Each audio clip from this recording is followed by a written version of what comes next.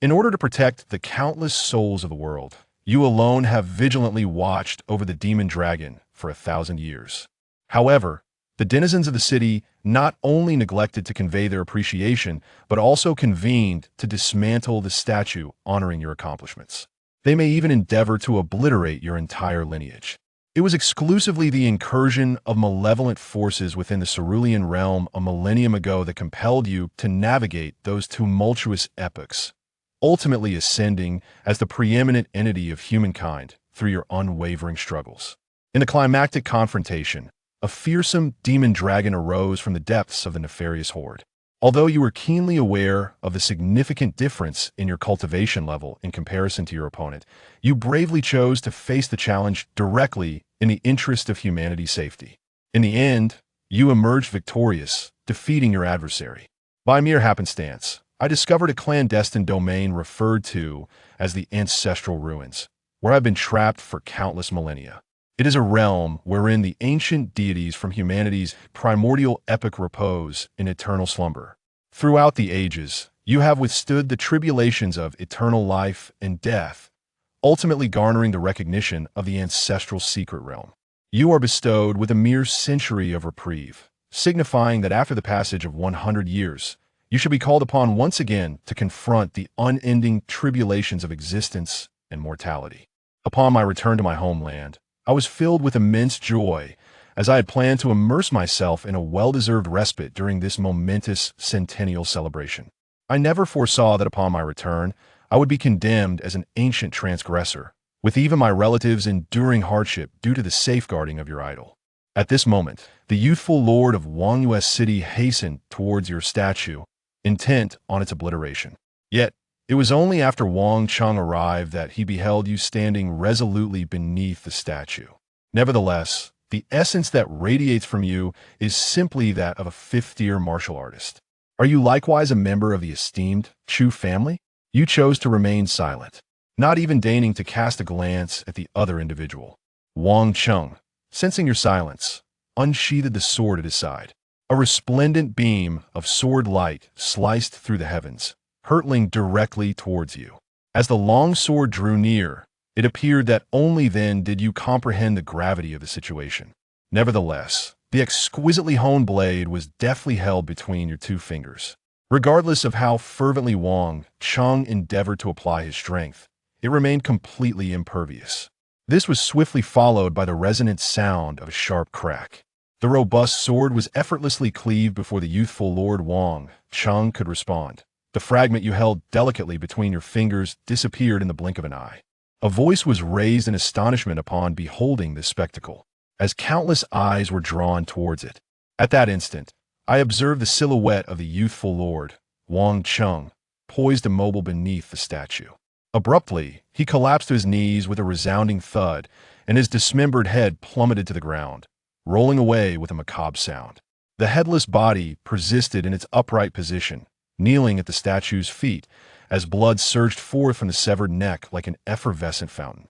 You wretched being, do you dare to threaten my son's life? I shall rend you into 1,000 fragments.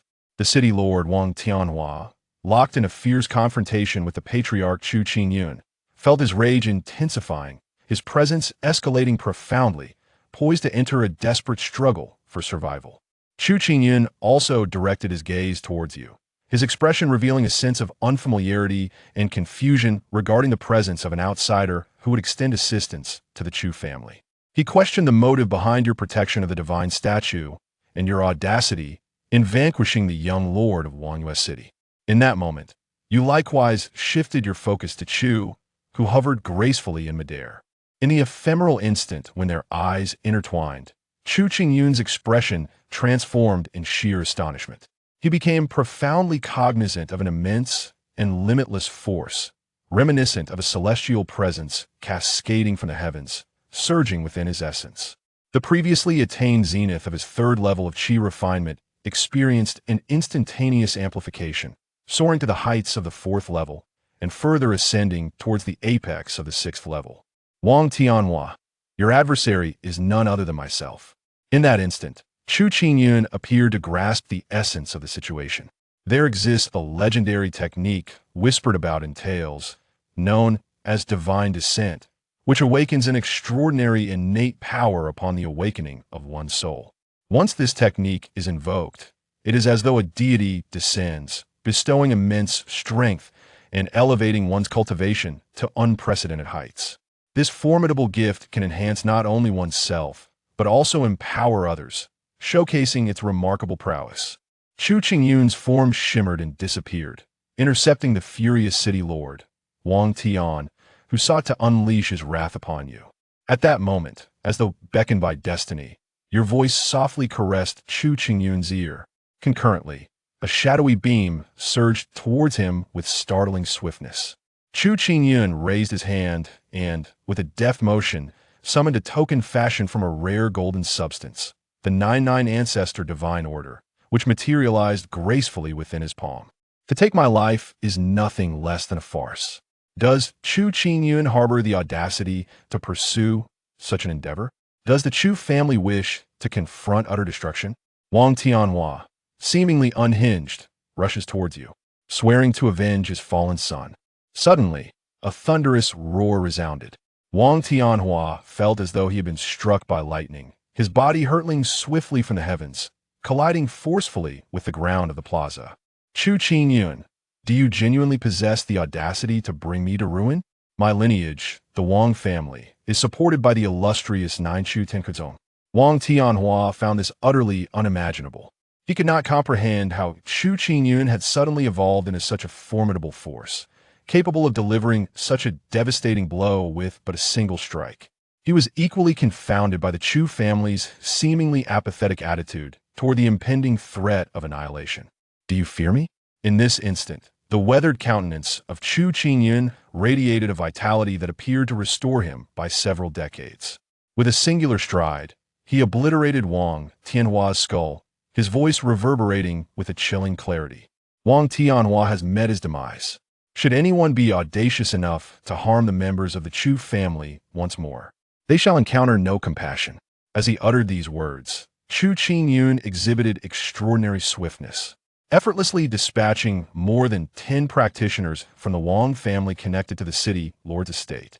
The Chus heed my summons. The Wangs desecrate the time-honored supremacy. They endeavor to sully the illustrious heritage of my forebears today. The clan shall confront utter obliteration. At this instant, an overwhelming surge of spiritual energy enveloped the air.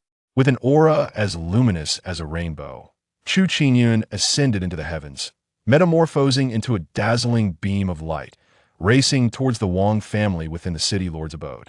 The chaos in Wangyue City endured until the eve of twilight.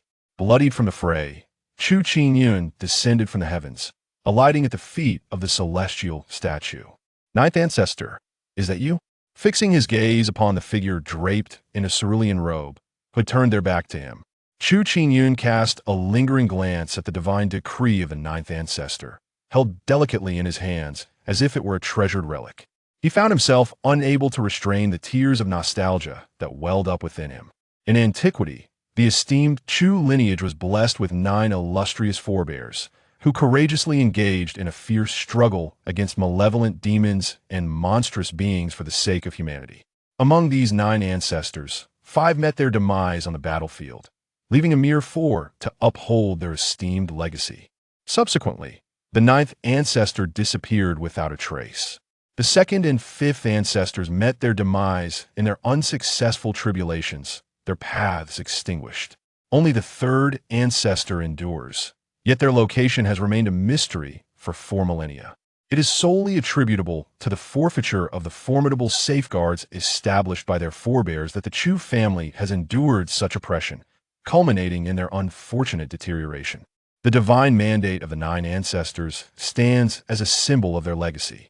When intertwined with the enigmatic secret technique of divine talent, purportedly one of the arcane skills acquired by the 9 ancestors, this concept imbues Chu Qingyun with an ineffable thrill upon further reflection.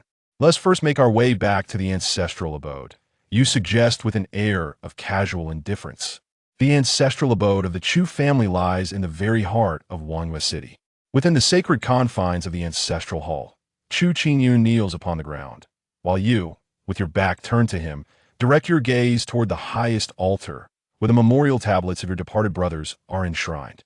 At the zenith of these tablets resides an image shrouded by the relentless march of time. The figure captured within this portrait is none other than yourself, unaltered and everlasting, even after countless millennia have transpired.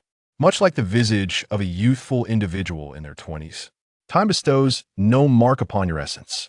A wave of ineffable energy gradually radiates from your essence, manifesting as discernible ripples of light. In a fleeting moment, Chu Qingyun, present in that space, experiences a profound stirring within his very veins. His eyes widen in revelation indeed. It signifies the awakening and resonance of his ancestral lineage. The 9 ancestors have indeed returned. He embodies the essence of the 9 ancestors. He represents the 9 ancestors. Their resurgence is a veritable truth. The Chu family has been delivered. The Chu family finds itself in a lamentable predicament. Have you observed those who have wronged the Chu family? You have asked, for you too have endured slander and defamation. The plight of the Chu family must undoubtedly be equally grave. Chu Qingyun, his hands adorned with a tapestry of wrinkles, delicately retrieved a document inscribed with names and presented it with both hands. Observing this, you found yourself involuntarily raising your eyebrows in mild surprise. Dare not obscure the lineage of the 9 ancestors. Throughout the years, every faction that has endeavored to subdue our esteemed Chu family, the younger generations have meticulously compiled an extensive record. It is rather captivating. You offered a slight smile. This elderly gentleman appears to bear a grudge. In reality, this characteristic has been inherited through the generations within the Chu lineage. In the course of your ascendance in antiquity, you were reputed to nurture profound resentments. The Chu family's tenet has consistently been to repay enmity without exception. One must wield strength to shape iron. Although I could personally remove all impediments for the Chu family, the family itself remains rather weak at this juncture. Examine the list in your grasp. Etch into memory the names inscribed upon it, along with their corresponding powers. 9 ancestors, and yet another matter. Chu Qingyun inhaled deeply, and then commenced his narration. As Chu Qingyun unfolded the tale, the events began to reveal themselves to you. Chu Qingyun is blessed with a grandson named Chu Changhe, who is now 18 years of age. From an early age, he displayed an exceptional aptitude for cultivation. At merely 6 years old, he awakened the enigmatic soul talent known as Divine Void. By the age of 10, he revealed a remarkable physique, the divine Yang heavenly gang body. He is esteemed as the harbinger of hope for the future of the Chu family.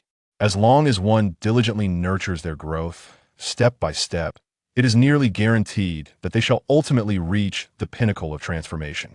Whether through the intrinsic mystical arts of the spirit or through an extraordinary constitution, each individual harbors limitless potential and immense power.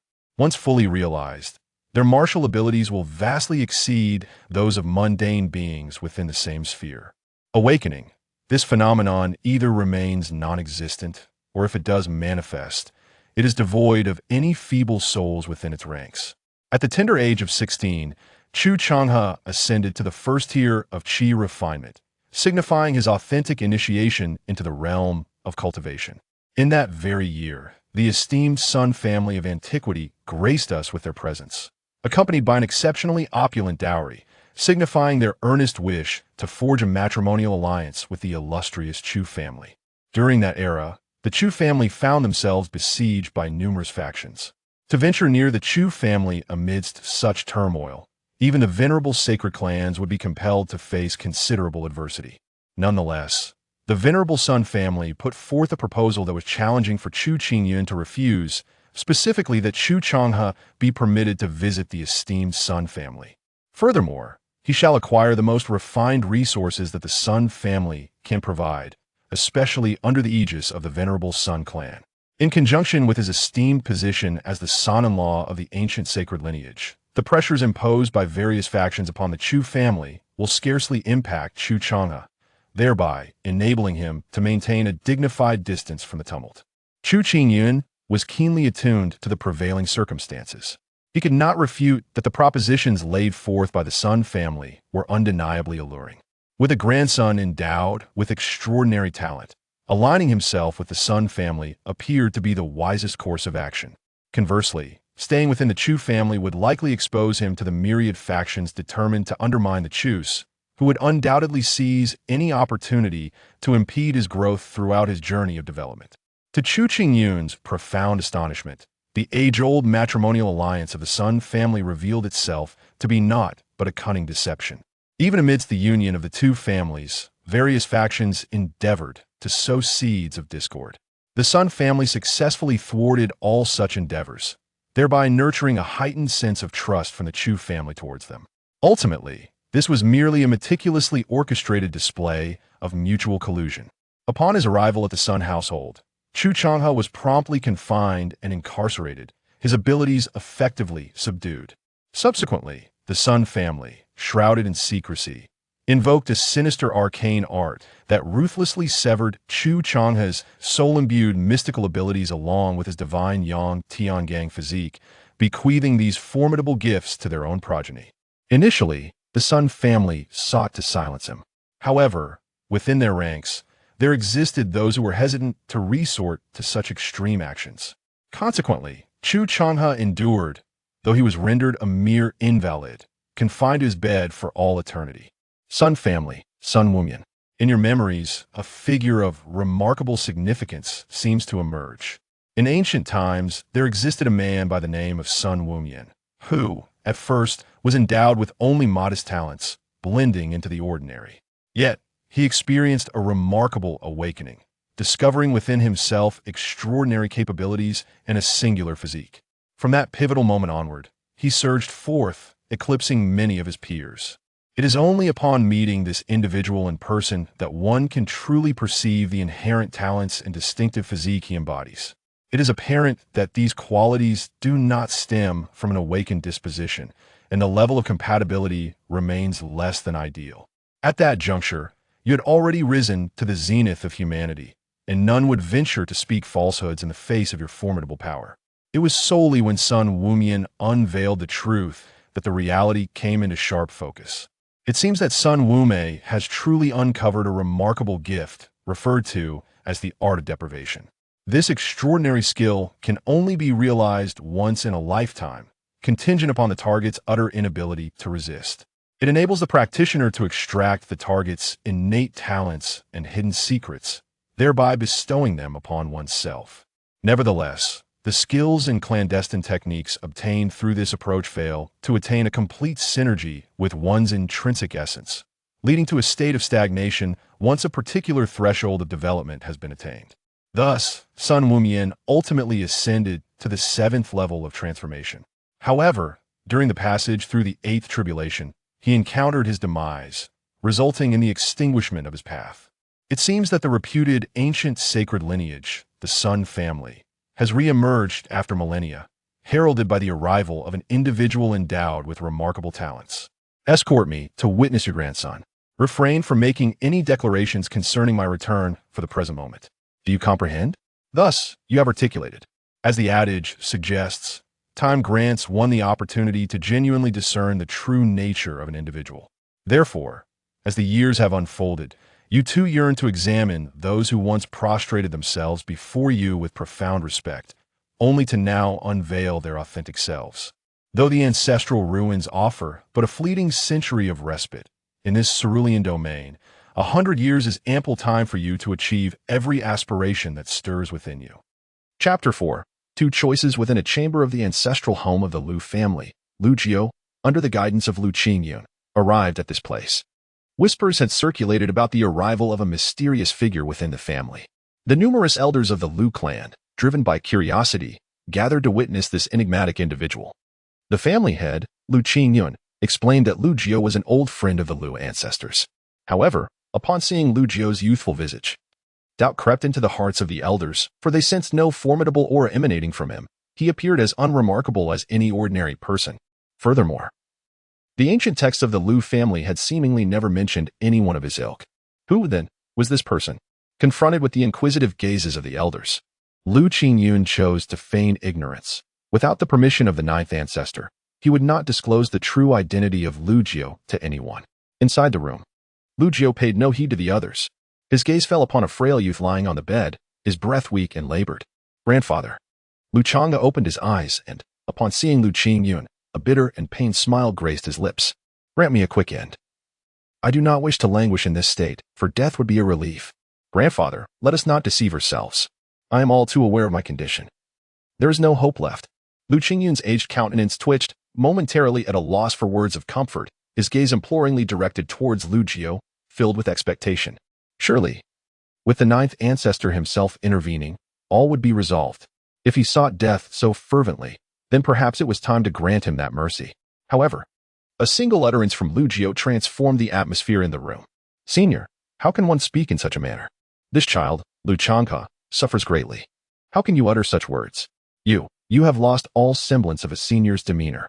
The elders of the Lu family were incensed. Their faces flushed with indignation, and had it not been for Lu Qingyun's commanding gaze restraining them, they might have leapt to confront him. Lu Chang'e himself was taken aback. Believing his grandfather had summoned someone to assess his condition, perhaps to offer a glimmer of hope for recovery. Yet, the remarks of this individual were shockingly unexpected. Who would counsel another towards death? Lu Qingyun's face too betrayed a tremor of disbelief. Could this truly be the ninth ancestor? Surely, he could not be this unreliable?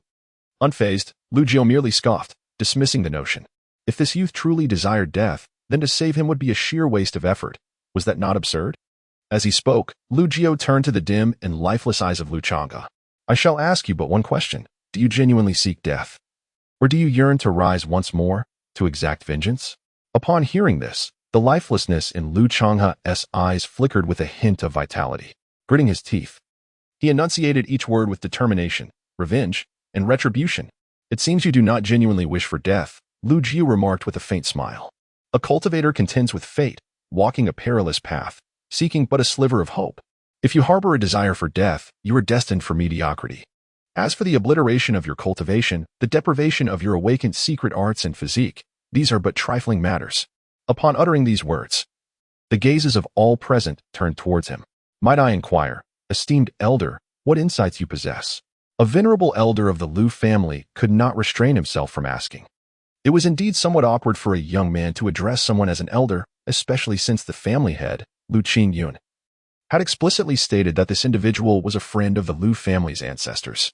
Although his awakened talents and physique had been stripped away, he resembled a mighty tree, its trunk severed, yet its roots remained intact.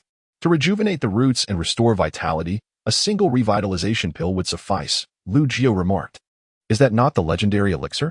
It is said that only the sacred land of Yaoqi possesses the knowledge to concoct such a potion. In ancient times, it seemed that our Lu family also had the formula for this divine pill, but alas, its whereabouts have long been forgotten. Even if the formula existed, it would be futile. Given our current resources, it would be impossible for the Lu family to gather the necessary materials for alchemy." The elders shook their heads in unison, their peripheral glances occasionally drifting towards the unruffled Lu Jiao. They had expected the esteemed friend of their ancestor to offer profound wisdom. Yet he turned out to be merely a reckless dreamer, speaking empty words. After all, obtaining the revitalization pill was akin to chasing a mirage. "Esteemed elder, do you possess any alternative methods?" Lu Qingyun gazed at Lu Jiao with anticipation. "At present, I have no superior solutions. I do possess a revitalization pill that can restore his body, but it cannot reinstate his innate talents or awakened physique." As he spoke, Lu Jiao produced a porcelain vial and casually tossed it to Lu Qingyun. The revitalization pill? The elders of the Lu family were left speechless, their eyes wide with astonishment as they fixated on the unassuming vial. Although it bore no inscription of transformation, the revitalization pill was still a priceless, top-tier elixir. It was said that no matter how severe one's injuries, as long as there was breath remaining, the revitalization pill could pull one back from the brink of death. Those elders who had previously harbored doubts regarding Lu Jiao were instantly filled with immense admiration for him. This mysterious elder was indeed grand in spirit, particularly when Lu Qingyun administered a revitalization pill to Lu Chang'e, who, after just a brief moment, was able to rise from his bed and walk. A group of elderly gentlemen, all with white hair, surrounded Lu Chang'e, their excitement akin to that of children, as they danced around him, affectionately pinching his arms and legs, their faces radiating love and care for the young man.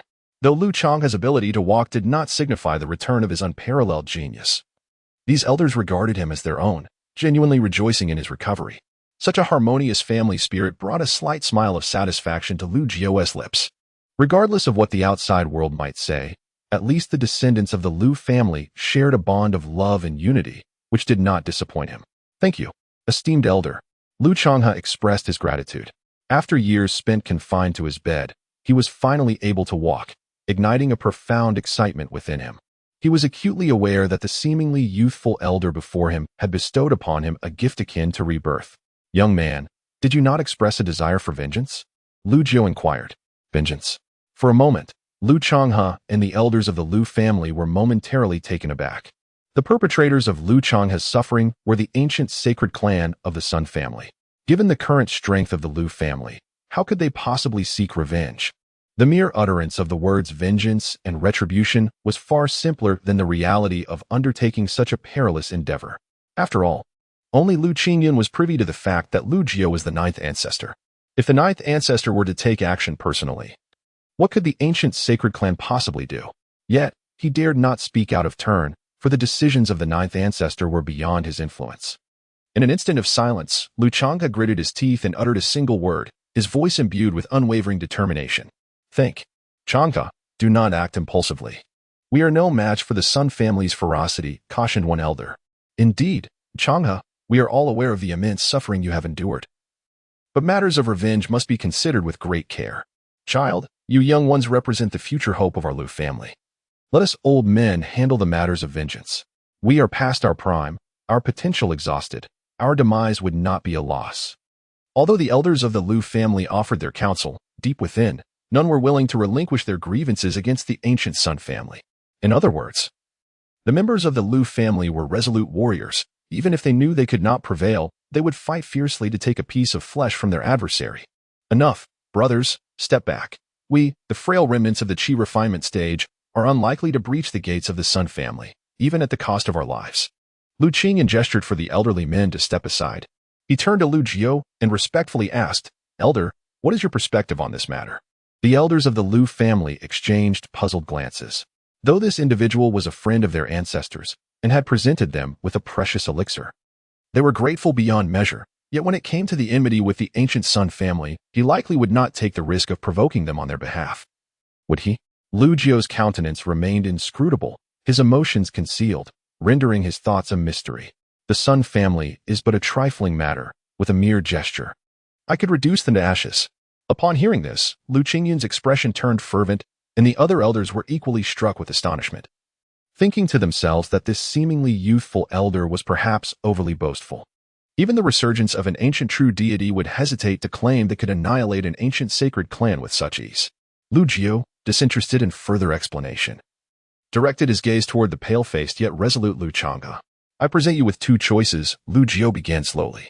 The first choice is for me to personally eradicate the Sun family, reclaim all that is rightfully yours, and deliver justice on your behalf.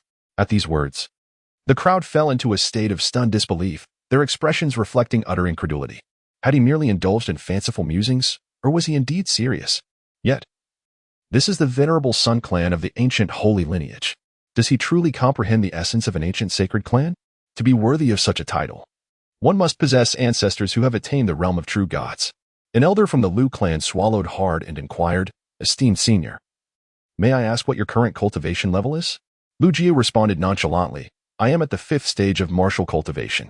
Despite the formidable power he had sealed away, his current physical form indeed reflected only the 5th stage of martial prowess. A collective of elders from the Lu clan exchanged awkward coughs. Senior, please do not jest with us. You are a friend of our ancestors and must be older than us. How could you maintain such youthful and peak condition while being merely at the 5th stage of martial cultivation? The hierarchy of cultivation is delineated as follows: the 8 stages of martial cultivation, the 9 levels of Qi refinement, the 10 tiers of spirit transformation, and the 18 tribulations of ascendance. The elders of the Lu clan are all at the stage of Qi refinement. This enigmatic senior friend before them could not possibly be confined to the 5th stage of martial cultivation. For me, cultivation level is of little significance, Lu Jio remarked, offering no further elaboration. The elders of the Lu clan felt a wave of incredulity. As cultivators, if cultivation were unimportant, then what truly mattered? Were it not for the regard owed to the one who presented them with a rejuvenation pill, some of the old-timers would have surely voiced their skepticism. Lu Jiu's gaze remained fixed on Lu Changhe as he continued. Do you wish to hear the second option? You may choose the first if you prefer. I am eager to hear the details, Lu Changhe replied respectfully. The second option, however, proved to be considerably more arduous than the first. I can assist you in acquiring the rejuvenation transformation pill, after which you must cultivate diligently. In due course, you will gain sufficient strength to personally exact your revenge and obliterate the Sun Clan. Do not be misled into thinking this task simple. The journey may entail numerous tribulations. The awakening of innate talents and the metamorphosis of one's physical form, each step shrouded in uncertainty. Lu Jiu expressed, much like he had initially conveyed to Lu Qingyun. Although he could personally intervene and eliminate all obstacles, the resurgence of the Lu clan ultimately depended on the earnest efforts of its descendants. Otherwise, a century hence, he would return to the ancestral secret realm, unable to return in the foreseeable future, and the Lu clan would inevitably repeat its past mistakes. Thus, Lu Jiu's ambitions extended beyond mere vengeance. He aspired to see the Lu clan rise once more, to become an invincible family, empowering its descendants to eradicate those who had once bullied them. He envisioned a future where the Lu clan would be so formidable that even in his absence, all other clans and forces within the Azure domain would unite in vain against it. Senior, I choose the second option. I hope to one day take matters into my own hands and avenge my grievances. Chapter 5. The young maiden's pleasing appearance in the ancestral home of the Lu family. Lu Jiu found his refuge.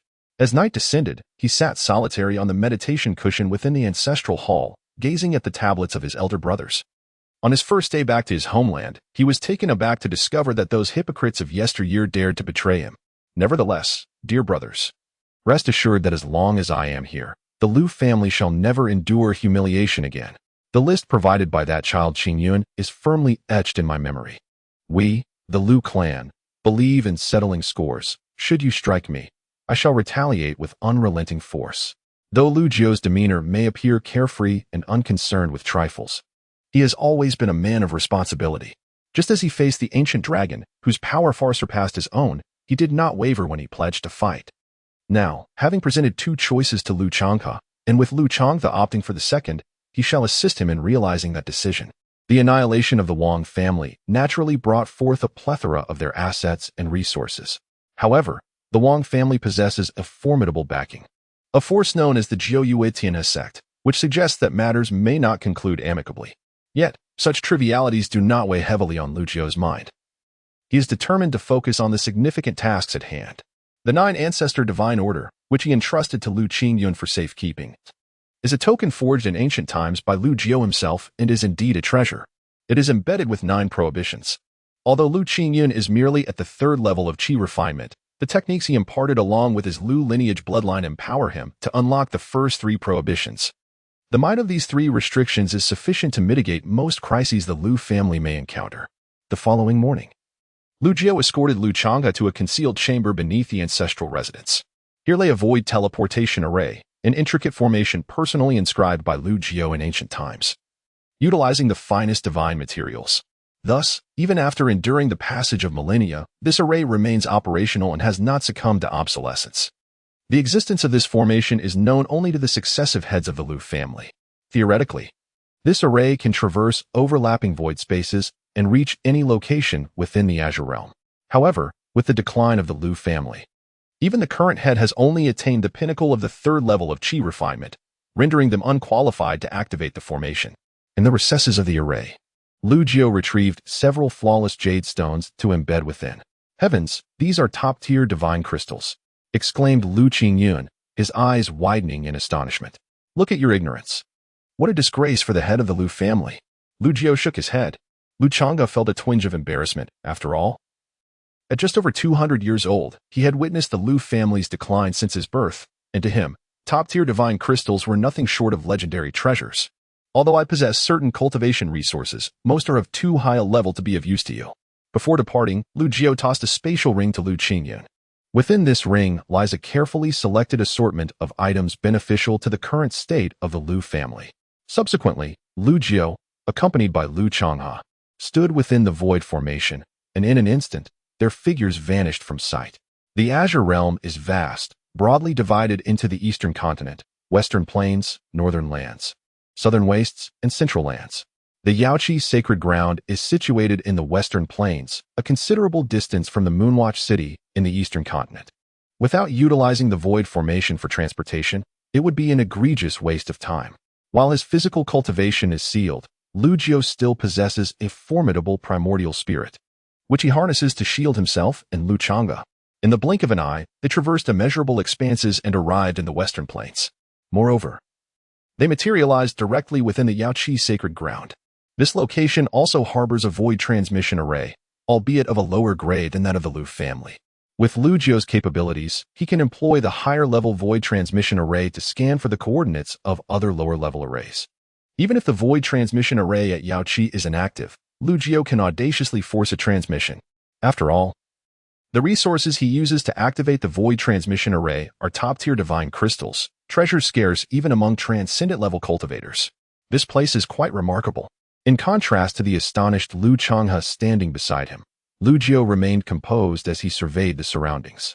The Yaoqi sacred ground truly lives up to its name, boasting an exceptionally rich atmosphere of spiritual energy, so dense it has coalesced into a misty haze. There are floating palaces, resplendent rays of light, and an enigmatic aura of array runes permeating the air, a testament to the numerous restrictions in place. Who dares to intrude upon the Yaoqi sacred ground? In an instant, a chilling wave of murderous intent enveloped the area.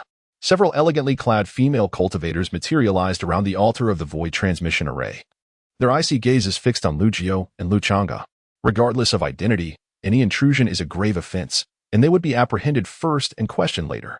At the command of the leading female cultivator, the others swiftly formed hand seals, casting spells or summoning weapons. What shall we do, senior? Lu Chang'e was exceedingly anxious, sensing that the auras of these female cultivators were overwhelmingly powerful, even more so than the elders of the Lu family. All above the Qi refinement stage. Let someone with authority come forth to speak, Lu Jiao stated calmly. However, the female cultivators from the Yaoqi sacred ground disregarded his words and chose to attack directly. Cultivators at the Qi refinement stage can cultivate spiritual power within their bodies, mastering spells and wielding magical artifacts. A barrage of spells and the brilliance of flying swords surged from all directions toward Lu Jiao and Lu Chang'e. Imbued with lethal intent and devoid of mercy, these female cultivators understood. Those who dare to intrude upon the sacred grounds of the Yaoqi are undoubtedly not as simple as they appear. If their demise were to come so easily, then it would be a matter of mere execution. Their actions are more a form of probing. With a thunderous roar, Lu Jiao remained motionless, his immense spiritual power radiating outward. The spells that soared toward him disintegrated before they could draw near, while the flying swords, like puppets severed from their strings, clattered to the ground like discarded scrap metal. It was as if the area surrounding Lu Jiao had transformed into a sanctuary impervious to all forms of attack. Who are you?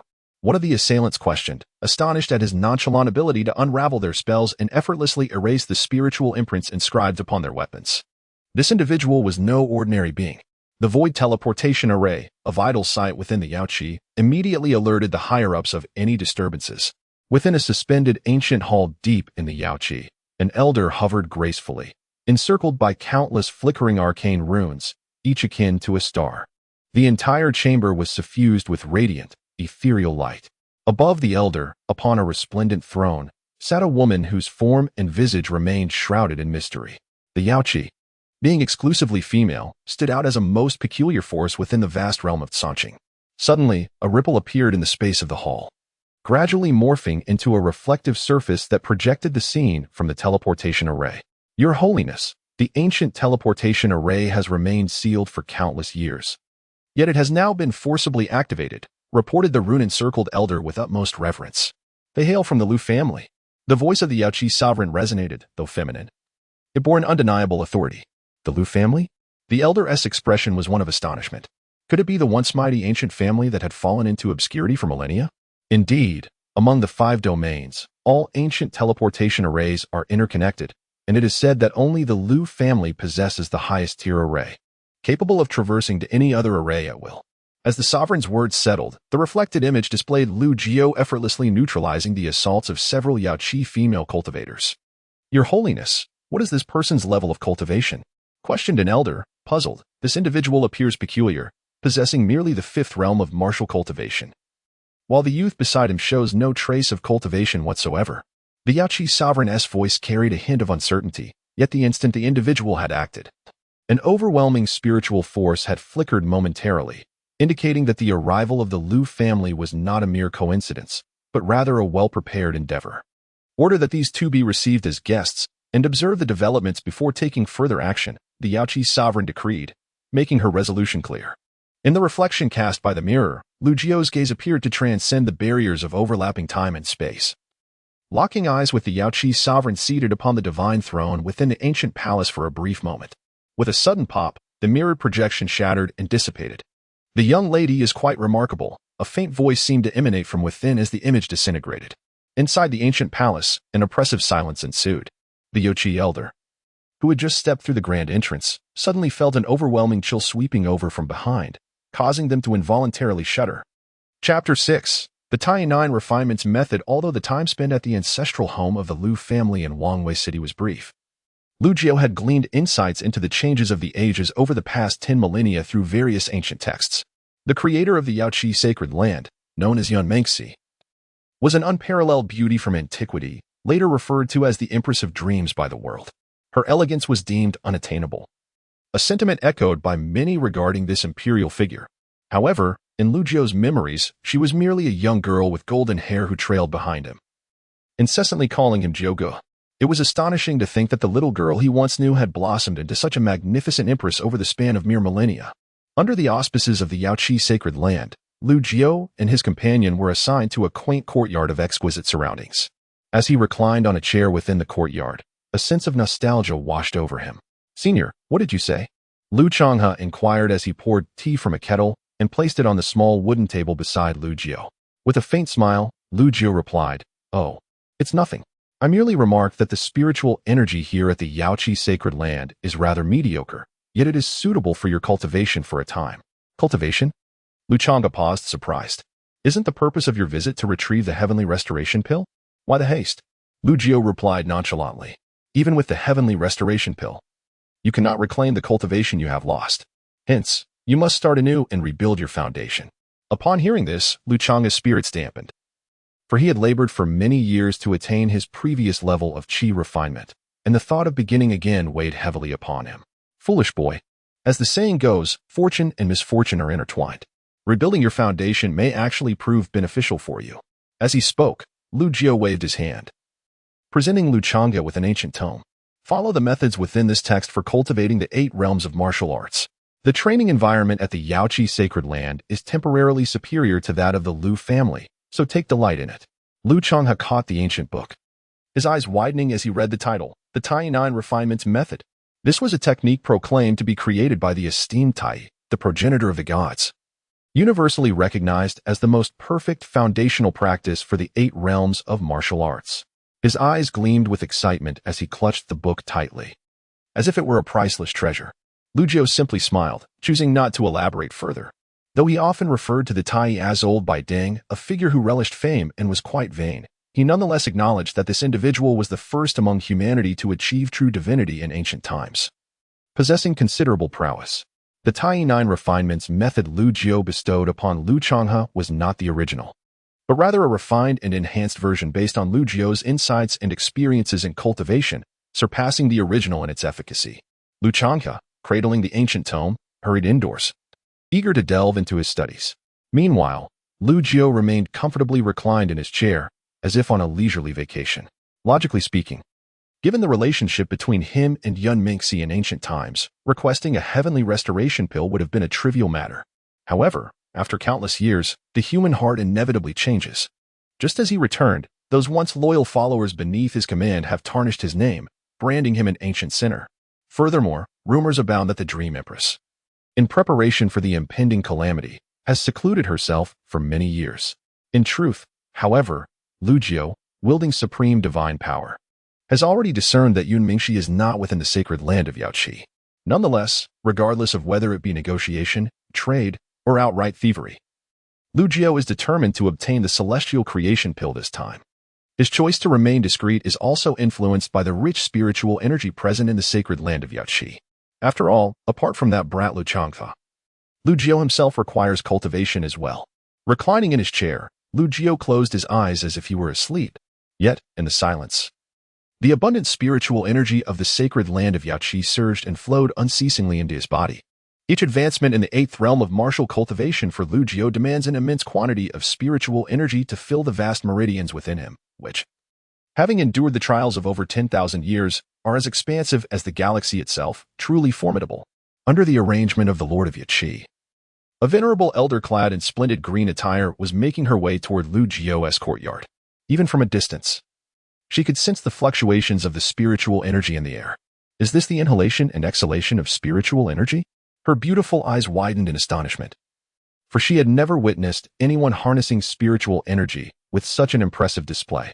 The sensation was akin to a whale swallowing the river or the ocean suspended upside down. In the blink of an eye, the gathering of spiritual energy had begun to produce a low rumbling akin to distant thunder. With her eyes glimmering, the elder transformed into a streak of radiant light, swiftly arriving at Lu Jiao's courtyard. Lu Jiao, sensing her presence, slowly opened his eyes. The thunderous sound, resonating within him like the beating of drums, surged and then settled into tranquility. The fluctuations of his aura suddenly leaped from the fifth to the sixth realm of martial cultivation. Lu Jiao regarded the newcomer with a satisfied smile, remarking that the spiritual energy in this place was quite commendable. The lady in the green dress chuckled softly, realizing that this person seemed bold enough to tease even the Lord. Who exactly is he? This would require further probing. After a moment of contemplation, she spoke again. I observed that you seem to have successfully broken through just now. Surely you cannot truly be of the martial cultivation realm? As a Yaoqi elder, her cultivation was naturally not insignificant, and her insight was exceptional. The aura fluctuations that had manifested from Lu Jiao indeed indicated a breakthrough from the fifth to the sixth realm. However, this only deepened her intrigue. After all, if he were merely a fledgling martial cultivator, how could he possibly absorb such an astonishing volume of spiritual energy? Do not speak of merely a martial cultivation realm. Even at the chi refinement stage, the act of gulping down such an abundance of spiritual energy holds the peril of one's meridians bursting. As a visitor, there is no need for pretense. Lu Jiao's nonchalant demeanor, marked by ambiguity, left this elder of the Yaoqi somewhat speechless. I am one of the elders of this sacred Yaoqi, named Yun Miaohua. May I inquire how to address the young master from the Lu family?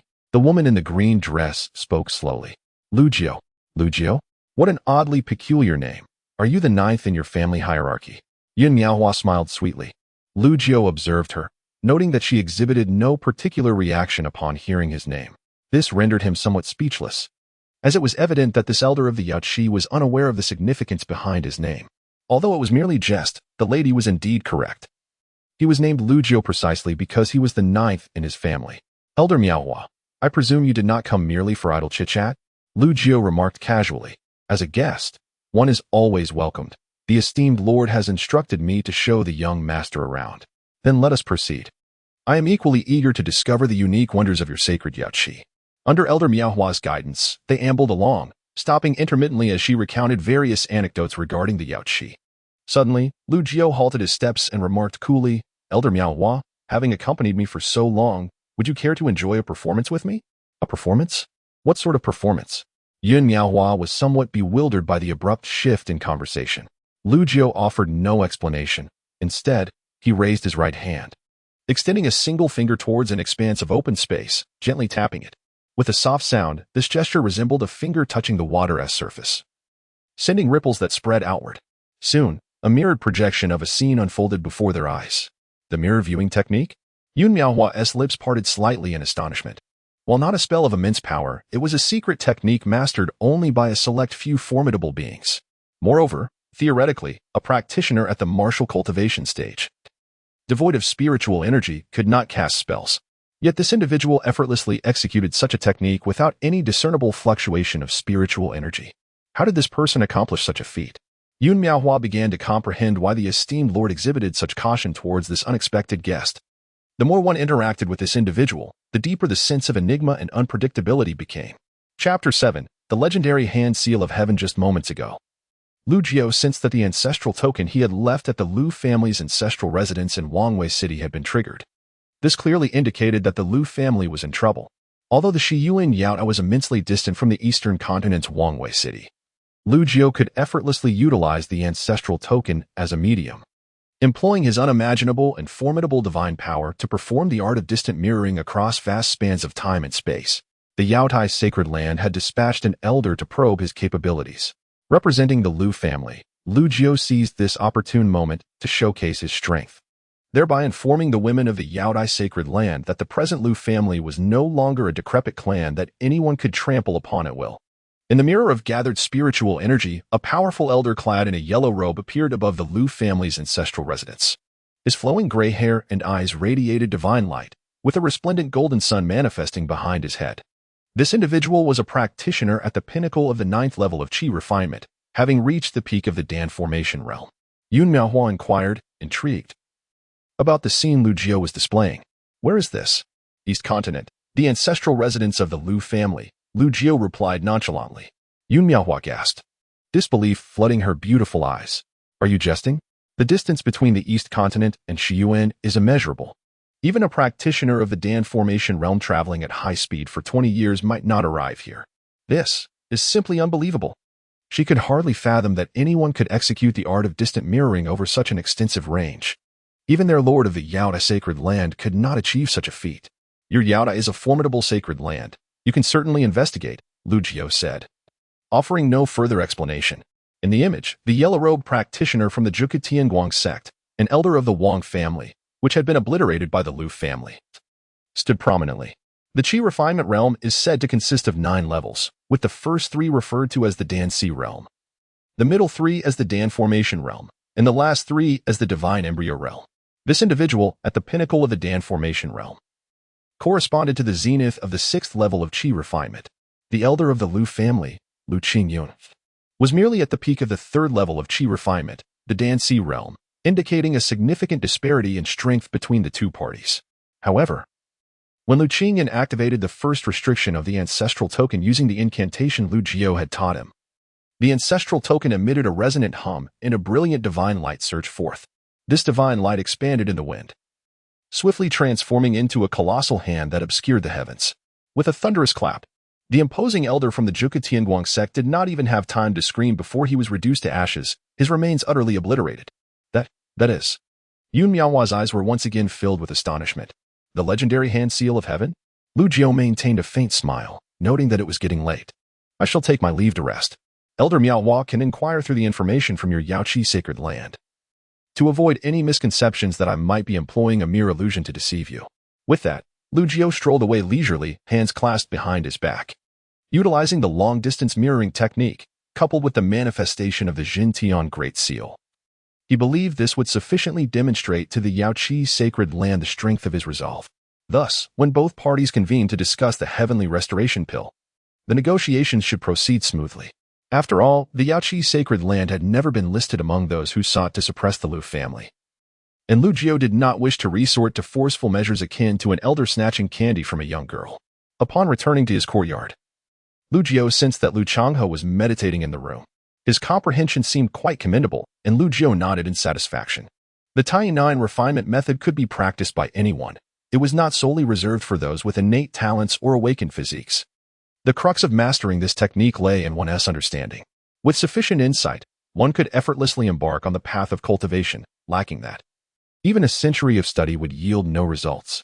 Lu Changhe had only dedicated a couple of hours to research before attempting to cultivate, which, in ancient times, would be considered a remarkable gift. Meanwhile, Yun Miaohua had arrived at the suspended ancient palace deep within the Yaoqi. She recounted her conversation with Lu Jiu, along with her observations, to the esteemed lord seated upon the divine throne. The long-distance mirroring technique that transcends the East Continent and West Plains? The Yaoqi lord's voice was laced with incredulity. Even with her cultivation level, exerting her utmost effort and utilizing mediating tools, she could only encompass a small portion of the West Plains centered around the Yaoqi sacred land. The thought of transcending unimaginable distances to gaze upon the East Continent, as if present in person, was beyond her comprehension. Even an ancient true deity might find such a feat unattainable. As for the Jin Tian Great Seal that appeared in the mirror image witnessed by Yun Miaohua, the Yaoqi lord fell into a momentary silence. Send someone to investigate. Yes. As a prominent sacred land, even from afar in the East Continent, the Yaoqi sacred land could easily gather information, provided it was not too secretive. Within less than the time it takes to brew a cup of tea, Yun Miaohua returned to the suspended ancient palace. Lord, the information has been clarified. Speak. 2 days ago, under the directive of the Jukutiana sect, the Wang family of Wangyue City attempted to topple and destroy the ancient supreme statue, but they were thwarted by the Lu family. After a fierce battle, the Lu family head, Lu Qingyun, who was originally at the peak of the 3rd level of the qi refining stage, suddenly experienced a surge in power, slaying Wang Tianhua on the spot and leading the Lu family cultivators to annihilate the entire Wang family. At the same time, a mysterious figure of unknown origin appeared in the Lu family, claiming to be an old friend of their ancestors. Not long ago, one of the elders from the Jiushi Tianhe sect, Wang Chuanqin, the ancient ancestor of the Wang family, which had been annihilated by the Lu family, manifested above the Lu family in Wangyue City, intending to strike against them. However, Lu Qingyun, employing some unknown technique, summoned the formidable heavenly suppression palm, reducing Wang Chuanqin to ashes, leaving no trace of his existence.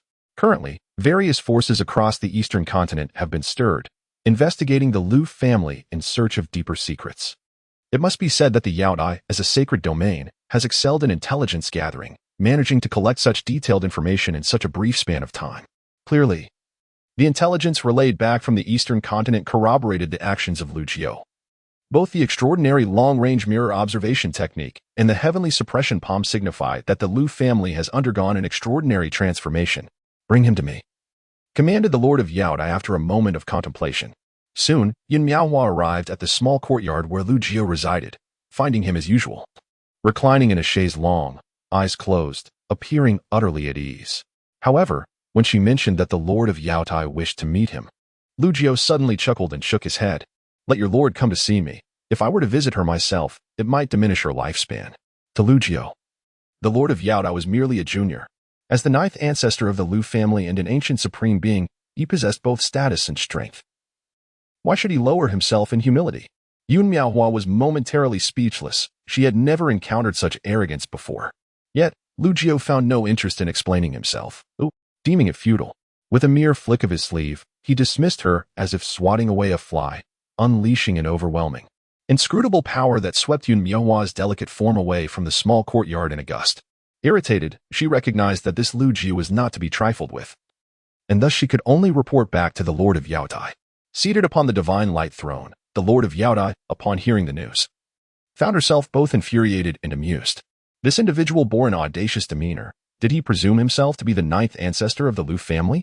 With a cold huff, a terrifying aura enveloped the ancient hall. The name Lu Jiu was one she had never encountered before.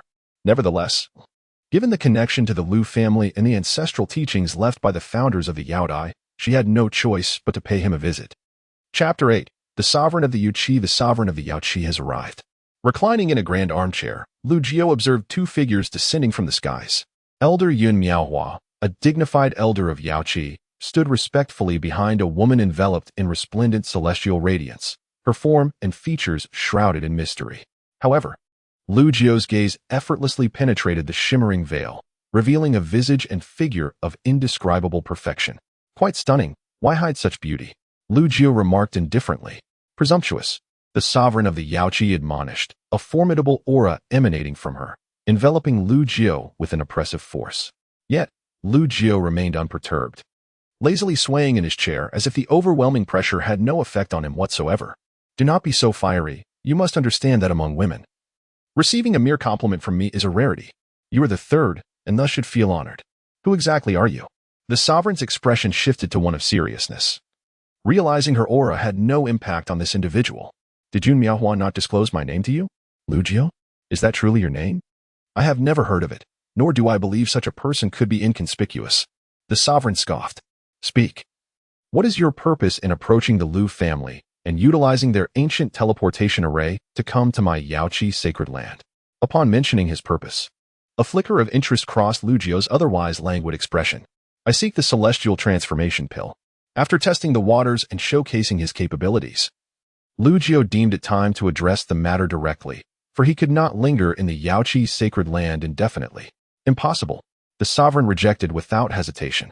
Yun Miaohua, standing behind her, wore a look of astonishment, realizing this person had come for the celestial transformation pill, a priceless treasure of the Yaoqi sacred land. Lu Jiu was well aware that the sovereign would not acquiesce easily. May we converse privately? He raised an eyebrow, not waiting for a response, and snapped his fingers. The space within the small courtyard seemed to tremble, and in an instant, both Lu Jiu and the sovereign vanished from Yun Miaohua's sight. Sovereign. Yun Miaohua's expression changed dramatically. Do not panic. I am unharmed. The sovereign's voice resonated in Yun Miaohua's ears, as if she stood right where she had been speaking. Yet, she could not perceive the sovereign's figure, nor could she sense her presence even with her divine consciousness. In truth, at that moment, Lu Jiu and the sovereign remained unchanged. One standing still, the other reclining in the grand armchair. Such formidable spatial techniques. The sovereign's beautiful eyes were fixed intently on Lu Jiu. In the present moment, the two individuals find themselves ensconced within a peculiar parallel realm. She is capable of perceiving Yun Miaohua, and she can hear her voice. However, Yun Miaohua remains oblivious to her presence and cannot discern her utterances. This implies that, at this very instant, regardless of what she or Lu Jiu may articulate or enact, the perceptible Yun Miaohua remains entirely unaware of their existence. Such an enigmatic and inscrutable maneuver can only be executed by one who has attained an extraordinarily profound comprehension of spatial laws. You have witnessed my prowess. Thus it is time we engaged in a substantive discussion regarding the celestial rejuvenation pill, Lu Jiu remarked with a subtle smile. By employing this spatial secret art, he conveyed to the other party that his capabilities transcend their imagination. Although he could resolve matters through force, he still opted for negotiation, compelling the other to recognize their position. Your methods are indeed unfathomable, yet from my perspective, they merely constitute an ostentatious display. Your primordial spirit is formidable, yet it appears your cultivation has dwindled to naught. Am I mistaken? The Yaoqi sovereign retorted with a scornful laugh. Your insight is commendable, yet limited. At merely over 300 years of age, you have achieved the third tribulation of the transformation realm. Your talent is noteworthy, but your perspective remains confined. Lu Jiu responded with an indifferent smile, undeterred. Even in my current state of diminished cultivation, my formidable primordial spirit could still overpower Yaoqi. Do you believe this? I do not. The Yaoqi sovereign maintained her cold demeanor, asserting that the ancestral master was in secluded meditation deep within the sacred grounds, and should she emerge, she could easily subjugate him with a mere gesture. Upon hearing this, Lu Jiu could not help but chuckle in disbelief. Spare me the theatrics. Your ancestral master is not even present in the sacred grounds, and even if she were, she would simply present me with the item I seek without hesitation. You may attempt it. The Yaoqi sovereign's tone brimmed with unwavering confidence. Yet, Lu Jiu understood that her bravado was nothing but a facade.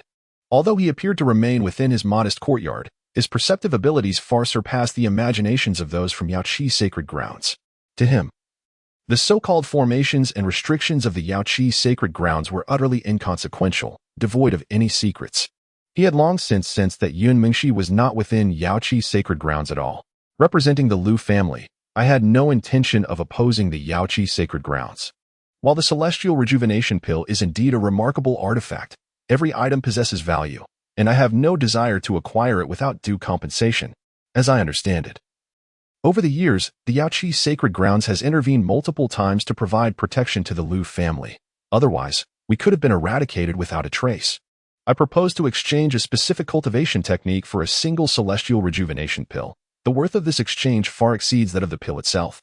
The additional value effectively repays the past kindnesses your Yaoqi sacred grounds extended to the Lu family. As he spoke, Lu Jiu produced a jade slip from his palm. A cultivation technique? What kind of technique? The Yaoqi sovereign inquired, curiosity piqued. The celestial rejuvenation pill is arguably the most revered elixir in the entire Songqing realm. Crafted solely by the ancestral master of the Yaoqi sacred grounds, what possible technique could hold greater value than the celestial rejuvenation pill? As a sacred land, the Jade Pool boasts a rich heritage that has endured for millennia, housing an array of supreme techniques and mystical arts. What kind of cultivation method could possibly captivate the heart of its esteemed master? The undying longevity technique. Lu Jiu shook the jade slip in his hand, elaborating. You must be aware of the undying longevity body, correct? The Jade Pool master nodded, acknowledging that the undying longevity body is one of the most elite physiques among awakened beings, blessed with an extraordinarily prolonged lifespan and an almost immortal existence. Precisely. Lu Jiu continued. This undying longevity technique allows anyone who successfully cultivates it to attain a physique akin to that of the undying longevity body. Although it may not reach the true standards of the undying longevity body, it can achieve up to 80% of its potential. For those who already possess the undying longevity body, cultivating this technique would be akin to adding wings to a tiger, enabling them to fully tap into the potential of this physique. Navigating the trials of transcending the divine is as effortless as eating and drinking. Now you understand the extraordinary value of this technique, do you not? Why should I place my trust in you? The Jade Pool Master scoffed. How can I be certain that the method you present is genuine? I have never heard of such a technique existing in this world. Believe it or not. This is the legacy left by the 9 ancestors of the Lu family. Lu Jiu replied with a smile. At his words, the expression in the Jade Pool Master's eyes shifted dramatically. The name of the 9 ancestors of the Lu family carries immense weight in the Jade Pool, akin to that of a revered founder. If it truly is a legacy from the 9 ancestors of the Lu family, I might consider believing you. However, I cannot make decisions regarding the matter of the heavenly transformation pill, she responded with a shake of her head. Lu Jiu's countenance stiffened immediately. After all that I have shared, you mean to say you lack the authority? Allow me to share something with you. Chapter 9.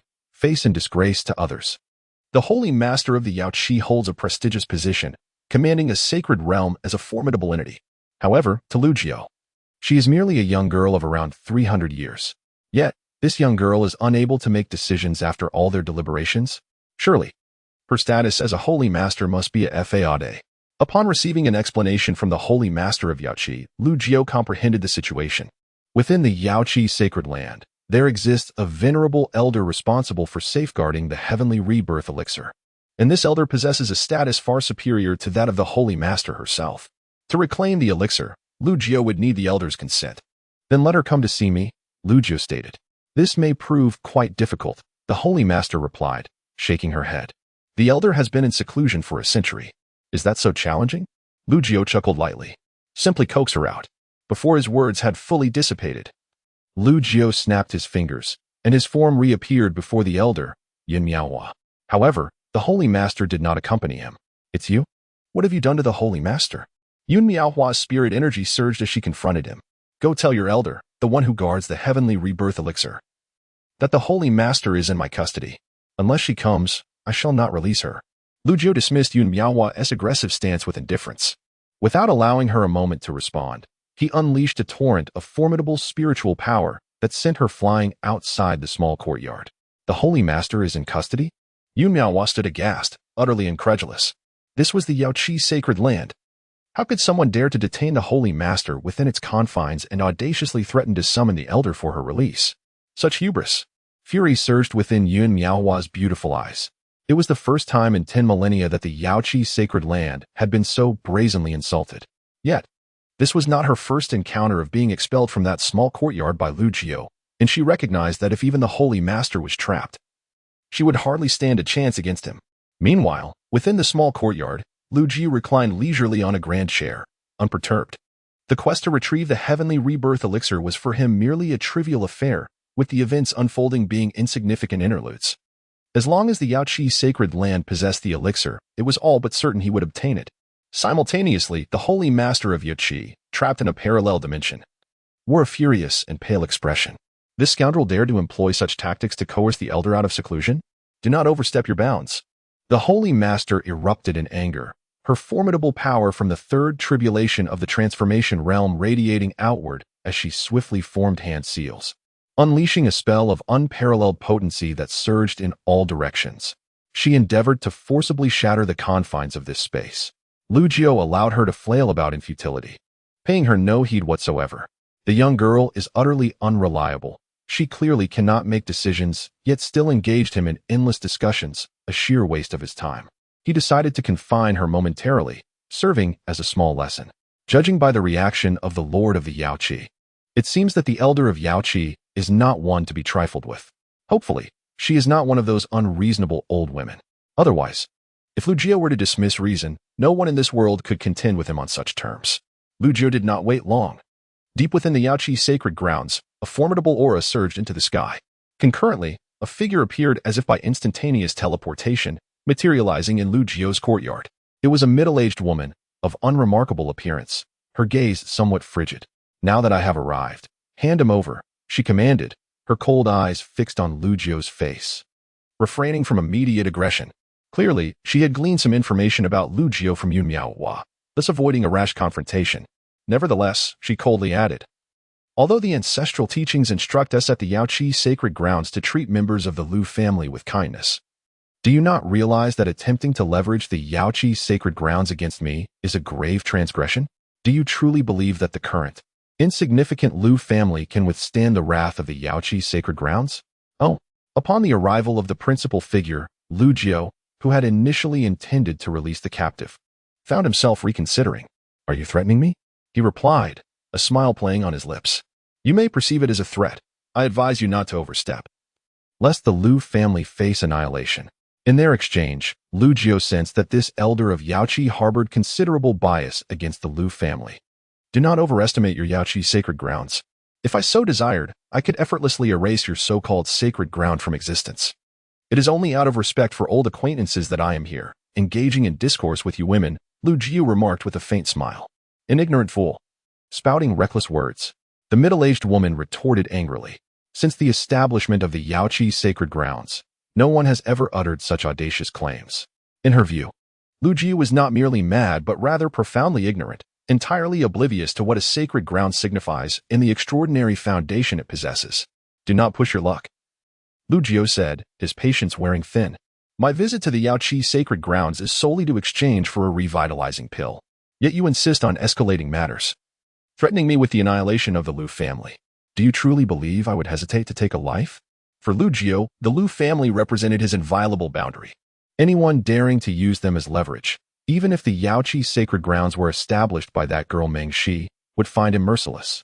Affection is one thing. Boundaries are another. They cannot be conflated. I am eager to see what abilities you possess.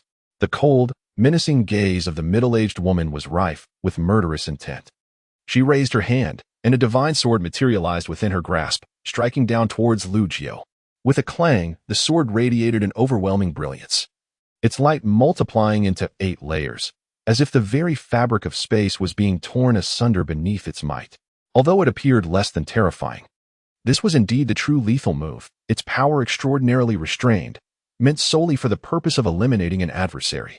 Lu Jiu remained unfazed, reclining in the grand armchair, showing no inclination to evade. The 3,000-year-old woman, a practitioner of the 7th tribulation of the transformation realm, was hardly a formidable opponent in his eyes. Not only did Lu Jiu not flinch, but he also offered a dismissive remark, as if to say, even in the face of death, you dare to. The middle-aged woman smirked derisively, yet before she could finish her sentence, she was rendered speechless.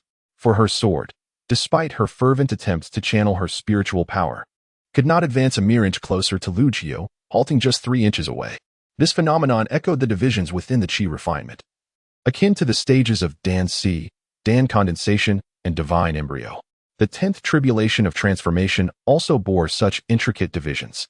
The so-called 10 tribulations signify the transformative journey towards becoming a true deity, requiring the overcoming of 10 trials. Each trial marks a profound elevation and metamorphosis, akin to rebirth and profound transformation. Thus, for the practitioners of this era, attaining the 7th tribulation of the transformation realm is considered exceptionally potent. After all, even the esteemed sovereign of Yaoqi is merely at the 3rd tribulation of this realm. Nevertheless, as long as one remains within the confines of the transformation realm, the distinction between the 3rd and 7th tribulations is negligible when faced with Lu Jiu, with only the power of the primordial spirit. As long as the completion of the 10 tribulations to achieve true divinity is yet unfulfilled, all can be crushed without any suspense. Alas, you shall not have the opportunity to face the 8th tribulation. However, given your qualifications and potential, I doubt you could surpass the 8th. Perhaps it is better to meet an early demise and seek rebirth. Lu Jiu regarded the woman with indifference. Boom. An immense surge of celestial energy converged at an astonishing pace as Lu Jiu forcibly harnessed the power of his primordial spirit. The rich spiritual essence of the Yaoqi sacred land seemed to be drawn into a colossal hand that obscured the heavens. The celestial hand seal. This was the most frequently employed divine ability by Lu Jiu during ancient times, having annihilated countless formidable demons and monsters with a single strike, reducing them to dust and ash. Wait, the middle-aged woman's expression shifted dramatically. However, Lu Jiu was disinclined to listen. The celestial hand seal came crashing down, In an instant, this elder of the Yao Qi, a practitioner of the seventh tribulation of the transformation realm, was reduced to mere dust, with not a trace of her existence remaining. In that fleeting moment, powerful auras erupted within the depths of the Yao Qi sacred land, radiating divine might that astonished the world. The spiritual essence of the entire sacred land was instantaneously drained away, undeniably stirring the ancient elders who were in seclusion. An elderly matriarch appeared, her age evident. Yet her aura was as profound as an abyss. With a mere gesture, boundless laws descended upon the world, and infinite divine light engulfed the heavens. Old Sovereign. In the sacred realm of Yak, gasps of astonishment erupted as the elderly woman revealed herself to be the former Holy Master, possessing a cultivation level that nearly approached the realm of the ancient deities. With a resounding boom, the old woman formed intricate seals with her hands, a divine light radiating from her brow, summoning forth a magnificent pagoda. The pagoda swelled in the wind, unleashing boundless, formidable divine might that enveloped the entire sky. Subsequently, it surged towards the colossal handprint of Lu Jiu, crashing down with tremendous force. Upon their collision, the resplendent pagoda shattered into countless fragments, and the old woman, struck as if by lightning, coughed up blood and was sent flying, descending to the earth like a falling star. This extraordinary spectacle was witnessed by all in the sacred realm of Yak, leaving the female cultivators pale and incredulous. That was indeed the former Holy Master. I offer you one more chance. Do you wish to continue the fight, or shall we sit down for a proper discussion? Lu Jiu's voice drifted through the air, reaching the ears of the elderly woman, whose lips were stained with blood and whose complexion had turned ashen. The old woman's face darkened, her heart overwhelmed with an indescribable shock. She was utterly bewildered by the turn of events. Chapter 10. Intimate Friends and Kin. Yun Miaohua swiftly located the old saint and recounted the events as they transpired. Bing Yu was rather muddled. The old saint sighed. Surrounded by a throng of female disciples and esteemed elders, he arrived at the entrance of the small courtyard where Lu Jiu resided. At this moment, the colossal handprint of the heavens, which had drained the ethereal energy of the entire Yao Qi sacred land, still lingered above the courtyard. Under the overwhelming influence of this divine technique, the multitude of formidable formations inscribed throughout the Yao Qi sacred land inexplicably fell into disarray, as if all had been subdued simultaneously. Wait here, the old saint commanded, evidently not intending to leverage his numerical advantage to send more lives to their demise. Inside the courtyard, upon entering, the old saint beheld Lu Jiu's youthful visage, a sight that filled him with astonishment and awe. It dawned upon him that this seemingly young individual was undoubtedly one of the ancient beings who had survived through the ages. Logically, even those who had persisted since antiquity would have dwindled in lifespan, often resorting to slumber or seclusion, seeking various means to mitigate the deterioration of their longevity. To maintain such a youthful and peak state of being, this person's cultivation was simply unimaginable. Junior Ji Bingyin pays her respects to the esteemed elder. The old saint intoned as he approached. They say the elderly become wise. You are far more perceptive than those previous foolish women, Lu Jiu remarked nonchalantly. Ji Bingyin felt a tinge of embarrassment, but steeled herself to inquire. Did Bingyu inadvertently offend the esteemed elder? Surely, as one of the ancient true gods, you must be aware of the circumstances. If there has been a misunderstanding, I hope you will show mercy. Are you referring to her? Lu Jiu flicked his fingers, and a wisp of spiritual energy transformed into a human-shaped specter, representing the middle-aged woman he had just reduced to dust. Indeed, Ji Bingyin sighed. She is my younger sister, harboring grievances against the Lu family due to certain reasons. Before she could finish, Lu Jiu interjected coolly, she is already dead. Dead? A hint of sorrow flickered in Ji Bingyin's murky old eyes. For a moment, the atmosphere grew heavy with silence. Lu Jiu had little desire to elucidate the reasons for slaying the woman named Ji Bingyu. After all, one who dared to draw a blade against him and exhibit murderous intent deserved their fate. He, Lu Jiu, did not find it necessary to justify his actions. After a brief silence, Ji Bingyin spoke once more. Esteemed elder, with your ability to wield the handprint of the heavens, may I inquire what your relationship is with the ninth ancestor of the Lu family, that ancient supreme being? Lu Jiu smiled. He is my dear friend, a brother in spirit. In truth, Lu Jiu found himself somewhat speechless. The other party did not directly inquire if he was indeed the ninth ancestor of the Lu family, but merely speculated on the extraordinary nature of his connection to that esteemed figure. It was apparent that in the minds of all present, the so-called ancient supreme being, the ninth ancestor of the Lu family, had faded into obscurity over millennia, effectively becoming a figure as good as non-existent, a personage long departed. Ah, I see. Ji Bingyan spoke again. Since you have slain Bingyu, I presume you have fulfilled your desires and obtained the heavenly restoration elixir. Aware of her inability to contend, she now wished only to expeditiously send this plague god on his way. Hearing her words, Lu Jiao did not indulge in further pleasantries. With a flick of his hand, a beautifully crafted storage ring soared toward Ji Bingyan. This ring belonged to Ji Bingyu. After defeating her, Lu Jiao had retrieved a heavenly restoration elixir from within, leaving the other contents untouched. Subsequently, Lu Jiao snapped his fingers. The Lord of the Yaoqi, trapped in a parallel dimension, abruptly manifested beside the elder Lord Ji Bingyan. This child, Hanlu, lacks decorum. If she has offended you in any way, I hope you can pardon her. Considering our ancestors' reputation, Ji Bingyan spoke once more. Hanlu, the current lord of the Yaoqi, was her sole true disciple. Though confined in a parallel space, she could perceive and hear all that transpired outside, including Lu Jiao's reasons for eliminating Ji Bingyu. Regardless, Ji Bingyu was an elder of the Yaoqi sacred land, and her demise could not be easily dismissed by Ji Bingyan. The reigning lord. I am a person who distinguishes between gratitude and grievance, and I do not take advantage of others without cause, Lu Jiao stated calmly. I have taken the heavenly restoration elixir, and I shall exchange it for this technique. Moreover, I intend to reside in your Yaoqi sacred land for a few days. I hope there will be no further unpleasantness between us, he emphasized. Remember this, the technique I impart is not to be shared with anyone outside your ranks without my express permission, otherwise, I shall take matters into my own hands. Though Lu Jiao's words may have sounded like a negotiation, they were, in truth, an unambiguous decree. He flicked his fingers, sending the jade tablet containing the indestructible longevity technique directly toward the Lord of the Yaoqi. For a moment, both the Lord of the Yaoqi and Ji Bingyan were taken aback. After all, this individual clearly possessed the formidable strength to seize the heavenly restoration elixir, and there was no one in the Yaoqi sacred land capable of stopping him. Ji Bingyan was unaware of the contents of the jade tablet, hence her reaction was subdued. However, the Lord of the Yaoqi, named Hanlu, reacted differently. If this technique were genuine, the Yaoqi sacred land would have indeed gained an extraordinary advantage. As for Elder Ji Bingyu's demise, she honestly felt it was a case of retribution. Then, I shall not disturb you any further, Ji Bingyan said as she grasped the hand of the Lord of the Yaoqi and hastily departed. In the midst of such significant events and commotion, Lu Changka, who was ensconced in a room attempting to cultivate the Tai 9 refinements method, remained entirely oblivious. This was due to Lu Jiao allocating a portion of his spiritual power to protect the boy, shielding him from any disturbances. Although the heavenly restoration elixir was now in his possession, Lu Jiao chose not to administer it to Lu Changka immediately.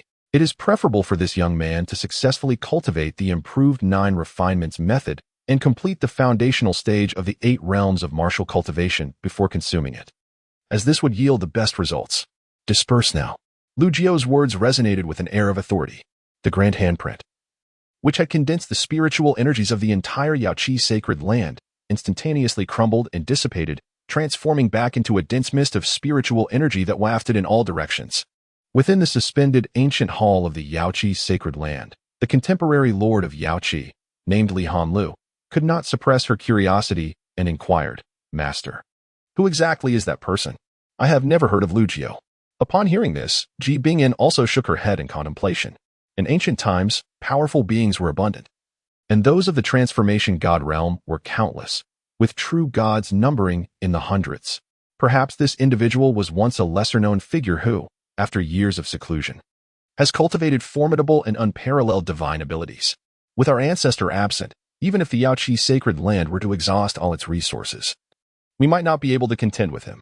We must not act impulsively and should refrain from further conflict, Ji Bingyan cautioned. I must return to my seclusion, otherwise the passage of time may hasten my demise, and I fear I may not survive to see the 10th tribulation of transformation. Master, I perceive Lu Jiao as a man of principle. The death of the Grand Elder was not due to his initiative, but rather the result of the Grand Elder's own aggressive intent to eliminate him. Li Hanlu pondered for a moment before deciding to share her first-hand account of the events with Ji Bingyan. Subsequently, Li Hanlu produced the jade slip of the technique that Lu Jiao had given her.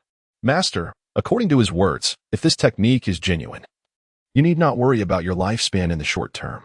What technique? Ji Bingyan was greatly astonished, after all, for someone of her age, whose lifespan was limited. The concern for longevity was paramount. In the pursuit of cultivation, one battles against the very fabric of existence. In the 8 realms of martial cultivation, one's lifespan slightly exceeds that of an ordinary mortal, yet does not surpass 200 years. Within the 9 levels of Qi refinement, the lifespan at the Dan-Si stage is 300 years. The lifespan at the condensed Dan stage is 500 years, while at the divine embryo stage, it extends to 800 years. Upon reaching the 10th tribulation of transformation, each successful tribulation grants approximately an additional 200 years.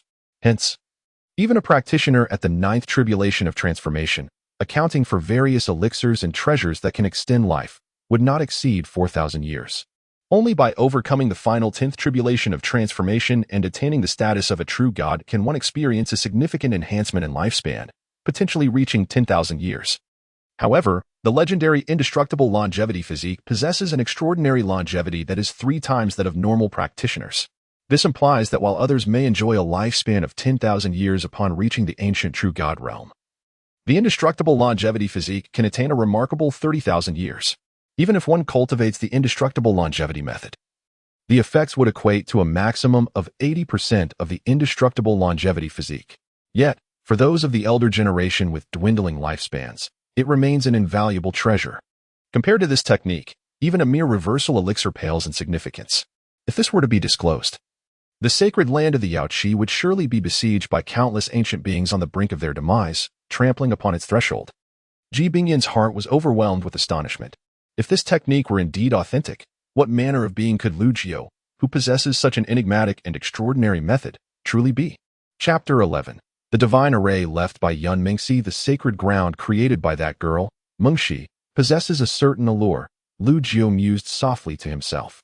Though he held the world in disdain, he was not entirely dismissive of others. His formidable spiritual perception, honed through the refinement of the 3 souls, had already conducted a thorough exploration upon his arrival at the Yaoqi. Deep within the sacred realm lie forbidden grounds, where ancient beings, having slumbered for millennia, reside. Within an ancient floating palace, there exists a secret chamber housing a revered altar, upon which rests a powerful artifact. This artifact is familiar to Lu Jiu, for it is a divine weapon he crafted himself for Mingxi during the ancient times. Moreover, the entirety of the Yaoqi is inscribed with a multitude of intricate array runes. Should these be activated, their might would rival that of the ancient true god's resurgence. Although Mingxi is not present within the Yaoqi, and no true god-level powerhouses oversee it, the latent potential contained within could prove formidable even against true gods, should they venture to seize it. In the depths of the sacred ground lies a small hill, guarded by several female cultivators of Yaoqi. Lu Jiu noted that a unique array was inscribed around this hill. Curiosity piqued. He wondered why Mingxi chose to inscribe this particular formation here. This array is a premier divine formation he had imparted to Yun Mingxi in ancient times. Even a true god would struggle to breach it without the secret methods of activation. Furthermore, the array exists in a closed state, indicating that no one within the Yaoqi can unlock it. As for whether Mingxi would pass down the array techniques he taught her to the younger generation of the Yaoqi, Lu Jiu had not discerned any indication of such. Clearly, Mingxi still remembers their long-standing agreement that any techniques he bestowed must not be shared with others without his permission. After a millennium of absence, when all presumed him dead and forever lost, Mingxi upheld their pact. This brought Lu Jiu a sense of solace. Having decided to reside in the Yaoqi for a few days, he naturally determined the duration himself. Every 2 days, Lu Jiu would absorb the spiritual energy of heaven and earth. Otherwise, if he maintained a constant state of cultivation, the rich spiritual essence of the Yaoqi would likely fall short of his daily consumption. Beneath the Yaoqi lie numerous spiritual veins, and the energy he absorbs once would take 2 days for these veins to replenish adequately.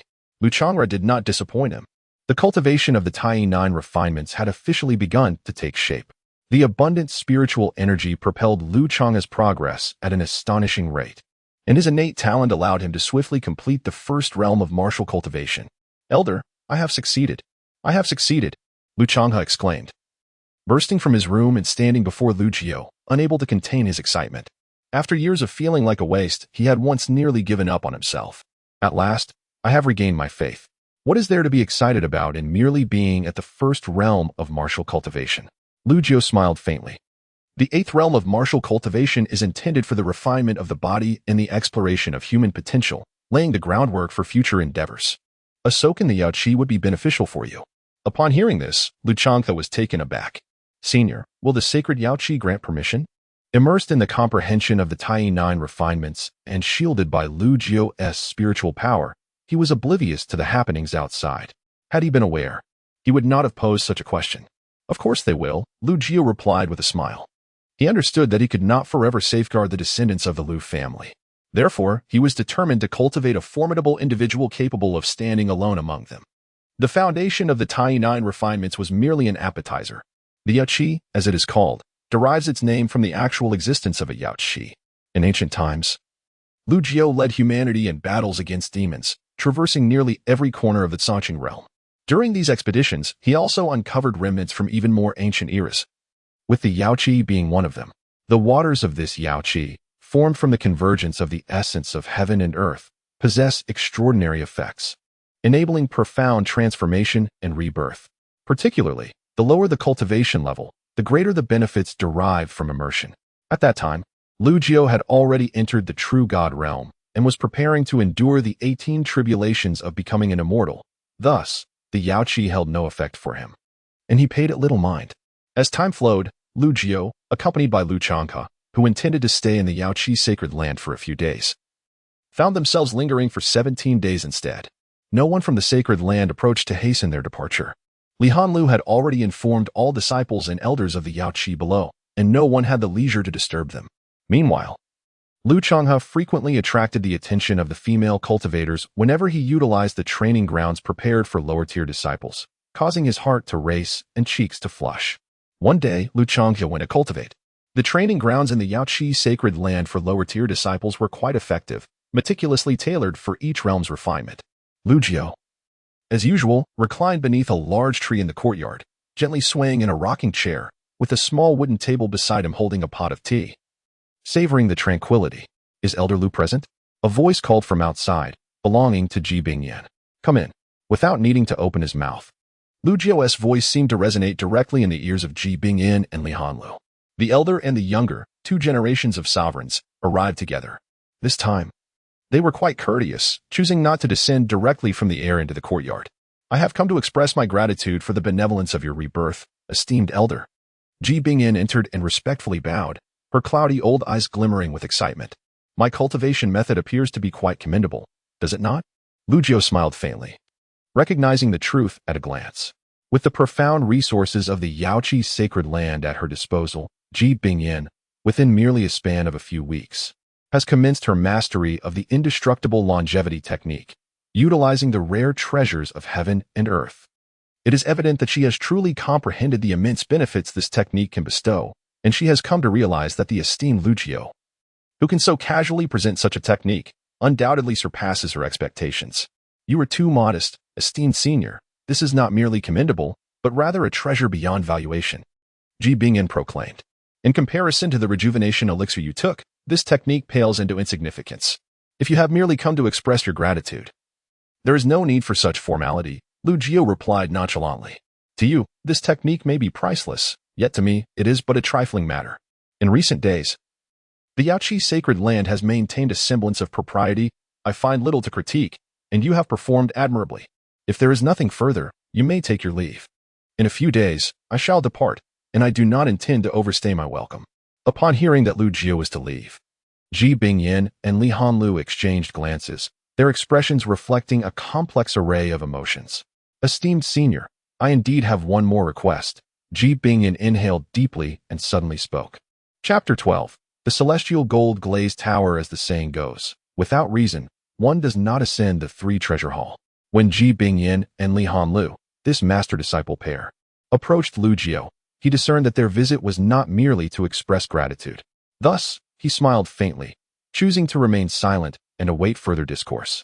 Esteemed elder, I must candidly confess that our Yaoqi Grandmaster is indeed absent from the sacred grounds. Many years ago, before her departure, she left behind a divine formation, stating that should she fail to return, only those of the Lu family might have the potential to unlock it.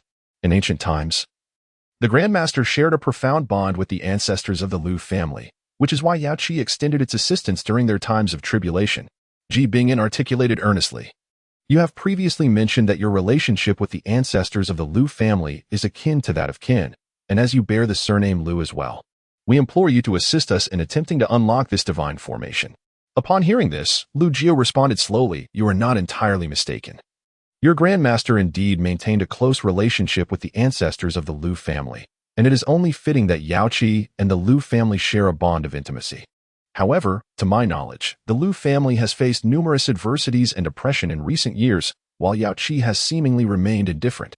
Ji Bingyin's expression turned somewhat awkward as she hastily explained, "Esteemed elder, there exists some misunderstanding for my sister."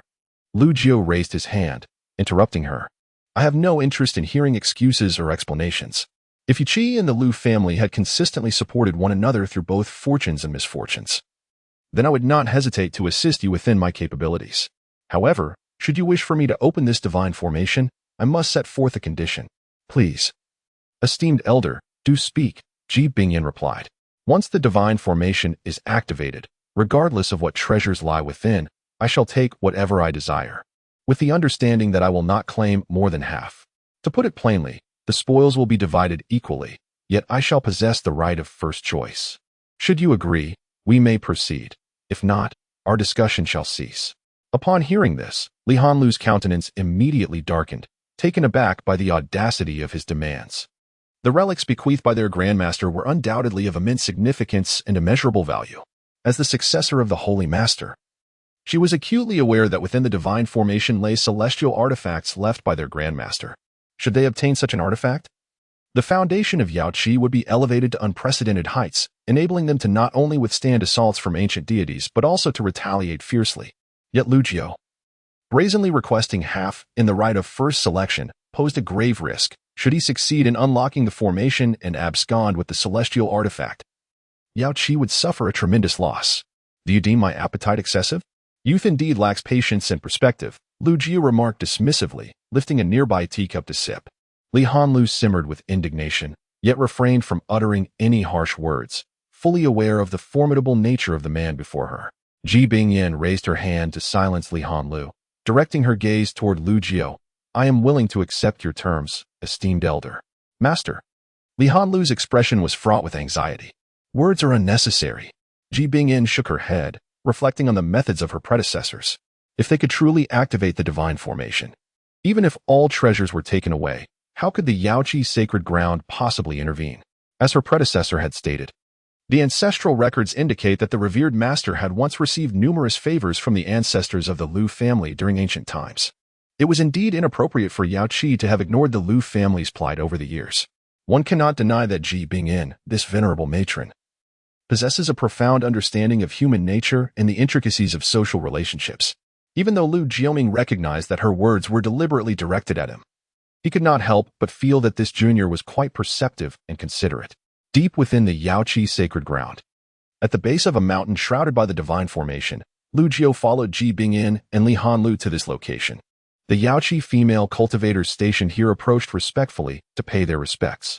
Lu Jiu refrained from engaging in any mysterious theatrics or convoluted maneuvers. He simply strode directly towards the divine formation, his steps leisurely and unhurried, as if strolling through a serene garden. "Be cautious, senior," Ji Bingyin warned. "The divine formation left by the ancestor is immensely powerful. Approaching without the means to activate it may lead to an attack from the formation. Even true deities might not withstand its might." Yet, Lu Jiu seemed to disregard her caution, continuing his advance toward the divine formation. As he drew near, the faint glow of the divine formation intensified, transforming into a brilliant radiance. The resplendent divine light surged forth, illuminating the heavens and the earth in an awe-inspiring spectacle. The Yao Qi female cultivators present widened their eyes in shock, instinctively retreating. Ji Bingyin and Li Hanlu were equally taken aback, their faces paling in astonishment. The divine formation unmistakably appeared to be in a state of activation, poised to unleash its overwhelming power. Simultaneously, a flicker of disappointment crossed their faces. They had hoped that the enigmatic Lu Jiu could indeed unlock this divine formation. However, it now seemed that he was ultimately too overconfident.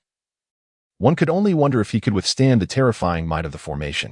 At that moment, enveloped by the brilliant glow of the divine formation, Lu Jiu heard a voice echoing in his ears.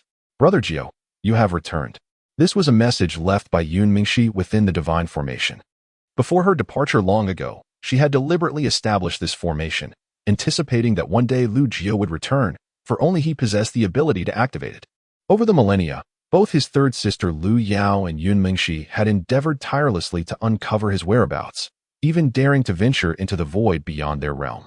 Within the divine formation lay items specifically left for Lu Jiu, capable of unraveling some of his innermost mysteries. Meanwhile, just as Ji Bingyin and Li Hanlu were preparing to retreat to avoid being affected by the formation's power, Lu Jiu's voice resonated softly. "Come closer." As his voice reached them, a path seemed to materialize amidst the surrounding, radiant divine light. Ji Bingyin and Li Hanlu gazed through this newly formed passage, witnessing Lu Jiu standing there, calm and composed, before the divine formation. A portal has been opened, revealing the entrance to a cave at the foot of the small mountain. Truly, it has really opened. Li Hanlu's beautiful eyes were filled with astonishment. Ji Bingyin, however, quickly regained her composure. Grasping Li Hanlu's hand and hastily entering the passage, following closely behind Lu Jiu remained silent, leading the way into the newly opened portal and stepping into the cave. Ji Bingyin and Li Hanlu immediately followed. Their hearts raced with inexplicable excitement. Yet, the thought that the treasures left by their ancestor would be divided, with Lu Jiu taking half, filled them with a sense of unease and lament. After all, they were almost certain that Lu Jiu would not overlook the allure of the celestial artifacts. The rarity of celestial artifacts lies in the fact that they can only be refined by those who have survived the trials of ascension. Moreover, the materials required for crafting celestial artifacts are exceedingly rare and precious. Even the most formidable factions in the Songqing realm might struggle to gather enough resources to forge a single celestial artifact. Therefore, celestial artifacts are extraordinarily scarce. The few celestial artifacts known to circulate in the Songqing realm are primarily unearthed from ancient relics predating even the most ancient of times. Upon entering the cave, they were immediately greeted by an expanse of dazzling, radiant light, with wisps of celestial energy swirling about, presenting a myriad of wondrous phenomena. Countless treasures gleamed before them, leaving one utterly bewildered. This girl has accumulated quite a fortune over millennia, Lu Jiu thought with a faint smile. His gaze fell upon divine artifacts shimmering with brilliance. Top-tier divine crystals, divine gold, and various heavenly materials and elixirs. Is that the legendary demon-slaying sword? Li Hanlu exclaimed, her excitement palpable as she pointed to a divine sword, rumored to be an artifact wielded by their ancestor for over a millennium during the transformation realm. Before long, the eyes of the master and disciple were drawn to a treasure that was most centrally located and conspicuously suspended in midair. It was the sole item radiating celestial energy, resembling a palm-sized tower of golden, glass-like brilliance, slowly rotating. A celestial artifact. The celestial artifact left by the ancestor. The legendary celestial golden glass tower from ancient tales. Ji Bingyin trembled with excitement in her aged form, while Li Hanlu's breath grew considerably heavier. As the former and current holy mistress of the Yaoqi, she had encountered countless treasures, yet standing before a legendary celestial artifact proved overwhelming. After all, it was said that the full revival of a celestial artifact's power could effortlessly slay ancient, true deities, given Yaoqi's resources. Although no individual could wield this celestial artifact alone, with sufficient expenditure of their foundation, they could have a reasonable chance of fully awakening it. Do not become overly excited. Remember, I shall choose first, Lu Jiu's indifferent voice echoed slowly. In an instant, the exhilarated emotions of Ji Bingyin and Li Hanlu felt as if they had been doused in icy water from head to toe, their expressions shifting unpredictably. Chapter 13. The thoughts of Ji Bingyin upon hearing Lu Jiu's words. Both Ji Bingyin and Li Hanlu exchanged anxious glances with him. They were not so easily swept away by the appearance of the celestial artifact. Their hearts were acutely aware that if this enigmatic figure truly intended to seize the artifact, they would be powerless to resist and dare not obstruct his will, should they resort to open confrontation. Even if they were to expend all their resources to challenge this inscrutable Lu Jiu, how many lives would be lost in the Yaoqi sacred land, and at what cost? At such a close range, if Lu Jiu desired to take lives, the two of them would undoubtedly perish without question. Therefore, they harbored no intentions of contesting the artifact with Lu Jiu. Ji Bingyin took a deep breath and spoke. Rest assured, esteemed elder. We shall not disturb anything here until you have made your choice. Though her heart brimmed with reluctance, what could she do? She could only hope that Lu Jiu, recalling the ties between Yaoqi and the Lu family from days gone by, might leave something of value for Yaoqi. You are quite perceptive. Were it not for your advanced age, I would be inclined to see if there exists a younger generation in the Lu family suitable for a union with you. Lu Jiu remarked with a smile. Dear elder, you jest. I only lament that I lack such an honor, Ji Bingyin replied, her countenance tinged with embarrassment. After all, she was a dignified former sovereign of Yachi and a practitioner of the ninth tribulation of the transformation god stage, not far from the 10th. How could she possibly entertain the notion of a union with someone from the Lu family? Li Hanlu felt a flicker of anger as well. After all, Ji Bingyin was her mentor. How could she not feel indignation at such open humiliation? Had Ji Bingyin not restrained her with a glance, she would have certainly exchanged a few words with Lu Jiu, despite his unfathomable strength. However, for Lu Jiu, his words were intended as a compliment to Ji Bingyin, devoid of any hint of insult. The disparity in their respective realms and perspectives led to differing interpretations of his remarks. Naturally, Lu Jiu felt no need to explain himself. With a swift motion of his hand, he summoned treasures that soared toward him with a rush, including the celestial golden glazed pagoda. In the context of ancient times, this was indeed a remarkable item, but regrettably, it held no value for him now. He grasped the celestial golden glazed pagoda briefly before casting it aside with an air of disdain. Ji Bingyin and Li Hanlu were left utterly bewildered by this spectacle, seemingly acclimated to the unpredictable behavior of the enigmatic Lu Jiu. Was that truly a celestial artifact? How could he dismiss it as useless? Did this imply that his cultivation had reached such heights that celestial artifacts bore no significance to him? If so, he must have transcended beyond the realm of true gods. Already embarking on the path to immortality, having survived at least one life and death tribulation. Yet, even for one who had traversed such perilous tribulations, it seemed excessive to display disdain toward a celestial artifact. In comparison, while Lu Jiu took numerous items, they were not the most precious among them, only a singular, antiquated jade tablet remained, which Ji Bingyin and Li Hanlu failed to recognize. The impression one gets is that Lu Jiu merely takes a few symbolic items, disregarding those treasures that Ji Bingyin and Li Hanlu hold in high regard. Indeed, this is the truth. In ancient times, he was the supreme being of the human race. In this azure domain, what could he possibly desire that was beyond his reach? Although he later found himself trapped in the ancestral ruins, he managed to obtain numerous benefits through various trials and tribulations, never lacking in top-tier treasures. Lu Jiu's perspective has long transcended the confines of this small azure domain. The exquisite items he possesses far exceed the imagination of anyone within it. What Ji Bingyin and Li Hanlu consider valuable is merely trifling to Lu Jiu. The items he has taken are not for his own use, but are intended for the Lu family. To Lu Jiu, treasures are only valuable when they are fitting. Some items of high worth may not be suitable for the Lu family, and what else could they be but superfluous? As for the jade tablet that confounded the two women, it was specifically left for him by Yun Mingxi within this divine formation. It was this very tablet that caused Lu Jiu's gaze to contract slightly, for it emanated a trace of the aura from the ancestral ruins. Upon returning to the courtyard, Ji Bingyin once again respectfully bowed, expressing that the gratitude of the Yaoqi would be eternally etched in their hearts for the kindness rendered by the elder. Lu Jiu understood that their profound gratitude stemmed from the indestructible longevity sutra and the fact that he had not taken away that celestial artifact. Perhaps Ji Bingyin mistakenly believed that Lu Jiu intentionally left the artifact to ensure that Yaoqi would remember this favor. Lu Jiu, however, had no intention of providing any explanations. There was no need for excessive expressions of gratitude. He had grown weary of hearing such sentiments.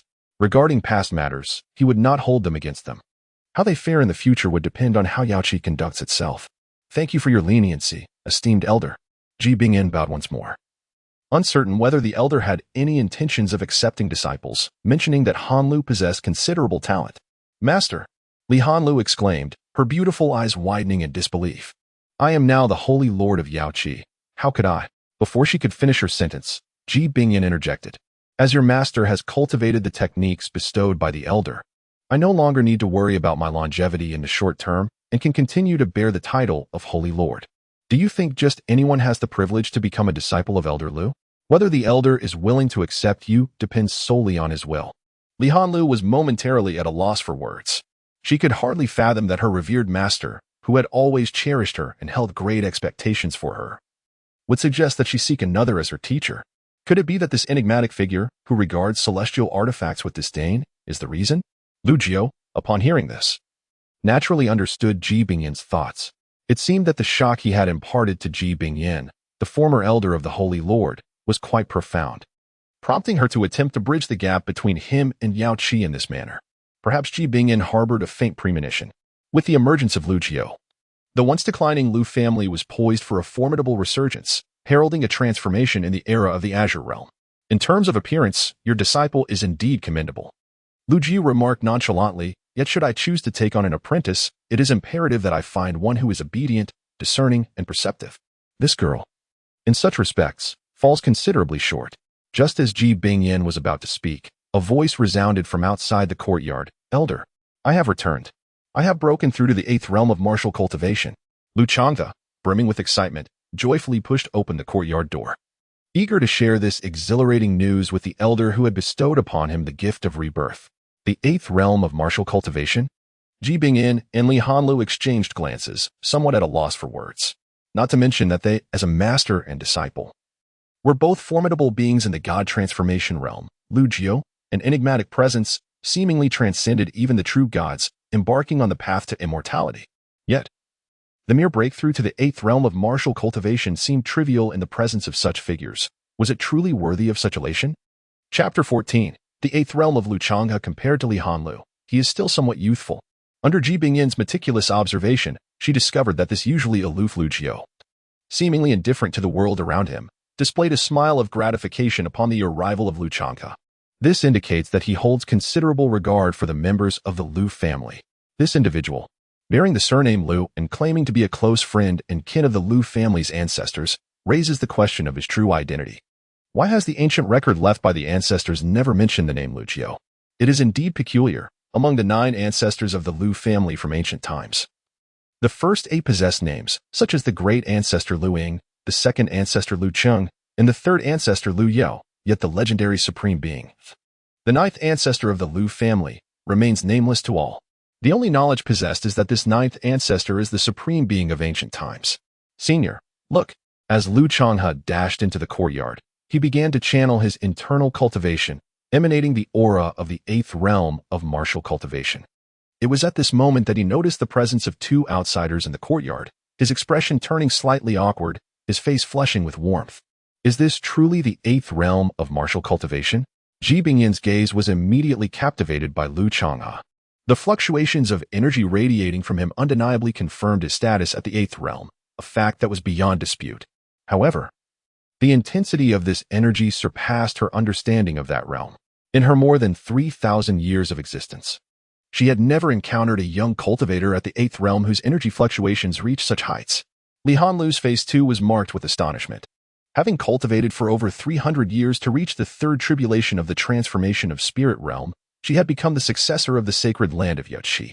Undoubtedly, in her youth, she was an extraordinary prodigy, one of the most elite talents of the Azure Sky domain. Yet, reflecting upon her own journey to the 8th realm, she realized that she had been somewhat inferior to the youth before her. May I inquire, Senior, if this young member of the Lu family practices the Tai-9 refining method? Ji Bingyan sought clarification from Lu Jiu. Indeed, that is correct, came the response. Li Hanlu expressed surprise at this revelation, for this legendary foundational method is renowned as the foremost technique of the 8th realm of martial cultivation, a closely guarded secret of the Zixia Divine Mountain. Though she was uncertain how the senior obtained this technique, she understood the implications should the Zixia Divine Mountain become aware of it. What if they knew? Lu Jiu remained unfazed. The Tai-9 refining method is indeed a technique created by the Tai divine ancestor. Hadn't that old fellow Bei reaped enough benefits from this during ancient times? Furthermore, during their discussions back then, that old Bei had elaborated on this foundational method to showcase his profound insights and understanding of the path of cultivation. However, Lu Jiu identified numerous shortcomings in his foundational technique. Yet, the overly prideful old Bedine preferred to concoct excuses and retreat in disgrace rather than admit that his understanding of cultivation paled in comparison to Lu Jiu's. To clarify, the Tai-9 refinements practiced by Lu Changtha was not the original version. It was, in fact, an enhanced iteration perfected by Lu Jiu. As for the sect established by old Bedine, known as the Zixia Divine Mountain, should they dare to use this as a pretext to cause trouble, they must brace themselves for the consequences of their actions. Changtha, come here. Lu Jiu beckoned softly. Upon hearing this, Lu Changtha stepped forward. In less than 20 days, you have successfully mastered the foundational technique and re-established your roots. You have performed admirably. The time has now come. And with the abundant spiritual energy present in the Yaoqi sacred land, it is time for you to consume the rejuvenation pill. As he spoke, Lu Jiao produced a delicate jade vial. He hasn't taken the rejuvenation pill? Li Hanlu could not help but exclaim. Regarding Lu Chang's situation, the intelligence capabilities of the Yaoqi sacred land would naturally reveal the reasons behind it. Thus, she believed that upon obtaining the rejuvenation pill, Lu Jiao would certainly administer it to Lu Changhe at the earliest opportunity, restoring his innate secret arts and awakening his physical form. Furthermore, the rejuvenation pill possessed extraordinary effects that could fundamentally transform one's being. It was indeed astonishing that Lu Changhe had achieved such remarkable talent and grasped the Tai-9 refinements in such a short time, completing the foundation of his martial cultivation to the 8th realm without the aid of the pill. Was it not true that he had shaped his foundation to be even stronger than hers in her prime merely with an ordinary physique devoid of innate secret arts and awakened form? If he were to consume the rejuvenation pill, would he not reach even greater heights? Ji Bingyan, understanding the gravity of the situation, discreetly urged Li Hanlu to take her leave, for the process of consuming the rejuvenation pill was crucial and should not be disturbed.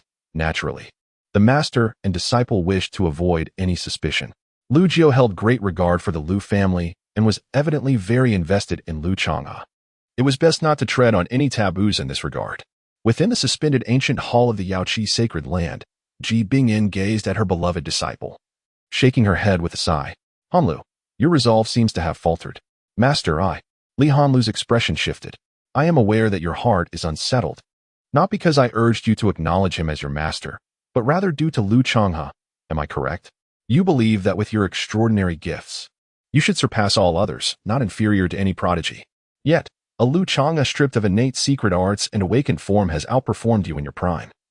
This fills your heart with discontent, does it not? Li Hanlu closed her eyes, reluctantly nodding. She, too, was a peerless talent, endowed with innate secret arts and an awakened form. If Lu Changhe were to restore his innate abilities through the rejuvenation pill and then cultivate the Tai-9 refinements, surpassing her slightly in the 8th realm of martial cultivation, she could accept that. However, the fact that Lu Changhe had achieved this without consuming the rejuvenation pill was difficult for her to reconcile. Upon his consumption, in terms of the foundational aspects of martial cultivation at the 8th realm, Lu Changhe undoubtedly surpasses her by no small margin.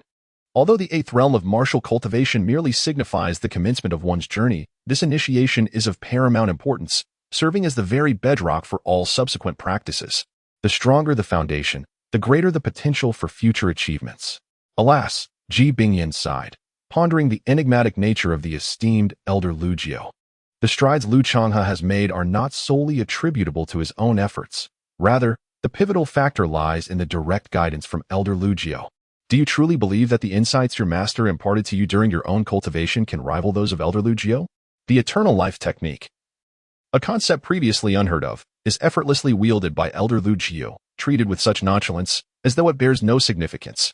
It is my conjecture that this technique may very well be an original creation of elder Lu Jiao himself. One can only imagine the profound comprehension this elder possesses regarding the path of cultivation, and how astonishing it must be. Having reached this point, Ji Bingyan felt she had said enough. Li Hanlu would surely grasp the essence of the matter. As her mentor, she hopes that Li Hanlu will venture far beyond in her cultivation journey, even surpassing herself, perhaps even eclipsing the founding ancestor of the Yaoqi. Yet, judging by the current circumstances, such aspirations seem exceedingly daunting. However, should there exist a mysterious and unfathomably profound ancient elder willing to offer personal guidance, then Li Hanlu's future will undoubtedly be paved with fewer obstacles, leading to even greater accomplishments. If a Lu Changhe, once rendered a mere shell of his former self years ago, could be nurtured by such an elder, how much more potential does the flawless gem that is Li Hanlu hold? Chapter 15. Transformation and Rebirth in the Sacred Realm of the Yaoqi. Lu Jiao found refuge in a quaint courtyard. At this moment, Lu Changhe sat cross-legged in the courtyard, placing a translucent elixir, shimmering with shifting hues, into his mouth. Lu Jiao reclined languidly in a grand armchair, his thoughts stirring as a formidable force of primordial spirit coalesced into a protective barrier. Although the two past sovereigns, Ji Bingyan and Li Hanlu, had warned their disciples against intrusions in the sacred land, it was prudent to take precautions against any unforeseen disturbances during such pivotal moments. The essence of the returning heaven creation pill unfurled within Lu Changhe's body, an overwhelming vitality of creation radiating throughout his being, enveloping both soul and flesh. Under the influence of the divine elixir, it was as if the soul's innate talents and the awakened body, akin to a tree stripped of its trunk and branches, began to sprout anew, reviving the withered wood in the springtime of its existence. As time progressed, the first signs of change emerged from Lu Changhe's physical form. The aura of the divine Yang Tiangang body began to gestate anew within him. Following this, his soul's innate secret technique, the divine void art, was reborn. With the resurrection of his innate techniques and awakened physique, extraordinary phenomena manifested around Lu Changthe. His body fluctuated between ethereal shadows and solid form, an enigma of marvel. At last, he opened his eyes, his heart brimming with exhilaration and awe. Rising, he approached Lu Jiao and knelt before him in reverence. "How does it feel?" Lu Jiao inquired with a smile. "Remarkable. No, it is extraordinarily magnificent." Lu Changhe beamed, revealing a radiant smile. "I feel that the techniques of rebirth and my physique surpass anything I possessed before." "That is only natural," Lu Jiao replied. "For it is only through enduring the trials of life and death, through the tempests of existence, that one can transcend oneself and achieve metamorphosis." He added with a teasing tone, "You have indeed found fortune amidst misfortune, though your cultivation has not seen another breakthrough. The essence and demeanor you exude now are markedly transformed compared to before you consumed the returning heaven creation pill. If it were not for your guidance, I would not have attained any of this." Lu Changhe humbly remarked. "Spare me the sentimentalities. Only you would be so dramatic. Others would scarcely receive my attention." Lu Jiao said with a faint smile. "Now, you must prepare to once again step into the realm of qi refinement. I shall present you with two choices regarding the techniques of qi refinement. The first option is to provide you with a method of qi refinement that surpasses any in the entire Songqing realm, enabling you, with your awakened techniques and physique, to stand unrivaled among your contemporaries. The second option involves presenting you with a plethora of qi refinement techniques, both powerful and modest, each possessing its own unique attributes. You will then need to cultivate a method that suits your personal journey, forging a path that is distinctly your own." Upon hearing this, Lu Changhe's eyes sparkled with intrigue as he pondered his choice. Lu Jiao shook his head, interrupting, "Do not rush to make a decision.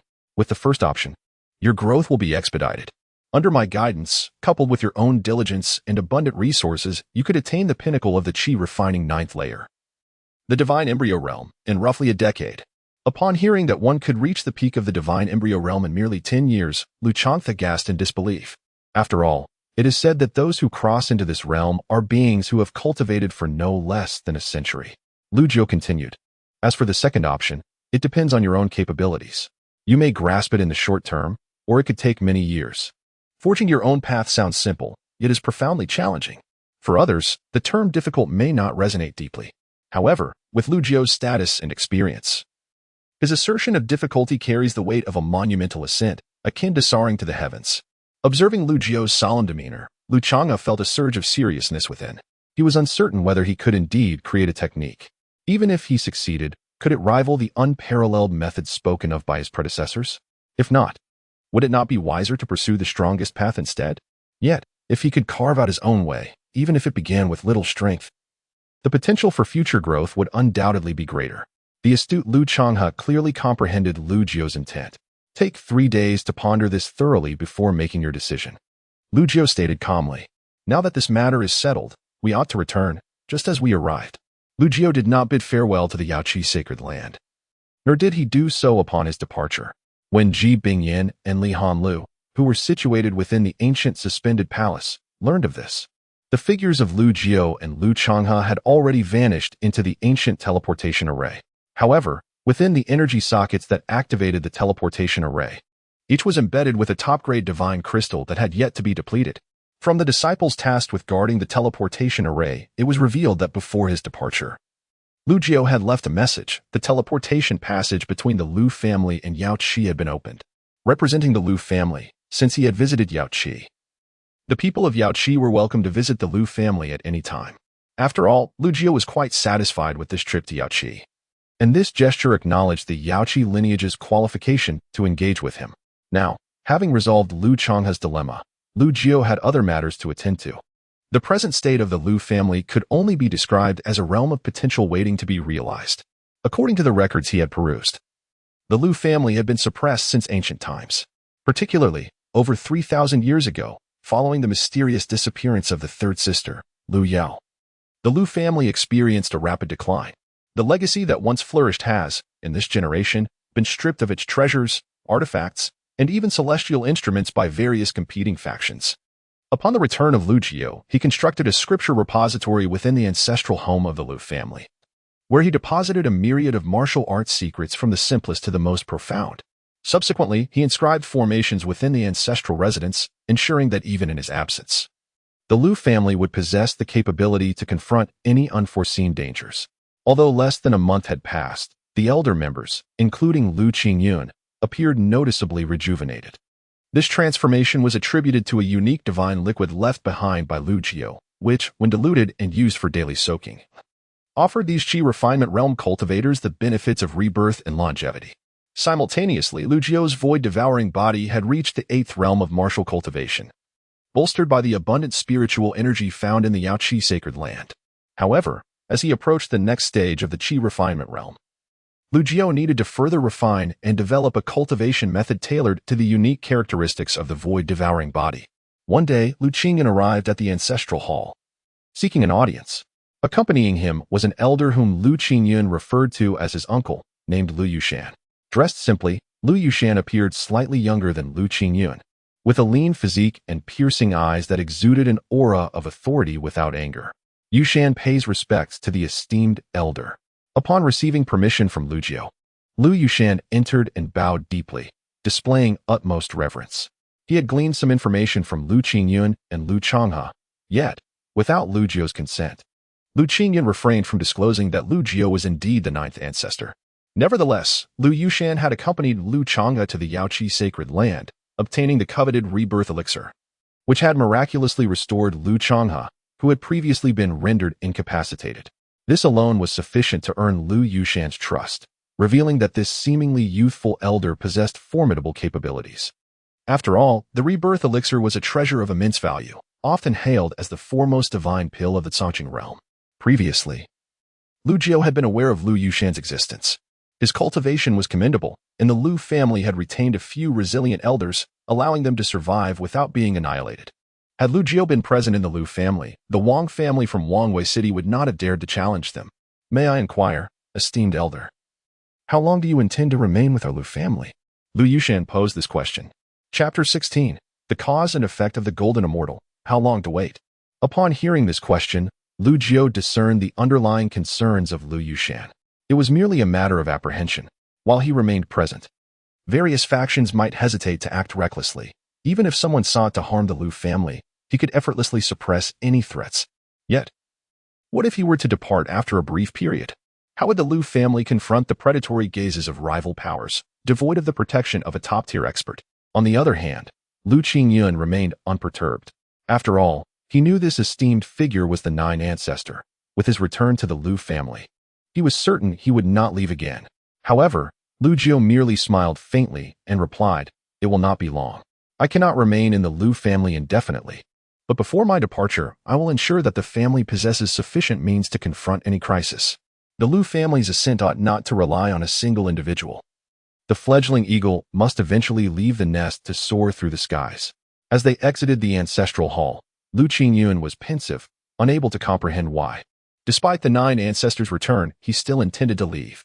In a secluded chamber, Liu Qingyun sat across from Liu Yushan, alone in their discourse. Suddenly, Liu Yushan inquired, previously, when the elder from the 9 attacked, and the 9 ancestor was absent, how did you manage to cope? At that time, Liu Yushan had been preoccupied with securing cultivation resources for the younger generation of the Liu family and was not present. Is there a problem? That was a treasure bestowed upon me by a senior. Liu Qingyun responded. The treasure that harbors the immense power of the Towning Heaven's Great Seal. A divine ability of the 9 ancestor? Liu Yushan's brow furrowed. It seems you were concealing matters regarding that individual from the clan. Did he instruct you not to disclose anything? Did he perhaps lead you to believe that he is the 9 ancestor? Liu Qingyun's eyes narrowed in surprise. He had not expected his uncle to make such an astute deduction. Have you considered that if he truly is the 9 ancestor, why would he return yet keep his identity concealed from the descendants of the Liu family? Why the secrecy? The 9 ancestor had vanished for a millennium without a trace. How could he suddenly return while shrouding his identity in mystery? According to the clan's records regarding the 9 ancestor, such behavior was utterly uncharacteristic of him. Lu Yushan became increasingly agitated as he spoke. Who was the Nine Ancestor? He was an ancient supreme being, unrivaled among humanity. The era of the Nine Ancestors' rise was marked by chaos in ancient times. Given his temperament, had he returned and witnessed the Lu family's descendants being so ruthlessly targeted and oppressed, he would have undoubtedly unleashed a cataclysmic response, a deluge of blood. This line of reasoning was cogent and compelling, leaving Lu Qingyun momentarily at a loss for words.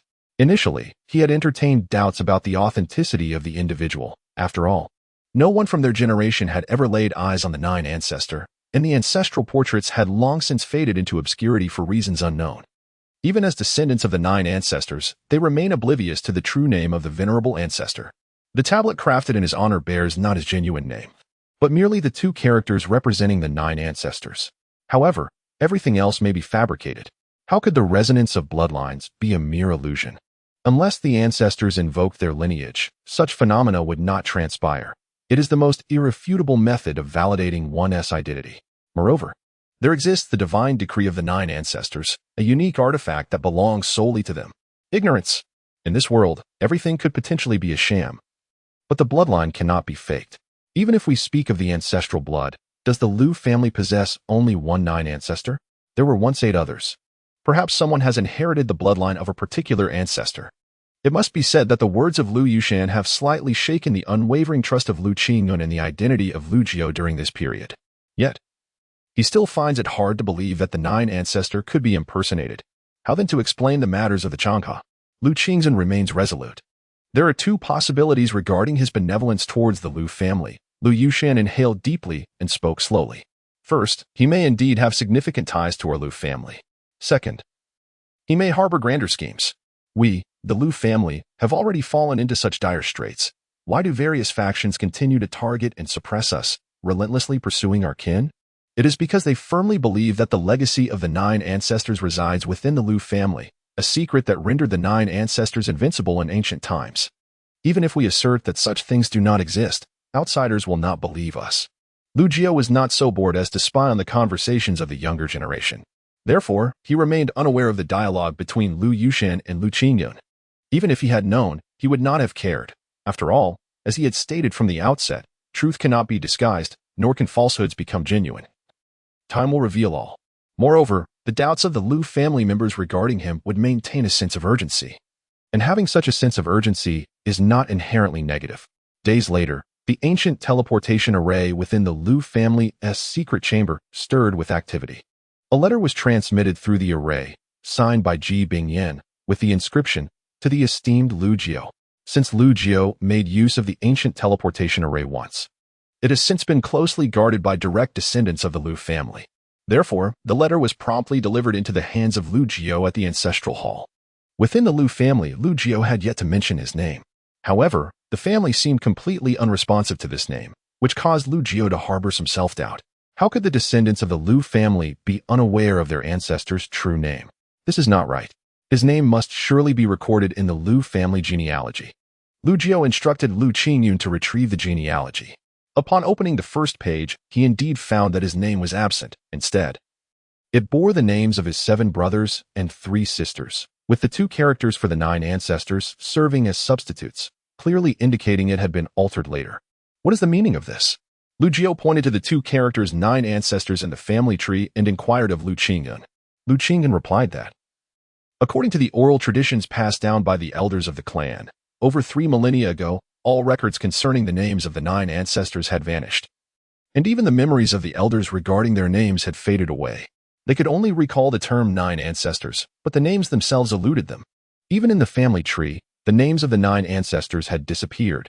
It was said that the 3rd ancestor, still present at that time, could not recall their names, and thus instructed future generations to use the term 9 ancestors as a substitute. It is rumored that the 3rd ancestor, troubled by this matter and concerned for the fate of the 9 ancestors, ventured forth to seek their whereabouts but never returned. Lu Jiao furrowed his brow as he listened to Lu Qingyun's account. Based on the timeline, over 3,000 years ago, he seemed to grasp the essence of the situation. After enduring 10 tribulations, one could be called a true deity. Beyond that lies the path to immortality, fraught with 18 trials of life and death, through which one must persevere to attain the status of a true immortal. Having inadvertently entered the secret realm of the ancestral ruins, he had endured countless trials and tribulations, facing numerous life-threatening crises. Yet, he also seized the opportunity to transcend several trials of immortality. Over 3 millennia ago, he had encountered a fierce battle in the ancestral ruins, a confrontation that nearly cost him his life. That battle was perilous beyond measure. Even though he ultimately survived, he bore severe injuries, teetering on the brink of death. That encounter marked his 13th trial of life and death. The Azure Green domain offers little in the way of detailed categorization regarding the 18 trials of immortality, as historically few have managed to progress far within this realm. However, the Void possesses a meticulous classification. Upon overcoming the first trial of immortality, one may be deemed a human immortal. Surmounting the 3rd trial allows for transformation into an earth immortal. The 7th trial bestows the title of celestial immortal, while the 10th elevates one to the status of profound immortal. Upon conquering the 13th trial, one achieves the rank of golden immortal. It is said that the realm of the golden immortal transcends the laws of heaven and earth, possessing unfathomable abilities. Should one utter their name, it would evoke a resonance. To prevent mental disturbances, the true names of all beings beneath the profound immortal are erased, and unless permitted by a golden immortal, they cannot be spoken, seen, or heard. In essence, when he attained the rank of golden immortal, all memories and information related to his true name among beings beneath the profound immortal were obliterated by the laws of heaven and earth. A significant factor was the incomplete nature of the laws governing the Azure Green domain, which are inferior to those of the golden immortal. Thus, upon Lu Jiu's ascension to the golden immortal, the causal connections involving him were suppressed by the laws of the Azure Green domain. As he had navigated the path to becoming a golden immortal through his own endeavors, he initially overlooked these intricacies. Moreover, due to the passage of time, he had not recalled this matter until now. Chapter 17. Self-imposed oblivion. Upon reflecting on these matters, Lu Jiu could not help but chuckle softly. It was no wonder that almost everyone failed to recognize him. He had not anticipated that the reason lay in his attainment of the golden immortal realm. Nonetheless, Lu Jiu had no immediate intention of altering his circumstances. After all, to awaken others' memories of his true name, along with the related records, he first needed to restore his cultivation to its zenith. Such a task seemed overly cumbersome. Lu Jiu was disinclined to engage in such exertions. When the time was ripe, there would be no need for him to publicly reveal anything. Others would naturally deduce his identity. He casually unfolded the letter in his hand. The old woman was quite perceptive, understanding the nuances of propriety and knowing when to advance and retreat. This was not the first time Lu Jiu expressed his admiration for Ji Bingyin. Ji Bingyin stated her desire for Li Hanlu to represent the Yaoqi sacred land in a visit, hoping to mend the rift between Yaoqi and the Lu family. However, without the consent of this esteemed elder, Yaoqi dared not activate the teleportation array to summon anyone directly. Hence, they required Lu Jiu's approval. The Yaoqi sacred land. The site of the ancient teleportation array's altar served as the backdrop for Ji Bingyin, Li Hanlu, and several Yaoqi elders, all of whom awaited something significant. As half an hour passed, they remained rooted in place, for neither the ancient sage nor the current saint had moved, and the remaining elders dared not act or voice any complaints. Suddenly, a flash of light flickered within the ancient teleportation array. The radiant glow gradually coalesced in the air, forming a single character, Permit. Upon witnessing this, Ji Bingyin's face lit up with joy. Hanlu, go forth. This is your opportunity. Seize it with all your might. Li Hanlu felt a sense of resignation. Ever since the esteemed Lu Jiu departed, her master had incessantly urged her, insisting this was a once-in-a-lifetime chance to alter her fate. Clearly, Ji Bingyin, with her profound wisdom, understood this all too well. For Yaoqi, Li Hanlu murmured to herself before stepping onto the altar. As Ji Bingyin activated the ancient teleportation array, a dazzling light enveloped her, and her figure vanished. The next moment, she found herself in the secret chamber of the Lu family's teleportation array. Saintly, it has been too long. Lu Qingyun, representing the Lu family, greeted Li Hanlu with a respectful fist salute, devoid of any obsequiousness. Although the Lu family had long fallen from grace and could not compare to the flourishing Yaoqi sacred land, they retained their pride and self-assurance, never willing to bow to anyone. The Lu family is too kind. Li Hanlu returned the salute. Saint Lu, please. Under Lu Qingyun's guidance, Li Hanlu was led to a small courtyard in the Lu family's rear garden. Although Lu Jiu typically resided in the Ancestral Hall, that sacred place was reserved for the Lu family. Thus, despite her status as the saint of Yaoqi, Li Hanlu was still considered an outsider and could not enter such a hallowed space. Hanlu pays her respects to the esteemed elder, Li Hanlu said, approaching Lu Jiu with sincerity and decorum. Lu Jiu cast a fleeting glance at her and remarked, "To be honest, were it not for your master's incessant praise, I would hold little hope for you." Upon hearing this, Li Hanlu felt a surge of indignation. How could the unparalleled daughter of Yao Qi be so belittled?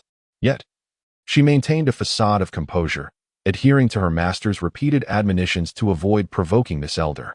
To aspire to be my disciple is a distant dream. However, out of respect for your Yao Qi ancestors, you may stay at the Lu residence for a while, and I shall occasionally offer you some guidance, Lu Jiu stated.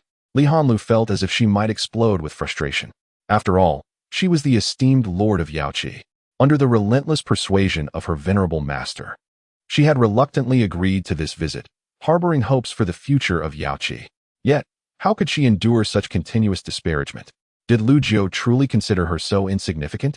Unwilling to accept this, she boldly queried, "Pray tell, esteemed elder, what does one need to qualify as your disciple?" Lu Jiu was taken aback, noting her lofty ambition. Li Hanlu huffed, "As cultivators, are we not meant to contest fate? Shouldn't our aspirations soar as high as the heavens?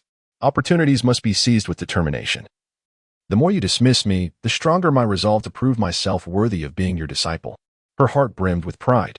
"Your talent is respectable, yet your foundation is lacking. Achieving true divinity in the future will be arduous. With such potential, you wish to be my apprentice?" Lu Jiu spoke without reservation. "However, I am a reasonable man. If you are dissatisfied, let me offer you a chance. If you possess the courage to forsake your current cultivation, starting anew to rebuild your foundation, I shall accept you as a registered disciple. What say you? Forsake my cultivation?" Li Hanlu's eyes widened in disbelief. This condition was utterly preposterous.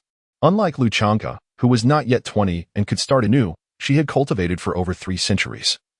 Reaching the third tribulation of the transformation realm, to abandon her cultivation meant starting from scratch. A notion far easier said than done. It could be a matter of life and death. Lu Jiu remained unfazed, exuding an air of tranquility as if what was extraordinary to others was merely routine for him.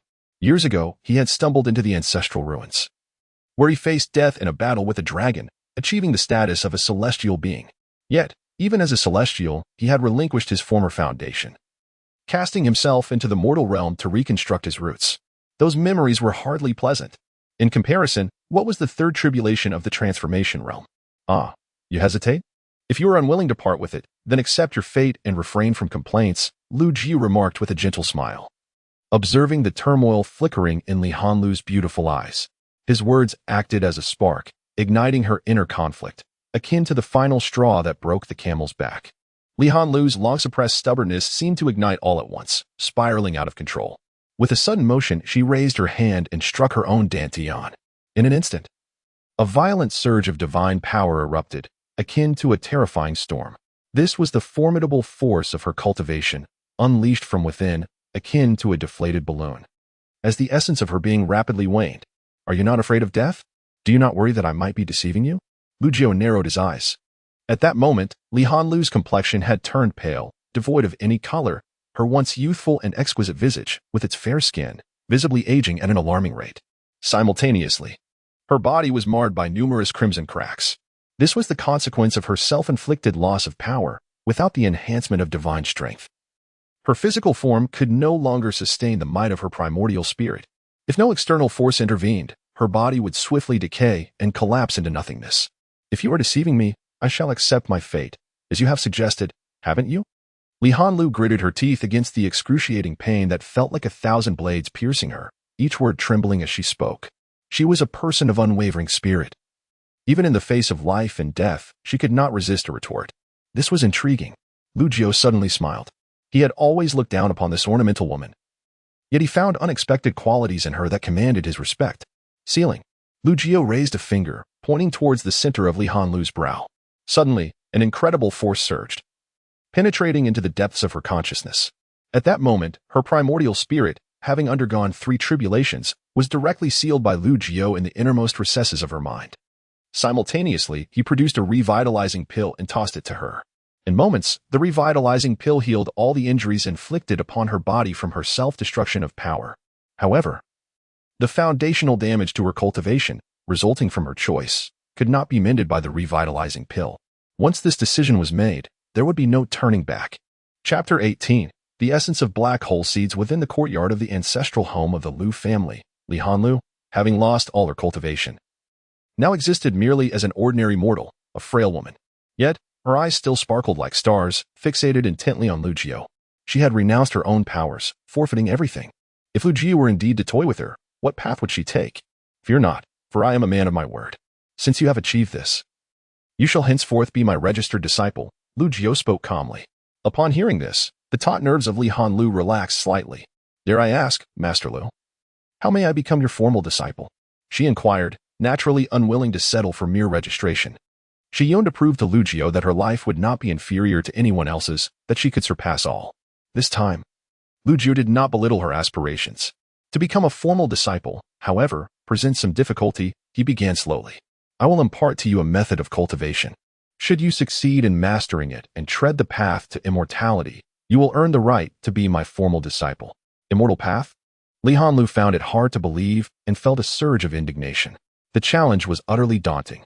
Even formidable beings like the ancestor of the Yao Pool and the great ancestor of Tai struggled along the path to immortality, still a long way from true ascension. The 18 tribulations of ascension were fraught with peril, a matter of life and death. This was infinitely more arduous than the 10 tribulations of the divine transformation realm.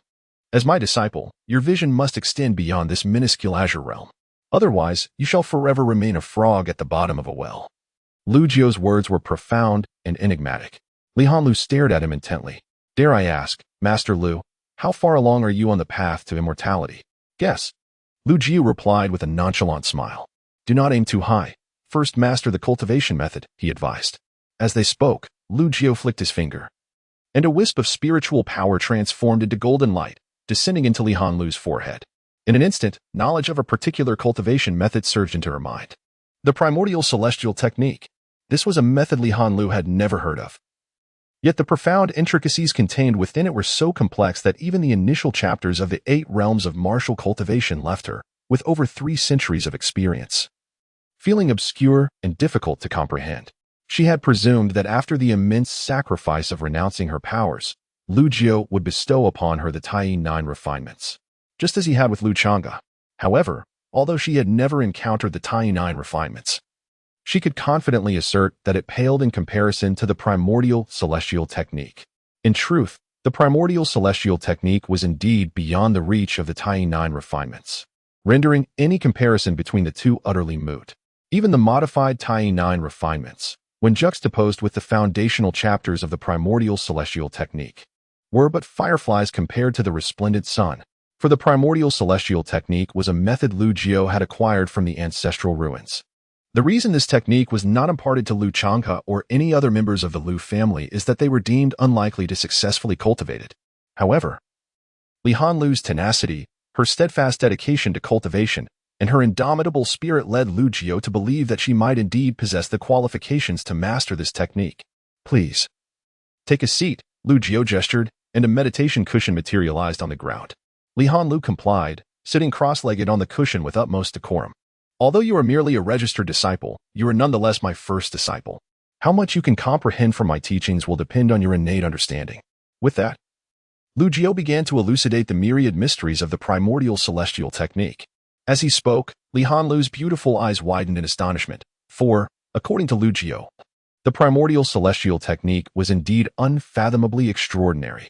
Should she succeed in its cultivation, her future would be nothing short of miraculous, beyond imagination. Li Hanlu remained at the Lu residence. Ever since Lu Jiu's initial teachings, he had allowed her to pursue her own path of cultivation without direct guidance.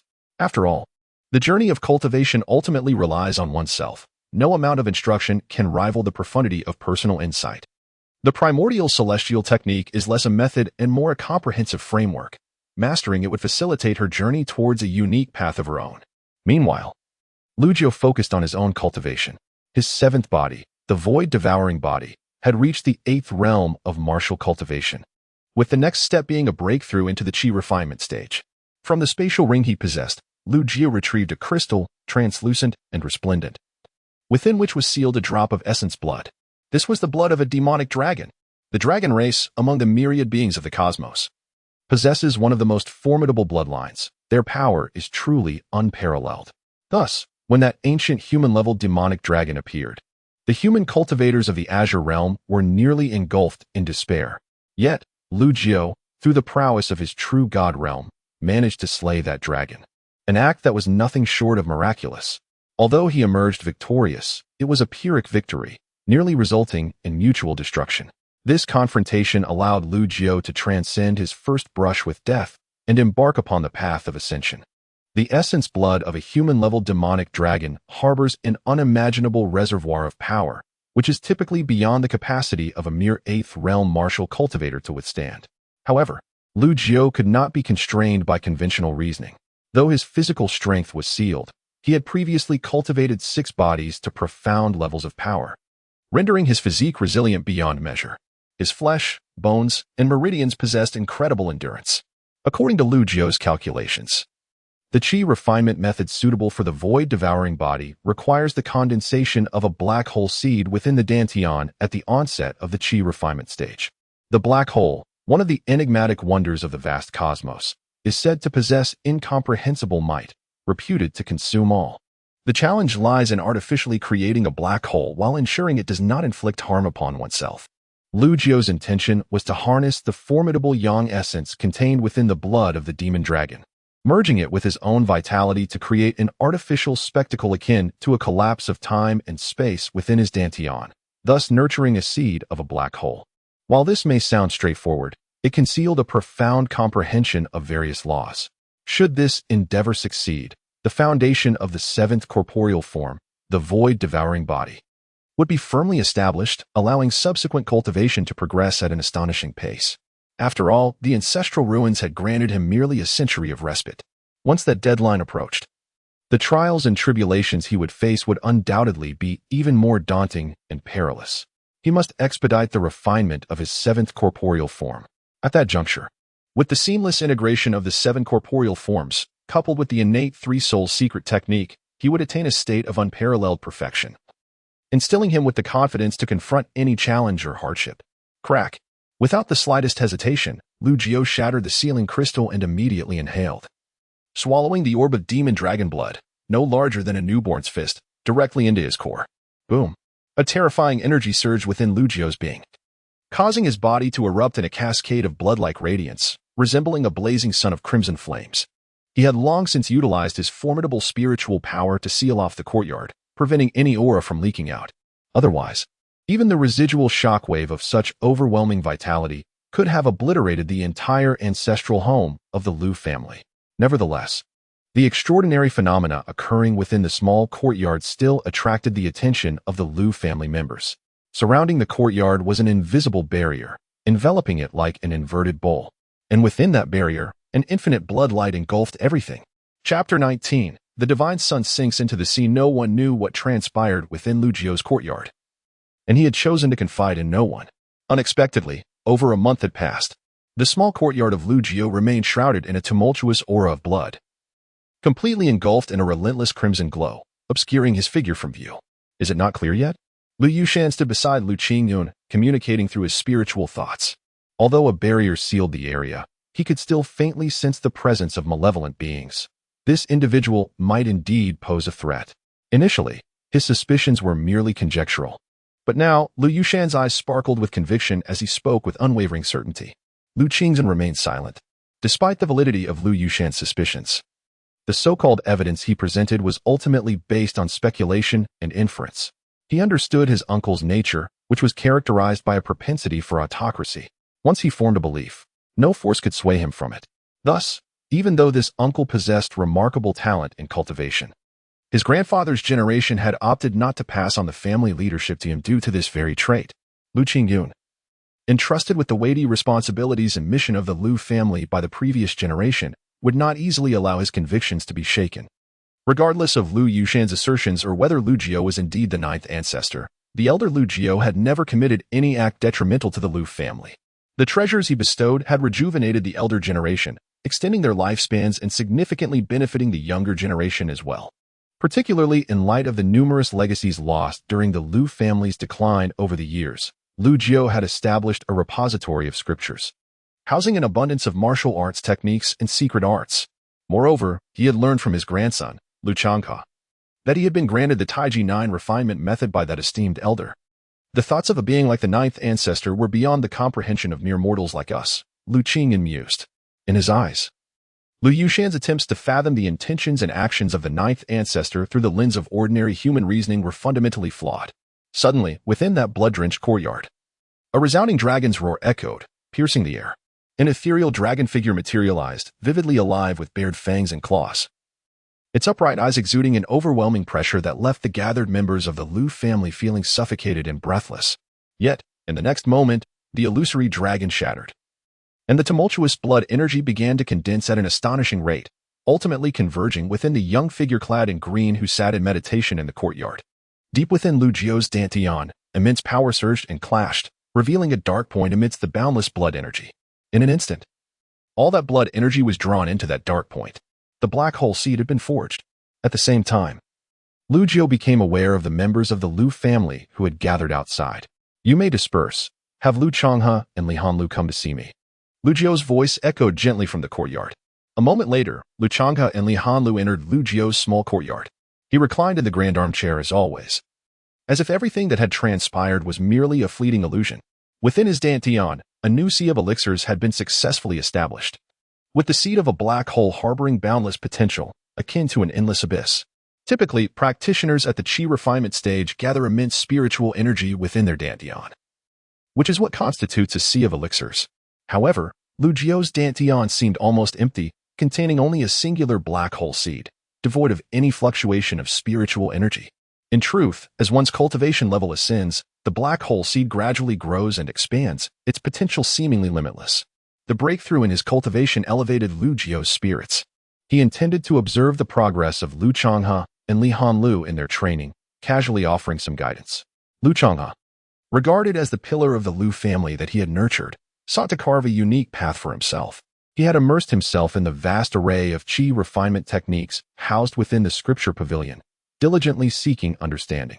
Yet, he still had some distance to traverse before comprehending his own path. A mere couple of pointers from Lu Jiu ignited a brilliant spark in his eyes, akin to enlightenment. Subsequently, Lu Jiu advised him to return and organize his thoughts. Lu Changhe, brimming with excitement, resolved to enter seclusion, declaring that he would not emerge until he had grasped the Qi refinement technique uniquely his own. As for Li Hanlu, the comprehension of the primordial heavenly art was not to be compared with the simplicity of the 9 refinements technique. Even though Lu Jiu had only imparted the foundational chapters to her, they remained intricate and profound. Lu Jiu posed several questions to her, and based on her responses, he surmised that she had made preliminary strides toward understanding the primordial heavenly art. However, mastering this technique within a short time frame remained unattainable. Thus, Lu Jiu offered her further guidance once more. A month later, Lu Changhe emerged from his seclusion, his laughter resonating for miles. Clear enough for everyone in the ancestral home of the Lu family to hear. The elders of the Lu family stepped out of their doors, bewildered and concerned, pondering whether the boy had undergone some kind of shock. Yet, at that moment, a magnificent aura surged through the heavens and the earth, a manifestation of extraordinary phenomena. Spiritual energy coalesced in a grand display. An aura of utmost purity and vitality appeared in the air, transforming into a resplendent sun, imbued with a divine essence that exerted pressure upon all living beings. Lu Changhe had comprehended the Qi refinement technique most suited to him, even summoning celestial phenomena, embarking on a path of unparalleled vigor and brilliance unique to himself. Within his dantian, spiritual energy coalesced into a golden sun, floating amidst a vast ocean. The divine sun rising and falling within the sea. Heavens, this is a manifestation of celestial phenomena. It is said that only a select few extraordinary prodigies invoke such phenomena upon breaking through the Qi refinement stage. There are even whispers that these celestial phenomena can transform into unique secret arts, brimming with potential. The rise of our Lu family is within reach. Changhe has truly made us proud. We are fortunate to have had that esteemed predecessor intervene, allowing Changhe to achieve his current brilliance. The elders of the Lu family were filled with uncontainable excitement. Lu Qingyun, too, was overwhelmed with emotion, for he was, after all, his own grandson. Moreover, one who had long been deemed a hopeless failure now rises from the depths of adversity. In contrast to Lu Changhe, Li Hanlu simultaneously mastered the foundational chapter of the primordial heavenly skill. However, her progress seemed rather uneventful, akin to the gentle, silent fall of rain. The cultivation that had once been completely extinguished began to ascend at an astonishing pace the moment she attained the primordial heavenly skill. The first realm of martial cultivation, the second, the third, all the way to the eighth realm. Subsequently, as if everything unfolded as it should, she stepped into the chi refinement realm, her dantian transforming into an endless void of primordial essence, a boundless expanse adorned with countless stars of spiritual power. On the same day, Lu Jiu departed from the ancestral home of the Lu family with Lu Changhe and Li Hanlu, journeying northward from Wanghua City. "Elder, where are we headed?" Lu Changhe inquired with genuine curiosity and anticipation. After all, the last time the elder took him out, they ventured to the sacred land of Yaozi, where he garnered immense benefits and irrevocably altered his fate. Might this journey lead him to a place of training, with new opportunities awaiting him? To the Chotu Tianna sect. Lu Jiu replied calmly. Chapter 20. The Flatterers with Swords. Lu Jiu is a person who harbors grudges. The family tradition of the Lu clan has always been to repay enmity with enmity. Previously, he had been disinclined to engage with the Juchue Tianna sect, as he had other matters to attend to. Now that he has found the time, it is an opportune moment to use the Jiuchue Tianna sect to hone his skills. Before embarking on this journey, I must make some unpleasant truths clear to you. When confronted with enemies, I shall leave the resolution to the two of you, provided their cultivation does not exceed the realm of chi refinement. Upon hearing this, Lu Changhe's expression turned bitter. What if we encounter someone at the peak of the chi refinement 9th layer, in the divine embryo realm? Am I not clear enough? The 9th layer of chi refinement still falls within the realm of chi refinement. Lu Changhe immediately shrank back, daring not to speak further. To establish a cultivation method most suited to oneself in the chi refinement realm can indeed provoke anomalies in the heavens and thus master a formidable secret technique. Lu Changhe felt an unprecedented confidence in himself. However, if he, a novice at the first level of chi refinement, were to face the pinnacle of the divine embryo realm, he would possess no assurance whatsoever. Lu Jiu chose not to elaborate. In the path of cultivation, enduring trials and tribulations is, in fact, beneficial. The hardships you face in your youth can be likened to sharpening a blade. Yet, when you attain strength, these tribulations may transform into the blade of slaughter. Haishiching, not too distant from Wanghua City, lies within the sphere of influence of the Jiuchue Tianha sect. Many years ago, in the entire Caoqing realm, every city inhabited by the human race bore the statues of ancient supreme beings. However, the statues in Haishiching had been toppled and dismantled several years prior. The original site of the ancient supreme statue has since been replaced by another, now flourishing with incense offerings. The 7 kills Saint Ancestor? Merely a sycophant of the past. Lu Jiu strolled here with his hands behind his back, casting a dismissive glance. In this era, numerous families have risen, and various sects vie for supremacy. The term 100 families refers to the multitude of clans, while various sects signifies those schools of thought. In ancient times, the formidable beings of the human race almost all followed his command. Anyone fortunate enough to receive his guidance could experience a meteoric rise in power. The Jiuchue Tianha sect belongs to the sectarian lineage of the 7 Kills sacred teachings. The individual who established this sect is revered as the 7 Kills Saint Ancestor and is one of the ancient beings who achieved true divinity. However, Lu Jiu is aware that the 7 Kills Saint Ancestor, whose true name is Zhang Xiaowei, is a capricious and bloodthirsty individual, prone to grandiosity. Once, on a battlefield against demons, Lu Jiu flung a divine sword from afar, piercing the commander at the rear of the demon army. In a bid to curry favor with him, this man recklessly ventured into the demon ranks to retrieve the divine sword. However, his impulsive actions led to the casualties of half the cultivator army he commanded. Later, Zhang Xiaowei, bloodied and battered yet still bearing a sycophantic smile, knelt before him, hands cradling the divine sword as an offering. Regrettably, Lu Jiu did not respond with kindness. He publicly chastised and reprimanded the man for disobeying military orders and acting on his own accord. However, the legendary sword from that year was never reclaimed by Lu Jiu. This individual revered the sword as if it were a revered ancestor, treating it as his ultimate glory, proclaiming to the world that it was a gift from the supreme of the human race.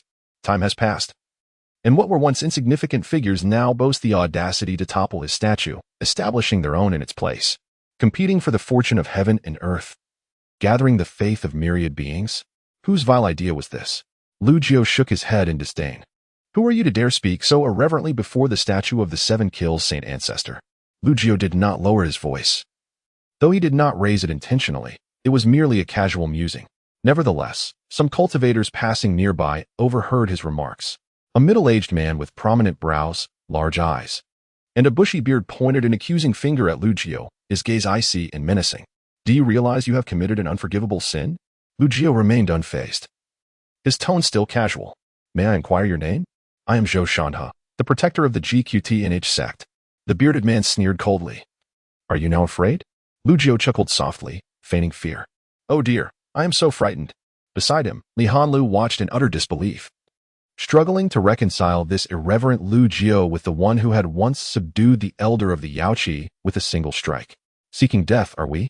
As Zhou Shanhe felt mocked, a palpable aura of menace surrounded him, revealing his cultivation at the second level of qi refining, mid-stage in the Danxi realm. Enough. Lu Jiao waved his hand dismissively, as if swatting away an irritating fly. Boom.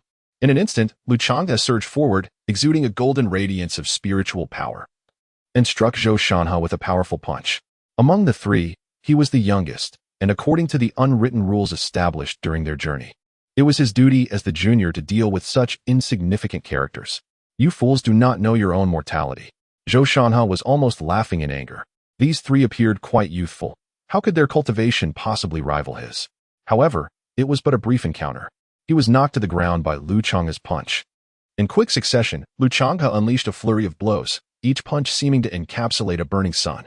Within mere moments, Zhou Shanhe was left unrecognizable. His body scorched black as charcoal, lifeless beyond measure. Heavens, who are these outsiders? They have actually slain the protector of the GQTNH sect. It seems one among them spoke irreverently towards the statue of the 7 kills Saint Ancestor. Could they belong to a sect opposed to the 7 kills sacred cult? The formidable protector stationed at GQTNH sect has arrived. A powerful figure at the 5th level of qi refining, mid-stage in the Dan condensation realm. The elder of GQTNH sect is approaching his 1,000-year birthday. Now, someone dares to cause trouble. These newcomers harbor malicious intent. The crowd of onlookers buzzed with speculation before hastily retreating, fearing to be caught in the fray. Suddenly, a streak of light shot through the air.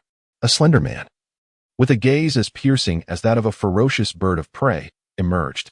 Soon after, other figures appeared, encircling Lu Jiao and his companions, their murderous intent palpable. Who are you? The gaunt man inquired. Kill them, was Lu Jiao's calm response, consisting of but 2 words. Without a moment's hesitation, Lu Chang'e acted. For he would follow his elder's commands without question. Whoever the elder instructed him to slay, he would do so without hesitation. Li Hanlu also sprang into action. Though Lu Chang'e possessed considerable strength, his youth rendered him somewhat inexperienced in battle. Facing a mid-stage condensation realm practitioner, the confrontation would not be trivial. Yet, rather than joining forces with Lu Chang'e to confront the formidable protector, Li Hanlu swiftly dealt with the surrounding lesser opponents. In midair, Lu Chang'e clashed with the protector of the Jiogui Tiange sect. He immediately unleashed his secret technique of celestial phenomena, creating a dazzling spectacle within a radius of several hundred meters. The spiritual energy surged like a tumultuous sea, and a brilliant sun ascended, resplendent and at its zenith. The divine sun rises and falls upon the ocean. The protector's assault crumbled under the radiance of the brilliant sun, as the overwhelming spiritual energy transformed into tidal waves. Impervious to all techniques, those witnessing this spectacle were struck with astonishment, their expressions reflecting their shock. Even the protector of the Jiogui Tiange sect exhibited a fluctuating countenance. A prodigy capable of mastering the secret technique of celestial phenomena was indeed a rarity in the world. However, Lu Jiao observed with a shake of his head and remarked to Li Hanlu, "This child is still too inexperienced. How can one enter a battle and immediately unleash their most powerful move?" Chapter 21. The ever-changing essence of the great Tao. Although Lu Chang'e possessed a profound foundation and extraordinary talent, having also mastered the secret arts of celestial phenomena, he found himself at a disadvantage, facing an opponent whose cultivation level surpassed his by 4 realms. Thus, achieving victory was far from easy. Calm and unperturbed, Lu Jiao sauntered to a nearby tea house, selecting a window seat to brew tea, as if he were merely observing a theatrical performance. The onlookers, witnessing his peculiar demeanor, exhibited a range of expressions, yet none dared to provoke him. It was evident to anyone with even a modicum of perception that the troublemaker seemed to possess an air of confidence, suggesting a formidable background. The fierce battle raged on for a time, yet Lu Chang's once formidable aura began to wane. Despite the power of the celestial phenomena secret arts, he had only recently attained the first level of the Qi refinement stage and could not sustain such intensity for long. The 9 curves of the heavenly river formation. The gaunt man swiftly formed hand seals, his spiritual energy fluctuating violently as he unleashed 9 streams of water, manifesting a river that surged forth. Entrapping Lu Changro within the formation named the 9 curves of the heavenly river, Li Hanlu furrowed her delicate brows, casting a glance at the seemingly indifferent Lu Jiao. She found it perplexing. Given that Lu Shi held Lu Changhe in high regard, how could he appear so unconcerned for his well-being? Well-versed in formations herself. Thanks to her innate soul talent of the primordial array soul technique, she recognized the crude, yet formidable nature of the formation employed by Zhou Shanhe, which posed a genuine threat to Lu Changhe. After all, how long had Lu Changhe truly been cultivating? He was utterly ignorant of formations. However, just as Zhou Shanhe believed victory was assured, Lu Changhe's figure suddenly erupted from the confines of the 9 curves of the heavenly river formation. The divine Yang fist. Lu Changhe formed hand seals, invoking a secret technique, as his fist surged forth unchallenged, ripples of air emanating in its wake. The heavenly river strangulation. Zhou Shanhe smirked coldly. Forming hand seals to gather streams of water, crafting chains intended to ensnare and cut off all of Lu Changhe's escape routes. In the next instant, Zhou Shanhe's eyes widened in horror as his attack inexplicably pierced through Lu Changhe's form, inflicting no harm or obstruction whatsoever. Boom. In the blink of an eye, Lu Changhe's fist struck Zhou Shanhe with unyielding force, sending him reeling and spitting blood. The void technique. Li Hanlu nearly gasped in astonishment. It suddenly dawned on her that Lu Changhe, too, was a dual awakened talent, endowed with both an innate secret technique and a unique physique. The void technique enabled him to assume a phantasmal form, rendering him immune to the majority of attacks. His divine yang heavenly body was an awakened special physique, further strengthened by the foundational practice of the Tai 9 refinements. Coupled with Lu Jiao's guidance and physical refinement, Lu Changhe's body was remarkably resilient. In that moment, as Zhou Shanhe found himself within Lu Changhe's reach, he swiftly fell to the disadvantage, retreating repeatedly and occasionally spitting blood. Lu Changhe's offensive was both swift and unparalleled, leaving his opponent no opportunity to form any countermeasures. Moments later, the battle concluded, and Zhou Shanhe, the grand protector of the Juku Taiangi sect, lay sprawled on the ground. Utterly defeated, his bones shattered and resembling a lifeless creature with no strength left to retaliate.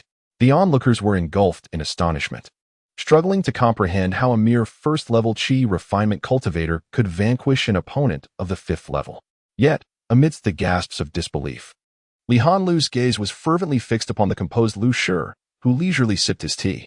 Only she understood that Lu Changhe's extraordinary prowess was attributed to this seemingly youthful, yet undeniably ancient master, who could transform the mundane into the extraordinary. Outside the Blackstone City, by the riverbank, Lu Changhe lowered his head like a chastened child, unable to meet the gaze of Lu Jiao, who chastised him with a relentless critique. Every word spoken by Lu Jiao was irrefutable, highlighting the mistakes he had made during his confrontation with Zhou Shanhe. Lu Changhe was compelled to acknowledge that, had he adhered to his senior's advice, he could have easily subdued Zhou Shanhe without such arduous effort, leaving his opponent in a state of utter despair. Your technique is grand in ambition, but lacks the requisite ferocity. In your future cultivation of the Tianhuang Zhenshiju, you must dedicate yourself to rigorous practice. Do you understand? Yes, I acknowledge my errors and shall heed your guidance, Lu Changhe replied hastily. Beside him, Li Hanlu's beautiful eyes sparkled with curiosity. Master Lu, does the Tianhuang Zhenshiju relate to the Tianhuang Zhenshi body? The Tianhuang Zhenshi body is one of the most elite awakened physiques, renowned even more than other top-tier physiques in the Sangqing realm. Throughout ancient history, only the legendary 9th ancestor of the Lu family was said to possess this ancient supreme awakening. In antiquity, that human supreme, wielding the Tianhuang Zhenshi body, dominated an entire era. Even the so-called progenitor of the gods, Tai, the first to achieve true divinity in ancient times, was overshadowed by the divine majesty of that human supreme. However, the question arises, are these legendary top-tier physiques not exclusively attainable through awakening? Could it be that one could attain a similar physique through the corresponding cultivation techniques? She couldn't help but recall the indestructible longevity technique, which, according to Master Lu, could yield effects comparable to the true indestructible longevity body at its pinnacle. If the Tian Wangzhenshi body could achieve similar feats, it would indeed be astonishing. Why such astonishment? Lu Jiu remarked nonchalantly. I have long advised you not to restrict your vision to this minuscule domain. The vastness of the void exceeds your imagination. He refrained from elaborating on the void, considering it still too distant for Li Hanlu to grasp. Knowing too much prematurely would serve her little benefit. In truth, given sufficient opportunity, even a physique cultivated postnatally could rival or even surpass the so-called innate physiques of awakening. That lad is a descendant of the Lu family. And the Xinyang Tianyang body follows the path of utmost yang. Should he cultivate it to perfection, he too may one day rival the true Tian Wangzhenshi body. Lu Jiu stated. Upon hearing this, Li Hanlu's heart was filled with even greater astonishment. If it were possible to rival the true celestial body of the heavenly desolation town, would it not imply that Lu Chang's future could potentially stand shoulder to shoulder with that ancient supreme being of the human race? There is no need for envy. Lu Jiu cast a glance at Li Hanlu, saying, You are, after all, my first officially acknowledged disciple. I possess ample similar body refinement techniques. The physique you have awakened, known as the Xian Yu Guanghan body, should be deeply comprehended through the Yuan Shi Tian Gong. Based on this technique, in the future, you may have the opportunity to cultivate the Didao Wanhua body. The Didao Wanhua body. Li Hanlu felt a jolt within her heart. Although she had not heard of such a physique, its name alone evoked an aura of grandeur and profundity. Lu Jiu elucidated. The term Wanhua signifies that myriad paths can be transformed, and it can also be understood as the ability to resolve all manner of methods, encompassing the profound mysteries that connect heaven and earth. However, your Yuan Shi Tian Gong is still in its infancy. Once you achieve a small success in the foundational chapter, I shall impart to you the Didao Wanhua Ju. Li Hanlu was utterly astounded, rendered speechless by the magnitude of it all. Master Lu, what manner of being are you? She pondered, feeling that even the ancient supreme being of the human race could not be compared to him. Akin to the triviality of a firefly against the brilliance of the full moon. Little did she know that the person before her was indeed that ancient supreme being of the human race. Yet, after millennia of honing himself within the ancestral ruins, this had become the most significant experience of his life. Having endured the trials of the ancestral ruins for countless years, he was, in comparison to his former self from millennia ago, utterly incomparable. After all, the world's impression of him was still rooted in the events of 10,000 years past. Chapter 22, A Heartfelt Revelation by the Riverside. Li Hanlu found herself profoundly shaken by a single statement, her heart slowly digesting its weighty implications. Lu Changhe, deeply reflective, meticulously examined his previous shortcomings, occasionally tugging at his ears in frustration. Meanwhile, Lu Jiu busily retrieved a plethora of materials, deftly crafting lifelike puppets. Each one a remarkable replica of a living being. Though his creations were fashioned with a casual hand, they emanated an aura comparable to that of chi-refining cultivators. Do not remain idle, you too. Venture to Blackstone City and procure everything you can from the funeral homes, Lu Jiu instructed. Senior, what purpose do we have in acquiring such items? Lu Changhe inquired, puzzled. Naturally, they are for gifting, Lu Jiu replied with a subtle smile. Before Lu Changhe could further question him, Li Hanlu took his hand, leading him towards Blackstone City.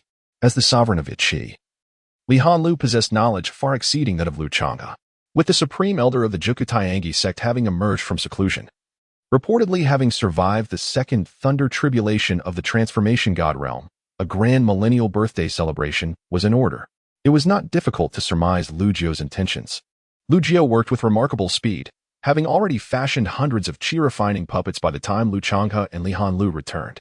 Although he possessed the capability to create even more formidable puppets, he deemed it unnecessary. After all, why wield a sledgehammer to crack a nut? To pass the time, Lu Jiu crafted a fishing rod for himself, seeking solace in the tranquil pastime of fishing. He also took out a crystal containing the sealed blood of a demon dragon, crushed it, and consumed the essence. The demon dragon he had slain years prior had yielded a substantial amount of blood, which proved beneficial for enhancing the cultivation of his void-devouring body. The Juku Taiangi sect, as a prominent faction, boasted a rich heritage that was indispensable for its survival. It was rumored that there were hundreds of chi-refining experts within the sect, serving as protectors. To ascend to the status of elder, one must possess at least the cultivation of the divine fetus realm. As for the supreme elders, each had traversed into the realm of transformation god. There were 3 such formidable individuals in total. The second supreme elder had recently emerged from seclusion, having advanced to the second tribulation of the transformation god realm, prompting families from the surrounding areas to converge in celebration. Other sects under the Seven Killings holy cult, akin to the Jukutayangi sect, also dispatched esteemed elders to personally extend their congratulations. Blackstone City, a modest locale within the jurisdiction of the Jukutayangi sect, garnered some attention when news of events occurring there reached the mountain gate. After all, Zhou Shanhe, the Grand Protector, was a mid-stage core formation cultivator.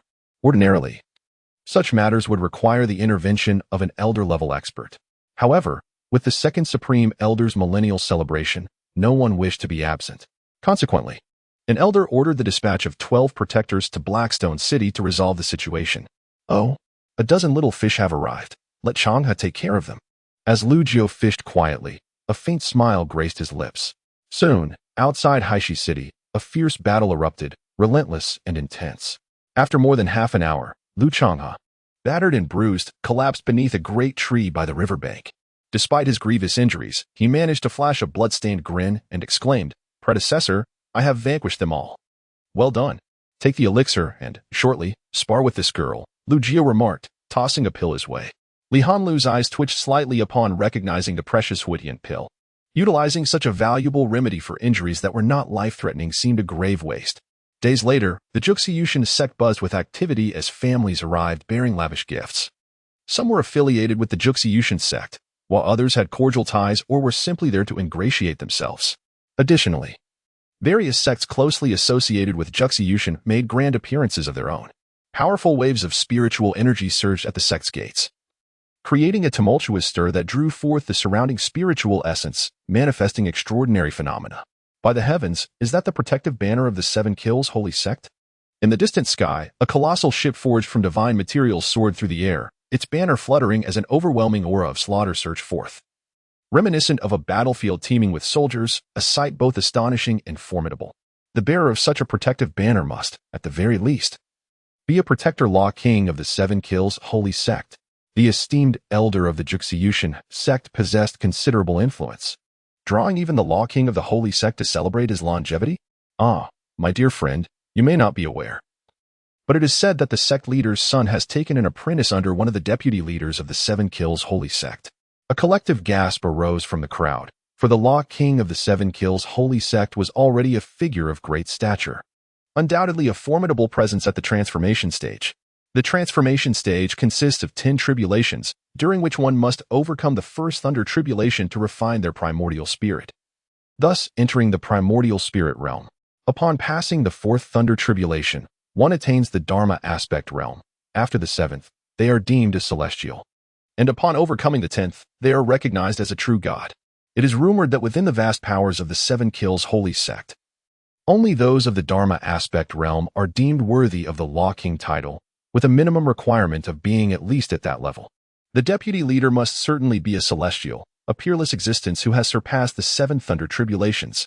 With such esteemed guests in attendance, the Juxiyushan sect dared not be negligent. The venerable elder, the sect leader, and other elders all came forth to extend their greetings. As the Law King of the Seven Kills holy sect was ushered into the inner sanctum to take his seat, nearly all anticipated guests had arrived. At the foot of the mountain, disciples tasked with guarding and welcoming guests occasionally cast envious glances toward the summit, lamenting their humble status, for they lacked the privilege to attend such a grand banquet.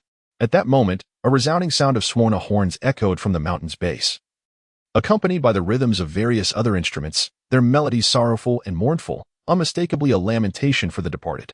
The disciples of the GQT-NH sect stationed at the mountain gate stared wide-eyed, astonished at the audacity of the approaching group, seemingly courting death by provoking the very gates of Yama. On the occasion of the Grand Elder's Millennium Birthday celebration, how could anyone dare to disturb the solemnity with mournful tunes? It was as if they were illuminating the latrine with a lantern. Before long, they beheld a procession clad in white funeral garments, marching robustly towards the mountain gate of the GQT-NH sect. The throng numbered in the hundreds, a dense sea of figures. One contingent played the suan, another beat gongs, yet another struck drums, while still others bore wreaths, funeral staffs, and spirit banners.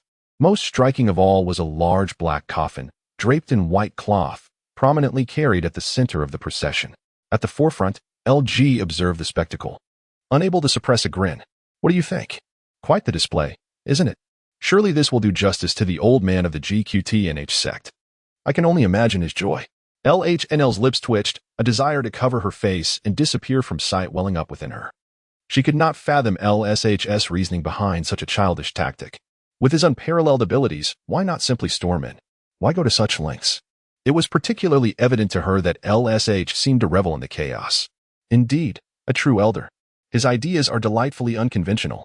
The old man will undoubtedly be moved to tears, perhaps even to the point of spitting blood. In contrast to LHNL's restrained demeanor, LCHNGH shared LG's delight, finding the entire affair immensely entertaining. You truly appreciate the finer things, LG exclaimed, clapping LCHNGH on the shoulder with admiration. Who dares approach? How audacious! Do they believe GQTNH sect is without defenders? The commotion was swiftly reported by the vigilant disciples guarding the mountain. As LG's entourage reached the mountain gate, a faction of GQTNH sect disciples, led by several protectors, advanced with fierce determination, their murderous intent palpable. Chapter 23. The Terrifying Funeral Procession. The elaborate funeral ceremony orchestrated by Lugio was not merely a spontaneous idea. His long entrapment in the ancestral burial grounds for a millennium had exposed him to a myriad of extraordinary sights. The burial grounds of immortals, a resting place for countless true immortals, was filled with innumerable graves stretching as far as the eye could see. Shadows, reminiscent of wandering souls, drifted through the burial grounds. Remnants of ancient cultivators long departed. Some wailed with disheveled hair, while others brandished soul banners, crying for the return of spirits.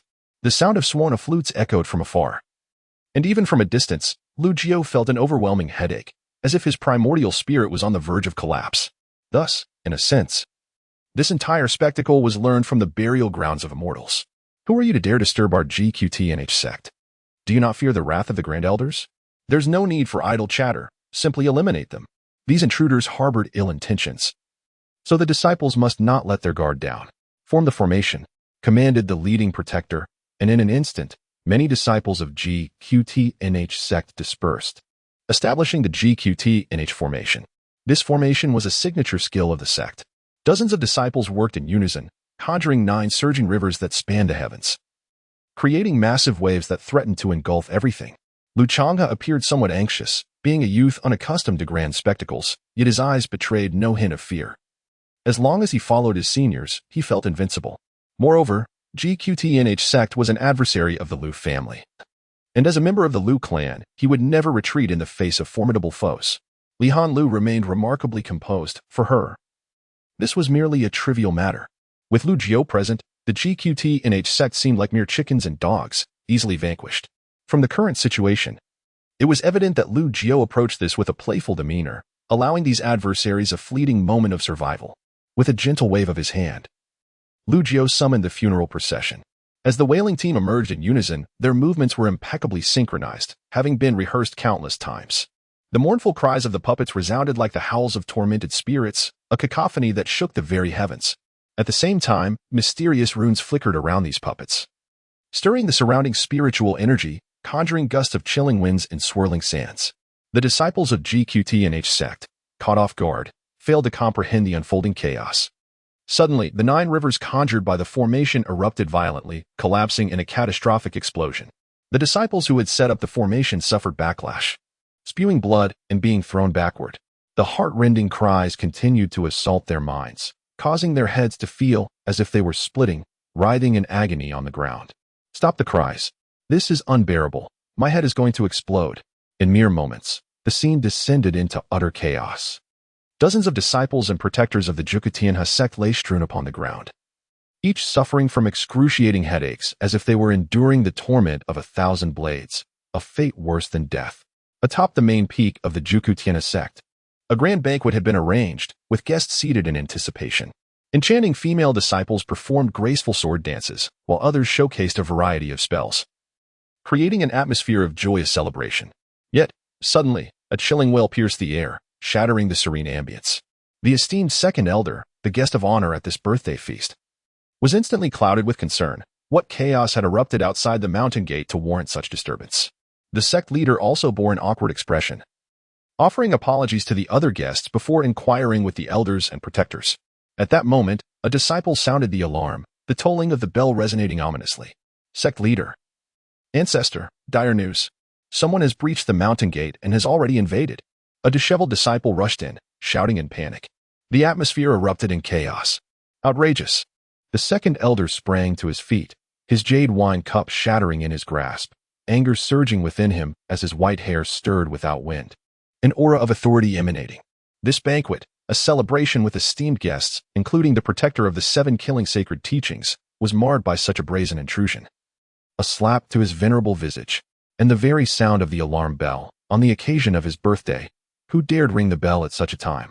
Amidst the clamor, a cacophony of sinister voices echoed from the foot of the mountain, as if the cries of vengeful spirits from the netherworld had infiltrated the scene, sending shivers down the spines of those who heard. Simultaneously, anguished cries from the sect's disciples could be heard, pleading for the lamentations to cease. In a mere instant, the entire Jukatianha sect was thrown into disarray. The guests, unable to contain their curiosity, craned their necks, eager to discern the identity of this audacious interloper who dared to confront the pride of the venerable elder. Ladies and gentlemen, please remain calm. I shall resolve this matter forthwith to avoid disrupting your enjoyment. The sect leader intervened, desperately attempting to restore order, for the embarrassment was palpable. Even if the troublemakers were dealt with, the dignity of the occasion had already been compromised. The sect leader signaled several elders to follow him, hastily descending the mountain. Meanwhile, Lugio's funeral procession had entered the mountain gate and commenced its ascent. All around, white paper money fluttered through the air, while burning yellow paper wafted about. The mourners led the way, the foremost among them clutching a tattered brazier, weeping with a sorrowful intensity that was heart-wrenching. Truly, the predecessors are divine beings. In Lu Chang's eyes, a flicker of brilliance shone forth, reflecting his profound admiration for the venerable Lugio. Throughout their venture into the mountain gates, every practitioner of the 9 Curves Heavenly River sect they encountered, regardless of their status or cultivation level, fell victim to a haunting wail that gnawed at their very souls, inducing excruciating headaches and unbearable torment. The ranks of the sect's disciples dwindled, one after another. Hundreds of chi refinement puppets? Such a grand display. A cold command echoed from above. The sect leader of the 9 Curves Heavenly River sect had arrived in person, accompanied by several elders radiating formidable waves of spiritual energy. Truth be told, upon witnessing such a formidable assembly, even the sect leader felt a slight tremor run through his scalp. The sheer number of chi refinement puppets was not something an ordinary faction could casually muster, even with the substantial resources of the 9 Curves Heavenly River sect. The total count of their chi refinement practitioners barely surpassed 100. Activate the sect's guardian formation. A fierce glint of murderous intent flickered in his eyes.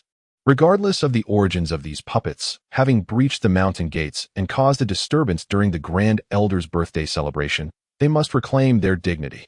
The guardian formation, fundamentally a variant of the 9 Curves Heavenly Formation, possessed the divine might comparable to the realm of divine transformation, capable of ensnaring and exterminating practitioners at the nascent soul stage. Once the formation was activated, even hordes of chi refinement puppets would meet their inevitable demise. Yet at that moment, a contingent of puppets, brandishing soul banners, stepped forward, emitting a mechanical and emotionless resonance, surrounded by profound runes. Return of the souls. Let all evils retreat.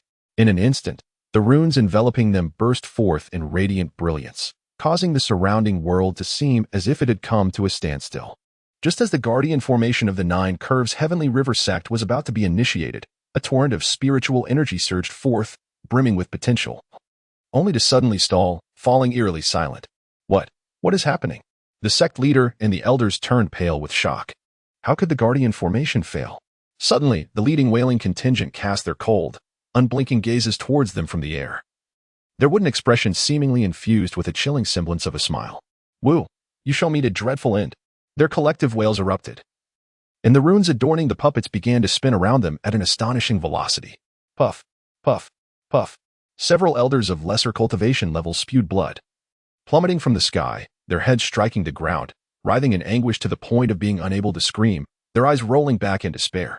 This exceedingly bizarre scene left the sect leader of the 9 Curves Heavenly River sect, at the pinnacle of the chi refinement 9th layer and the peak of the divine embryo stage, utterly pale with fear. My God, is this some sort of nightmare? He thought in disbelief. Before he could even entertain the notion of escape, a sudden, crushing blow struck deep within his consciousness, plunging him into darkness. Immediately, It felt as though countless malevolent spirits were whispering and sneering in his mind, akin to being subjected to 1,000 cuts, inflicting upon him unbearable agony that compelled him to scream in torment as his form plummeted from the air. How can one articulate such pain? It is a suffering so profound that one would wish to sever their own head in desperation. Chapter 24, The Bludgeoning of the Skull at the Grand Banquet atop the main peak of the Nine. The second Supreme Elder, Li Daoren, cast an awkward and apologetic glance at the protector of the Seven Killings sacred sect, King Hu. I regret that you have witnessed such a farce, he said. Although the sect master and several elders have gone to address the matter personally, it is undeniable that we have lost face today. Do not be so modest, my friend. King Hu replied slowly, I am rather curious to know who possesses the audacity to act in such a bold manner. Rest assured, as long as I am present, I shall not turn a blind eye. Whoever dares to cause trouble shall undoubtedly face the consequences. Upon hearing this, Li Daoren felt a swell of pride. After all, King Hu, as the protector of the Seven Killings sacred sect, represented an immense force.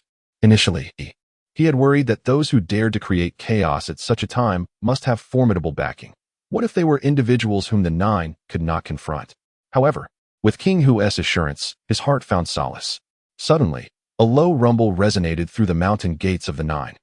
An overwhelming surge of spiritual energy from heaven and earth began to churn violently, and intricate patterns of array formations erupted with dazzling divine light, soaring into the sky and intertwining in midair. This was the divine array, the protective formation of the Nine. What manner of intruder could compel the Nine to activate its sacred protective formation? Below, the guests began to murmur in hushed tones, speculating amongst themselves. The activation of the protective formation was no trivial matter. It was typically reserved for dire threats. The fact that the sect master and several elders had to resort to it underscored the formidable nature of their adversaries. All eyes turned skyward, eager to witness the explosive power of the divine array. Yet, in the next moment, the formation poised to activate suddenly fell silent, and the tumultuous spiritual energy returned to an unsettling stillness. Li Daoren, unable to restrain himself, rose once more. As a supreme elder of the Nine, he shared a profound connection with the divine array.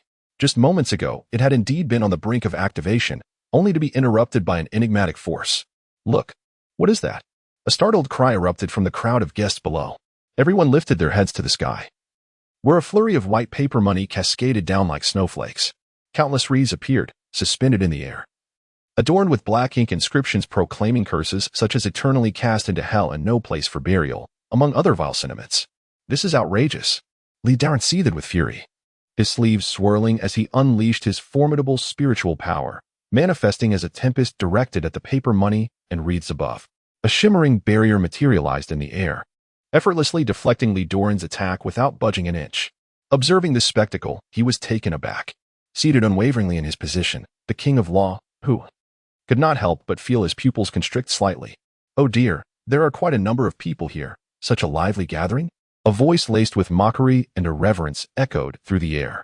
The crowd's gaze shifted once more to behold a trio arriving at the banquet atop the main peak. Leading the group was a young man clad in a green robe, who, apart from his handsome visage, appeared otherwise ordinary. His demeanor was relaxed, and though he exuded no air of a formidable presence, he nonetheless conveyed an impression of disdain, as if regarding the assembled multitude as mere insects. Flanking the green-robed man were a young man and woman, the former with a glinting gaze, scanning the surroundings with an animated restlessness, while the latter possessed a breathtaking beauty, unparalleled and exquisite. What an intriguing assembly! For a moment, the attendees at the banquet were left bewildered. However, their expressions soon shifted dramatically. Following the initial trio, a large procession of figures emerged, leading a funeral entourage clad in mourning attire, brandishing fire basins. There were also individuals holding spirit banners, wielding mourning staffs, and playing swana, embodying a myriad of roles. Puppets of the chi refinement realm. Those with discerning eyes in attendance felt their gaze flicker with excitement, their eyelids twitching. Apart from the initial trio, these mourners, though seemingly ordinary in appearance, emanated not a trace of life. Who on earth are they? What grievances do they harbor against my Nine? The Taoist, suppressing his rage, thundered as his voice reverberated through the skies. Those who commit grave injustices shall inevitably meet their demise. I merely find your Nine unpalatable. Lu Jiu, with a nonchalant demeanor, responded, thus, we have come today with a professional funeral procession to escort you esteemed members of the Nine on your final journey. At this point, Lu Jiu cleared his throat, adopting a serious tone. We shall commence the clearing of the venue. Those unrelated to the 9 should take their leave while they still can. After 10 breaths, anyone who remains will be regarded as accomplices of the 9, and I shall send you along with them. In an instant, the attendees were left in stunned silence. Good heavens! Are they here to annihilate the sect? Yet, no one chose to depart at that moment. Instead, their gazes turned towards the King of Law of the 7 Kills sacred sect. Concurrently, the King of Law spoke up. Your bravado is indeed frightening. May I inquire about your background and whether you are aware of who I am? As the words of the King of Law echoed, a colossal warship, previously concealed in the distant skies, slowly emerged into view. Upon the ship, numerous followers of the 7 Kills sacred sect raised their voices in unison, their chants resonating for miles. The world is tumultuous. 7 Kills saves the world. Infinite Law King, protect our sacred sect. Nothing is forbidden.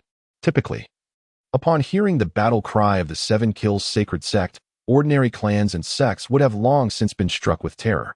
The 7 Killing sacred sect is notorious, having extinguished numerous sects and families. However, Lugio's expression darkened as he coldly admonished, enough noise. From the funeral procession, a line of puppets wielding funeral rods emerged, instantly brandishing their rods towards the sacred vessel of the 7 Killing sacred sect high above. Brilliant runes coalesced around the rods, and the air quivered, sending ripples cascading outward. Boom, boom, boom. In an instant, dozens of disciples from the 7 Killing sacred sect atop the sacred vessel had their heads violently shattered, blood and brain splattering like a gruesome scene from a hellish battlefield. This spectacle rendered countless faces pale with dread. Goodness! They even disregard the 7 Killing sacred sect. Who are these 3 individuals, so audacious and brazen? Esteemed guests, I take my leave. Among the attendees at the birthday banquet, an unremarkable middle-aged man suddenly rose, cupped his fists in salute, and swiftly made his way down the mountain. Aside from him, the others chose to remain. For should they depart now and the Jukutayangi sect survive this day, they would find themselves in dire straits. In truth, to the majority, these 3, accompanied by over 100 chi refinement puppets, appeared formidable and enigmatic. Yet, with the protective Dharma King present and multiple elders of the Jukutayangi sect, all at the celestial transformation realm, their confidence was not unfounded. As the moment approached, amidst the indecision of the crowd, the protective Dharma King's face grew grim, and Li Doran's eyelids twitched erratically. Lugio clapped his hands, his voice resonating with calm authority. You two, eliminate them all. Let us save time and send them off in one fell swoop. Chapter 25. Fear not, my comrades. Lugio, accompanied by Li Hanlu and Lu Chang'e, would not allow the two to merely spectate. The primary intention of this endeavor was to provide them with the opportunity for real-world experience. The earlier escapade at Blackstone City was merely a preliminary test. As for the obliteration of the Jiua Heavenly River sect, it was merely a trivial undertaking. With a commanding voice, Lugio signaled the commencement of their actions. Lu Chang'e surged forward with fervor, this time refraining from immediately unleashing his celestial techniques, evidently having learned from past encounters. The first to bear the brunt of his assault were the various families and sects attending the Taoist Li's birthday celebration. Each practitioner in the Qi refinement realm, ranging from novices to those of considerable skill. The less experienced were merely at the Danci realm, while the more adept reached the pinnacle of the condensation realm. Not a single practitioner of the divine fetus realm, above the 7th level of Qi refinement, was present. Despite their numbers, they resembled a disorganized mob. As Lu Chang'e charged through them, he was akin to a tiger among sheep, scattering them in disarray, their cries echoing in the air. Seek death, roared Taoist Li, his white hair billowing wildly as the formidable aura of his mid-stage Yuan Shen surged forth. This was a realm devoid of divine presence. Lugio, with a single hand, formed a spell gesture, muttering an incantation. Suddenly, a barrier descended from the heavens, enveloping the entire summit area. The overwhelming might surrounding Taoist Li began to plummet at an astonishing rate, just as he prepared to attack Li Hanlu and Lu Chang'e. What? How is this possible? Taoist Li's face turned pale with disbelief. His cultivation level, once firmly established in the mid-stage of the transformation realm, began to uncontrollably decline, descending to the early stage, then further to the apex of the 9th level of Qi refinement. Such a bizarre scene nearly frightened the ancient elder, who had lived for a millennium, into submission. Li Hanlu, too, observed this spectacle and grasped Lugio's intentions.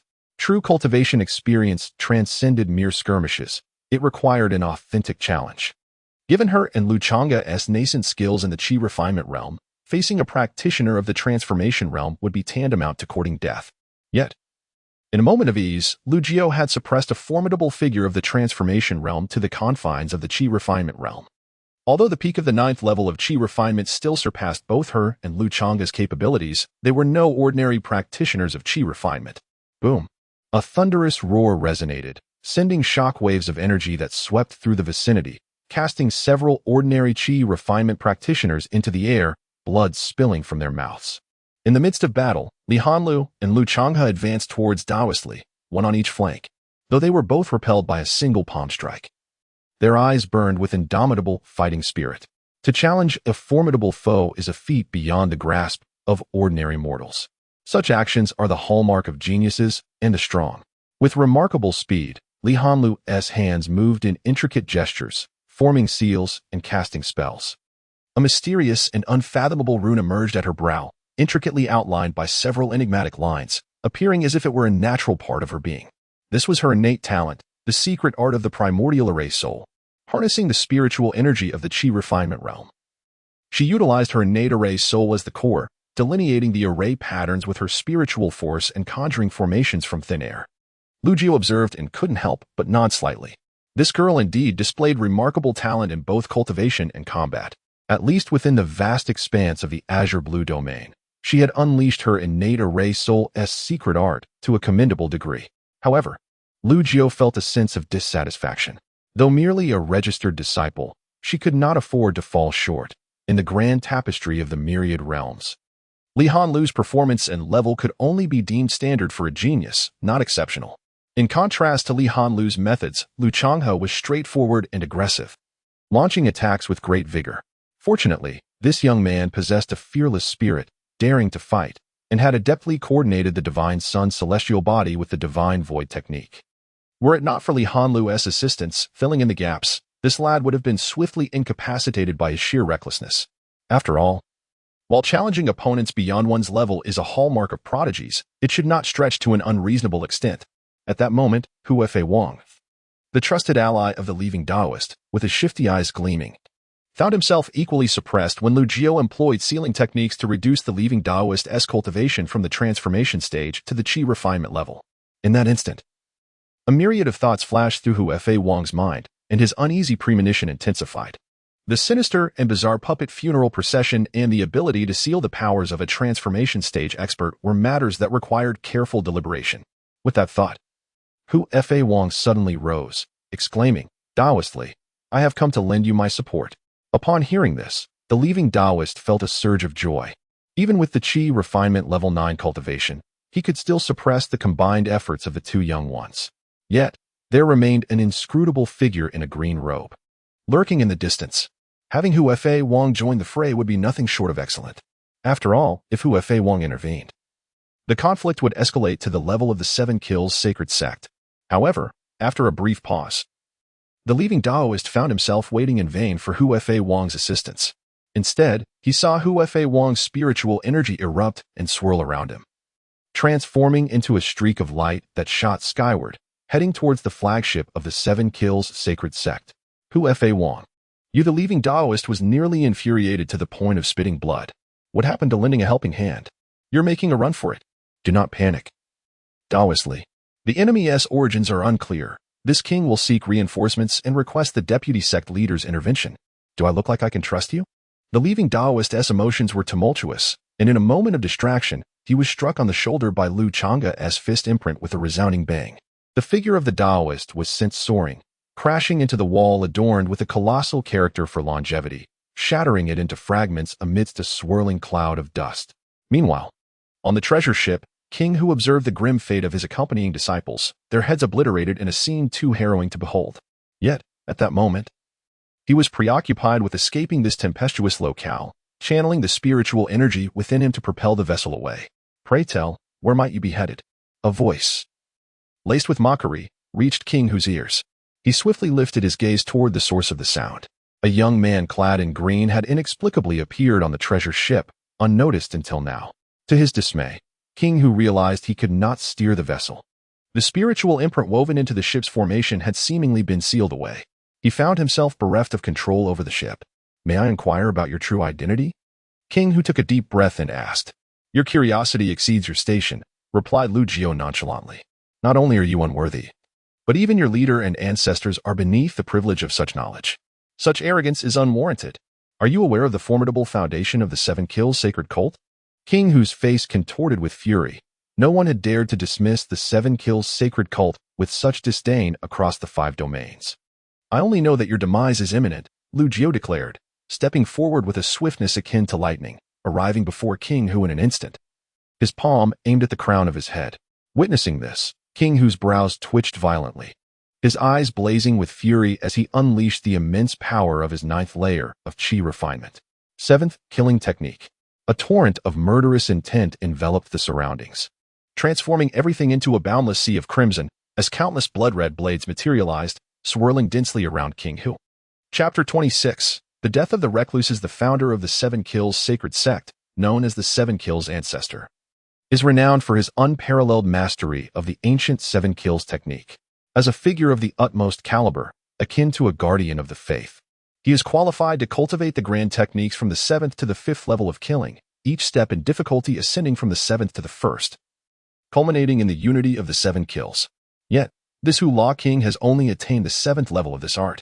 Although it is the weakest among the ancient 7 kills techniques, it remains one of the most illustrious, its power transcending the mundane, far beyond the esoteric arts typically grasped by ordinary divine transformation cultivators. Hula King had once relied on the 7th killing technique to severely wound a fellow divine transformation practitioner of equivalent standing. However, his self-assured trump card appeared utterly insignificant before Lu Jiao. Is this it? How audacious to claim to wield the art of killing. Lu Jiao chuckled in disbelief. The figure of Hula King before him resembled a wild mountain chicken attempting to fend off a hunter's blade by bristling its feathers, a comically futile endeavor. Suddenly, a pitch-black vortex materialized in the palm of Lu Jiao's hand. This swirling void, akin to a black hole, emanated an overwhelming force of devouring distortion that enveloped Hula King's entire being. The surrounding space warped as the crimson blades and swords that hovered around Hula King were consumed by the vortex in a cacophony of silence, as if they had plunged into an unfathomable abyss without a trace. Even the spiritual energy and cultivation within Hula King were mercilessly drawn into the abyss. In the face of this dire predicament, Hula King found himself utterly powerless to resist, his body ensnared by the spatial forces emanating from the vortex, rendering him immobile. In the blink of an eye, his complexion had turned ashen, drained of all color, as the surging murderous intent and abundant spiritual energy were entirely devoured. At that moment, he resembled a plucked wild chicken, reduced to trembling and emitting terrified shrieks, devoid of any other recourse. Why you cannot kill me otherwise? The 7 Kills sacred sect will not spare you. Hula King, trembling with fear, was on the brink of tears. With a resounding crack, Lu Jiao shattered his skull with a single blow. A flicker of light darted from the shattered remnants of his head, attempting to escape. Yet, Lu Jiao simply reached out, and that glimmer was instantly frozen in midair.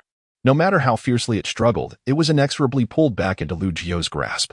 What emerged was a primordial spirit, composed entirely of pure soul energy, taking on a diminutive human form, bearing an uncanny resemblance to Hula King. In the realm of cultivation, the first threshold of achieving the divine transformation is to condense one's primordial spirit, hence the term primordial spirit realm, which is also referred to as the phenomenon of the primordial spirit departing the body.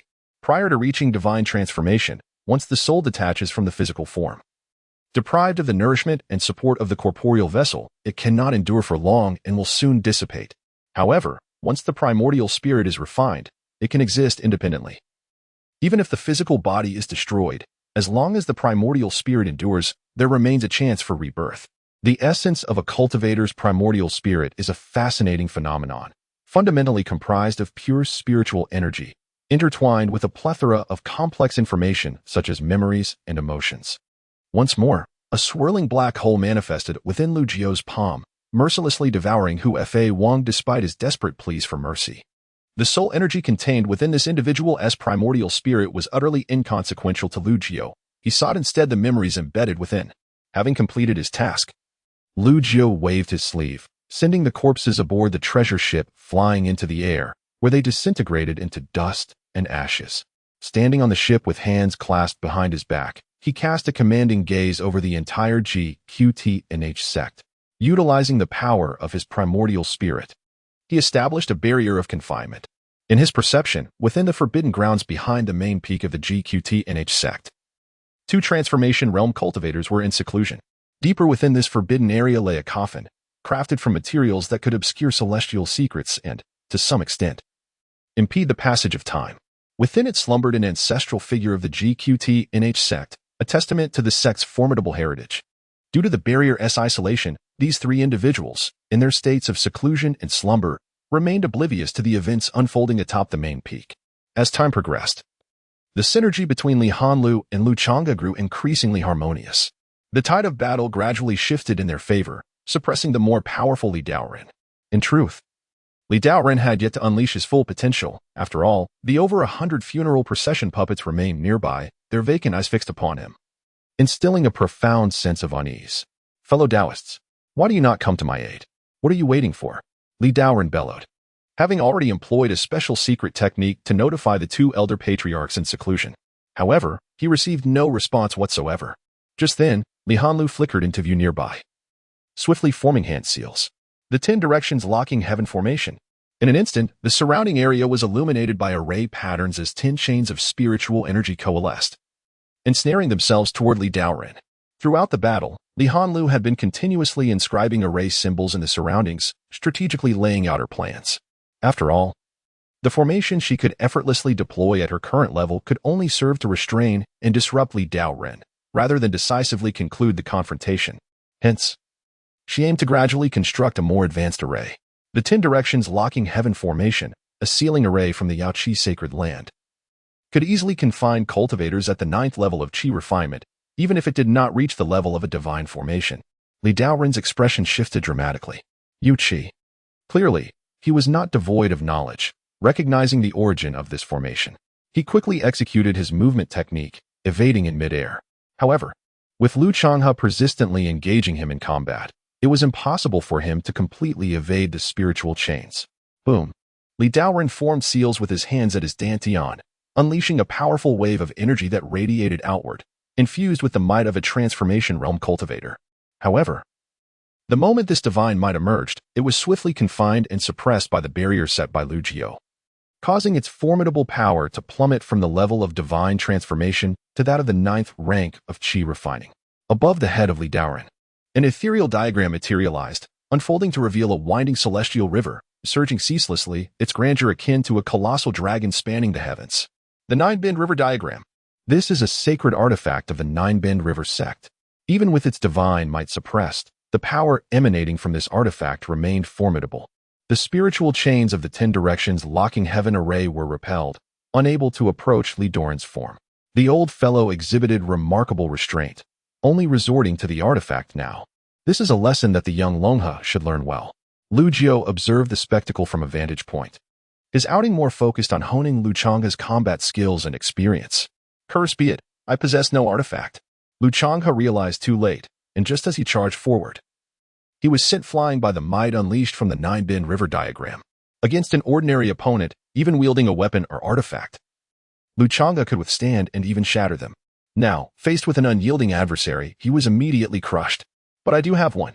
At that moment, Li Hanlu stepped forth, raising her hand to grasp at the air, conjuring a divine sword that radiated an overwhelming aura of slaughter. This was the demon-slaying sword. When the Yaoqi ancestor resided in the realm of divine transformation, this weapon, wielded for over a millennium, had slain countless demons in ancient times. The instant the demon-slaying sword appeared, the battle neared its conclusion. With a single slash, Li Hanlu suppressed the Nine-Bend River Diagram, causing its brilliance to swiftly dim. The spiritual chains of the 10 directions locking heaven array surged forth, binding Li Daoren securely and effectively, sealing the spiritual power within him. Lu Chang'e, roaring as he charged, delivered a punch that obliterated Li Daoren's head. As his physical form was vanquished, Li Daoren's primordial spirit prepared to flee. However, the experienced Li Hanlu swiftly executed her techniques, dashing forth and forming seals with her hands to seal Li Daoren's primordial spirit within a small black jar using the sealing array technique. Chapter 27. Devouring the spiritual veins. Alas, how tragically you have perished. A splendid demise. Indeed, your entire family has met their end in a cacophony of despair. Upon the death of the Taoist Li, the funeral procession arranged by Lu Jiao commenced. The wailing and lamentation filled the air, transforming the celebratory banquet into a somber affair. A colossal coffin was hoisted aloft as a puppet stepped forward, emotionlessly lifting the lifeless body of Li Daoist and casting it into the depths of the coffin. When the lid of the coffin was opened, a multitude of severed heads could be seen, rolling about chaotically within. These heads belonged to the disciples, guardians, elders, and the sect master of the Nine, all of whom had been harvested along the way. Since the intent was to obliterate the sect, it was imperative to fulfill this intention, ensuring that none remained, all accounted for, in perfect order. Lu Jiu descended from the skies. The treasure ship of the Seven Killers' holy sect swiftly diminished in size, transforming into a mere toy-sized model that nestled within his sleeve. Li Hanlu maintained her composure. Despite the significant depletion of her spiritual energy, her stubborn nature prevented her from revealing any signs of exhaustion. In contrast, Lu Changhe lay sprawled on the ground, gasping for breath, battered and bruised, her internal energy nearly exhausted. This battle had proven arduous. Given that both of them had only just attained the first level of qi refinement, is it merely the beginning and you two have already succumbed? Lu Jiu chuckled, noting that the gates of the Nine were now nearly deserted. Shouldn't you both hasten to scavenge a bit? Upon hearing this, Lu Changhe, who had felt like a dead dog moments before, instantly sprang to her feet, her eyes gleaming with excitement. Li Hanlu, however, bore an indifferent expression.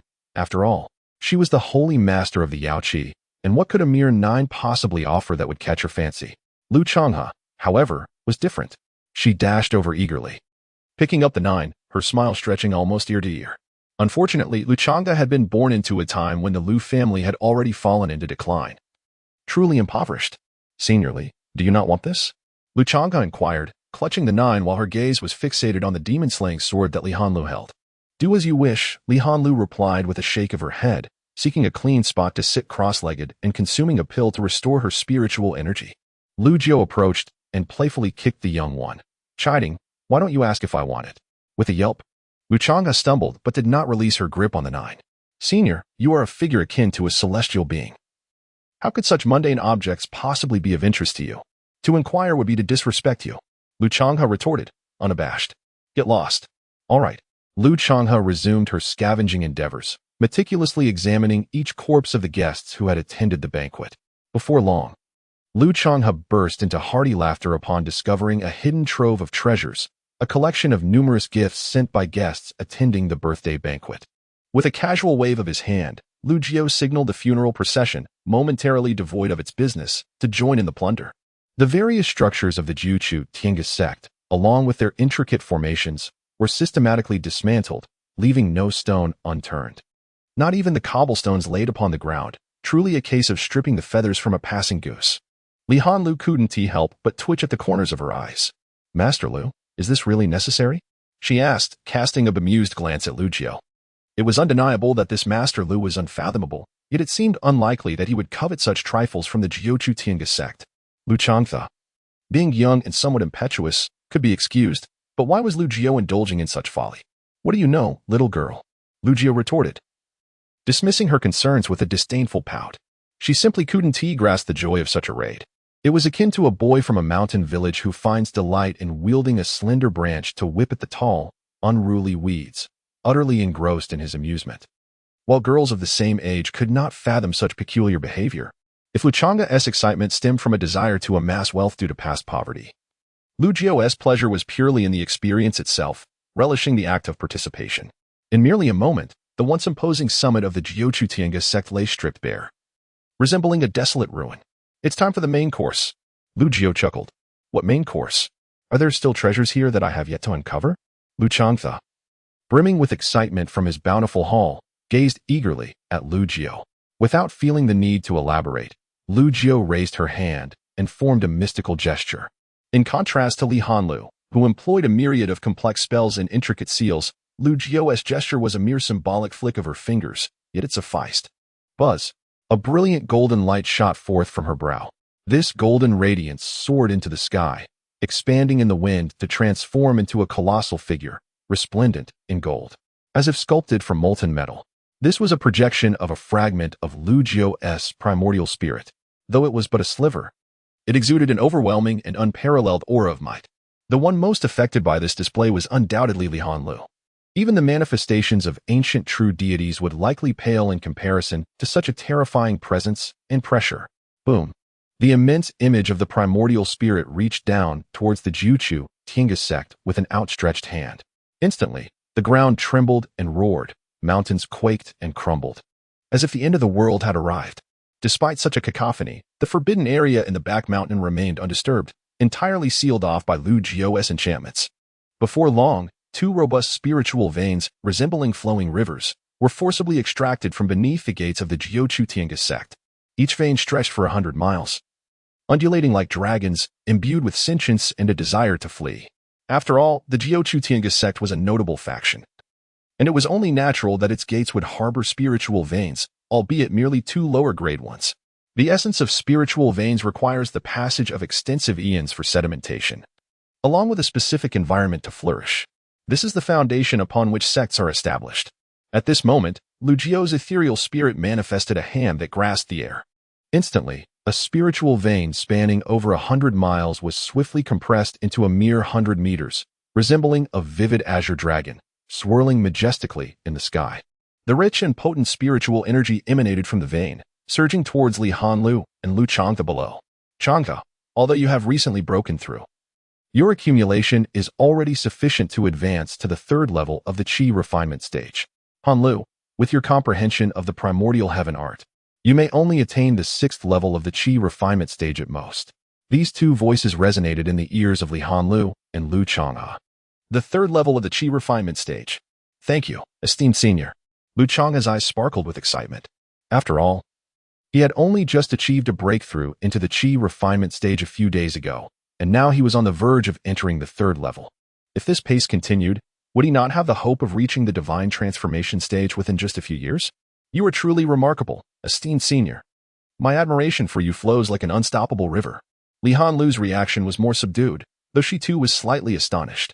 After all, absorbing the spiritual energy emitted by the vein was distinct from drawing upon the energy contained within the vein itself. The reason spiritual veins are regarded as the foundation for establishing sects is that they continuously emit spiritual energy, providing an inexhaustible source. However, directly absorbing the energy contained within the vein yields superior quality and astonishing cultivation results. Yet, such an approach is akin to draining a pond of its fish, excessively extravagant. Nevertheless, Li Hanlu would not dare to challenge Lu Jiu's methods. During her time beside him, she had gained insight into his character. Although this master often acted with disregard for trivialities and sometimes displayed a lack of the demeanor expected of a senior, he was nonetheless resolute and detested dissent. The cultivation effects derived from the energy within the spiritual vein were undeniably remarkable. Before long, Lu Changde successfully completed a series of breakthroughs, advancing to the third level of the Qi refinement stage. Although he had crossed two realms from the first to the third, he remained within the initial layer of the Qi refinement stage, the Danhai stage. It was akin to progressing from the early Danhai stage to its pinnacle. Besides the surging spiritual energy within his Dantian, the divine sun at the center of his Danhai had grown more radiant and substantial. Lu Changde's physical body had also undergone further refinement and enhancement. Taking advantage of the opportunity to absorb the power of the spiritual vein, the lad amassed a tremendous amount of spiritual energy to practice the celestial suppression art imparted by Lu Jiu. Regrettably, his time in cultivation had been too short, and his understanding of the art remained lacking. He had reached a plateau in his training. At present, he was unable to absorb even a trace of the spiritual vein's energy into his body. In contrast, Li Hanlu's cultivation speed was even more astonishing than that of Lu Changde. She took only a moment longer than Lu Changde to step into the pinnacle of the sixth layer of Qi refinement, a feat facilitated by her prior accumulation of cultivation experience and the extraordinary nature of the primordial heaven technique. Lu Jiu was generous in his guidance, imparting the myriad transformations of the great Tao to her, while also sharing profound insights through divine communication. Li Hanlu rapidly comprehended these teachings, further absorbing the power of the spiritual veins to transform her physical prowess. Remarkably, even after their cultivation was complete, a mere third of the lower-grade spiritual vein had been consumed. This attests to the vast and substantial essence of spiritual energy contained within a single vein.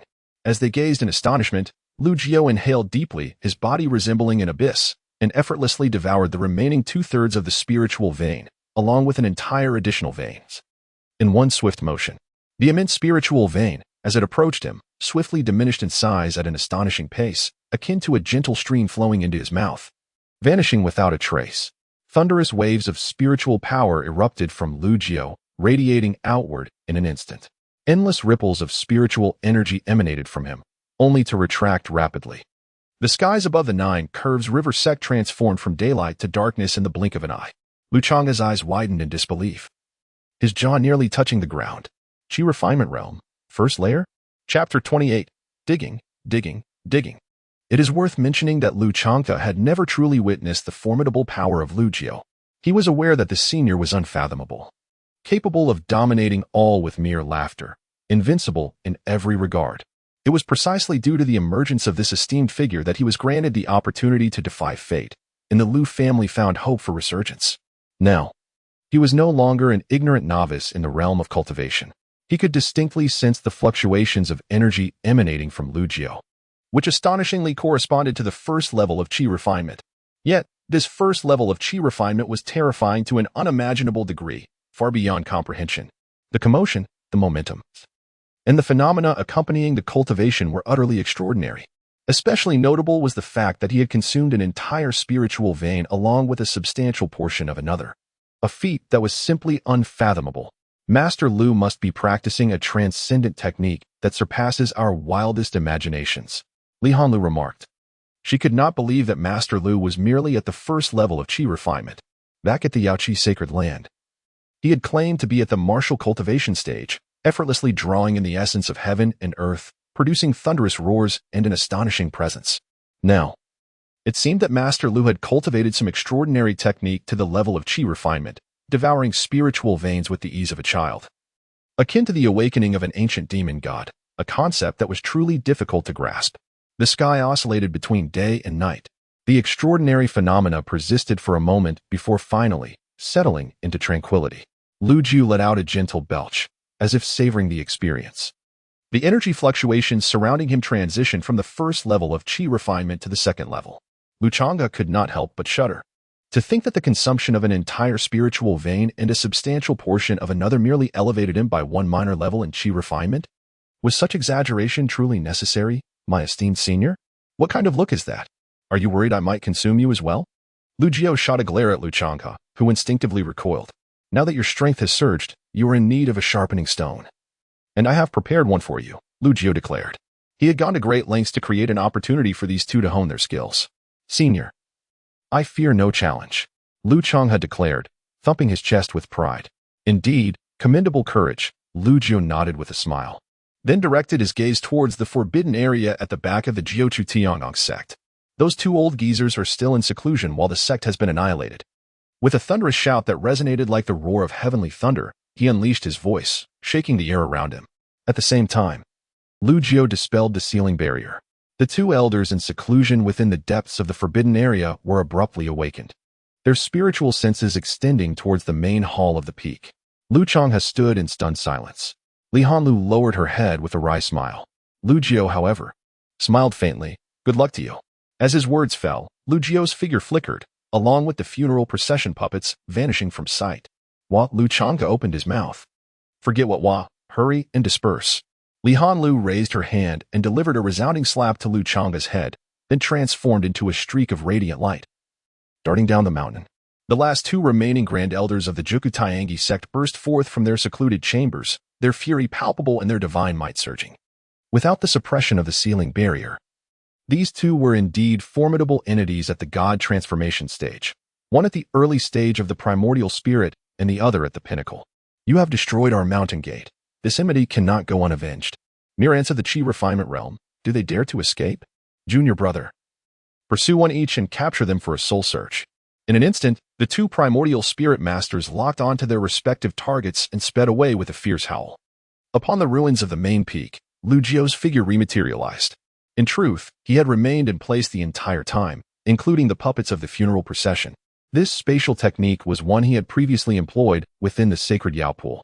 The path of cultivation is seldom devoid of challenges, as the saying goes. There are always stronger opponents out there, and it is crucial to possess the skills necessary for survival.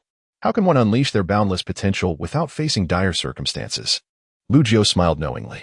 He was not concerned about the fate of those two, especially Li Hanlu. With her advancement to the 6th level of Qi refinement, a portion of her sealed primordial spirit power had been unbound. Coupled with over 300 years of accumulated cultivation experience, her various abilities far surpassed those of Lu Chang'e. However, as a precaution, Lu Jiao had discreetly inscribed 2 primordial spirit marks on the 2 men, which would only be activated in the moment of life and death. In the depths of the back mountain, beyond where the 2 grand elders were in seclusion, lay the forbidden grounds of the Juku Tiangi sect. Yet, the sect now existed only in name. The formations inscribed here were mere decorations before Lu Jiao, as if he had entered a realm devoid of obstacles. This was a burial ground, the final resting place of the sect's ancestral masters. The saying goes, if a child is not taught, the parent bears the blame. Moreover, once a teacher, always a father. Thus, the cycle of causality dictates that the errors made by disciples also implicate their mentors. Standing before this burial ground, Lu Jiao spoke as if addressing a solemn occasion. As his words faded, he raised his hand and signaled the funeral procession to commence. Those bearing the soul banners lowered them, and those with fire basins set them down as well. What was once a dignified funeral service transformed into a team of grave robbers, digging into the mounds with their bare hands. Lu Jiao nodded in approval. Puppets were indeed useful, obeying all commands tirelessly and without complaint, capable of any task. And so, they continued to dig tirelessly in this small burial ground, until they unearthed the coffin of the only ancestor who lay merely in slumber, not truly departed. The moment the coffin lid was lifted, lying within, the emaciated elder suddenly opened his eyes, which shone with a divine light, piercing the air like a bolt of lightning, causing crackling sounds as arcs of fire erupted around him. Just as he attempted to rise, a tremendous force of suppression resounded, slamming him back into the coffin. The distinct sound of footsteps approached. The frail elder beheld the visage of a young man before him. "Who are you?" "I am the one to guide you on your journey." "Why? You speak far too much nonsense." The emaciated elder, on the verge of tears, thought. "I barely uttered a few words. How can that be considered excessive?" With a thud, the lid of the coffin was slammed shut once more. "Woe unto you! How tragically you have perished!" A chilling wail suddenly emanated from outside. "Good riddance. Such a splendid demise. Take this. Rest in peace, now that you have departed. Do not stir any longer. Go in peace." The frail elder remained oblivious to the events unfolding outside. He could only feel as if countless rods were striking his skull, relentlessly hammering at his very essence. The cacophony of ghostly wails and sinister cries echoed around him, akin to vengeful spirits uttering curses, driving him to the brink of madness, rendering existence unbearable. At that moment, outside the coffin, the funeral procession encircled in layers, their haunting laughter and song reverberating ominously.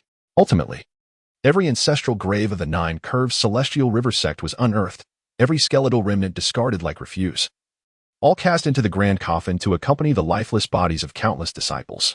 After all, it had been decreed that the entire sect must be united in death. With a resounding thud, the large black coffin descended from the heavens, landing upon the plaza before the main hall. A puppet approached, planting a soul banner beside the coffin, which swayed in the wind, exuding an eerie presence. Chapter 29. Admirable, Lu Chang'e. Lu Chang'e has suffered greatly during this pursuit, enduring unimaginable hardships. Having absorbed the essence of spiritual veins, he has advanced to the 3rd level of Qi refining. He should have been brimming with confidence, believing he could contend even against practitioners at the 9th level of Qi refining. However, he never anticipated that Elder Lu Jiao would unleash a formidable being of the divine transformation level. How could he possibly face such an opponent? The chasm between the Qi refining and divine transformation realms is vast and insurmountable. Lu Chang'e comprehended that the trial arranged by his elder was not meant for him to confront a divine transformation expert head-on. Rather, it was a test of his ability to flee and preserve his life. Possessing the art of divine void, Lu Chang'e held a distinct advantage in this regard. Yet, he soon realized that his speed was woefully inadequate. In previous skirmishes with other Qi refining cultivators, he had felt no particular issue with his pace, believing he could keep up with any rhythm of battle. Now, faced with a superior foe, this had become a significant problem, a grave dilemma. Initially, Lu Chang'e relied on the divine void technique to evade several life-threatening attacks. However, the consumption of this technique was substantial, and coupled with his frantic attempts to escape, even his Qi refining level 3 spiritual energy began to dwindle, ultimately leaving him in a precarious state. The pursuer was merely at the initial stage of the nascent soul realm. Had it been one at the pinnacle, it was unthinkable what would transpire. Recently, as his strength surged rapidly, Lu Chang's slightly inflated confidence was now starkly reminded of his own insignificance. Although he understood that his elder would not allow him to be truly killed, he still hoped to rely on his own abilities to escape the clutches of this nascent soul pursuer. Elder Lu.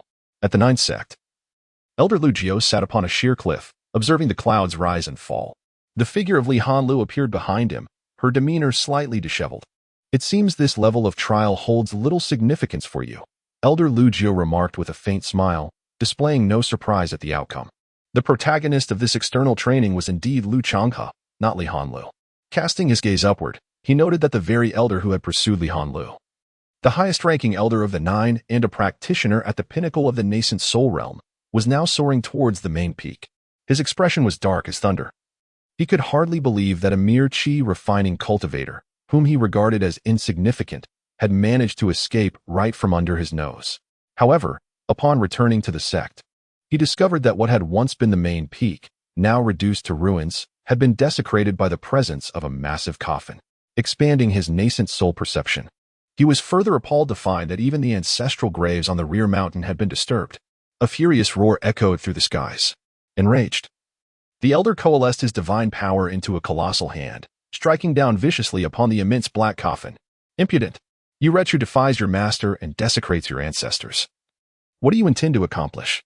The remains of our forebears lie within this coffin. Do you seek to reduce us to ashes? Beside the black coffin, a soul banner swayed gently, from which emerged the ethereal figure of an elderly man, who unleashed a torrent of invective at the Grand Elder. The first Grand Elder was momentarily taken aback. What do you mean? You wretched creature, worse than a pig or dog. Another round of vitriolic cursing ensued, leaving the Grand Elder unable to lift his head in shame. He sensed something was amiss, yet his thoughts were muddled, like a tempest stirred by a colossal hand. Upon the white soul banner that danced in the wind, an enigmatic rune shimmered with radiance. An invisible erosion silently infiltrated the Grand Elder's primordial spirit.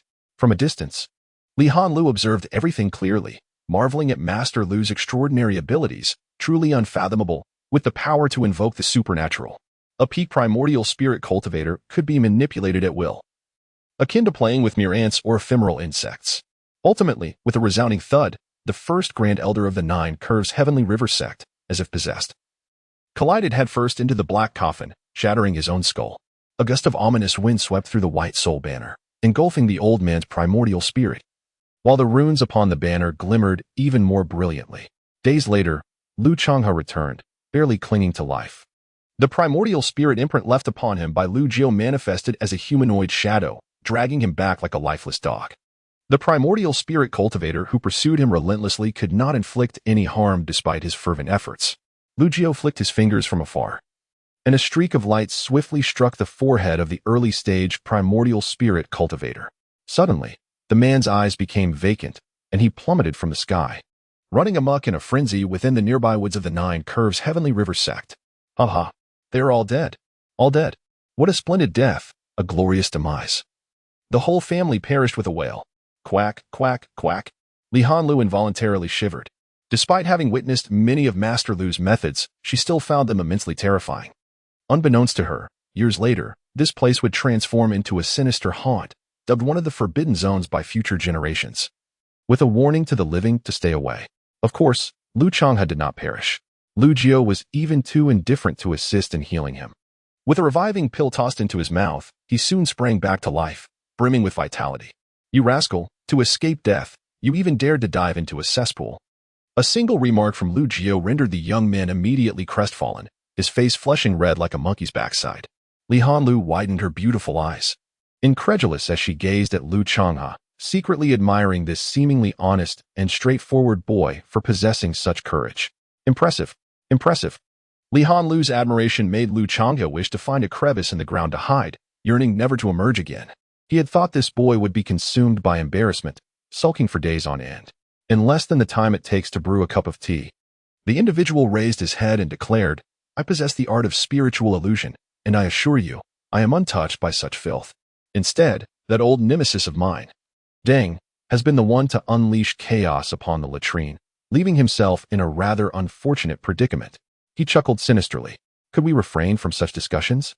Li Hanlu expressed her discomfort. Indeed, Seniorly, I speak the truth.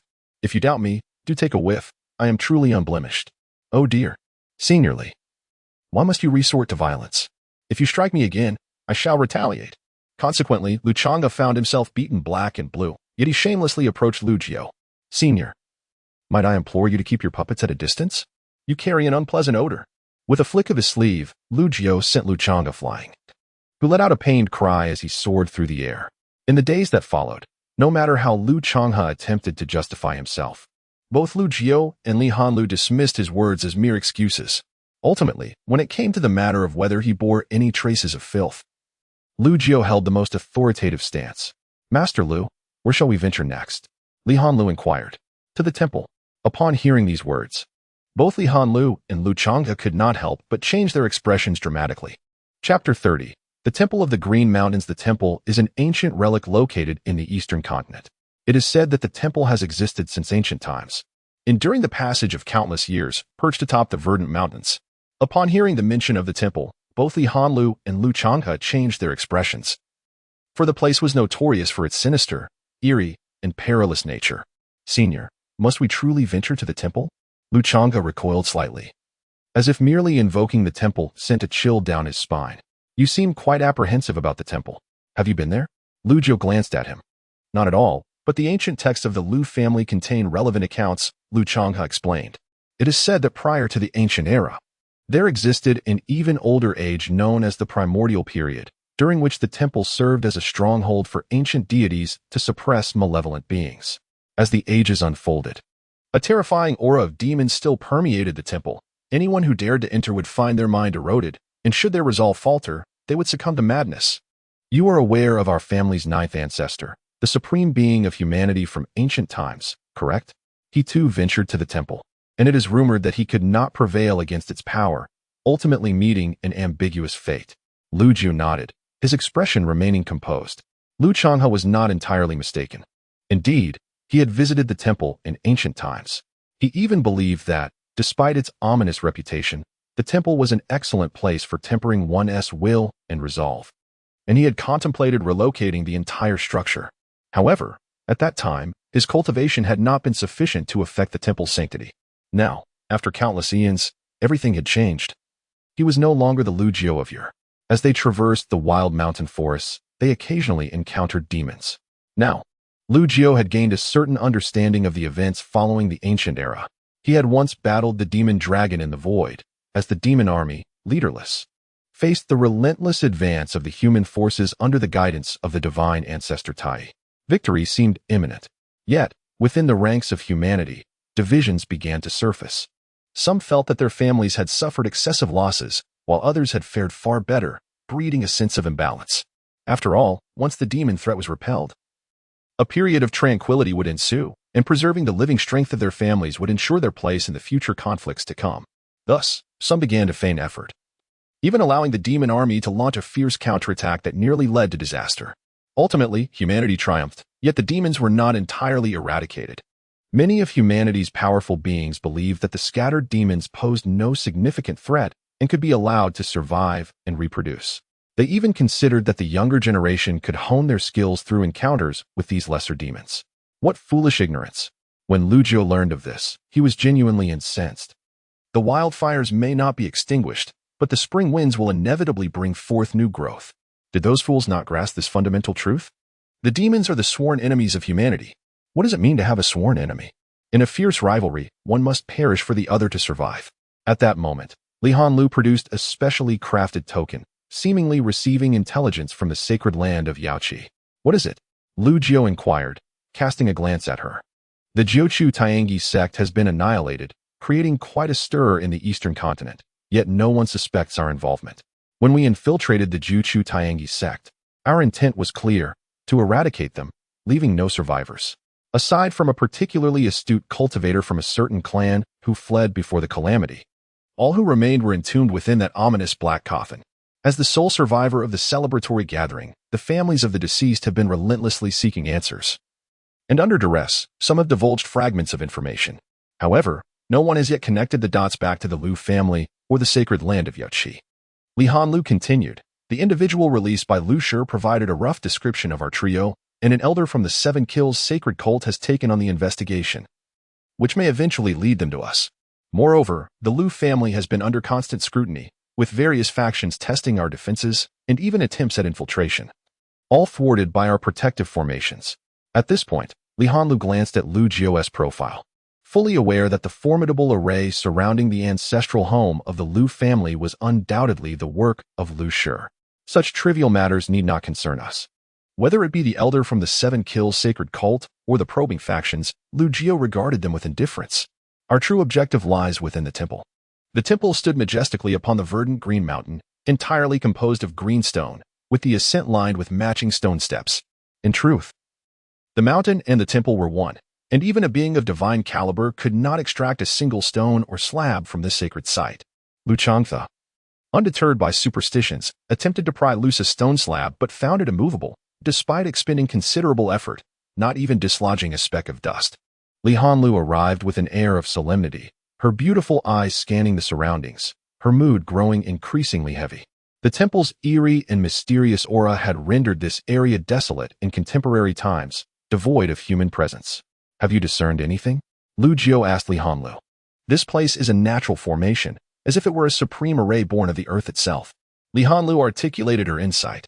A naturally formed array is often regarded as an unsolvable enigma in the realm of formations, as the evolution of nature leaves no trace, rendering the array nearly flawless. For practitioners of formations, the ultimate aspiration is to create arrays that rival those of innate quality. You are mistaken, Lu Jio chuckled, shaking his head. There is no array here. Not an array. Li Hanlu paused, taken aback. How could one possessing an innate array soul possibly err? However, the prowess and enigma of Lu Jio were well known to her. Since Lu Jio claimed it was not a formation, she found herself engulfed in self-doubt. Master Lu, if it is not a formation, then what could it be? Lu Jio replied slowly, the rhythm of Tao formed by innate laws. In the path of cultivation, beginning from the 10 tribulations of transformation, one touches upon the realm of laws. Whether through comprehending the natural world or gaining enlightenment from the tribulations of thunder, the laws mastered by cultivators belong to the acquired realm. Only upon traversing the 18 tribulations of ascension does one grasp the profound truths of the laws, reversing the acquired to reflect the innate.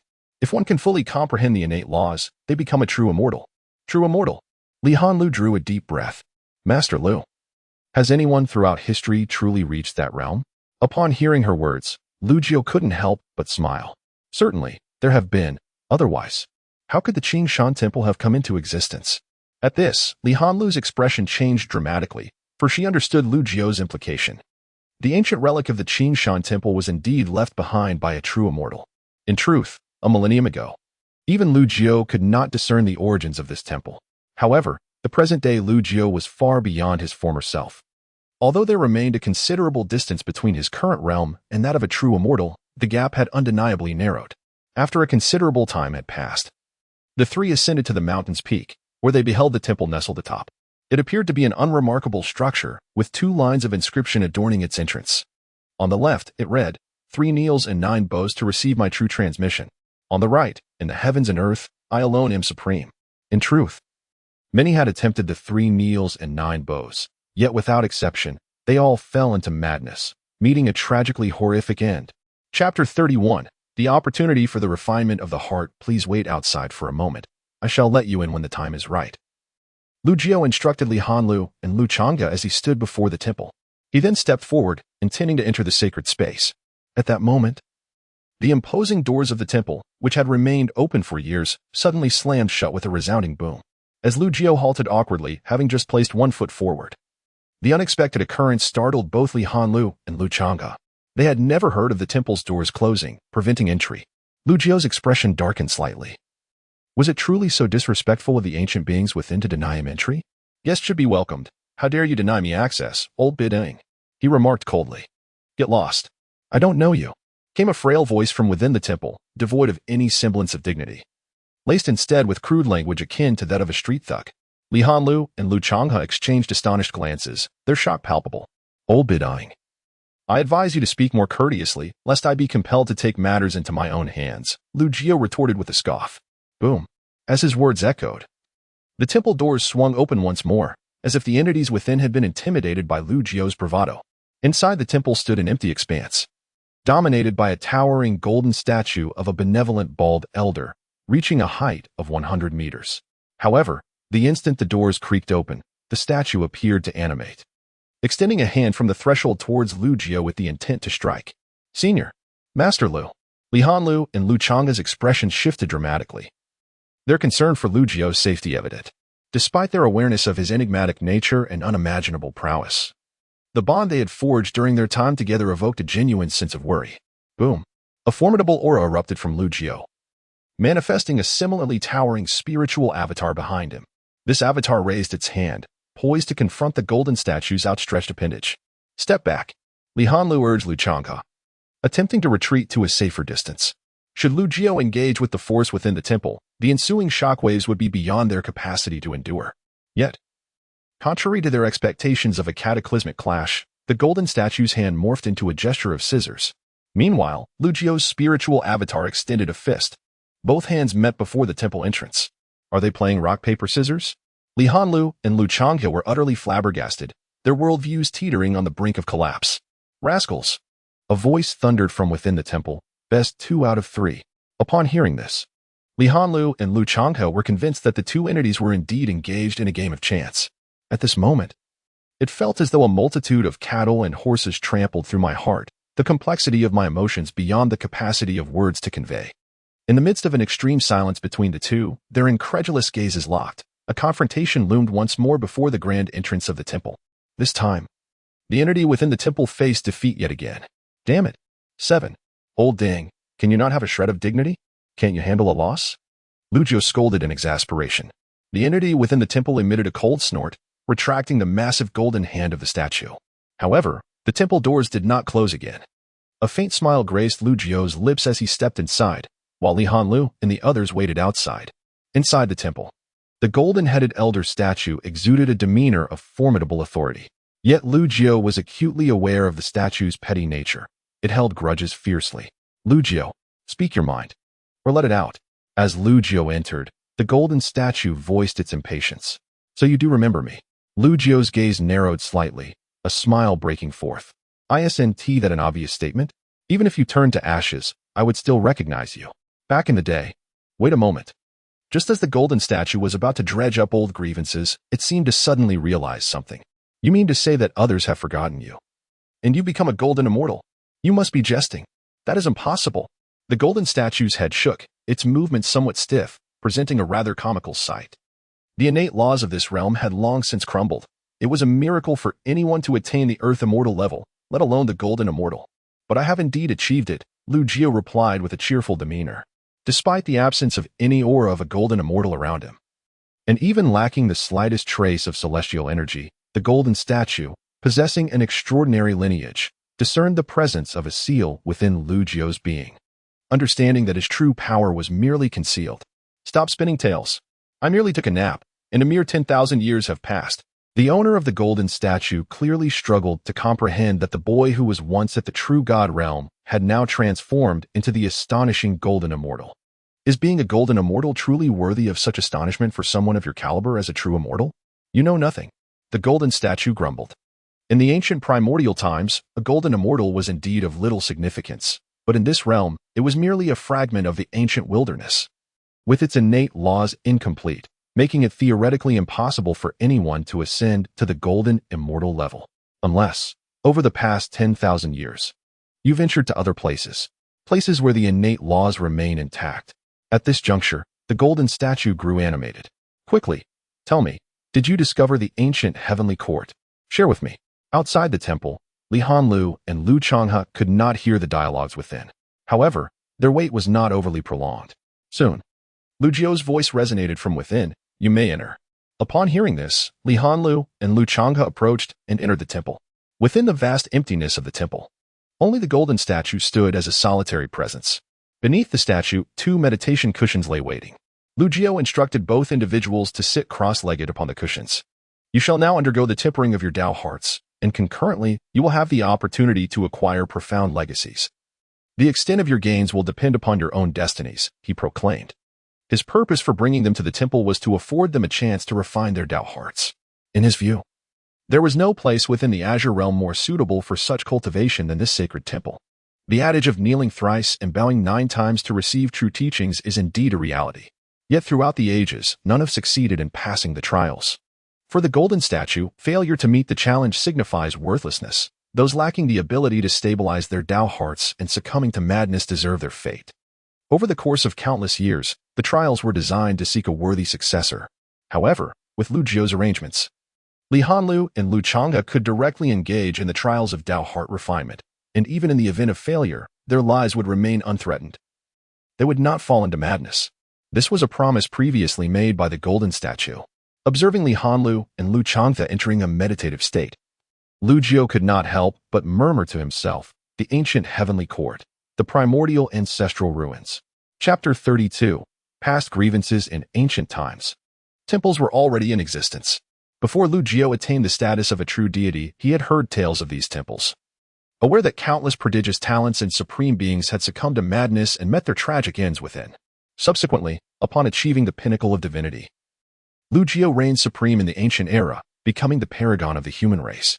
Nevertheless, he still felt a sense of inadequacy in completely eradicating the menace of demons. In pursuit of greater power, Lu Jiu traversed the world in search of fortune and opportunity, ultimately arriving at the temple. With his pride, he would not resort to the traditional acts of kneeling and prostrating. The golden statue, which had just awakened, presented him with the most arduous trial of heart and will. Remarkably, Lu Jiu succeeded in overcoming all challenges, experiencing an extraordinary elevation of his heart's understanding, although his cultivation did not visibly change. It felt as though he had been reborn. The golden statue, taken aback, exclaimed that it wished to take him as a disciple. However, Lu Jiu, having received his benefits, contemplated fleeing, even considering the idea of relocating the temple itself, when he discovered that moving the temple was futile. He thought of dislodging stones from the nearby mountains to carry away. It was during this time that the golden statue, in a fit of rage, unleashed a barrage of curses. Lu Jiu, in those moments, displayed considerable patience, returning from time to time to ambush the statue's master, engaging in verbal duels filled with banter, an amusing chapter of his life. In retrospect, if his former self had known that the bald old man of the golden statue was once a being of true immortal caliber, would he have dared to be so audacious? At this moment, Li Hanlu and Lu Changhe had both entered the trial of heart and will. Lu Jiu once again conversed with the old bald man of the golden statue, observing that something was amiss with his demeanor. What you are saying is utter nonsense. If I were still at my peak, a mere breath from me could annihilate you 1,000 times over. Yet you, boy, are remarkably fortunate to have inadvertently entered the ancient ancestral ruins, a realm that exists only in legends even during the era of the ancient heavenly court. The ancient chaos and the shattering of the heavens. What precisely transpired? For a mere golden immortal like you, knowing such things prematurely is of no benefit. I suspect that the ancient heavenly court has been lost within the ancient ancestral ruins. If you can locate it, you shall uncover the truths of the past. Lu Jiu scoffed at the cryptic nature of such musings. Upon returning to the temple after millennia, he finally discerned the temple's extraordinary essence. Yet, despite conversing with the old bald man, he had not gleaned much in the way of secrets. Nonetheless, it was not without reward, at the very least. The old man was aware of the ancient ancestral ruins, although his understanding was limited to mere hearsay. From this dialogue, an agreement was forged. The old bald man requested that Lu Jiu, upon his future return to the ancient ancestral ruins, seek out the possibly lost ancient heavenly court and from it procure the heavenly emperor's jade seal. In return, the old man promised to allow the 2 juniors brought by Lu Jiu to undergo the trials of heart and will he had devised, granting them the opportunity for profound transformation. Furthermore, Lu Jiu also uncovered a secret. The old bald man was present here because, in ancient times, he was tasked by the celestial emperor to suppress this land. According to the old man, this place is sealed with an extraordinarily terrifying and mysterious force, and he has expended nearly all of his strength in maintaining the seal. Thus, a mere minor true god like Lu Jiu was able to prance about in his presence. Furthermore, the true seals of this place are the green mountains and the temple. The old man merely serves as the guardian. Implicitly, it means that without the green mountains and the temple, even a true immortal would be incapable of maintaining the suppression. As for the nature of the mysterious force he mentioned, the old man chose not to elaborate, as if it were a forbidden topic. On one fateful day, a colossal treasure ship appeared in the sky, stretching 1,000 meters long, its hull inscribed with countless arcane runes, emanating an air of lethal intent and a chilling bloodlust. The protective banner of the Seven Kills sacred sect fluttered in the wind, and a formidable, inscrutable divine might radiated from the ship. As it passed, this divine aura oppressed the multitude, causing countless cultivators to tremble in fear. Such was the might of the celestial gods, weighty as 10,000 June. It is known that one can only attain the realm of celestial gods after undergoing at least 7 tribulations in the transformation realm. This level commands celestial authority. Its power unfathomable, marking them as one of the rarest top-tier powers of the age. Soon, the immense treasure ship hovered above Moonwatch City. The overwhelming pressure of the celestial god descended, casting the ship's enormous shadow over the entire city, blatantly disregarding the Liu family of Moonwatch City. The human world is muddied. 7 Kills to the rescue. Protect our holy sect. Nothing is forbidden. The adherents of the 7 Kills sacred sect aboard the ship shouted in unison. Their voices crashing like waves, sweeping over Moonwatch City below. Countless individuals were knocked to the ground, blood streaming from their mouths and noses, their expressions filled with horror. Within the ancestral home of the Liu family, both young and old emerged, their faces grave and serious. Liu Qingyan also witnessed the massive treasure ship suspended in the air and the 7 Kills banner adorning it. From the design of the banner, it was evident that the owner of this ship held the rank of elder within the 7 Kills sacred sect. Many disciples of the Liu family roamed outside and were naturally aware of recent events, such as the annihilation of the 9. It was rumored that one of the protective law kings of the 7 Kills sacred sect had perished in the fray. Liu Qingyun was almost certain that the downfall of the 9 was undoubtedly linked to the 9 ancestors. After all, no one would wantonly destroy the 9 without reason, particularly if it also implicated the 7 Kills sacred sect. However, Liu Qingyun never anticipated that an elder of the 7 Kills sacred sect would come to the Liu family in Moonwatch City. As one of the top orthodox sects in the eastern continent, the appearance of an elder from the 7 Kills sacred sect and their arrival at the Liu family stirred the surrounding families and sections. Many factions, upon hearing the news, gathered outside the city, observing from a distance. Ever since the Wang family was obliterated and the elder of the 9 was instantaneously slain above the Liu family's ancestral home, various powers had been watching the Liu family, yet none dared to make a move.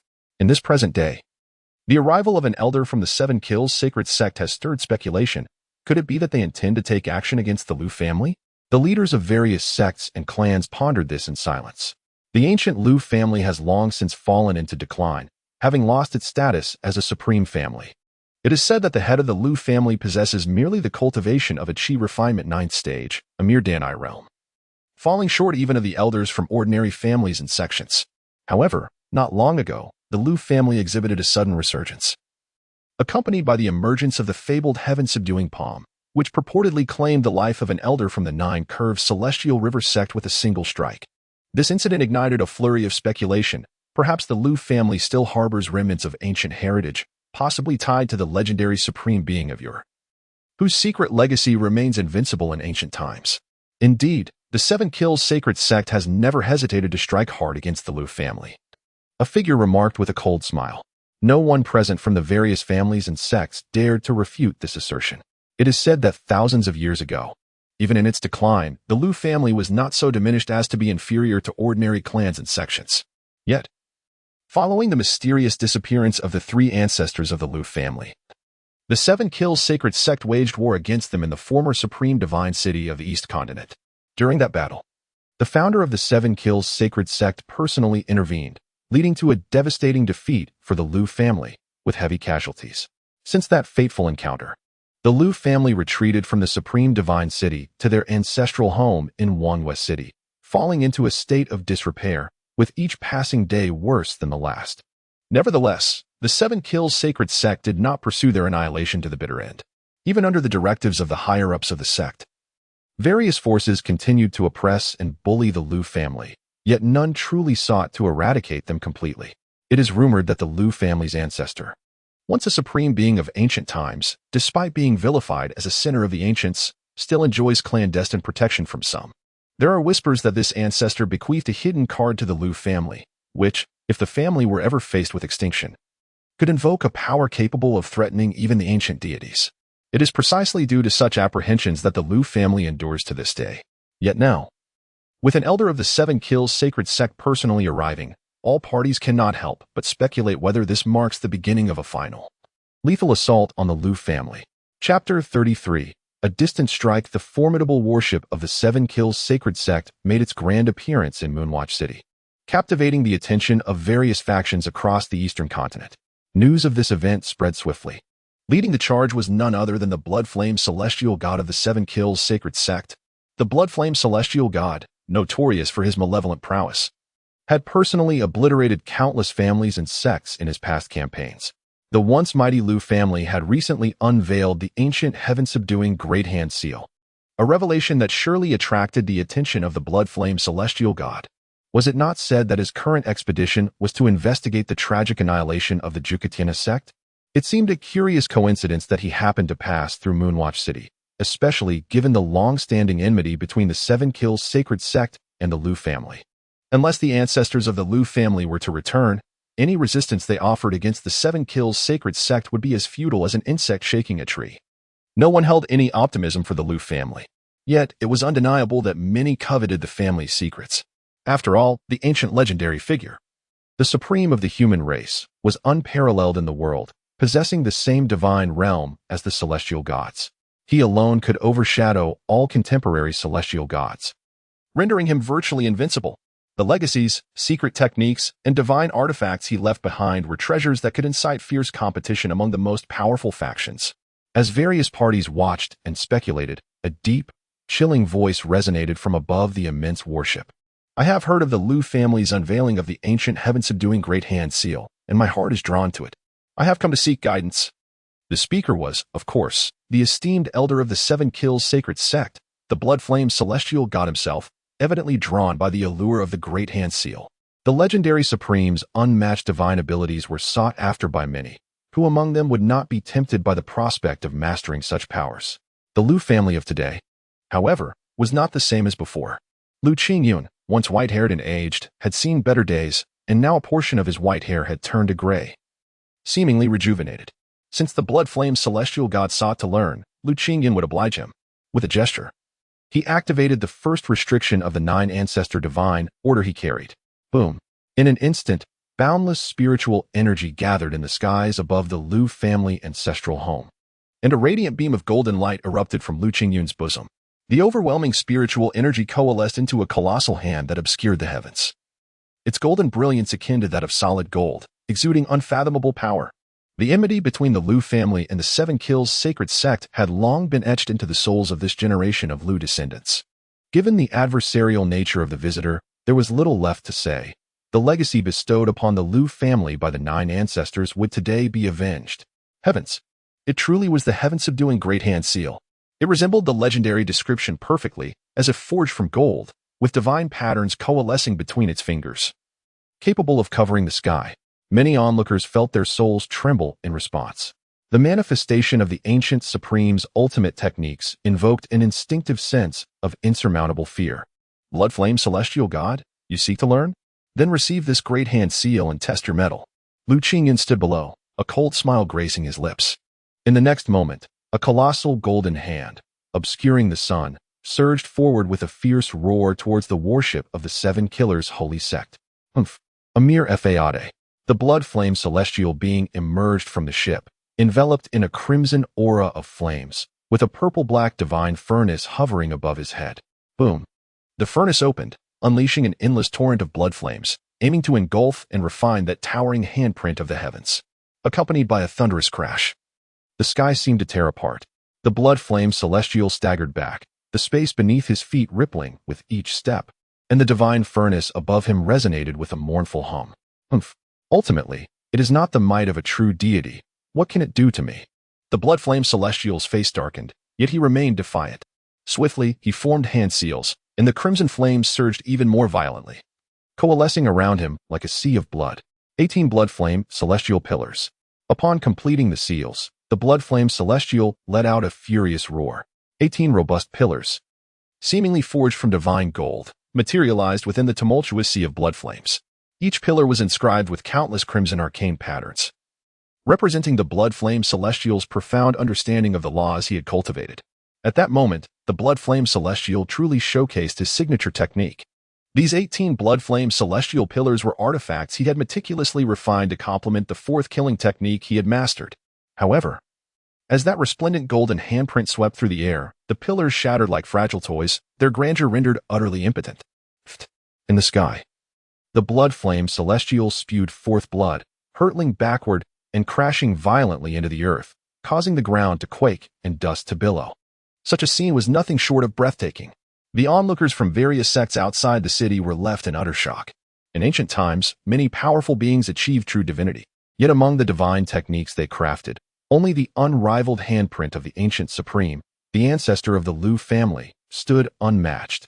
Legends tell of 3 true deities who united their strength, yet none could withstand the might of the handprint of the heavens. Bloodflame Celestial. Do you dare to challenge the Lu family? What right do you have to question the invincible techniques of our ancestor? At this moment, Lu Qingyun was brimming with confidence. With the command of the 9 ancestors' divine order, he wielded the handprint of the heavens, the colossal golden palm striking repeatedly towards the distance, causing the blood flame celestial to spew blood incessantly. When the restrictions of the 9 ancestors' divine order were activated, Lu Jiao sensed it once more. He flicked his fingers, and the mirror-like distant viewing technique projected the scene from Moon Viewing City, capturing everything within his sight. The 9 ancestors' divine order was an artifact he casually crafted in ancient times. Within the first layer of its restrictions lay the complete power of the handprint of the heavens, rivaling the might he could wield during his time as a true deity. However, Lu Qingyun, that old fellow, ultimately possessed insufficient cultivation. Although he managed to activate the restrictions, he could not fully unleash their formidable power. Merely a minor celestial being, he found himself only capable of suppressing his adversary, unable to deliver a fatal blow even for a fleeting moment. Shaking his head, Lu Jiao flicked his finger, sending a wisp of golden light into the mirrored projection before him. How shameful it is to bully the weak. The golden statue of the old bald man sneered derisively. Yet, Lu Jiao chose to disregard him. Meanwhile, on the other side in Wangyue City, as time progressed, Lu Qingyun's cultivation began to show signs of faltering. After all, while activating the 9 ancestor divine commands, restrictions incurred minimal personal cost, sustaining it for an extended period proved to be beyond his capabilities. The might of the heavenly suppression palm seemed to wane as well. The foundation of the Lu family is but this. The blood flame celestial immediately sensed this, believing victory to be within reach, and emitted a chilling, sinister laugh.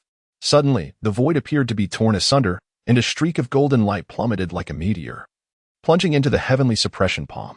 Instantly, a terrifying power erupted forth, akin to an ancient sovereign awakening from slumber, causing countless beings to kneel in reverence, trembling with fear, their souls quaking.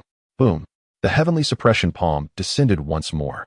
The mere residual force emanating from it was sufficient to reduce numerous followers of the 7-kill holy sect aboard the battleship to ash, leaving no trace behind.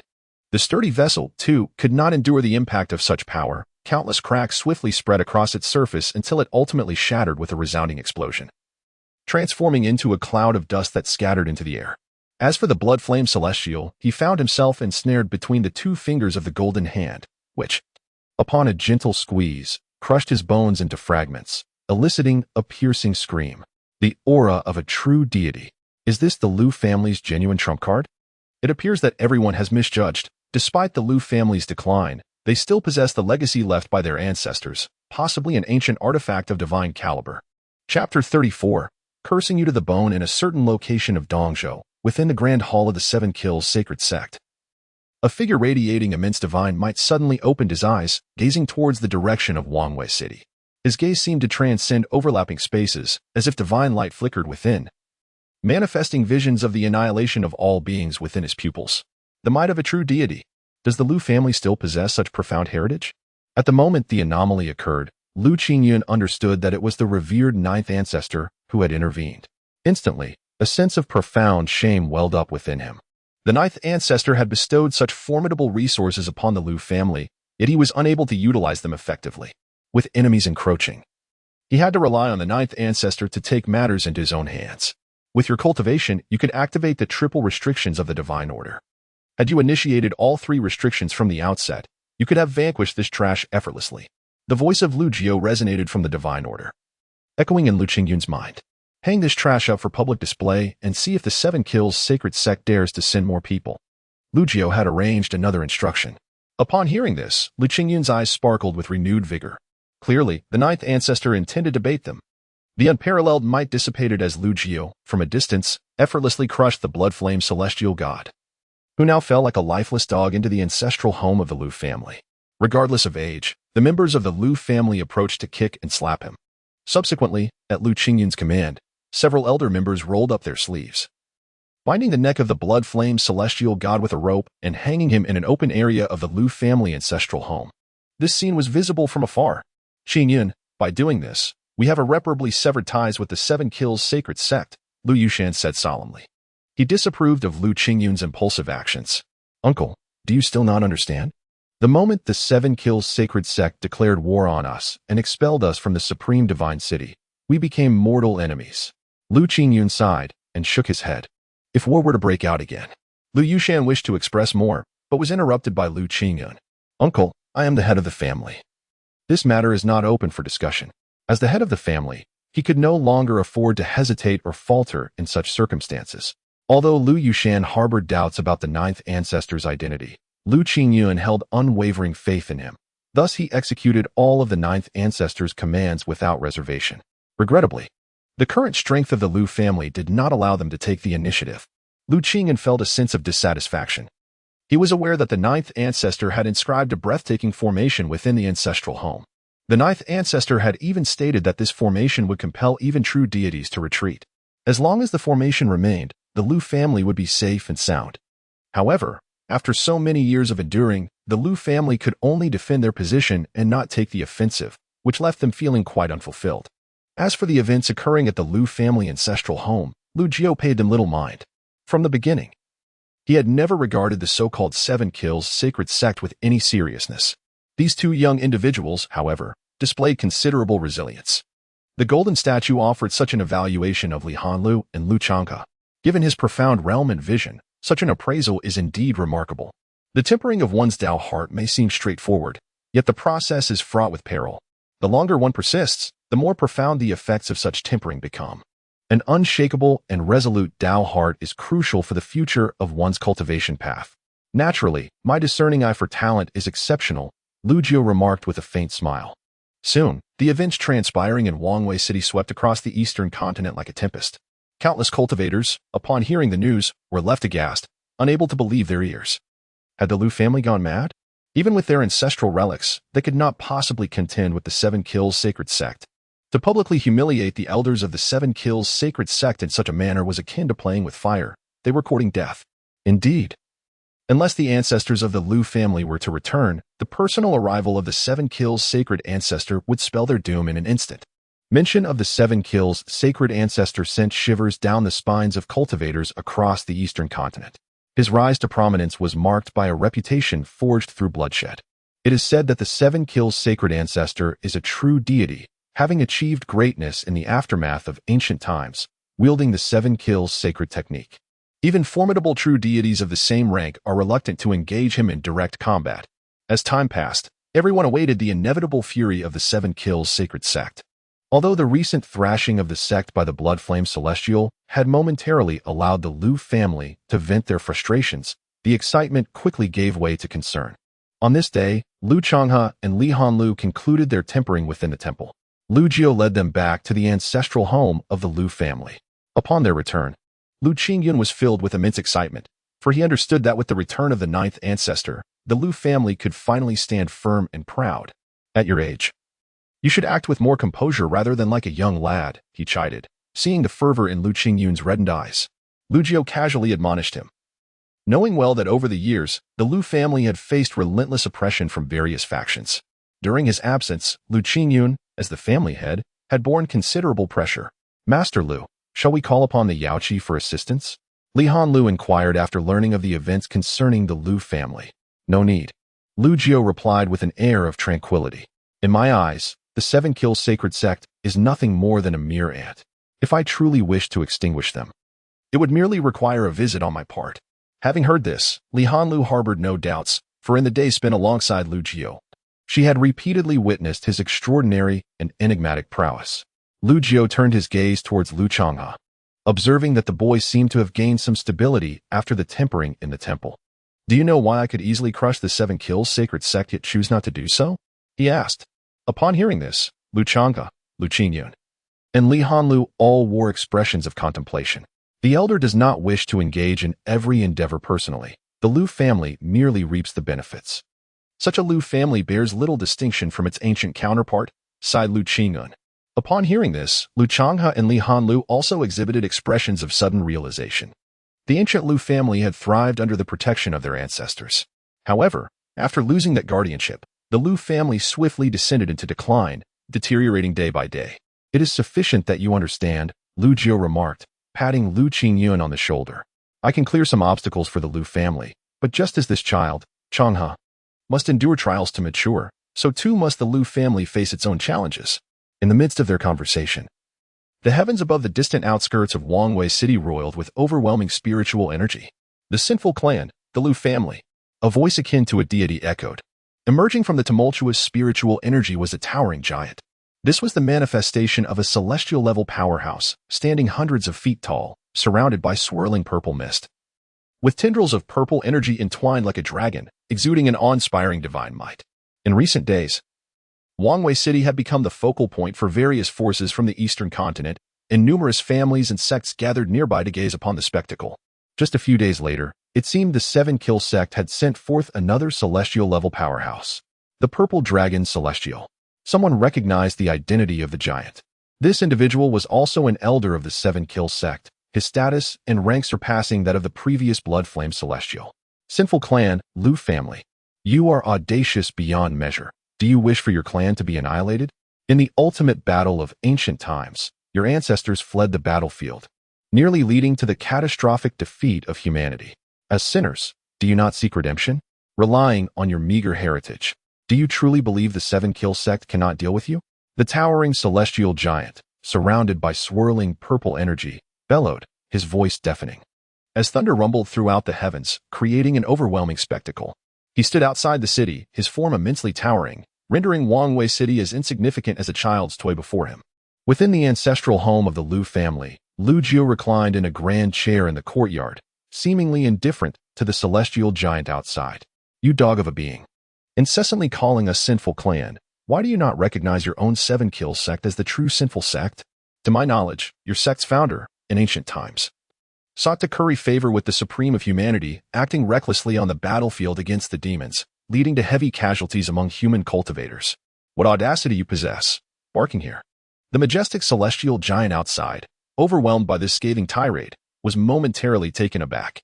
Chapter 35. The weight of importance. The Azure Dragon deity pondered the potential reactions of the Lu family upon his arrival in Wangwei City. Yet, he could hardly have anticipated that a mere child from the Lu family would audaciously insult him with the most egregious of words. You seek death. The esteemed Azure Dragon deity, revered in stature, had never before endured such humiliation. With an enraged roar, he raised his colossal hand, larger than the entirety of Wangwei City, and brought it crashing down. Go and slay him. Lu Jiu glanced at Lu Changhe. Me? Lu Changhe's eyes widened in disbelief. Beside him, Lu Qingyun wore an equally perplexed expression. Though Lu Changhe possessed exceptional talent, he was merely at the qi refinement stage. To expect him to confront a deity was nothing short of ludicrous. What? Afraid? Lu Jiu chuckled. Why would I be afraid? Regaining his composure, Lu Changhe soared into the sky without hesitation. Changhe, child, do not act impulsively. The elders of the Lu family observed this scene with faces pale with horror. Lu Changhe was the family's hope, the future pillar of strength, the one destined to revitalize their lineage. How could he recklessly confront a deity? Lu Jiu, however, had no intention of allowing Lu Changhe to meet his demise. He merely sought to test the youth's courage. This lad had indeed matured considerably through the trials of his heart, daring to face a deity with his qi refinement cultivation impressive, indeed. In the midst of their banner, Lu Jiu snapped his fingers. Here, there are no gods. These four words felt eerily familiar. At that moment, the magnificent deity outside the city crumbled into nothingness. The Azure Dragon deity's figure became visible, his expression one of sheer astonishment. To his horror, his divine powers had been swiftly suppressed, leaving him with only a feeble essence of spiritual energy coursing through his meridians. When he beheld a mere junior from the Lu family, one at the third level of qi refinement, charging toward him, the Azure Dragon deity's complexion turned ashen. Even if I am but at the 9th level of qi refinement, I am not someone from the Lu family you can contend with, he roared, launching himself at Lu Changhe. However, after merely exchanging a few blows, The Azure Dragon deity was astounded to discover that his 9th-level Qi refinement cultivation could not overcome a mere child at the 3rd level. When had the Lu family birthed such a formidable prodigy? Thoughts raced through his mind like lightning. A chilling malice flickered in the Azure Dragon deity's eyes. Such a talented member of the Lu family could not be allowed to flourish. He must be extinguished. Master, the Azure Dragon deity produced a jade token and, with a sharp crack, shattered it. Boom. An astonishing aura erupted from the token, overpowering even the divine suppression established by Lu Jiao. A vague humanoid silhouette materialized in the air. The Azure Dragon deity knelt in midair, proclaiming fervently, "Long live the Master." The figure was a projection of the 7 Killers Master, radiating the essence of a true deity. Heavens, this was the aura of a true god. In the whispers of legend, the true deity, forged through 10 tribulations, emanates an aura from a mere fragment of its projection, sufficient to instill terror in even the celestial gods. I can hardly bear it. In a distant location from Moonview City, individuals from various clans and sects have gathered, involuntarily prostrating themselves on the ground, reverently worshipping the projection of that true deity. A true deity? Lu Jiao seemed to exhibit a flicker of interest, gazing at the ethereal silhouette in the sky beyond the city. I had underestimated the 7 Kills sacred sect. I had thought there was only Zhang Xiaowei as a true deity. I also did not anticipate that the leader of the 7 Kills sect was, in fact, a true deity. Li Hanlu displayed astonishment. After all, since ancient times, few have attained the status of a true deity. The fact that the leader of the 7 Kills sect has achieved such a rank indicates that this individual possesses extraordinarily monstrous talent. Throughout every era, there are invariably a few remarkable figures who astonish the world. Lu Ji remarked nonchalantly, even if the true body were to come, I would not regard it with high esteem, how much less a mere projection. Lu Qingyun, annihilate him. Yes, Lu Qingyun immediately formed a series of hand seals, invoking a special secret technique to unseal the restrictions within the 9 Ancestor Divine Order. This time, he simultaneously activated the threefold restrictions that he was capable of unlocking. Boom. As the threefold restrictions were released, an aura of true divinity emanated from the ancestral residence of the Lu family. A colossal hand, radiant as though forged from gold, materialized. Shortly thereafter, a beam of divine light descended into this great hand, transforming into a resplendent divine sword. With a swish, before anyone could fully comprehend the situation, the divine sword cleaved through the air, rendering a vast expanse void. The projection of the 7 Kills sect's true deity was caught utterly unprepared, annihilated in an instant. Countless witnesses stood agape at this scene. The projection of a true deity was, in fact, vanquished. Legends proclaim that true deities are invincible. Only a true deity can contend with another true deity. The Lu family, astonishingly, possesses an essence rivaling that of a true deity. Until now, no one had held a favorable opinion of the Lu family. Even when they suppressed the blood-flame celestial god, no one believed they were qualified to contend against the 7 Kills sacred sect. Everyone assumed that the once great Lu family, now in decline, could barely muster the strength to confront celestial gods. Yet now, the projection of the true deity, the leader of the 7 Kills sect, was decisively obliterated, delivering a resounding slap to the faces of countless skeptics.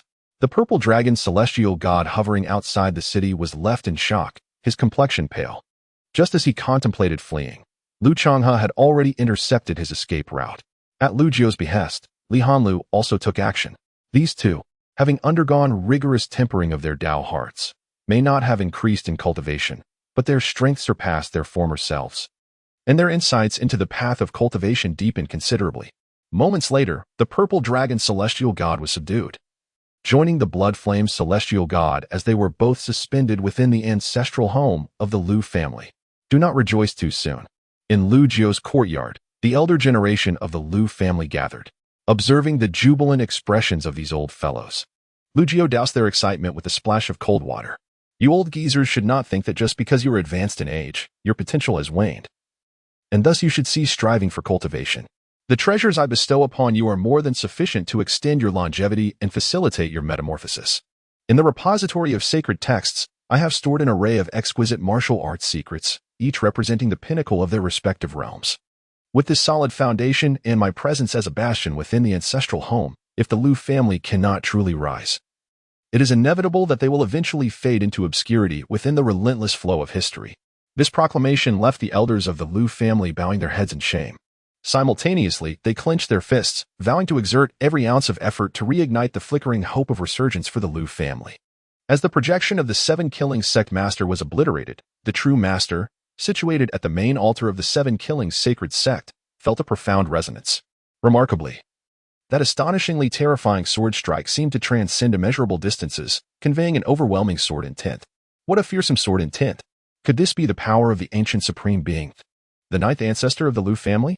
A tempest of emotion surged within him. He immediately rose and proceeded to a forbidden area cloaked by countless formations within the seven-killing sacred sect. Saint Ancestor, I have matters to report. In the depths of the forbidden area stood a stone door.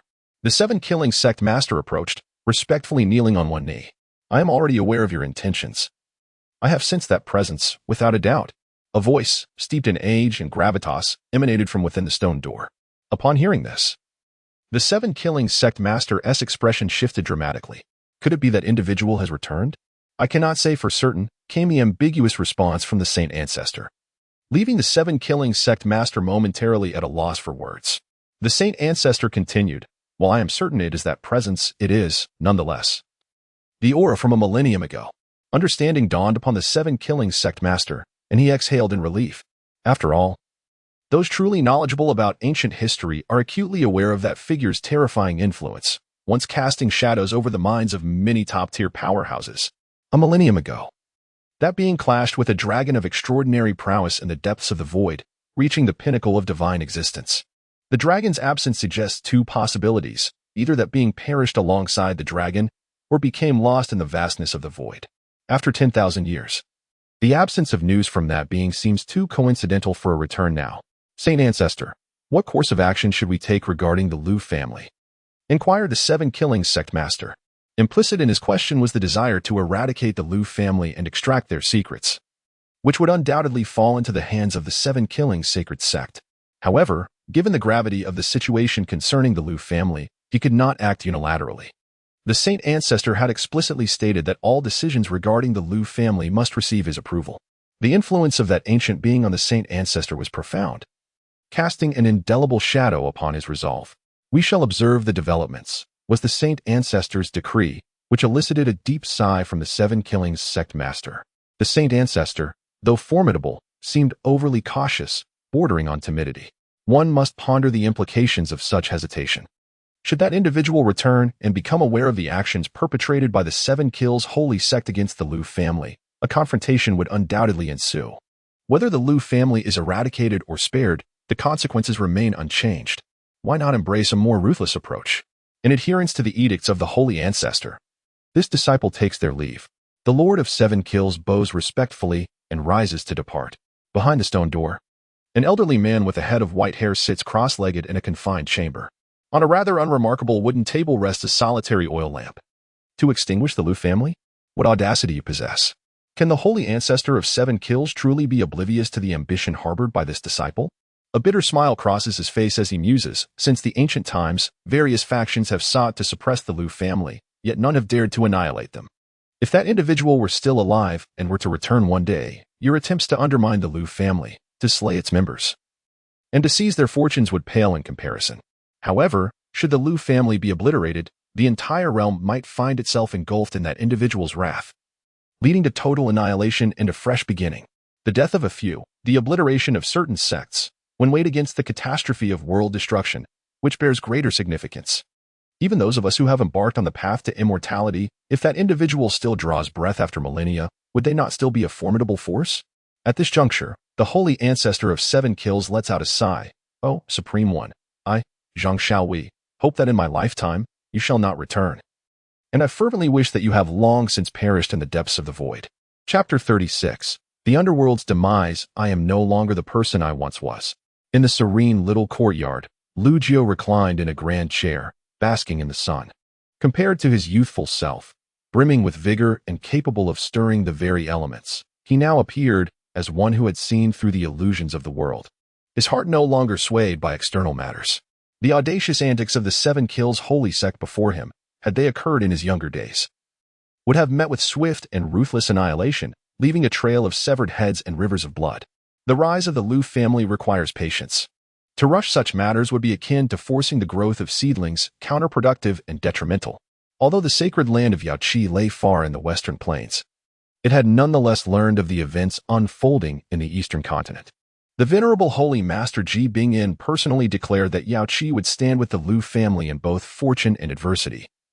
To wage war against the Lu family was tantamount to declaring war on Yaoqi itself, a conflict that would only end in mutual destruction. As this news spread, the world was once again taken aback. Meanwhile, within the Lu family, every member, regardless of age or gender, was singularly focused on one endeavor: relentless and arduous cultivation. With Lu Jiu's extraordinary capabilities, he could effortlessly create the most optimal environment for training. A mere fraction of what he possessed could be exchanged for an abundance of resources essential for lower-tier cultivators. Naturally, the Lu family could not rely solely on him. Initially seizing control of Wangwei City, they subsequently captured 2 celestial elders of the Seven Kills Holy Sect, using Wangwei City as a strategic hub for expansion. The younger generation of the family was now free from worries regarding low-tier resources for their initial training. Previously, various forces that had conspired to suppress the Lu family had now quieted, watching the developments with bated breath, hesitant to act. After all, few dared to provoke the Lu family, especially one bold enough to confront the Seven Kills Holy Sect. On this day, Lu Qingyan arrived at the courtyard to consult Lu Jiu regarding the fate of the 2 celestial beings. Several days had passed since their capture. Yet the Seven Kills Holy Sect had shown no further response. "Bury them," Lu Jiu said calmly. "Bury them?" Lu Qingyan looked bewildered. One was a 7 Tribulation Celestial, the other an 8 Tribulation Celestial, both invaluable resources, capable of nurturing 2 divine veins for the Lu family. However, Lu Jiu's notion of burying was far from merely digging a hole to inter them. It entailed seizing the celestial cultivation essence and employing unique secret methods and formations to cultivate divine spiritual veins from the celestial beings. It is worth noting that when the 9 Curves Tiangong sect was obliterated, they had merely possessed 2 inferior spiritual veins. Divine spiritual veins are exceedingly rare. Even during Lu Jiu's extensive travels across the Azure Realm in ancient times, he had encountered no more than 5 naturally occurring divine veins. Although the effects of artificially cultivated divine veins cannot compare to those born of nature, they undoubtedly exceed the standard of ordinary spiritual veins. Of course, this secret method is quite cruel, necessitating the presence of living transformation-level powerhouses, and they must be at least celestial in rank. Lu Qingyan listened, utterly perplexed, unable to grasp the principles behind it all. "Very well, I shall take care of this trivial matter. How has your cultivation been progressing lately?" Lu Jiu lazily waved his hand. Lu Qingyan hastily expressed his queries regarding his practice. For the opportunity to receive guidance from the 9th ancestor was a coveted dream for countless ancient powerful beings, one that could hardly be attained. Lacking resources, coupled with insufficient innate talent and the absence of esteemed mentors, your cultivation over the past couple of centuries has traversed a myriad of detours. Given your advanced age, it is rather unrealistic to expect you to completely abandon your cultivation and start anew. I shall provide you with a manuscript. Adhere to its instructions in your practice, and there remains hope for you to attain the realm of true divinity, though achieving immortality may be beyond your reach. Not only for Lu Qingyan, but Lu Jiu believed that even the older generation of the Lu family still held potential for development, hence he offered them tailored cultivation manuscripts as well. If they followed his guidance in their practices, these old fellows had a promising chance of stepping into the realm of true divinity. For ordinary individuals, the realm of true divinity is an unattainable aspiration. Since ancient times, few have succeeded in achieving it. Yet, for Lu Jiu, true divinity merely represented the initial threshold of his journey. Days passed swiftly. The 2 celestial beings suspended in the ancestral home of the Lu family had vanished. Instantly, the spiritual energy within the ancestral residence surged in intensity by an unfathomable degree. The Lu family members experienced a remarkable acceleration in their cultivation. Unable to contain their jubilant exclamations, the quality of the spiritual energy was astonishingly high, far exceeding what an ordinary spiritual vein could yield. Similarly, in a room where Li Hanlu was cultivating, she too sensed the transformation of the spiritual energy, her heart filled with astonishment. The Yaoqi sacred land boasted 18 spiritual veins. However, only one could be classified as divine grade. Thus, she could distinctly recognize that the rich spiritual energy enveloping the Lu family ancestral home was undoubtedly the result of a divine-grade spiritual vein. There was no doubt that this was the handiwork of Master Lu. The spiritual energy is passably adequate. Lu Jiu felt somewhat satisfied and retrieved a pill. tossing it into his mouth. At present, he had cultivated his seventh corporeal form to the chi refinement stage, allowing him to consume some elixirs beneficial for enhancing his cultivation. After all, the spiritual energy he required for his practice was extraordinarily immense if he were to absorb it here. The others in the Lu family would hardly be able to draw even a fraction of it. In truth, leveraging the characteristics of the void-devouring body. Should Lu Jiao choose to absorb the two celestial beings, his cultivation would undoubtedly see a significant enhancement. However, he was not in haste regarding his own cultivation. Thus he opted to reserve this opportunity for the Lu family members. At that moment, deep within the subterranean depths of the Lu family ancestral home, the two celestial powerhouses had been completely sealed. Countless arcane symbols formed chains that tightly ensnared them. Surrounding them were innumerable intricate formations inscribed, continually extracting their cultivation and vitality. Subsequently, through the transformation of the formations, this essence was converted into dense and pure spiritual energy, enveloping the entirety of the Lu family ancestral residence. This effect was comparable to that of a divine-grade spiritual vein. However, compared to the innate divine veins that can exist eternally, the acquired divine veins that produce similar effects might only endure for a century or two. By then, the cultivation and vitality of the two divine beings would be utterly depleted, rendering them ineffective. The scene shifts. Lu Jiao silently departed from the ancestral home of the Lu family, journeying northward. His pace was leisurely, resembling a casual stroll, yet with each step, the surrounding scenery flashed by like fleeting shadows. Eventually, he arrived at the juncture between the eastern continent and the northern lands. The reason Lu Jiao chose to come to this place was due to a conversation he had with the old bald man in the temple. The old man had casually mentioned that during the final days of antiquity, a sect of immortals was established right here. To be deemed a sect of immortals, it must undoubtedly be a legacy from true immortals. According to the old man, even golden immortals, in their endeavors to establish a sect, lacked the qualification to be called a sect of immortals. To be honest, Lu Jiao had never anticipated that upon returning to his homeland, he would inadvertently learn of secrets regarding the ancient primordial era. If the old man was not merely boasting, then the present Songqing realm is but an inconspicuous fragment formed from the shattering of the ancient primordial world. In that vast void, reputed to encompass myriad realms, could there be countless worlds akin to Songqing, all remnants of the ancient primordial chaos? Furthermore, the Taikoo ancestral ruins seem to predate even the ancient times, suggesting that there may have existed an era even more ancient than the primordial age, the land of the underworld.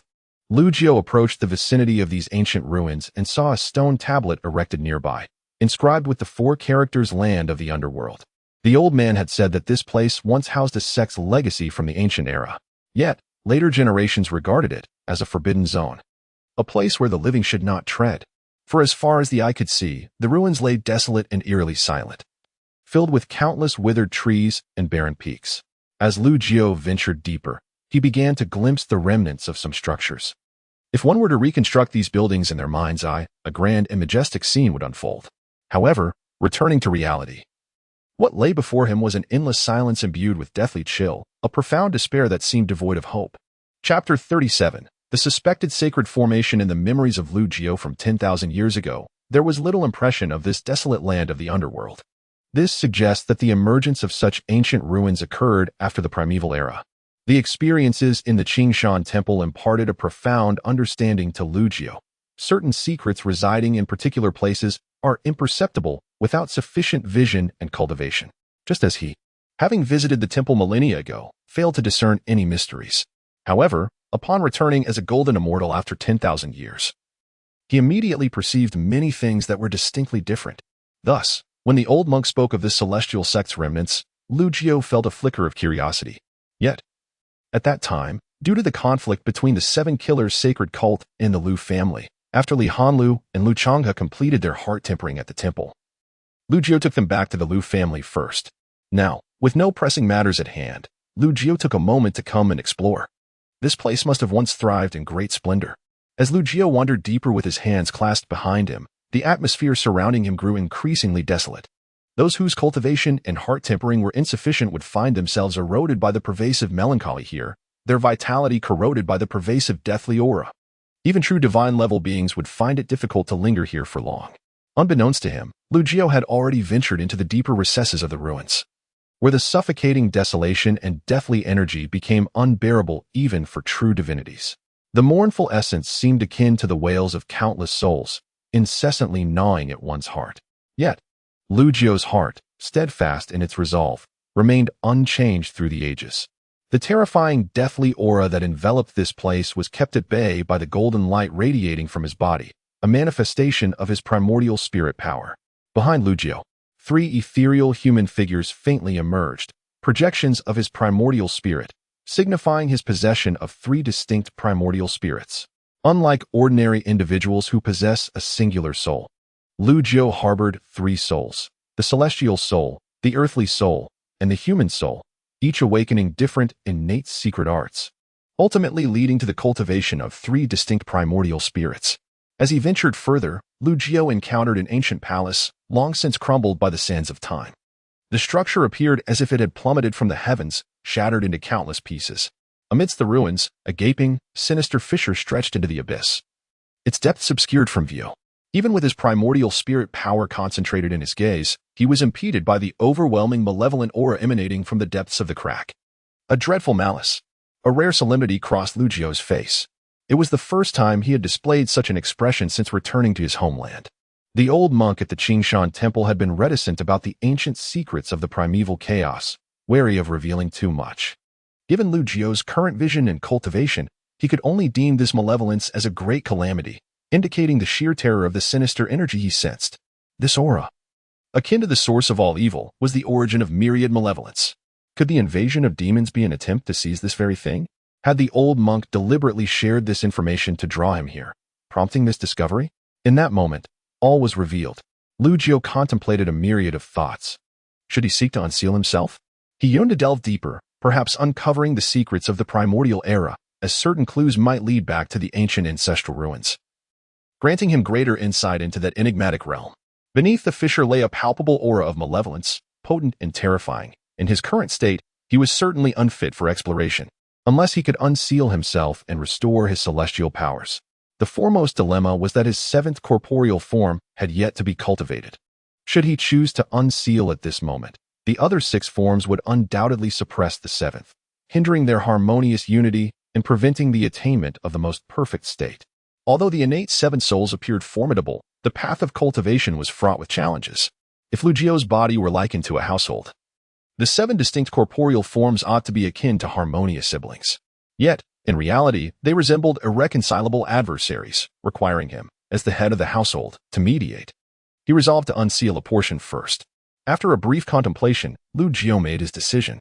He raised his hands, forming intricate seals. A vibrant radiance erupted from his being, rippling outward in concentric circles, causing the entire ancient ruins in the realm of the dead to tremble violently. To prevent the other 6 forms from constraining the 7th, Lu Jiu directly sealed the 7th corporeal form. Upon unsealing, Lu Jiu's demeanor underwent a profound transformation. Boundless celestial phenomena surged around him. As the laws of the universe bowed in submission, every gesture and movement he made concealed unfathomable mysteries. With a single step, Lu Jiu descended into the chasm. Instantly, a chilling wind howled as waves of sinister energy surged forth. Yet, the aura emanating from Lu Jiu's body blazed like flames, incinerating the malevolent energies upon contact. As he descended, he soon halted, for he beheld an intricate formation. Countless runes, densely packed, sprawled below, seemingly obstructing his path. Each rune was unique, yet they harmonized perfectly, forming an impenetrable wall. A celestial formation. Lu Jiu gazed intently, his irises revealing 3 overlapping pupils, corresponding to the 3 souls, while his scara shimmered with 6 runes, akin to stars, representing the 6 corporeal forms. He endeavored to pierce the veil of truth. However, the formation's complexity surpassed his comprehension and knowledge. Even the celestial formations should not be so profoundly arcane. Could it be a holy formation transcending celestial realms? In that moment, even Lu Jiu fell silent. The cultivators in the Azure realm believed that the ultimate achievement of the 18 tribulations of ascension was the true celestial state. Yet, after millennia within the ancestral ruins, Lu Jiu comprehended that there existed realms beyond the true celestial. Nevertheless, even after eons, his understanding of what lay beyond the true celestial remained exceedingly scant. Throughout the ages, his journey through the ancestral ruins had merely scratched the surface of its vast depths. Due to the multitude of places where his capabilities rendered him unworthy of entry, he could not even come close. The only knowledge he possessed was that above true immortals lay the revered saints. Astonishingly, he now found himself here, witnessing what appeared to be a formation surpassing the true immortal level, possibly the handiwork of an ancient saint. How could this not evoke astonishment and awe? This formation bore a flaw. Lu Jiu's gaze narrowed once more as he meticulously scrutinized the array, discovering a couple of symbols that were imperfectly connected. It was akin to a wall that was supposed to be impenetrable, yet gaps appeared between the bricks, allowing a breath of wind to seep through. This also elucidated why the ominous and malevolent aura was confined within the depths of these fissures, not fully dissipating into the surroundings. With a flicker of his figure, Lu Jiu withdrew from the depths of the crack, standing in midair. With a wave of his hand, he cleaved through the fabric of time and space, revealing a portal. He stepped into the portal, and in the next moment, he descended directly above the Qingshan temple. Old Baldy, what exactly is sealed beneath the ruins of the immortal sect? He strode into the temple, his gaze fixated on the bald, golden statue. By the heavens, is this truly the realm of a golden immortal? Why does this golden immortal seem so different from my memories? The eyes of the golden statue suddenly transformed, imbued with a semblance of humanity, fixated intently on Lu Jiu. Though it was a golden immortal, it felt as though it could stand shoulder to shoulder with a true immortal. The irreverent old bald man now bore an expression of profound gravity, seriousness, and shock. Chapter 38, The Forbidden Topico? You claim that I can rival a true immortal? Lu Jiu raised an eyebrow slightly. He had never encountered a true immortal, nor had he engaged in combat with one. However, within the ancient ancestral ruins, he had sensed the aura of true immortals on multiple occasions, the intertwining of their Tao patterns and laws. He considered himself inferior to them.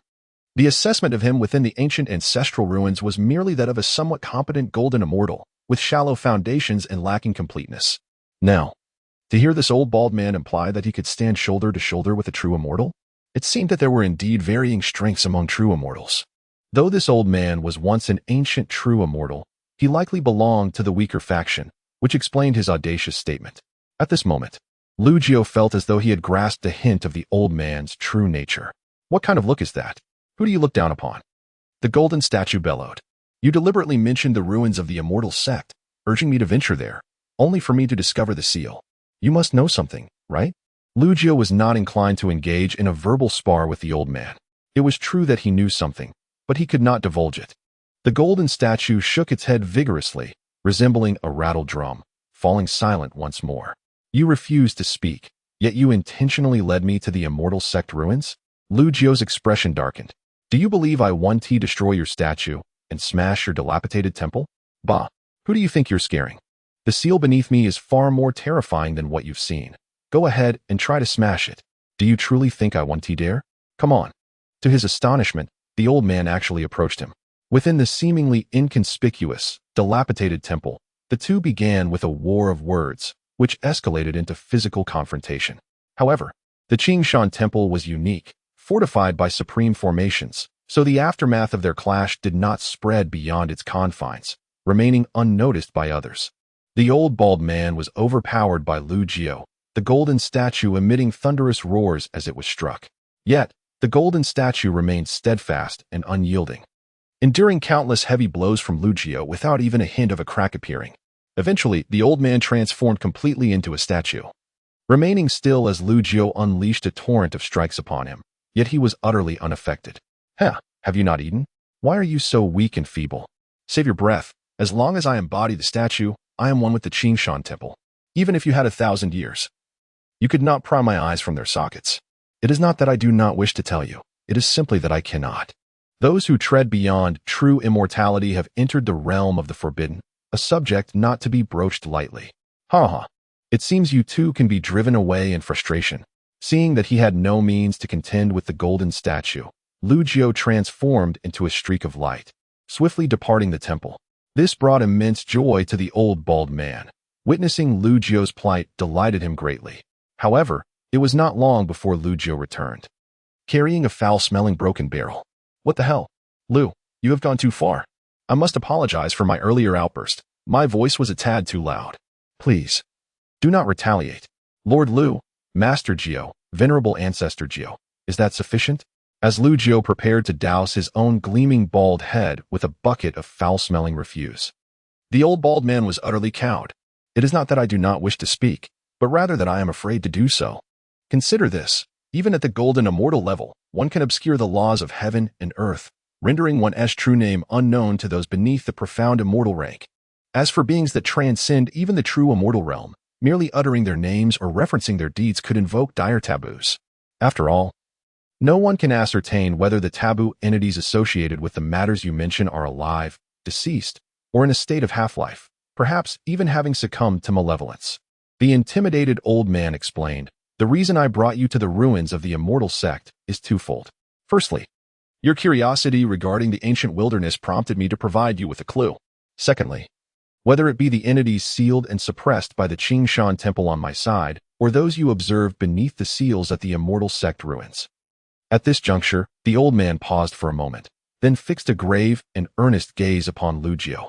"It is rumored that these entities have existed since the primordial era, and the only name I have ever heard associated with that era is the Ancestral Ruins." Upon hearing mention of the Ancestral Ruins, Lugio's expression shifted. The Ancestral Ruins stand as the most enigmatic place known to him, without exception. "Do you swear you are not deceiving me?" Lugio asked, regarding the old man with seriousness. "I swear I am telling the truth. I can vow upon my Tao heart." With such a declaration, Lugio felt compelled to believe the old man. After all, at their level of cultivation, a vow upon one's Tao heart is not made lightly. Noticing Lugio's demeanor soften, the old man's face broke into a cheerful smile. "See? I have sworn upon my Tao heart. Now, about that thing you possess." He chuckled. "So, you two have something that frightens you. I had thought you feared nothing." Lugio smirked, casually tossing the broken bucket aside. A rift in space appeared, and the bucket vanished within, disappearing from the temple. The old man exhaled in relief, utterly speechless. It was not that he feared the item, rather, it was simply too revolting. Such tactics were undeniably grotesque. Any individual of reasonable character, capable of achieving the golden immortal realm, would not stoop to such shamelessness. Meanwhile, at the headquarters of the Seven Kills holy sect, the sect master, a true god who had withstood his 10th thunder tribulation, had dwelled in this state for several centuries. At that moment, as he sat cross-legged in meditation, contemplating the profound mysteries of the laws, he abruptly opened his eyes, his brow furrowing in concern. For reasons unknown, he was struck by an ominous premonition, as if something ill-fated were about to transpire. Yet, in the present Azure realm, what could possibly pose a threat to a being of his stature? Even if someone could threaten him, could they truly reach the heart of the Seven Kills holy sect? After all, aside from him, the holy ancestor is a venerable true deity, having even ventured into the realm of immortals. Who would dare to act so audaciously here? Just as he was engulfed in confusion, a rift in space silently emerged above his head. Yet, the Lord of Seven Kills remained utterly oblivious, though the ominous feeling deep within him intensified. Suddenly, with a loud crash, a filthy bucket descended upon him, drenching him from head to toe in a nauseating stench. As he regained his senses, the Lord of Seven Kills trembled with fury, teetering on the brink of madness. In that fleeting moment, it felt as though he had been momentarily sealed away, leaving him completely defenseless. Otherwise, his divine power would have instinctively shielded him. How could he find himself in such a pitiful predicament? What an absurdity! What an absurdity! What an absurdity indeed! He could not fathom who could be so malicious. Yet, he dared not speak of this to anyone, not even to his most trusted holy ancestor. Would he truly go to the holy ancestor and lament that while he was peacefully meditating and comprehending the Tao in his chamber, someone had doused him in filth? It was too humiliating to articulate. However, as he began to calm himself, a chill crept over him. He is a true deity, in a state of unawareness. He had been drenched in filth, and he had no idea who was responsible. What could be the realm of the one who struck from the shadows? Just imagine, if they could so easily douse him in excrement, could they not also deal a fatal blow to his head, taking his life? Chapter 39. The Serpent Demon in the Celestial Tower. How dare you, you wretched scoundrel! In the temple, Lugio turned with an air of composure, intending to leave. After all, the bald elder dared not utter a word regarding the forbidden existences of the ancient primordial era. The secrets of that bygone age, intertwined with the very fabric of causality behind its shattering, were intrinsically linked to the taboos that transcended even the true immortals. The bald elder himself had admitted that during the ancient primordial period, he was but a marginal figure, privy to little knowledge, much of which was mere hearsay. Wait a moment, called the Gilded Statue. The celestial relic you visited, known as the Fa Chan Celestial Sect, is where I hailed from in my youth. Though I am bound to guard this place and cannot depart, I can sense that there are remnants of my past within that sect's ruins. Intrigued, Lu Jiao turned back and asked, "What did you leave behind?" "A tower and a serpent," the golden statue elucidated. "The tower was an immortal artifact I once refined. Intended to suppress a serpent demon, I had pledged to keep her sealed for 100,000 years, as decreed by the celestial emperor, who commanded my vigilance in this place for the same duration. However, unforeseen events unfolded. The ancient primordial realm fractured, and I was compelled to remain here, unable to leave. Now, countless ages have passed, and the serpent demon has likely diminished in power. Yet, I have failed to uphold my promise. Perhaps you could assist me in tending to her." The elder's words were laced with a palpable sense of guilt. Upon hearing this, Lu Jiao furrowed his brow and retorted coldly, "The serpent demon you speak of is a malevolent creature, is it not? My stance towards such beings has always been one of absolute eradication." The gilded statue sighed. "I understand your sentiment. However, it is crucial to distinguish between the demon clan and the malevolent spirits. In the ancient primordial era, the demon clan was subservient to the celestial court, governed by the human race. Thus, the demons of my time differ significantly from the malevolent beings you are familiar with. After the shattering of the primordial realm, I bore witness to how this fragment transformed into the azure domain you know. The so-called demons you perceive are but corrupted beings, tainted by malevolent forces. Therefore, if you agree to assist me in caring for the serpent demon, it would be a favor returned. I shall bestow upon you the immortal artifact I refined." At this, Lu Jiao narrowed his eyes, curiosity igniting within him. "You keep mentioning her. Is there some connection between you and that serpent demon? Do not be absurd. I am pure and devoted to the path. Alas, the seal is weakening. I cannot linger further. Here's the artifact's technique. Do as you see fit." As the last words fell, a streak of light surged towards Lu Jiao, transforming into a jade slip. Just as he grasped the slip, the Qingshan temple trembled, as if the seal indeed was beginning to falter. Feigning indifference, Lu Jiao smirked, pocketed the jade slip, and departed the temple. Once more, he ventured deep into the ruins of the celestial sect. Guided by the jade slip, Lu Jiao discovered an unremarkable, barren mountain. The ominous aura emanating from the deep fissures had a palpable influence on the surrounding area, rendering even the true deities unable to approach this desolate place. Following the incantations inscribed within the jade slip, Lu Jiao swiftly formed intricate hand seals. In the next moment, the stark mountain began to tremble violently, as countless fragments of rock shattered and cascaded down, turning into a fine dust upon the ground. Before him materialized a celestial tower, entwined with radiant lightning, its myriad of thunderous runes shimmering and swirling like stars in the night sky. Could it possibly contain the complete innate principles of thunder? Lu Jiao's gaze narrowed slightly. This was indeed a prized possession. A celestial artifact of such caliber could only be refined by true immortals. The crux of the matter lay in the necessity of sourcing celestial materials imbued with the innate principles of thunder, which were utterly unattainable in the realm of Songqing. With determined steps, Lu Jiao approached the resplendent tower and entered its ethereal confines. "Greetings, master." A melodious female voice graced his ears as he stepped inside. He beheld a woman clad in a flowing white gown, her figure and beauty nothing short of breathtaking, kneeling before him. She appeared frail, her skin pale and devoid of color, her breath barely discernible. Surrounding her were arcs of thunderous runes. Should she attempt to flee, the innate principles of thunder would strike her down and restrain her. Moreover, over the eons, she had absorbed not a single trace of spiritual energy, accompanied only by the eternal solitude of her confinement. Comparatively, she had been sealed here since ancient times, enduring countless eons. While Lu Jiao had merely been trapped in the primordial ancestor ruins for a mere 10,000 years, a trivial span in the grand tapestry of time. "You call me master?" Lu Jiao furrowed his brow. "Indeed, master," the weakened woman in white replied. "I have been imprisoned here for 193 million years. I once believed I would never escape, that I would never see the light of day again. In my heart, I vowed that if someone were to free me, allowing me a glimpse of the world once more, I would serve them devotedly across lifetimes, never to betray. In truth, had you not arrived, I feared I could not endure much longer. Perhaps in a few years, I would have succumbed to despair. 193 million years. Lu Jiao could not help but gasp in astonishment at the sheer magnitude of such an expanse of time. To be sealed and suppressed here, unable to move, cultivate, or see anyone, accompanied solely by the torment of silence and solitude, what a harrowing ordeal it must have been. As one who had endured millennia of loneliness and suffering, Lu Jiao could empathize with this woman, Bai Su. The promised 10,000 years of freedom had morphed into an unfathomable 193 million years. Her heart must have long since descended into the depths of despair. "Rise, I shall take you away," Lu Jiu sighed. In his past dealings with demons and monsters, he had always been ruthlessly merciless. However, the woman before him was indeed unlike the demons he recalled. She exuded an aura of enchantment devoid of malice. At long last, after an expanse of 1,933,000 years, she beheld the world outside, though it bore no resemblance to the memory she once held dear. She had anticipated a surge of exhilaration, yet paradoxically, her heart, which had long succumbed to despair, felt no tremor of emotion. Perhaps this is what one might call depression, a lingering shadow within the soul that is arduous to escape. "I am grateful to my master for liberating me.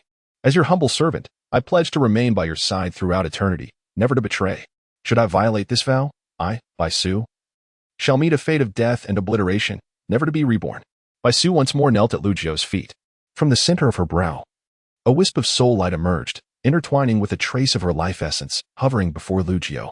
It was evident that her oath was not mere words. She pledged it with her very spirit and essence.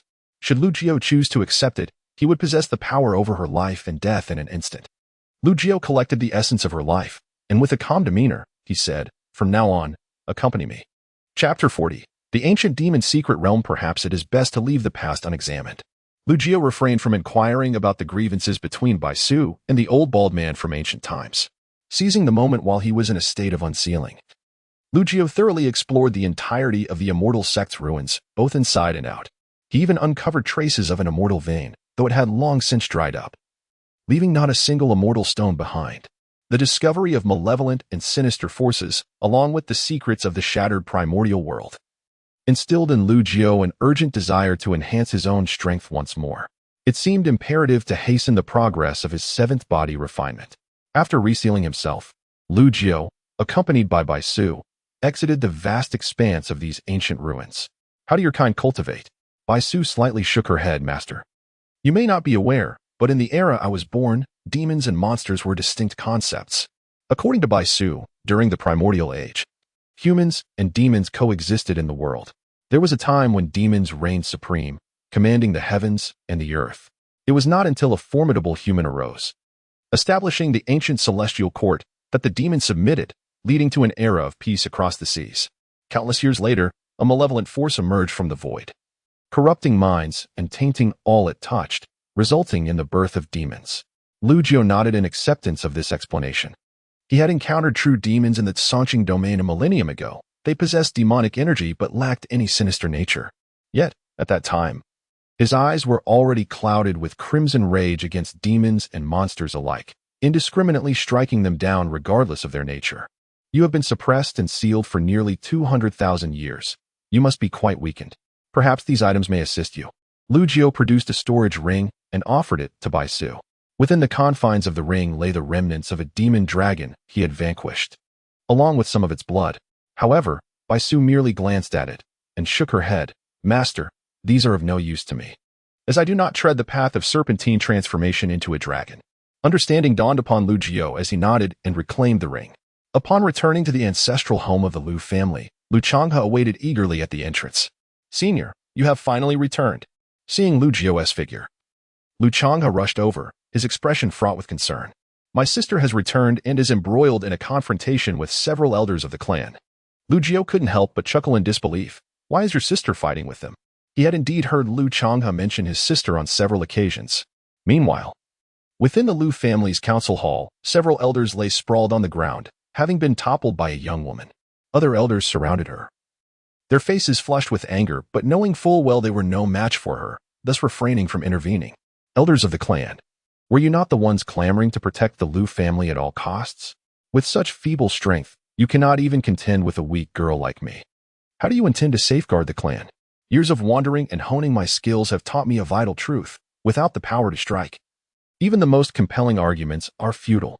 The strong are revered, an unchanging truth throughout the ages. If everyone adhered to reason, would the Lu family have fallen to such depths?" She stood, one hand on her hip, the other gesturing at the elder members of the clan, showing them no semblance of respect. All of this had its reasons. Her name was Lu Xingyan, and in her earlier years, she had not exhibited remarkable talent in her cultivation, her aptitude being rather mediocre. At that time, the Liu family was already in a state of significant decline, and the elder generation urged her to find a suitable match and marry, in hopes of rejuvenating the family lineage. This led to disputes with the elders, and in a fit of anger, she left home. After several years, she returned, her powers greatly enhanced, and once again clashed with the elders, even resorting to physical confrontation. On several family decisions, she found herself at odds with the elders, asserting that the one with the strongest fist should have the final say. Thus, she ventured out again to hone her skills. Now back, her strength surpassed that of her previous self, and none among the elders could rival her anymore. Senior Jiu has arrived. Outside, Lu Chang'e called out. Though greatly changed and considerably powerful now, he had been left with a significant shadow by his sister since childhood. Even after undergoing trials in the Temple of Hearts, the lingering effects of bloodline suppression remained. Lu Jiu strolled in with his hands clasped behind his back. At first glance, he spotted the young woman standing in the hall. Dressed in form-fitting attire, she exuded a spirited demeanor. Her exquisite features sparkled like stars. In terms of beauty and figure, she could not rival the flawlessly Han Lu. In terms of unparalleled allure, she was no match for Bai Su. However, her commanding presence and indomitable spirit made one feel she was meant to be born a man, but was mistakenly given the form of a woman. Lu Jiu momentarily lost himself in thought, for Lu Xingyun bore a striking resemblance to his third sister, Lu Yao, even sharing similar traits. Are you the esteemed Senior Jiu? You also bear the surname Lu? Lu Xingyun curiously assessed Lu Jiu. Indeed. Why did you engage in a brawl with the elders upon your return? Lu Jiu snapped back to reality, offering a faint smile. Lu Xingyun promptly stood to offer his seat, simultaneously reprimanding Lu Xingyun to speak courteously to her senior, admonishing her for her lack of decorum. Yet, Lu Xingyun showed no fear, retorting, Senior Jiu has said nothing. Why the fuss? As her words lingered in the air, Lu Xingyun continued, I have heard tales of your exploits, Senior Jiu. With your esteemed presence, our Lu family shall surely have a significant role in the ancient demon secret realm. The ancient demon secret realm? Lu Jiu's eyes narrowed slightly. He had once encountered the demon race millennia ago, noting their demonic aura devoid of malevolence. This was due to his travels across the Azure realms, where he discovered a unique secret space known as the ancient demon secret realm. However, it seemed that issues later arose within that realm, with some of the pure-hearted demon clans transforming into monsters. Yet, Lu Jiu had vanished for millennia, unaware of the current state of the ancient demon secret realm.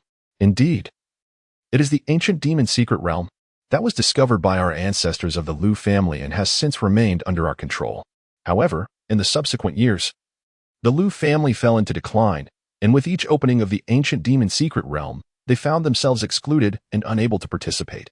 Lu Xingyun spoke eloquently, stating that the current ancient demon secret realm was teeming with countless demons and had given rise to a plethora of precious cultivation resources, which were of paramount importance to the present-day Lu family. Yet, when the ancient demon secret realm opened, various factions would flock to it. Although the Lu family was protected by the formations set up by their 9 esteemed ancestors, their strength remained insufficient once they ventured beyond the ancestral residence. An elder shook his head and sighed. These elders were acutely aware of the benefits of the ancient demon secret realm, yet reality was harsh. The Lu family's capabilities indeed rendered them incapable of participating. This matter is easily resolved. I too wish to visit the ancient demon secret realm and will personally undertake the journey, Lu Jiu declared. Upon hearing Lu Jiu's words, the assembled members of the Lu family naturally had no objections. Meanwhile, news of the impending opening of the ancient demon secret realm spread. Although it was situated in the eastern continent, major factions from the nearby northern territory, southern wilderness, and even central lands would also attempt to stake their claim. The ancient demon secret realm only opened once every millennium, and each time it did, it invariably yielded a vast bounty of spiritual herbs, divine medicines, divine metals, and even spiritual veins. Even though, due to subsequent upheavals, demons ran rampant within the ancient demon secret realm, the demons themselves were also a form of resource. The essence of formidable demons could be used for body refinement, and certain bones could be fashioned into magical artifacts and divine weapons, among other things. It is no exaggeration to say that the ancient demon secret realm is akin to a gift from ancient times, with the harvest obtained from its millennial openings being sufficient to sustain a faction's consumption for centuries. Chapter 41. A convergence of forces with demons rampant. It is an excellent situation for Lu Jiu. The multitude of demons does not instill fear in him. Rather, it accelerates the growth of his void-devouring body. After all, his cultivation demands an immense consumption of the world's spiritual energy. To reach the 9th level of Qi refinement, if he were to absorb the spiritual veins, who knows how much of the foundational resources of great powers would be expended? However, demons are a different matter altogether. The more there are, the better. Abundance is desirable. As for the risk of being tainted by demonic essence during the process of devouring demons, that poses no concern for Lu Jiao. Such a degree of demonic intrusion could never shake his ancient and unyielding Tao heart. At present, Lu Jiao has come to understand the origins of the Cangqing realm, which is a fragment of the primordial chaos of ancient times. Although the Cangqing realm may not be vast, it harbors numerous treasures left from the ancients. For instance, in the vast starry sky above the land, there exists an island, shrouded in mystery, known as Golden Crow Island. Bai Su, being a member of the ancient demon race, was also questioned by Lu Jiao regarding the ancient demon secret realm. It was once a sanctuary for our demon kin. Bai Su appeared to be reminiscing, but gradually furrowed her brow and shook her head, softly stating, "I apologize, master, but due to the prolonged period of sealing, many of my memories have faded." "Then let us not dwell on it for now," Lu Jiao replied with a faint smile, not taking it to heart. The ancient demon's secret realm was discovered by him, and thus rightfully belonged to the Lu family. When the Lu family ascended to become a supreme clan, it was through the ancient demon's secret realm that they acquired vast resources and amassed considerable wealth.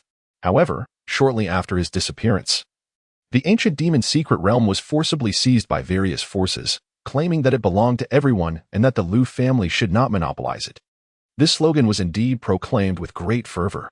Yet, in reality, for thousands of years, every opening of the ancient demon secret realm has been controlled by several top-tier sects, completely excluding the Lu family. The opening of the ancient demon secret realm is still some time away, but Lu Jiao has already instructed the Lu family to tally their forces in preparation for departure. In Lu Jiao's own words, this time he shall guard the entrance, allowing no one but the Lu family to enter without his permission. Those who dare to intrude will be met with no mercy. Although the Lu family has fallen from grace, the younger generation still boasts over 100 members. Lu Jiao rummaged through his storage ring and retrieved a palm-sized wooden carving resembling a fierce bird, appearing remarkably lifelike. He tossed the small carving into the air, and in an instant, a fierce cry echoed throughout the heavens and earth. The palm-sized fierce bird swelled in the wind, transforming into a formidable creature with wings spanning hundreds of feet, circling above Wangwei City. "This is the Blood Demon Skyping." Someone recognized it and gasped in astonishment. The Blood Demon Skyping is infamous, a powerful demon from ancient times comparable to true deities. Lu Jiao has slain countless demons, and the demon corpses within his storage ring are numerous. The Blood Demon Skyping is merely one among them. Later, trapped within the ancient ruins of Taikoo, he found himself with ample leisure time, during which he crafted puppets in a fit of boredom, occasionally employing them as his mount. Simultaneously, Lu Jiao upgraded the puppets he had initially forged at the Qi refinement stage, now boasting a total of 199 at the transformation stage. However, this time, they were not intended for funerary purposes. Thus, these 199 transformation stage puppets were clad in battle armor, wielding long spears and blades, serving as his retinue for this occasion. The younger generation of the Lu family were awestruck, their hearts brimming with excitement. With the Blood Demon Skyrock as a steed and 199 transformation stage puppets as guardians, such a formidable assembly, such a grand display, was beyond anything they had ever witnessed or even heard of. Upon the head of the Blood Demon Skyrock, Lu Jiao stood with his hands clasped behind his back, exuding a calm and composed demeanor. Flanking him were Li Hanlu to his left, adorned in resplendent purple attire, and Bai Su to his right, elegantly clad in a pure white gown. As for Lu Changhe, he was regarded as the paragon of the younger generation, surrounded by many of his peers atop the expansive back of the Blood Demon Skyrock. In stark contrast, Lu Xingyun sat alone, appearing somewhat isolated, as the younger generation seemed to regard her with a mix of fear and disdain. Lu Shi, according to the latest intelligence, the 7-kill holy sect has arrived at the entrance of the ancient demon secret realm, led by the battle tiger celestial, Li Hanlu remarked. There are indeed numerous celestials within the 7-kill holy sect, Lu Jiao replied with a faint smile. Yet your Yaoqi sacred land possesses not a single true god, rendering you inferior even to the modest 7-kill holy sect. Your sacred title seems somewhat misleading. Li Hanlu found herself unable to counter this statement. For in terms of foundational strength, Yaoqi's sacred land indeed paled in comparison to the seven-kill holy sect, primarily due to the absence of true divine powers. Had the Yaoqi ancestors still been present, even with two true gods in the seven-kill holy sect, the ancestor could have held her ground against them. In the realm of celestial-level powers, Yaoqi's sacred land was not significantly weaker than the seven-kill holy sect. However, in the current state of Yaoqi, devoid of its ancestor, it had remained discreet over the years, avoiding entanglement in the disputes of various formidable factions. As they journeyed, Li Hanlu relayed information gleaned from Yaoqi regarding the situation at the ancient demon secret realm to Lu Jiao. Aside from the battle tiger celestial of the seven-kill holy sect, other powerful beings were also converging. Typically, celestial-level powers seldom wandered in the Sanqing realm. Yet due to the emergence of the ancient demon secret realm, several had made their presence known. The entrance to the ancient demon secret realm was a vast lake, resembling a precious gem nestled within the ancient, dense woodlands. Surrounding the lake, mountains loomed high. Each formidable faction that had arrived had claimed a mountain peak, with celestials stationed at each, their divine might palpable, manifesting celestial phenomena that showcased their power. Suddenly, a resounding thunder echoed from the distant horizon, heralding the arrival of a treasure ship, enveloped in crackling lightning and exuding a remarkable presence, adorned with radiant runes.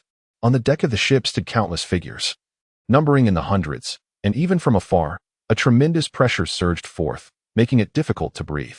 The ancient teachings of the southern wilderness Qingshun. A gasp escaped the lips of those who beheld the banner upon the treasure ship. At the forefront stood what appeared to be the celestial sage, a being who, having cultivated for less than 5 centuries, had already reached the pinnacle of the 6th tribulation of divine transformation, with rumored combat prowess rivaling that of the celestial deities. The presence of the celestial sage was unexpected. It was evident that the allure of the ancient demon secret realm was indeed tremendous. Who could argue otherwise? The celestial ancient sect boasts an illustrious heritage, having existed since the primordial era, with its first-generation leader being one of the most venerable ancient true gods, predating even that figure from the ancient Lu family. Speak cautiously, for it is an unforgivable offense to mention that individual from the Lu family in the presence of the celestial ancient sect. Many fell silent, refraining from further discussion on the matter. According to ancient lore, the founding patriarch of the celestial ancient sect had once pursued that figure from the Lu family with the might of a true god. Subsequently, the Lu family member attained the status of true god, becoming invincible in the primordial age, nearly annihilating the celestial ancient sect. It was only through the patriarch's submission, kneeling in desperate pleas for mercy, that the sect was spared from obliteration. This chapter of history remains a source of profound humiliation for the celestial ancient sect. Ever since the disappearance of that supreme human being from the primordial age, anyone daring to broach this subject has been regarded as a provocateur, inevitably leading to conflict, resulting in untold deaths. In later times, even the mere mention of that figure from the ancient Lu family was strictly prohibited, as it would invite fatal repercussions. There are rumors that the venerable patriarch of the celestial ancient sect still lives, having embarked on the path to immortality. Undoubtedly, the various forces converging near the entrance of the ancient demon secret realm now regard the celestial ancient sect with utmost reverence. This is an ancient lineage with a reputation surpassing that of the 7-killing holy sect, its depths unfathomable. Moments later, a colossal shadow enveloped the sky. An overwhelming and fearsome presence descended, stifling the breath of countless cultivators present, leaving them on the brink of bloodshed. Numerous gazes were lifted skyward, and what they beheld was a gargantuan, fearsome avian creature, its wings unfurled, obscuring the sun. Its terrifying majesty, akin to a resurrected true god, rendered even the celestial deities unable to raise their heads. Chapter 42. Arrogance and Domination. Is that the blood magic celestial ping? A true divine-level demon. How could this be possible? How could such a formidable demon appear here? That is not the genuine blood magic celestial ping, to be precise. It is not a living divine-level demon. The crowd below was filled with horror. Yet, some individuals remained composed and, with careful observation, discerned the truth. Simultaneously, others noticed figures standing atop the head and back of the blood magic celestial ping. It was the Lu family. The ancient Lu family, perhaps? Who else could they be? Whispers of speculation arose among the onlookers. In the entire azure blue realm, many bore the surname Lu, but when it comes to the ancient Lu family, it pertains to the secret realm of ancient demons, and there is but one Lu family. In ancient times, this secret realm was the exclusive garden of the Lu family. Each time it opened, they effortlessly amassed vast resources, leaving countless families and sects envious. However, after the ancient era, the Lu family began to decline, and various sects united to force them to relinquish the secret realm of ancient demons, even ostracizing them. Yet, when everyone believed the Lu family had long been buried in the torrents of history, recent events indicated that they had stirred significantly, generating immense waves of attention. Now, the Lu family had arrived here, even commanding a blood magic celestial pong. It was evident they came with ill intentions. Many gazes turned towards the Seven Kills holy cult. After all, not long ago, two divine elders of the Seven Kills holy cult had fallen into the hands of the Lu family and were publicly displayed. Though rumors circulated that the two divine beings hanging in the Lu family's ancestral home had vanished, no one knew their whereabouts. Some claimed that the Lu family had reached an agreement with the Seven Kills holy cult and released the two divine beings, while others asserted that they had been slain by the Lu family. How audacious! At that moment, a furious roar echoed through the heavens, shaking the skies. The war tiger divine of the Seven Kills holy cult manifested, towering hundreds of feet high, majestic and awe-inspiring. Not only that, a colossal tiger apparition appeared in the sky, its roar resonating with divine might, an overwhelming chill of slaughter sweeping across the heavens and earth, causing hearts to tremble. What are you barking about? Standing atop the blood magic celestial ping, Lu Jiao cast a scornful glance at the war tiger divine. Presumptuous. Do you think this place is still your Lu family's ancestral home? The war tiger divine, brimming with murderous intent, declared that if the Lu family were to shrink back into their ancestral abode, they might still inspire some caution in him, given the ancestral heritage they possessed. However, here, do you believe that relying on a puppet crafted from the remains of a blood magic celestial punk can challenge the Seven Kills holy cult? Upon uttering these words, many gazes flickered with varying emotions. The astonishing methods suddenly exhibited by the Lu family prompted numerous speculations from all quarters. The most convincing of these was the presence of ancestral legacies and resources left behind within the Lu family's ancestral home. After all, that is the ancestral home, the very foundation of the Lu family, the source of their rise. Upon hearing these words, Lu Jiao could not help but chuckle, retorting, "How can a frog at the bottom of a well comprehend the vastness of the sky? The depth of the Lu family's heritage is beyond the imagination of a foolish cur like you." As Lu Jiao's words echoed, 199 god transformation puppets soaring upon the back of the blood demon Skyping ascended into the heavens simultaneously. Such a multitude of god transformation puppets? The war tiger celestial was momentarily taken aback, and his expression shifted.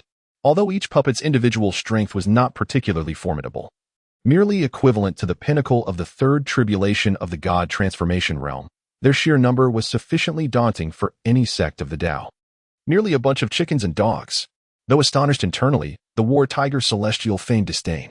He raised his colossal celestial form's hand and struck down upon the 199 god transformation puppets with a single blow, wielding an overwhelming advantage in both realm and cultivation. This was a disparity that could not be compensated for merely by numbers. At that moment, a portion of the god transformation puppets stepped forward in perfect unison. Intricate and identical arcane runes emerged upon them, shimmering like stars in the night sky, radiating a resplendent divine brilliance. In an instant, the power of these puppets converged above their heads, forming a humanoid, ethereal figure. However, this ethereal form appeared somewhat peculiar, slender and elongated, adorned with a tall hat, and grasping an unremarkable stick. "I shall strike you down, you wretched spawn." The multitude of puppets spoke in a mechanical and emotionless tone, as if pre-programmed. With a resounding thud, the ethereal figure formed by the puppet's formation wielded its stick and effortlessly repelled the war tiger celestial's assault. "You insolent wretches!" The war tiger celestial, infuriated beyond measure, glared with eyes that seemed to burn like twin suns suspended in the firmament, exuding a chilling aura of murderous intent. Is this the extent of the Lu family's methods? Today, I shall shatter these puppets and slaughter you all. As his words fell, the imposing celestial form advanced, causing the very heavens to tremble and the earth to shake, plunging the sun and moon into darkness. Yet, the puppets meticulously crafted by Lu Jiao were not so easily vanquished. From the very inception of the initial Qi refinement puppets, Lu Jiao had been inspired by the ancient corpses and wandering souls he had encountered in the ancestral ruins of the great antiquity. Now upgraded to the god transformation level, the essence of the puppets remained unchanged, though the expressions of their techniques were left to his whims. That phrase, "I shall strike you down, you wretched spawn," echoed like a cold jest, stifling laughter among many spectators below. After all, such a combat style was incredibly humiliating. Did they not see the War Tiger Celestial fuming in rage? Die. The War Tiger Celestial raised his hand to grasp the air, and a gigantic battle blade materialized, brimming with murderous intent. With a sweep of the blade, a terrifying wave of energy surged forth, as monumental as a mountain, crashing down with overwhelming ferocity. In the realm of the transformation puppets, once again, a myriad of runes encircled them, shimmering with a radiant glow. The power contained within these runes coalesced in the form of a formation, manifesting a might rivaling that of the celestial deities. You are exceedingly unattractive. A chorus of puppets shouted simultaneously. However, this seemingly mocking and derogatory utterance concealed the formidable power capable of assaulting the primordial spirit. The primordial spirit of the battle tiger celestial was struck, causing the blade aura he had unleashed to dissipate in the air. He was compelled to consolidate the strength of his primordial spirit to counter the onslaught encroaching upon his consciousness. Look at your disheveled appearance. The puppets clamored in unison, their sound waves creating ripples across the celestial dome. What appeared humorous was, in truth, fraught with peril, as the watching celestial beings discerned the underlying threat. Little tiger, your mother has perished. With this renewed outcry from the puppets, a humanoid specter wielding a club sword through the air, striking towards the head of the battle tiger celestial. In an instant, the battle tiger celestial was sent reeling backward, his towering divine form of several hundred zhang trembling, the divine light flickering, as if it could no longer be sustained. This spectacle left the onlookers aghast and pale. What manner of puppets were these? Their actions were exceedingly otherworldly. The verbal insults, coupled with their psychological warfare, bore the additional effect of assaulting the primordial spirit, leaving the celestial deities at a loss, their anger simmering without an outlet. The gaze of the Qing Shun Daozi fixated upon the 199 transformation puppets, his eyes shimmering with uncertainty. He had discerned that each time the puppets shouted, their voices resonated with a unique harmonic wave of divine laws. The profound runes encircling the puppets seemed to channel some arcane power of a mysterious entity, possessing an astonishing capacity to specifically target the primordial spirit. Were it not for the battle tiger celestial's exceptionally high cultivation and robust primordial spirit, a practitioner of the primordial spirit realm or a transformation cultivator at the divine form level might have faced immediate annihilation of their spirit and a collapse of their will. At that moment, under Lu Jio's command, the demon blood sky rock swept down from the heavens, descending upon the mountain where the disciples of the Seven Kills sacred sect gathered. Boom! The wings of the sky rock flapped with a force that unleashed a terrifying shockwave, propelling the disciples of the Seven Kills sacred sect into the air, where their bodies exploded into a mist of blood and flesh. This scene was witnessed by others on nearby peaks, causing them to shudder in fear. Did the Lu family not fear being suppressed once again by the various sects and schools, as had occurred thousands of years prior? Despite having witnessed the astonishing capabilities displayed by the Lu family, no one believed that these methods alone could enable them to contend with the various sects and schools. After all, millennia had passed, and the various top-tier sects and schools had amassed an unfathomable depth of heritage far surpassing even the peak era of the Lu family. Not to mention that the Lu family had yet to restore the prestige and foundation of their former glory, even if they were to regain that strength. The present age was no longer that of 10,000 years ago. Chapter 43, Is the True Immortal Worthless? The peak of the Seven Killers sect provides a vantage point that overlooks the entirety of the lake below. His gaze penetrated through numerous barriers, arriving at the lake's depths where an ancient stone platform lay, etched with the myriad marks of time. The ancient demon secret realm opens but once every millennium. When Lu Jio stumbled upon this place years ago, it was merely a fortuitous encounter as he passed nearby, coinciding with the realm's automatic activation. In the absence of such an automatic opening, neither true deities nor those who had embarked on the path to immortality could budge the stone platform. Nor could they force the ancient demon secret realm to open. In the past, Lu Jio was merely a true deity, to put it bluntly. He was just the most robust among the many frogs at the bottom of the well in the azure blue domain. It was only after inadvertently entering the ancestral ruins that his once prized true deity status was rendered utterly worthless. Initially, he was indignant. But after enduring the first trial in the ancient ancestral ruins, he was severely tested, nearly losing his life. It was from that moment that he discarded his foundations and rebuilt everything, leading to his current realm and perspective. Was being a true immortal so insignificant during the primordial age? Lu Jio shook his head with a bitter smile, for he had discerned that the stone platform at the lake's bottom bore the runes of true immortals, imbued with the power of laws that only those at the true immortal level could comprehend. The azure blue domain is merely a fragment of the shattered primordial world. Yet remnants of the true immortal level have appeared repeatedly. What grandeur and awe must the ancient heavenly court, where myriad immortals gathered, have possessed? As Lu Jiu pondered aloud, Li Hanlu, standing to his left, caught the murmur of his thoughts, her beautiful eyes glimmering with contemplation. She turned to Bai Su, the exceptionally enchanting woman Lu Jiu had brought back. When he first introduced her as a relic of the ancient times, Li Hanlu had indeed been taken aback. What sort of era was the primordial age? It is said that the Yaoqi sacred land is a remnant from that ancient period. However, there are no records pertaining to that time within the Yaoqi. At that moment, the battle in the sky shifted dramatically. The previously beleaguered war tiger Celestial, who had been besieged by the transformation puppets, let out a thunderous roar as a massive seal erupted from the center of his celestial visage, radiating a formidable true deity's might. A true deity artifact. Witnessing this spectacle, countless onlookers gasped in astonishment, for the true deity's power was terrifying the instant it manifested. It felt as though a mountain had descended upon them. Ha ha ha, die well. All of you must perish. Go to your deaths.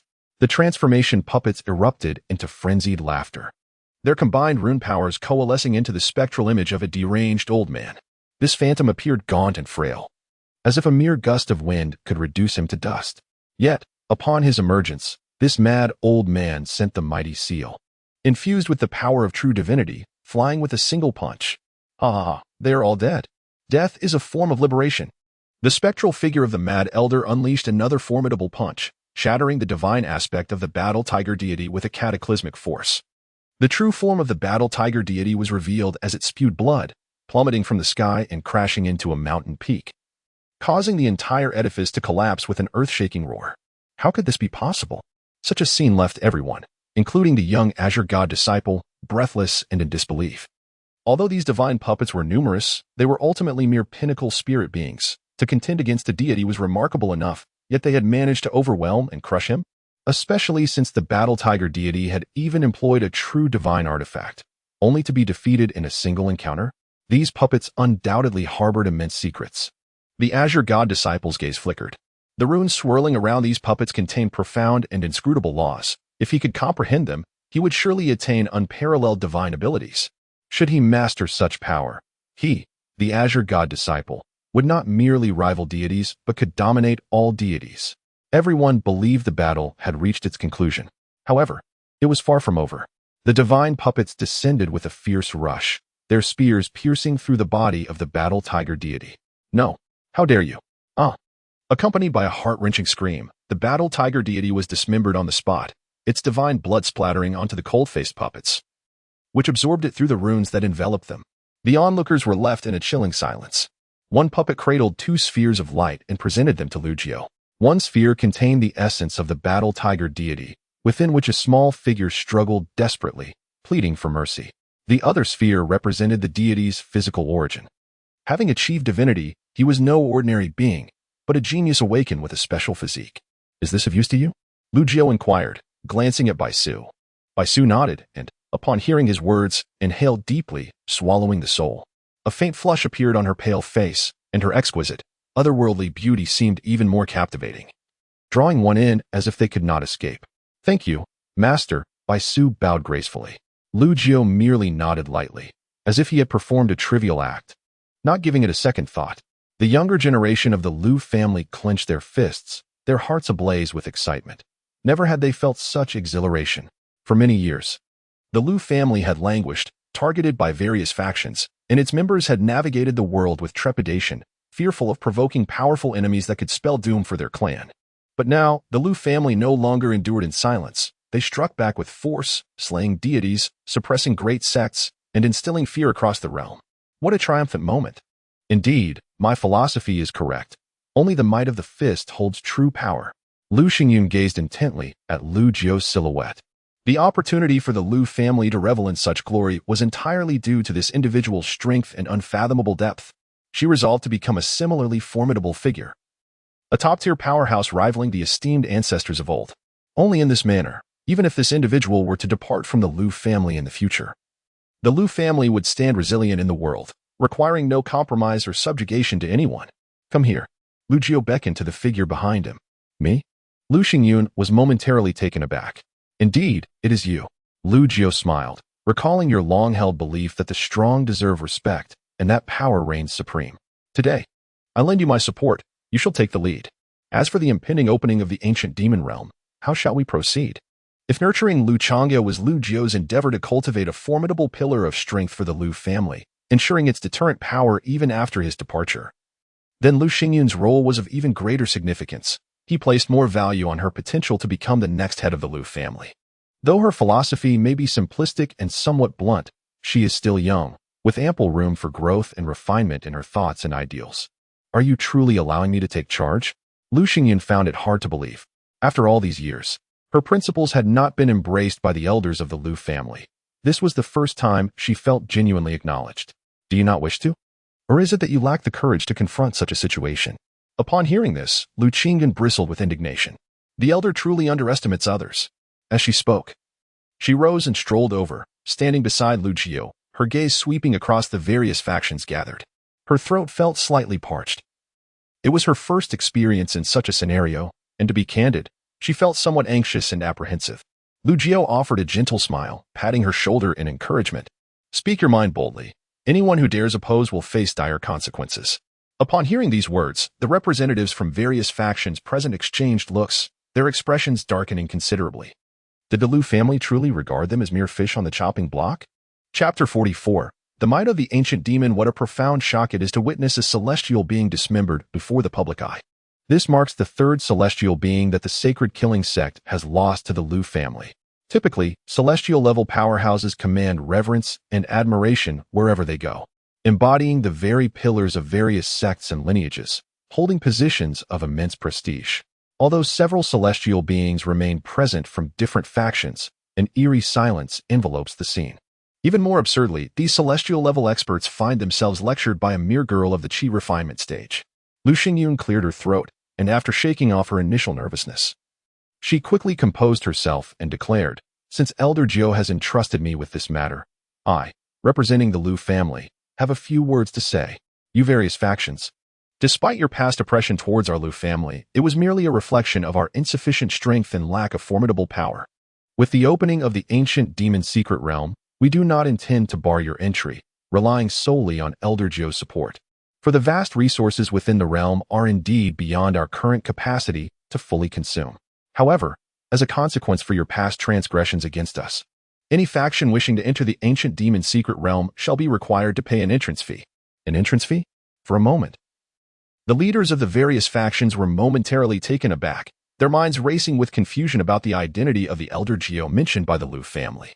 Was it the young man in the azure robe, whose handsome demeanor and graceful poise seemed otherwise unremarkable? After millennia of oppression, the Lu family now stood resolute, demanding entrance fees to the ancient demon secret realm, even with celestial beings having fallen to the hands of the Lu family. The leaders of various factions felt their anger boiling. The Lu family was far too arrogant. Did they not fear inciting the wrath of the masses? If the various sects united, could Elder Jiu truly withstand them? This line of thought was not without merit. Lu Jiu smiled, appreciating Lu Xingyun's approach. Although he could indeed support the Lu family in denying other factions access to the ancient demon secret realm, the Lu family remained acutely aware of their precarious situation. They did not assume that with his backing, they could act recklessly without fear. Allowing other factions entry would prevent these factions from becoming desperate, while collecting entrance fees would bolster the Lu family's resources. Suddenly, a thunderous pressure swept across the horizon. 9-horned dragon pythons pulled a magnificent and opulent chariot, soaring through the air. Surrounding the chariot were a group of armored warriors clad in gleaming bronze, exuding an aura of ferocity akin to celestial soldiers, their imposing presence radiating an air of unrelenting intimidation. Among the bronze-clad warriors, one held aloft a large banner emblazoned with a unique emblem, signifying a powerful ancient sect. From the northern territories came the ancient holy clan, the Qin family. Someone recognized the emblem that belonged to this illustrious lineage. In ancient times, the esteemed Qin family was renowned for their prowess in battle formations. Such an opulent carriage signifies the arrival of a distinguished figure from the Qin lineage. Whispers emerged among the elder cultivators. Within the 5 domains, various sects and sacred lineages exist, each with their own strengths and weaknesses. For instance, the Qingshan ancient sect is somewhat superior to the 7 Kills sacred sect. However, The ancient holy lineage of the Qin family possesses a legacy and reputation that surpass even the Qin ancient sect. It is said that during ancient times, the Qin family boasted 3 true deities. After the ancient era, one of these deities is rumored to have embarked on the path of immortality. Now, millennia have passed, and none can fathom the extent of power held by the 3 venerable ancestors of the Qin family. The carriage glided through the sky, coming to a halt in midair. A stunningly beautiful maid lifted the curtain of the carriage, serving with utmost reverence. A young man, clad in resplendent robes, strolled out with his hands clasped behind his back. His handsome visage and piercing gaze seemed to resonate with the very laws of the universe, causing extraordinary phenomena to unfold, shrouded in mystery. Qin Qingxian, is it truly him? The elder cultivators were visibly moved. Even the divine beings couldn't help but flicker their eyes at the mention of his name. For Qin Qingxian is a figure of considerable renown. It is said that when he was born, celestial phenomena graced the heavens.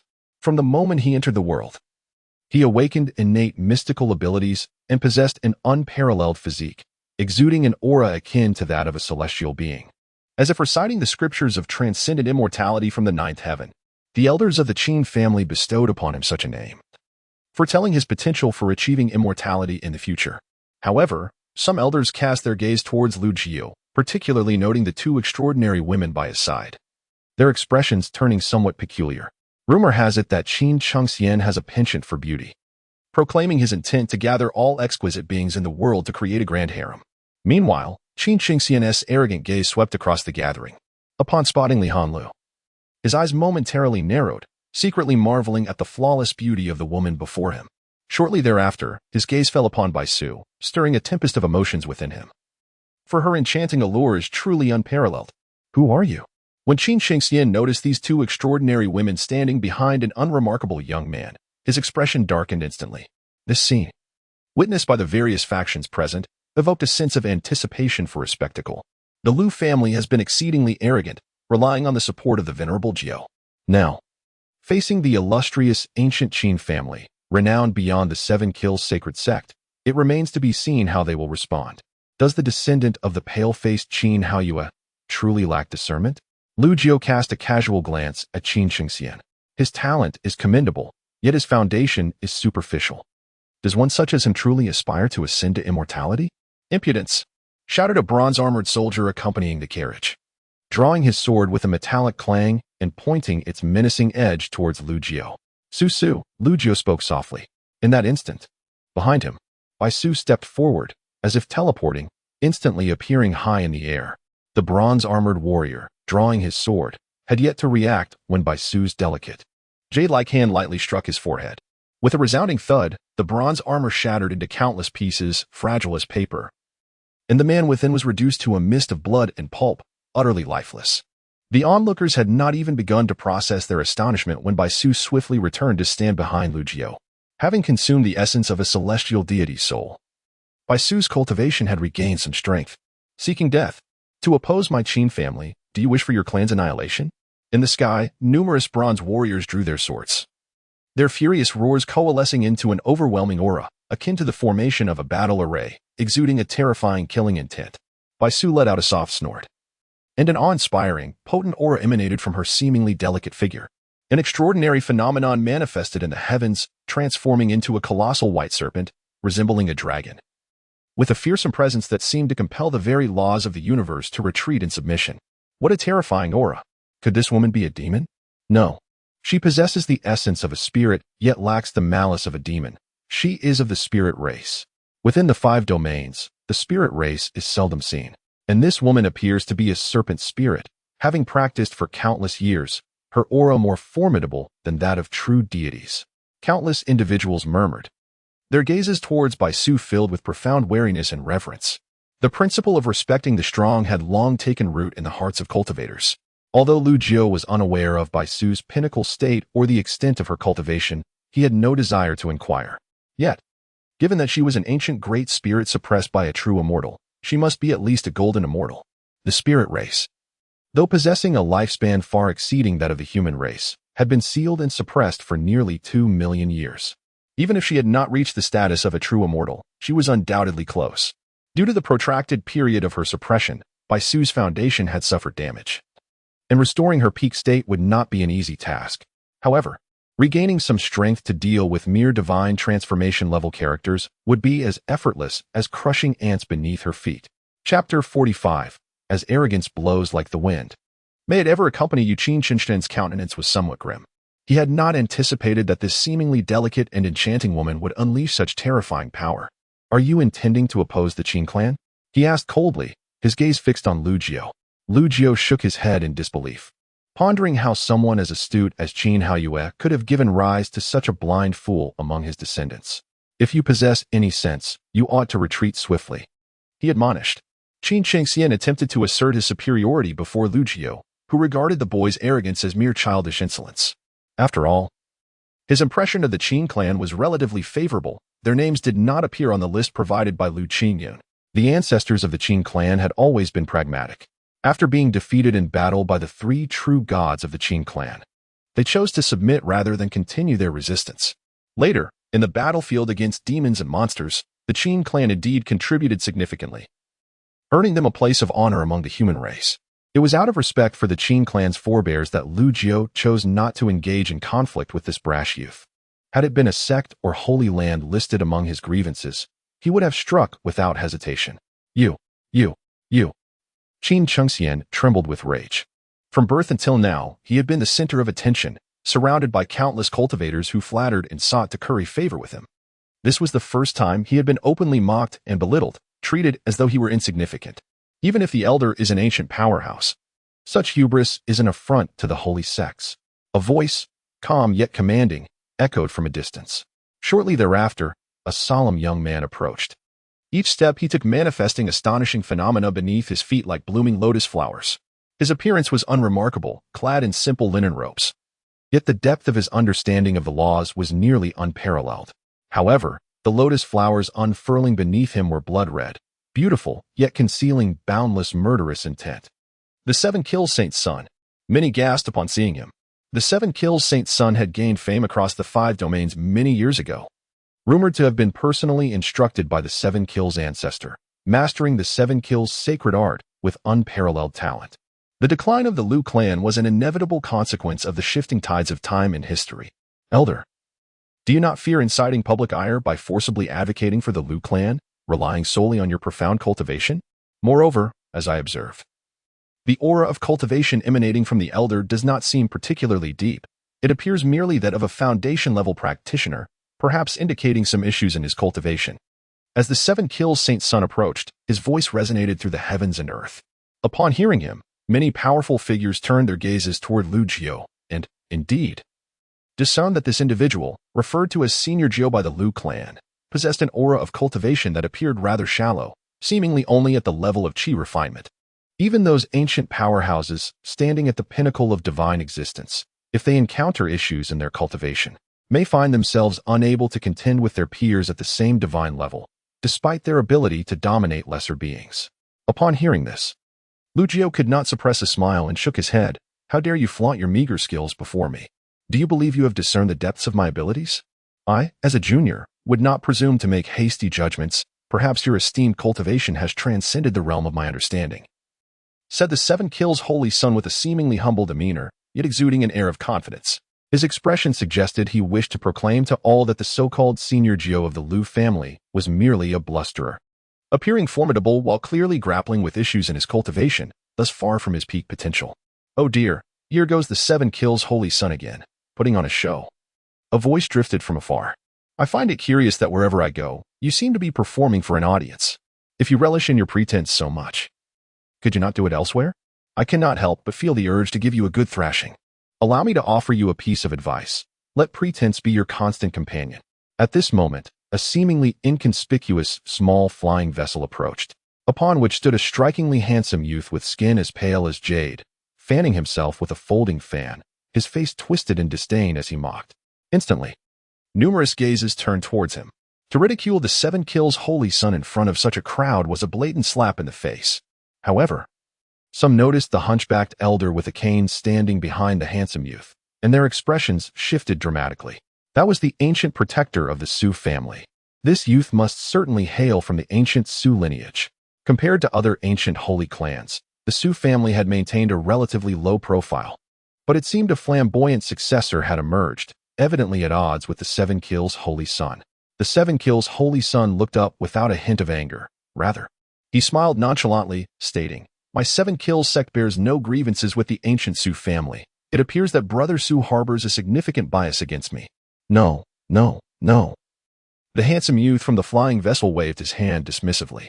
"It is not bias. I simply find you intolerable. If given the chance, I would relish the opportunity to slap you several times." The moment those words were spoken, a profound silence enveloped the scene. If the earlier remarks had merely been taunts, this was unmistakably a declaration of enmity. Who dares to humiliate another so brazenly in public? The expression of the Seven Kills Holy Sun lost its easygoing charm, darkening instead as he replied, "Then I shall seek to understand Brother Su's cultivation. Come, do I appear to be intimidated by a pretender such as you?" With that, the Su youth stepped forward, his form moving like a flash of lightning as he executed a hand seal, condensing the essence of divine laws into a sword-like radiance that tore through the heavens. The Seven Kills Holy Sun maintained a calm demeanor, effortlessly deflecting the Su youth's attack without sustaining any harm. In the span of a brief moment, the two engaged in aerial combat, exchanging blows in a series of 10 or more rounds. The Seven Kills Holy Sun remained on the defensive, evidently testing the capabilities of the Su youth. "You are merely a manifestation of the law, not my rival." After exchanging a few more blows, the Seven Kills Saint Child once again displayed an air of nonchalance and composure. With a thunderous roar, he raised his hand to form a seal of power, unleashing a torrent of murderous intent that sent the youth with the surname Su hurtling through the air. Curiously, the trajectory of the Su youth's flight aligned perfectly with Lu Jio's position. With a graceful flick of his sleeve, Lu Jio enveloped the Su youth in an aura, gently guiding her to land atop the head of the demon blood celestial Ping. "My dear girl, I must say I admire your spirit. You possess the same elegance as Su Ruyu of your. What is your name?" Many present were momentarily taken aback. Had Lu Jio not revealed the truth, none would have disowned that the Su youth was, in fact, a woman. Clearly, she bore a rare treasure that concealed her true essence. Junior Su Huan pays her respects to the esteemed elder. "Do you know my grandmother?" The young girl blinked her large eyes, curiously surveying Lu Jio. Lu Jio chuckled softly. "Not only do I know her, but our connection runs quite deep." Su Huan's eyes sparkled with excitement, akin to a blazing fire of gossip. However, she quickly furrowed her brow. "Yet, why have I never heard of your esteemed name?" "That is of little consequence," Lu Jio replied with a smile. Gesturing towards the Seven Kills Saint Child, "Do you wish to give him a thrashing?" "Indeed. Then go and do so." But before Su Huan could finish her thought, Lu Jio snapped his fingers, and an overwhelming aura erupted from her, surging forth with astonishing might. In an instant, her cultivation, originally at the level of the divine transformation, ascended to the realm of the celestial god. Moreover, a myriad of brilliant divine light enveloped her, continuously coalescing into a magnificent suit of armor. As if imbued with boundless divine power, countless deities descend. This was the heavenly soul secret art, a technique from Lu Jio's 3 souls awakening mysteries.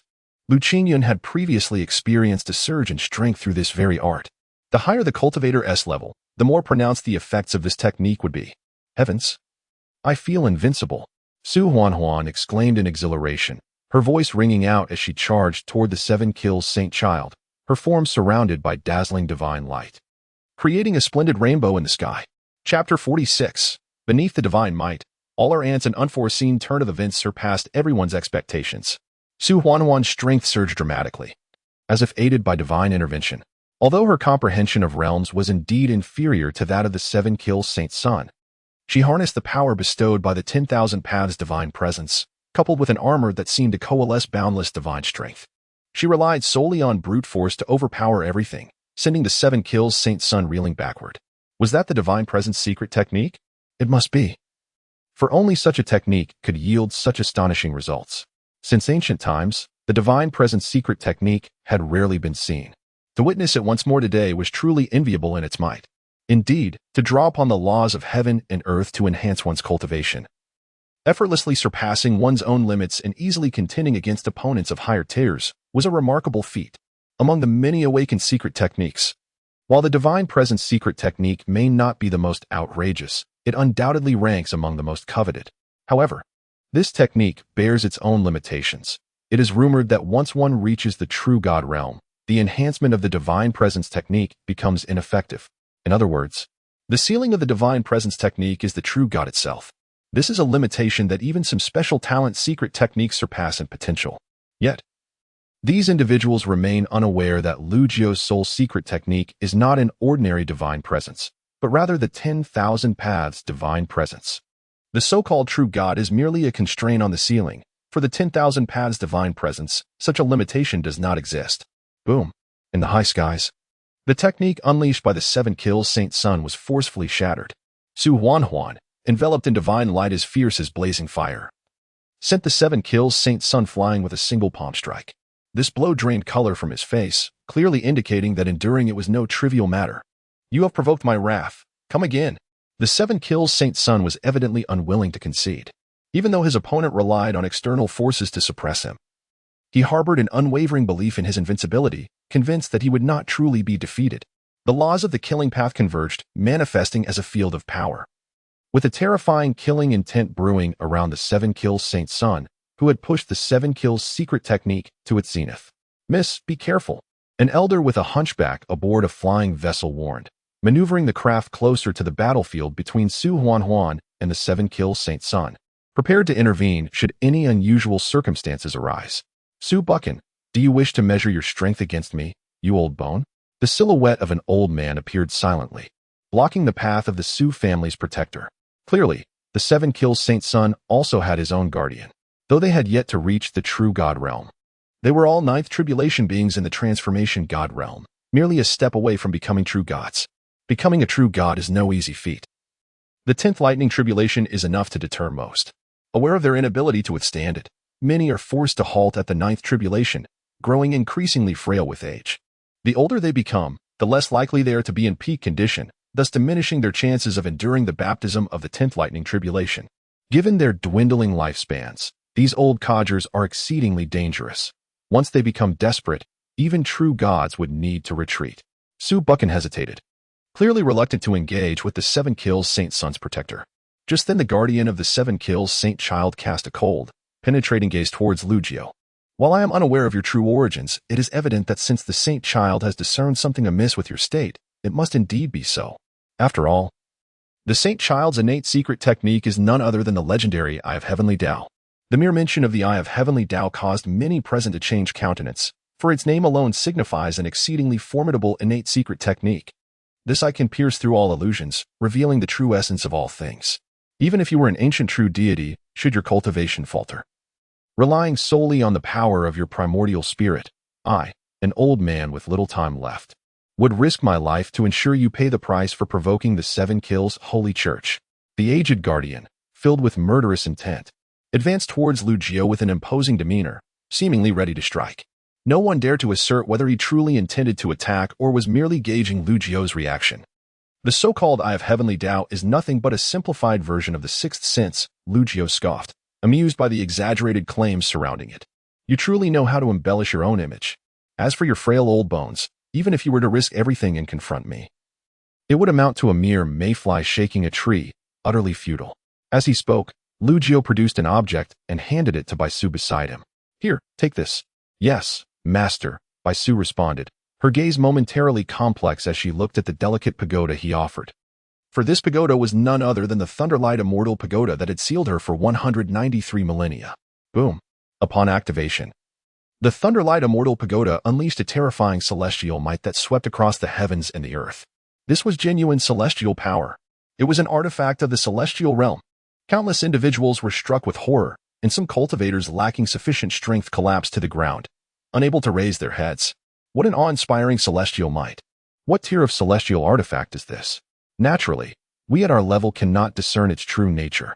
Yet even the most mundane celestial artifact would emit an extremely terrifying celestial force when activated. The overwhelming celestial might is beyond the reach of those in the transformation stage. If it were to unleash most of its power, even a true deity would find it of no use. Historically, only the ancient figure who once dominated the realm has been able to confront a celestial artifact with the might of a true deity. The emergence of celestial might from the artifact rendered everyone restless. The Daozi of the Qingshan ancient sect wore an expression of astonishment, and despite his reluctance, he could not help but acknowledge the truth. Throughout history, only that ancient supreme being of the human race, who once nearly obliterated the Qingshan ancient sect, had been able to confront celestial artifacts with the power of a true deity. Over the ages, while many true deities have arisen in the Azure realm, none have ever been able to withstand the might of a celestial artifact. The guardian of the 7 kills Saint Child, who had been advancing towards Lu Jiao, now bore an expression filled with trepidation and fear, instinctively retreating. The might of a celestial artifact, when properly harnessed by one with sufficient cultivation, would compel even true deities to withdraw. For within celestial artifacts reside the innate laws and inscriptions refined by celestial beings, their power immeasurable and beyond the realm of divine strength to resist.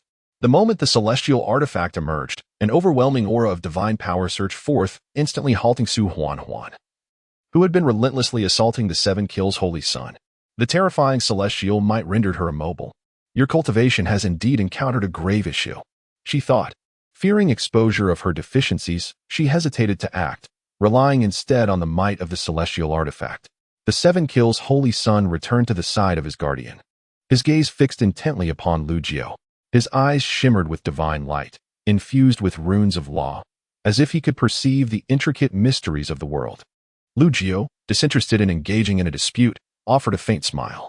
Say what you will, I possess a celestial artifact, and I take pride in it. Do you have any objections? Your 7 kills sect has been established for nearly 10 millennia. Surely, you do not lack even a single celestial artifact? If you do, fret not, for I possess not one, but several. You may return to inform your ancestor and challenge him to seize one. Let us see if he has the audacity to do so. Do not think for a moment that I jest. I lay down the gauntlet here. Should anyone continue to chatter, let them test whether they can withstand a strike from a celestial artifact. At the utterance of these words, even the most obstinate of the 7 kills holy son and his guardian were compelled into silence, refraining from uttering a sound. I thought your resolve was unyielding. Yet upon witnessing the celestial artifact, you cower? No longer pretending to be formidable? Under the weight of the celestial might, no matter how they squirmed, they could only endure in silence. Lu Jiao found amusement in their predicament, far more gratifying than simply striking them down with a single blow. After all, for him, taking a life was simpler than humiliating someone, and equally devoid of interest. At that moment, the lake, which had remained tranquil, suddenly erupted with tumultuous waves, the waters roiling violently. Tremors echoed from the lakebed, and the surface manifested a colossal whirlpool, swirling the water outward and creating a vacuum. The ancient demon's secret realm had been activated. Upon witnessing this spectacle, Lu Xingyan's eyes sparkled with excitement as he shouted.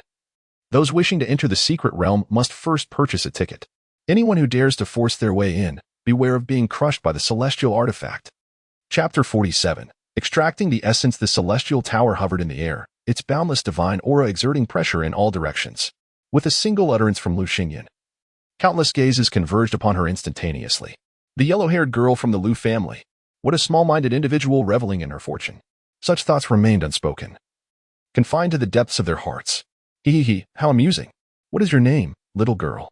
Su Huan flew in from the sky. Her curiosity piqued as she gazed at Lu Xingyan. Hello, Sister Su. My name is Lu Xingyan. Since you have called me sister, does that mean my ticket to enter can be waived? That is out of the question. Lu Xingyan firmly refused. If you speak of money, then you are my sister, and I am your younger sister. But if you bring up money, I do not know you. Miser. Su Huan cast a glance toward Lu Jiao and then waved at the elderly guardian. Master Zhan, please retrieve that spiritual vein. Spiritual vein? Elder Su's eyes quivered. My lady, that is something you have painstakingly sought from the wilderness. A mere spiritual vein is inconsequential. Su Huan displayed an air of nonchalance, exuding confidence. She turned to Lu Jiao and cheerfully asked, Don't you agree, Senior Jiao? Lu Jiao couldn't help but chuckle softly. This little girl is indeed delightful. It's merely a spiritual vein, no great matter. I shall take the liberty to waive the ticket for you, Lu Jiao stated. Senior Jiao. Lu Xingyan's expression darkened. Just as a spiritual vein was within reach, how could Senior Jiao be so muddled? That simply will not do. I hold great admiration for Senior Jiao. Such a paltry spiritual vein is not a suitable offering. Su Huan produced a sealed jade box and placed it into Lu Xingyan's hands. Then, with a playful wink toward Lu Jiao, she transformed into a streak of light, dashing toward the stone platform at the bottom of the lake. Lu Xingyan stood there, dumbfounded, staring at the jade box in her hand, momentarily lost in thought. Indeed, Senior Jiao is wise. I had misjudged him.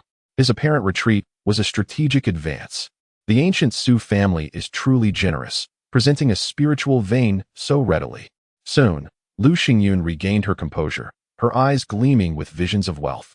She proclaimed loudly, "As you all can see, the ancient Su family has set a precedent. Any offer below 2 spiritual veins is not worth discussing. Goodness, this is a blatant attempt to raise the stakes. This is 2 spiritual veins. I hope the esteemed seniors can forgive any previous misunderstandings. I shall surely pay a visit to apologize in the near future." To everyone's astonishment, the 7-kill Saint Sun stepped forward, retrieving 2 sealed jade boxes. "Senior Geo possesses profound abilities. Surely you would not stoop to quarreling with a mere junior like me." The 7-kill Saint Sun adopted a notably humble demeanor this time. "There is some courage in you, but if you wish to apologize, 2 spiritual veins simply 1T suffice," Lu Geo remarked, casting a casual glance at him. Given his standing, he certainly wouldn't pursue conflict with a junior. Speaking of which, Lu Geo has discerned considerable resemblance to Zhang Xiaowei in this young man, both audacious and ambitious. Although he jested that Zhang Xiaowei was merely a sycophant who brandished a sword, Lu Geo did not harbor disdain for such individuals. After all, everyone possesses their own means of survival. One may have preferences, yet it is paramount not to casually dismiss others. However, the 7-kill sacred sect, founded by Zhang Xiaowei, had unjustly targeted and suppressed the Lu family, spreading malicious rumors to tarnish his past. The elder's admonition was clear. It was the folly of the younger generation. The sacred son of 7 kills did not argue. Instead, he dutifully retrieved a spatial ring, explaining that he had no surplus spiritual veins, but within the ring lay 1 million divine crystals. Lu Xingyun glanced at Lu Geo, and upon seeing his silence, promptly seized 2 spiritual veins along with the spatial ring containing the 1,000,000 divine crystals. "Grateful for the patronage of the sacred son of 7 kills, we welcome your next visit." The sacred son, who had already turned to soar towards the stone platform at the lake's bottom, nearly stumbled. "What? 5,000,000 divine crystals? Are you robbing us?" Qin Chengxian approached with trepidation, utterly astonished by Lu Xingyun's audacious demand. He never expected that this seemingly unremarkable girl from the Lu family would possess such insatiable appetite. "Young Master Qin, you speak as if the illustrious Qin family, renowned since ancient times, is lacking. What does a mere 5,000,000 divine crystals signify? You are the scion of the Qin family, surely you can afford it." Lu Xingyun remarked with a cheerful demeanor. "Who says I cannot?" Qin Chengxian retorted, determined to maintain his pride. "This is a high-grade artifact. Its value surpasses that of 5,000,000 divine crystals."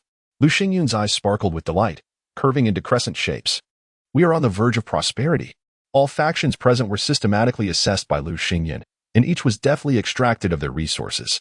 Nevertheless, even amid such exorbitant demands, these individuals were eager to part with their wealth, reflecting the vast richness of resources within the ancient demon secret realm, willing to incur great expenses for entry. "Sister, you are truly incredible." Lu Changhe expressed profound admiration for his sister. "You know nothing.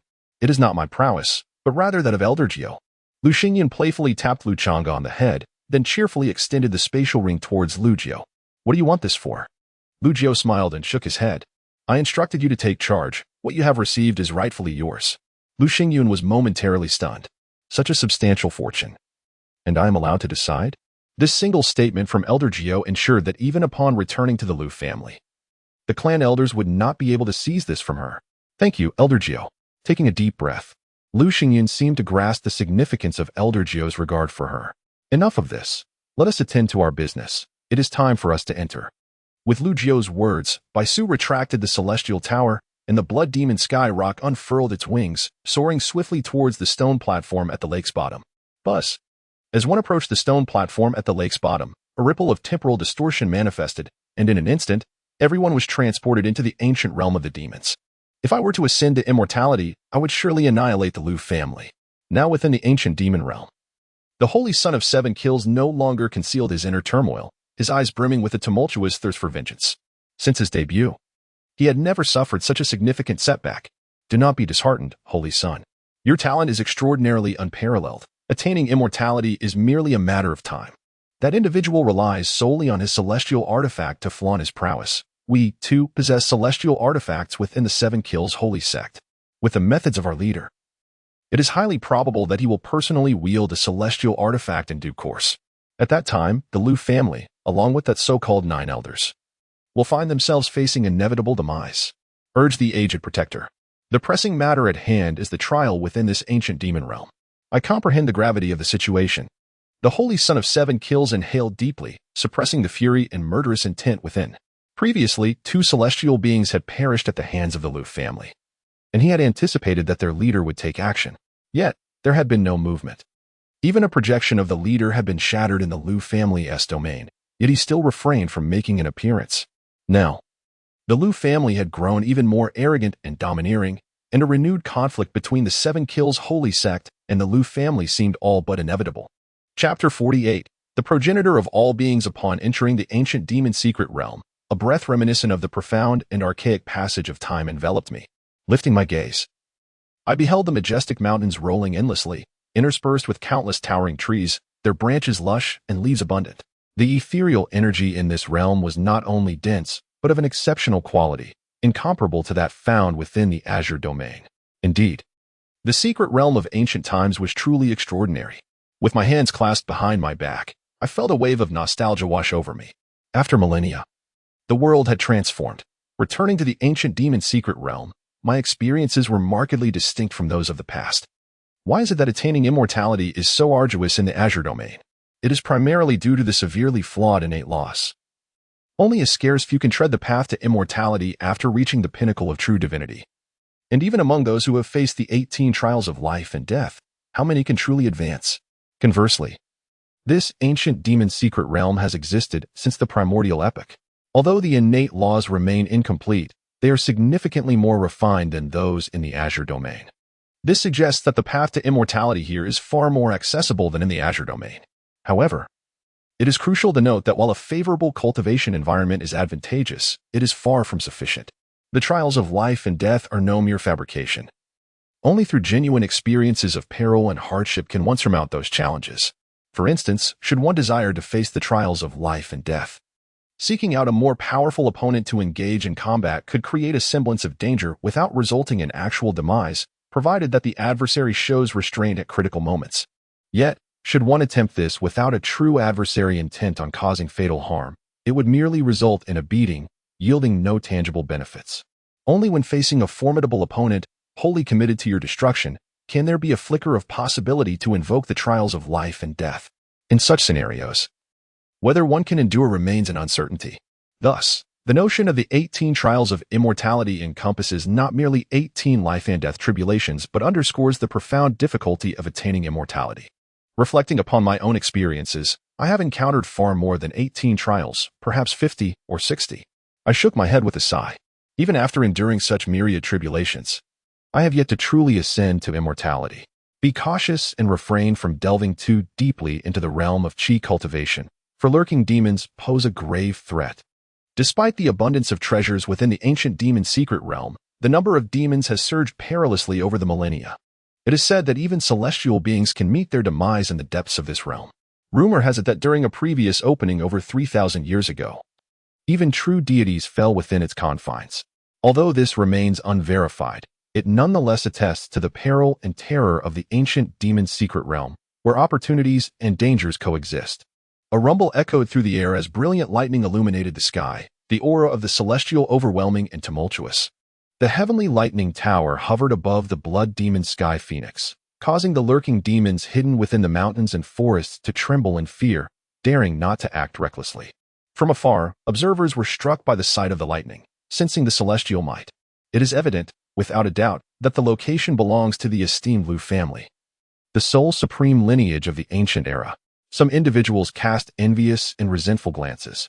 They rely solely on the celestial artifact, which, after all, is merely an external object.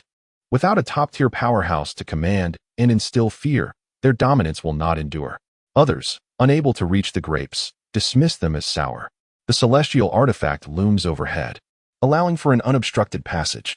As they venture deeper, Li Hanlu's expression gradually grows serious.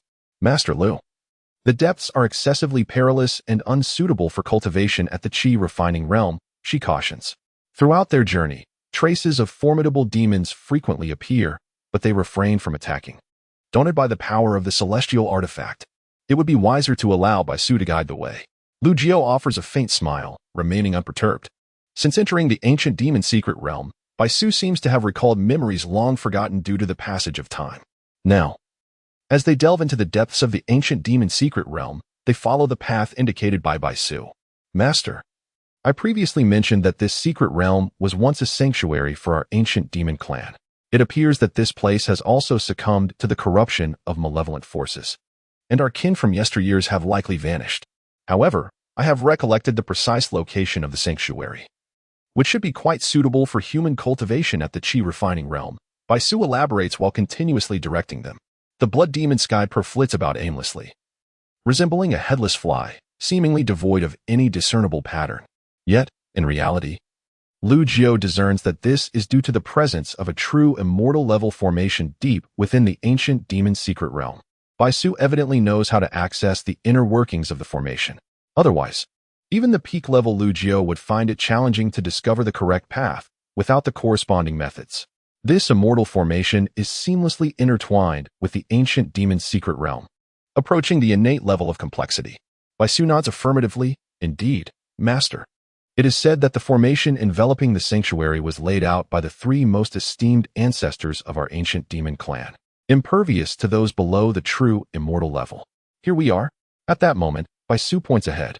Lu Jiao and the others lift their gazes, only to behold a breathtaking scene. A stone statue with a human head and serpent body stands majestically amidst the heavens. The statue is astonishingly tall, its head lost among the clouds, with 18 arms striking various poses, each grasping different treasures, artifacts, weapons, and more. It towers beyond measure. Lu Jiao's eyes narrow slightly. Who is this statue?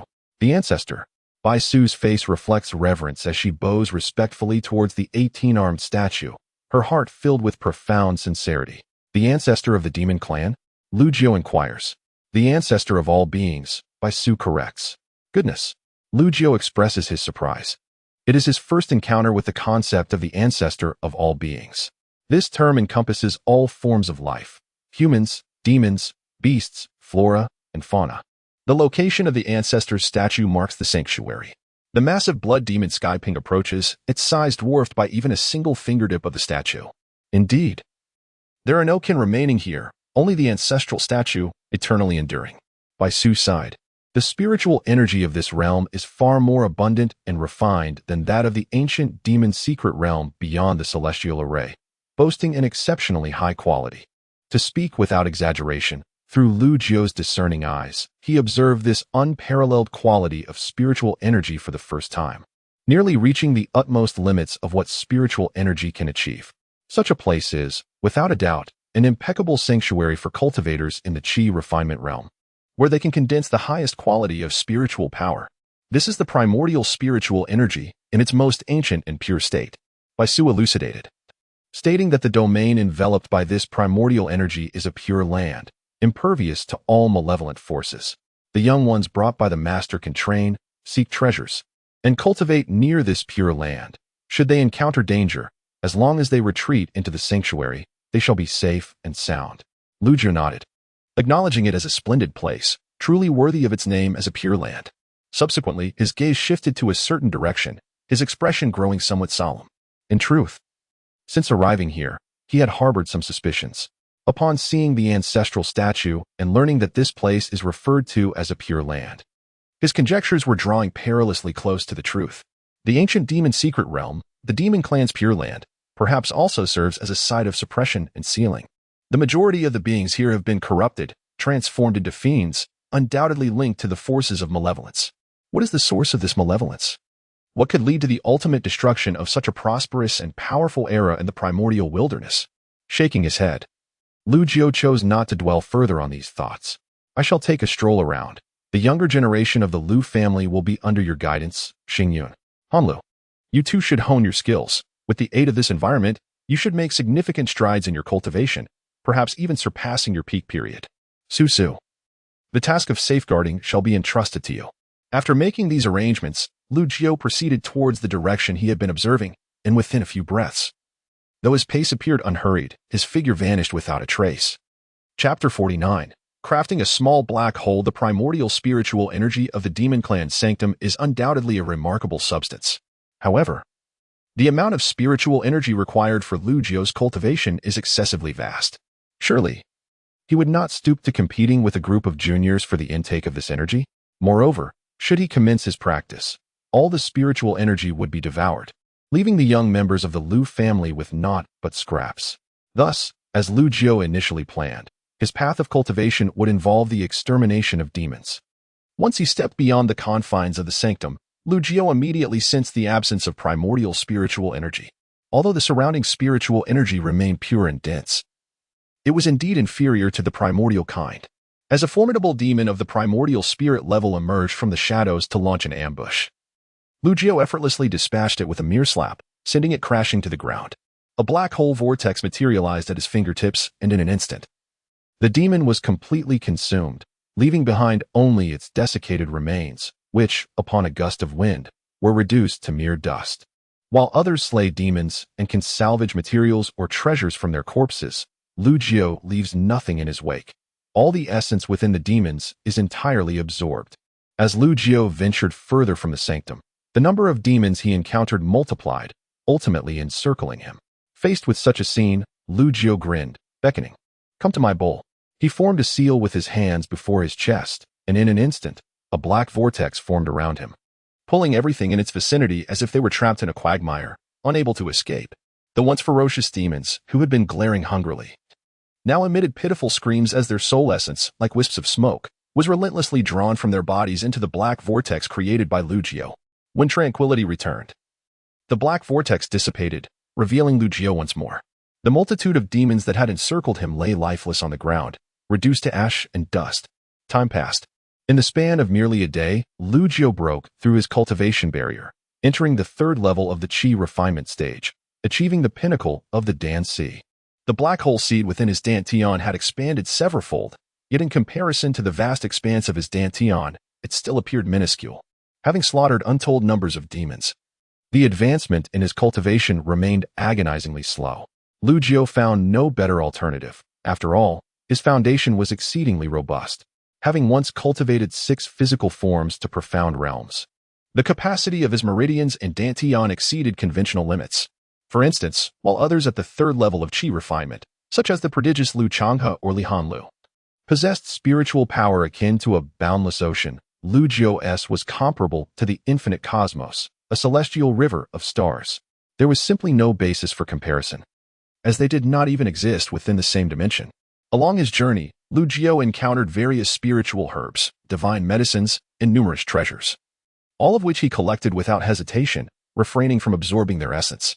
After all, these relatively low-tier resources were still essential for the Lu family at this stage. Fortunately, as one ventures further, the encounters with formidable demons become increasingly intense. Several days later, Lu Jiu experienced yet another breakthrough in his cultivation. Ascending to the 4th level of Qi refining, the condensing Dan realm, the seed of the black hole within his Dantian finally expanded, and as it reached a state of extreme inflation, nearly filling the entire Dantian, it suddenly contracted again, as if space and time were collapsing rapidly. A resounding thunder echoed from his Dantian, reminiscent of the cataclysmic destruction of the universe. Ultimately, the black hole within his Dantian shrank down to the size of a fingernail. However, unlike the previous seed, it now resembled a true black hole, transformed from the virtual into the tangible, from the ethereal to the substantial. Manipulating this diminutive black hole, Lu Jiu raised his right hand and gently rubbed it with 2 fingers, a gesture akin to forming a heart shape. Yet, as he performed this action, a black hole, the size of a pill, hovered above his fingertips. Instantly, everything around him was ensnared by a frenzied gravitational pull. The space became distorted, and time itself seemed to slow down imperceptibly. Quite impressive, he mused. With a casual wave of his hand, the black hole dissipated, restoring calm to the surroundings. Boom, boom, boom. Amidst the earth-shaking tremors, a colossal demon bull approached, each step causing the ground to shudder violently. Upon sensing Lu Jiu's human presence, the demon bull bellowed and charged forward. Do they dare to underestimate my Qi refining level? Lu Jiu chuckled to himself. Although he had sealed his golden immortal cultivation in the 6 body tempering stages, his physical prowess remained intact. However, Lu Jiu was not so foolish as to engage in close combat with the demon.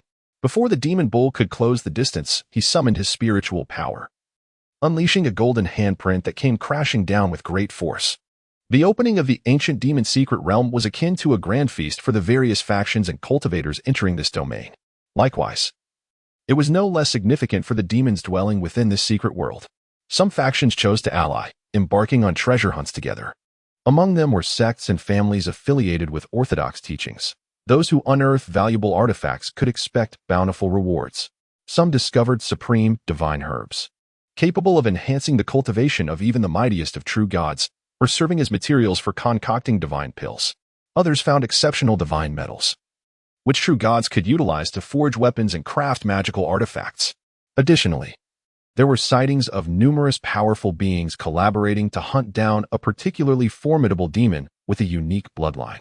Should they succeed in slaying it, the demon's soul and corpse would be treasures in themselves. For human cultivators, although demons are malevolent, bloodthirsty, and cruel, they are also laden with treasures. Many elixirs and divine pills that enhance cultivation and stabilize foundations require specific materials sourced from certain demons. While the demonic essence within these creatures is indeed formidable, when controlled properly, a modicum of it can actually aid in tempering one's resolve. As for Lugio, who directly devours the essence of demon souls, he's indeed a rare exception. Heavens! The Qing Shindaozi has slain a titanic heavenly demon bear. A piece of news emerged, astonishing the cultivators from various factions. For it was truly hard to believe. The earth-shattering demon bear is among the most formidable of the divine beings. And could the celestial son of the blue god possess such power? Witnesses reported seeing the celestial son of the blue god carrying a genuine divine-level array diagram. This certainly explains the situation, and one cannot help but admire the celestial son of the ancient blue sect for his ability to carry such a divine artifact with him. Upon learning this, the crowd could only envy him, none daring to seize it. Soon after, additional news spread. For instance, the holy son of the seven kills engaged in fierce combat with demons, consecutively slaying several that were comparable in strength to divine beings. Moreover, aside from those factions that had paid their entry fee, the members of the Liu family also entered the ancient demon secret realm. Other factions arrived late. Among them one of the ancient holy clans, the Sun family. This incited some dissatisfaction among those who had already paid. They secretly hoped that the ancient Sun family would encounter the Liu family, believing that with the formidable presence of the esteemed ninth ancestor of the Liu family, the Sun family would not be spared from paying the entry fee. As for the past incident where Liu Changhe was schemed against by the ancient Sun family, few were actually aware of it. The Liu family, being weak, would not take the initiative to publicize it, as doing so would only invite ridicule and mockery, making them a target of laughter, with no one willing to defend the Liu family against the Sun family. The ancient Sun family's actions were certainly disreputable, and thus they could not boast about their deeds. Instead, they publicly claimed that the innate talents and physique of the Sun family's direct descendants were awakened by themselves. Chapter 50. A fragment of bone. The ancient realm of the mythical demons opens only once every year, and its duration lasts approximately a year. This vast and expansive secret domain remains largely uncharted, despite numerous previous openings. Following the arrival of the ancient Sun family in the realm, news has emerged that the esteemed Songqing Dao sect has also arrived, with none other than their sole true disciple, Li Daotian. It is noteworthy that this realm is referred to as the Songqing domain, a name that underscores its profound significance. The Songqing Dao sect is widely recognized as the first established school of Dao in existence. According to legends, the illustrious Taikoo, revered as the progenitor of deities in ancient times, once sought counsel from the Songqing Dao master and received invaluable guidance. Undoubtedly, this sect embodies the most ancient lineage of Dao, without a rival. However, during the ancient epoch, the Songqing Dao sect did not manifest in the world. It only emerged after the ultimate battle against demons and monsters, stepping forth to traverse the realms thereafter. It is said that the Songqing Dao sect resides in a unique secret domain, isolated from the world and intricately linked to the enigmatic ancients. Most astonishingly, the Songqing Dao sect boasts a legacy of celestial Dao, seemingly rooted in ancient traditions. The arrival of the Songqing Dao sect, particularly in the form of Li Daotian, has left countless individuals in awe. After all, for any cultivator, the Songqing Dao sect represents a pilgrimage of sorts. As the sole true disciple of the sect, Li Daotian is rumored to have mastered multiple celestial Dao techniques, his prowess shrouded in mystery. Regrettably, the Zixia Divine Mountain did not make an appearance. It is a sect founded by the Taikoo and is believed to be no less formidable than the Songqing Dao sect. Despite the Songqing Dao sect's ancient origins and enigmatic nature commanding respect, the Taishinzu, as the progenitor of deities, led the divine beings to rescue humanity during a time of peril when demons invaded and humanity suffered greatly. In contrast, the contributions of the Songqing Dao sect seem lacking, evoking more trepidation than reverence. Of course, the legacy of that ancient supreme being has gradually been obscured over millennia, with only a handful of the elder generation retaining knowledge of those bygone events. This exasperatingly slow pace of cultivation frustrates Lu Jiao immensely. He has lost count of how many demons he has vanquished. Yet, his progress remains tortoise-like, with cultivation becoming increasingly sluggish. On the first day, he reached the 3rd level of Qi refinement. After several days, he attained the 4th level, only to find that achieving the 5th level consumed nearly a month. Calculating the time, it appears that reaching the 9th level of Qi refinement might take him a year at the very least. This deviates significantly from Lu Jiao's expectations. He had anticipated that this expedition into the ancient realm of mythical demons would facilitate his ascension to the realm of divine transformation. Divine-level demons? Suddenly, Lu Jiao's formidable primordial spirit senses detected an unusual demonic aura. The more powerful the demons, the closer he must be to uncovering the source of the malevolent power he seeks. In a swift motion, Lu Jiao retrieved a divine pill and tossed it into his mouth, subsequently extracting a shard of divine crystal to absorb the essence contained within. Theoretically, those at the Qi refinement stage are incapable of absorbing divine essence, let alone refining divine pills, for such power is beyond their capacity. However, these theories held little sway over Lu Jiao, albeit constrained by the distinctions between Qi refinement and divine transformation. His rate of refinement was not rapid. Yet it nonetheless hastened his cultivation to some extent. Now that I have discovered you, consider yourself unfortunate. The efficiency of divine power absorption is disappointingly low. While there is a degree of waste, the essence of a true divine beast serves as a substantial supplement. With a mischievous grin, Lu Jiao rummaged through his storage ring and ultimately selected a spear as crimson as blood, grasping it firmly as he advanced towards the direction of the true divine beast. Unbeknownst to him, 3 months had elapsed since the opening of the ancient demon's secret realm. Lu Jiao had vanquished countless foes and finally arrived at his destination. As if reaching the world's end, before him lay a realm torn asunder. Above, the sky bore a distinct 5-fingered handprint, while below, the earth was marred with immense fissures resembling deep abysses, their depths obscured from view. The instant Lu Jiao beheld this scene, an involuntary vision surfaced in his mind. The once tranquil realm had been abruptly shattered, as a hand from beyond pierced a corner of the ancient demon's secret realm, breaking the seals that resided there. The aura of malevolence spread, corrupting and assimilating nearby beings into bloodthirsty and ruthless demons. This place was indeed the most concentrated locus of sinister energy within the ancient demon secret realm. It felt as though thousands of demons whispered seductions, with countless illusions manifesting, attempting to erode and corrupt Lu Jiao's heart of Tao.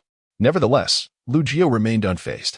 The encroachment of malevolence, to a certain extent, bore little relation to one's cultivation level.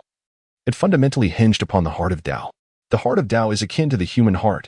When the human heart strays, the heart of Tao becomes flawed, rendering one vulnerable to the insidious. Lu Jiao strolled amidst the remnants of this desolate expanse, and even after the passage of eons, a lingering aura of transcendent Tao still pervaded the air, evoking an unsettling sensation within him. What is this? Lu Jiao bent down to pick up a pitch-black bone shard, palm-sized, its surface adorned with dark red skeletal patterns. He attempted to crush it, only to find it impervious to his strength, given the might of his physical form. It was astonishing that such an inconspicuous shard could resist him. This bone shard was undoubtedly extraordinary. Furthermore, amidst this desolate wasteland, where everything had turned to naught, this shard remained intact. The patterns upon it were indeed intriguing. Upon closer inspection, Lu Jiao's gaze narrowed. At first glance, it appeared unremarkable. However, a more meticulous examination revealed that the dark red patterns seemed to harbor inscrutable innate laws, complex and profound beyond measure. Regrettably, the shard was severely fragmented, presenting only a corner, preventing him from discerning the entirety of its form. Yet even from this angle, it was sufficient for Lu Jiao to ascertain that the mysteries contained herein transcended the comprehension of a golden immortal. It is worth noting that the realm of understanding for a golden immortal encompasses that of a true immortal. Therefore, the enigmas embedded within this bone fragment likely surpass even that of a true immortal. He resolved to inquire with Bai Su. Lu Jiao carefully stowed the bone fragment away and intended to return to the sanctum of the demon clan for a brief visit.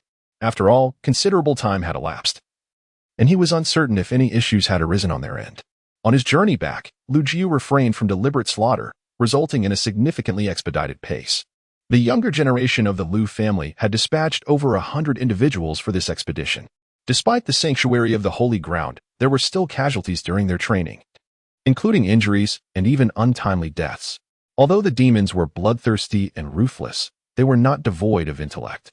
Some demons possessed treacherous and sinister natures, excelling in disguise, ambush, concealment, and even illusions. Lu Jiao remained unfazed by this reality. On the path of growth, how could one avoid loss and injury? The moment a cultivator embarks on the path of cultivation, they engage in a struggle against fate, placing life and death in a secondary position.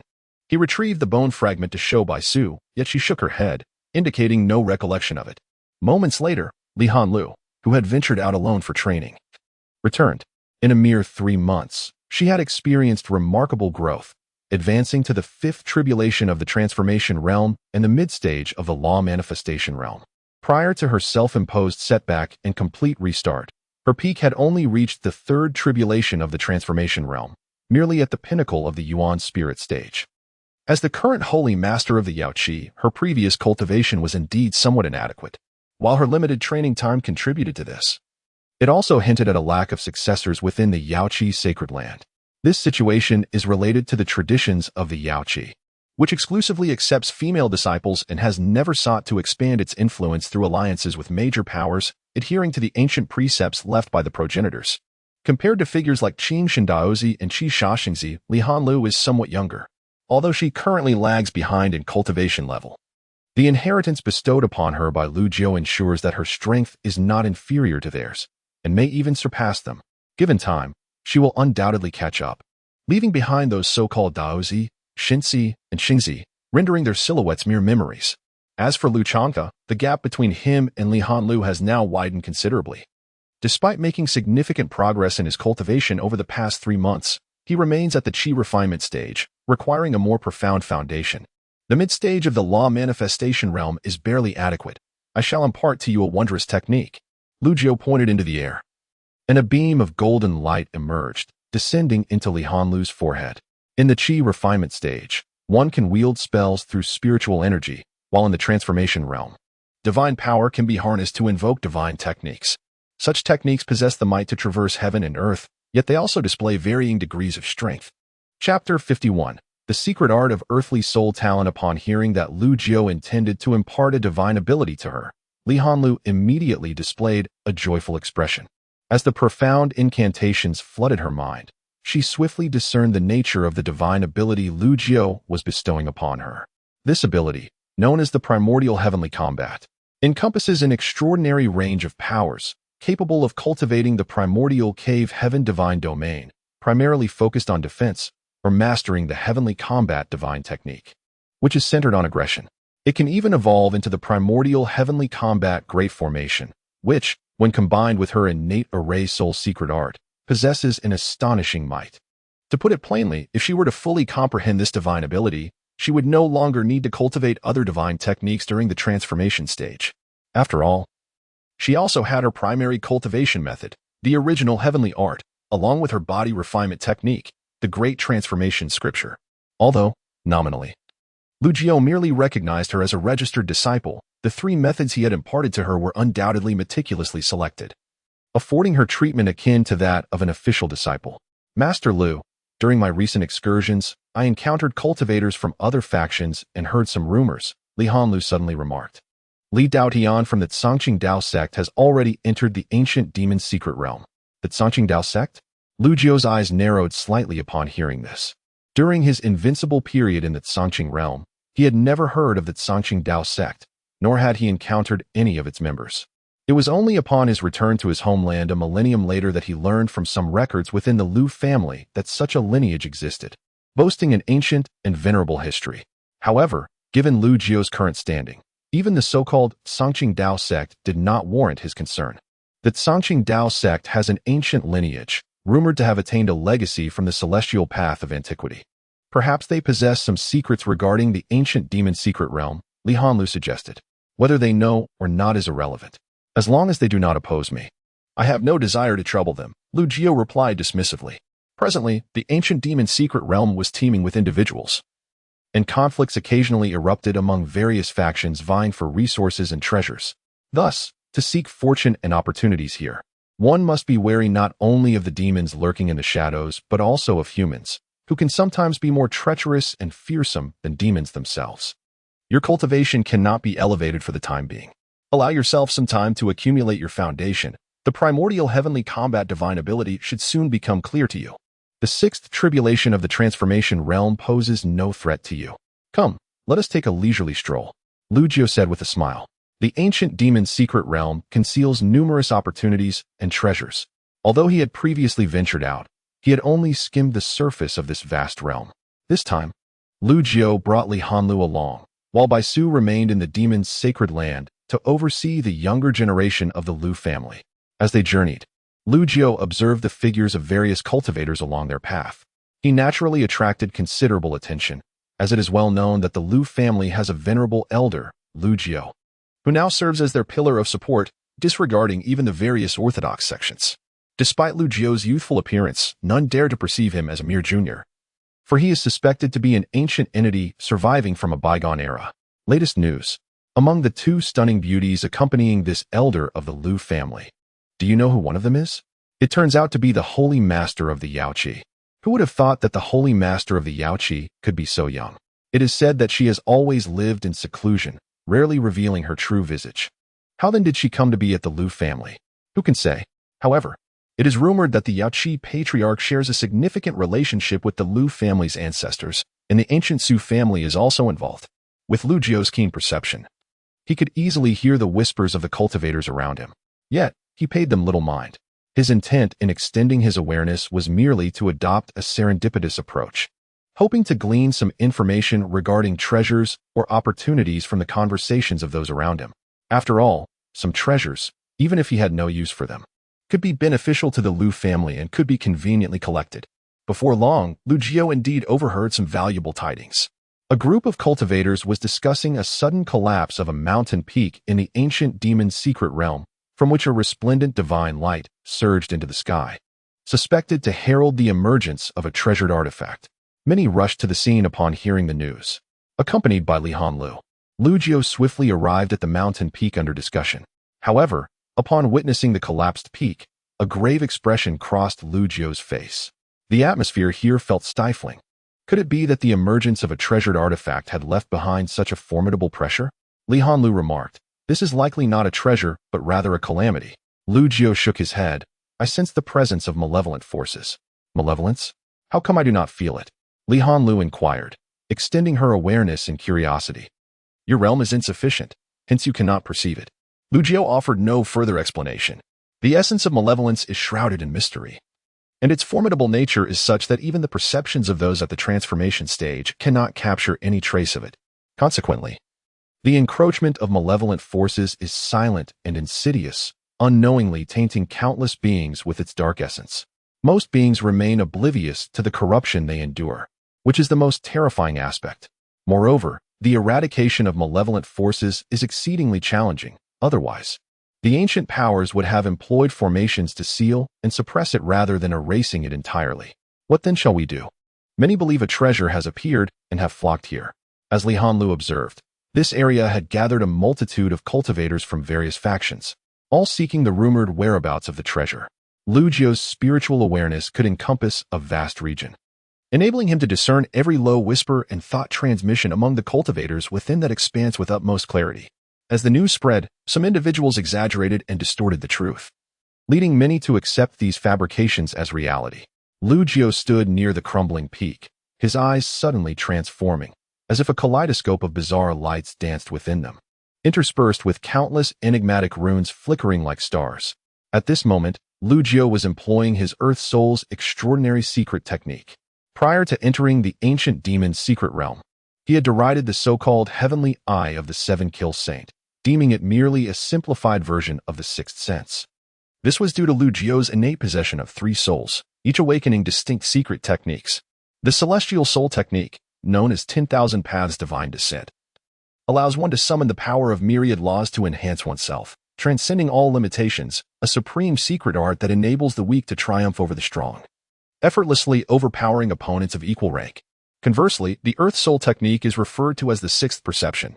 Humans possess 5 senses, but upon reaching the chi refinement stage, one can condense their spiritual consciousness, surpassing the 5 senses, thereby attaining what is termed the sixth sense. However, the sixth perception, with an additional character, bears a meaning wholly distinct from the sixth sense.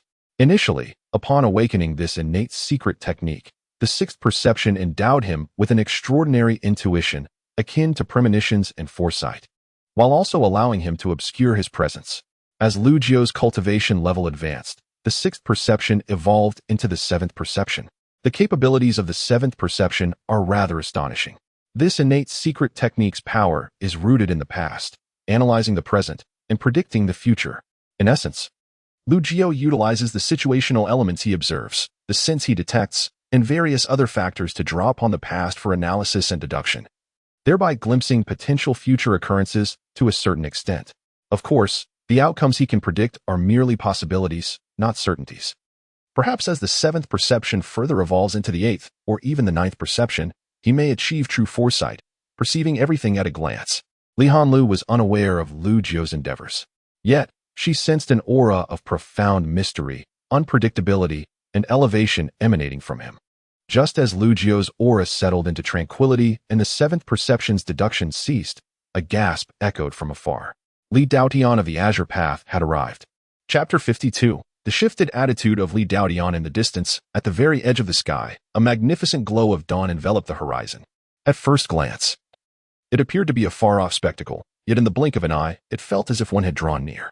The radiance coalesced, emanating a divine light of the laws, which then condensed to form chains that swayed gracefully in the sky. Amidst the undulating chains of divine light woven from countless laws, a figure approached, stepping lightly through the air. This individual appeared youthful and of unremarkable appearance, save for a pair of eyes that were strikingly unique, as if chaotic essences flowed within their depths, revealing profound secrets of the cosmos. This individual was none other than Li Daotian. It was said that the Sangqing Dao sect had acquired the ancient inheritance of the immortal path. Li Daotian stood as the most extraordinary prodigy in the history of the sect, mastering not merely one, but multiple immortal techniques. After all, the immortal techniques were esoteric and profound. Those lacking innate talent could scarcely hope to succeed even if they obtained them. An unparalleled genius practicing a singular immortal technique could look down upon their contemporaries and even aspire to transcendence in the future. Thus, Li Daotian's ability to cultivate multiple immortal techniques placed him far beyond the realm of mere prodigies. Behind Li Daotian, a number of practitioners from the Sangqing Dao sect followed closely. On this expedition into the ancient demon's secret realm, Li Daotian led the way, and even the seasoned elders of the sect regarded him with deference. Do you know him? As Li Daotian made his entrance, Lu Jiu observed a subtle shift in Li Hanlu's demeanor. Earlier, when Li Hanlu's name was mentioned, Lu Jiu had sensed an unusual tension in her emotions. Initially, he thought she was merely surprised by Li Daotian's background and talent, thus feeling pressured. However, it now seemed more complex than that. He is my cousin, Li Hanlu sighed. Cousin? Lu Jiu replied, somewhat surprised. Your family is quite impressive, with one having become the sovereign of the Yaoqi sacred land, and another being the sole true successor of the Sangqing Dao sect. Cousin, after so many years, aren't you going to greet your elder brother?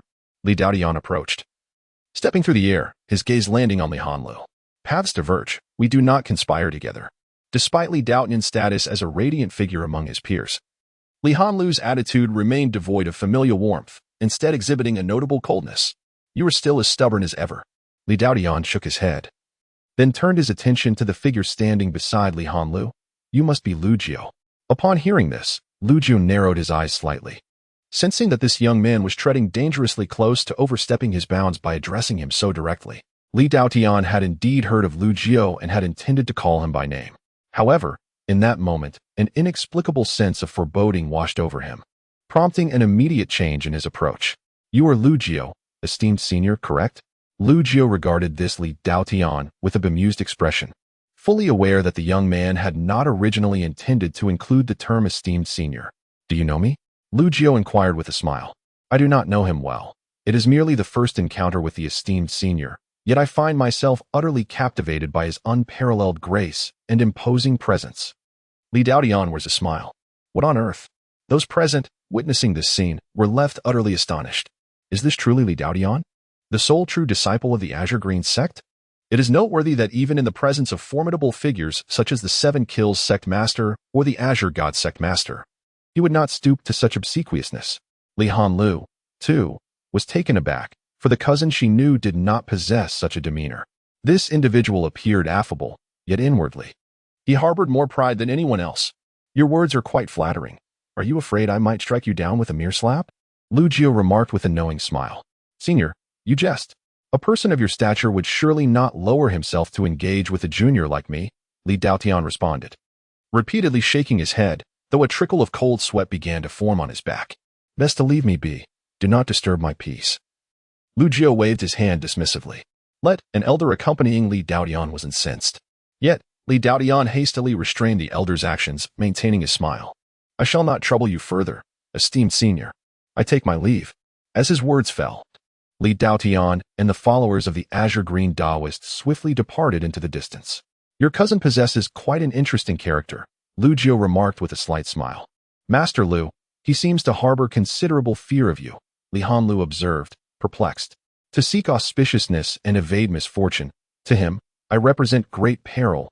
Naturally, he fears me. Others may not comprehend why Li Daotian's demeanor towards him shifted so dramatically. After all, at first, Li Daotian seemed indifferent to Lu Jiu, only altering his attitude when he was compelled to engage in conversation. Lu Jiu, employing the seventh sense of the Earth Soul's innate secret art, deduced that Li Daotian had awakened a unique hidden talent, aptly termed the ability to attract fortune and repel calamity.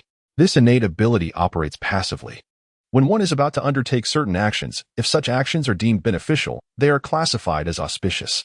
Conversely, if the actions are fraught with danger, they are deemed ominous. Thus, when Li Daotian contemplated addressing Lu Jiu by name, harboring a sense of disdain and condescension, his innate ability triggered, marking it as a dire omen.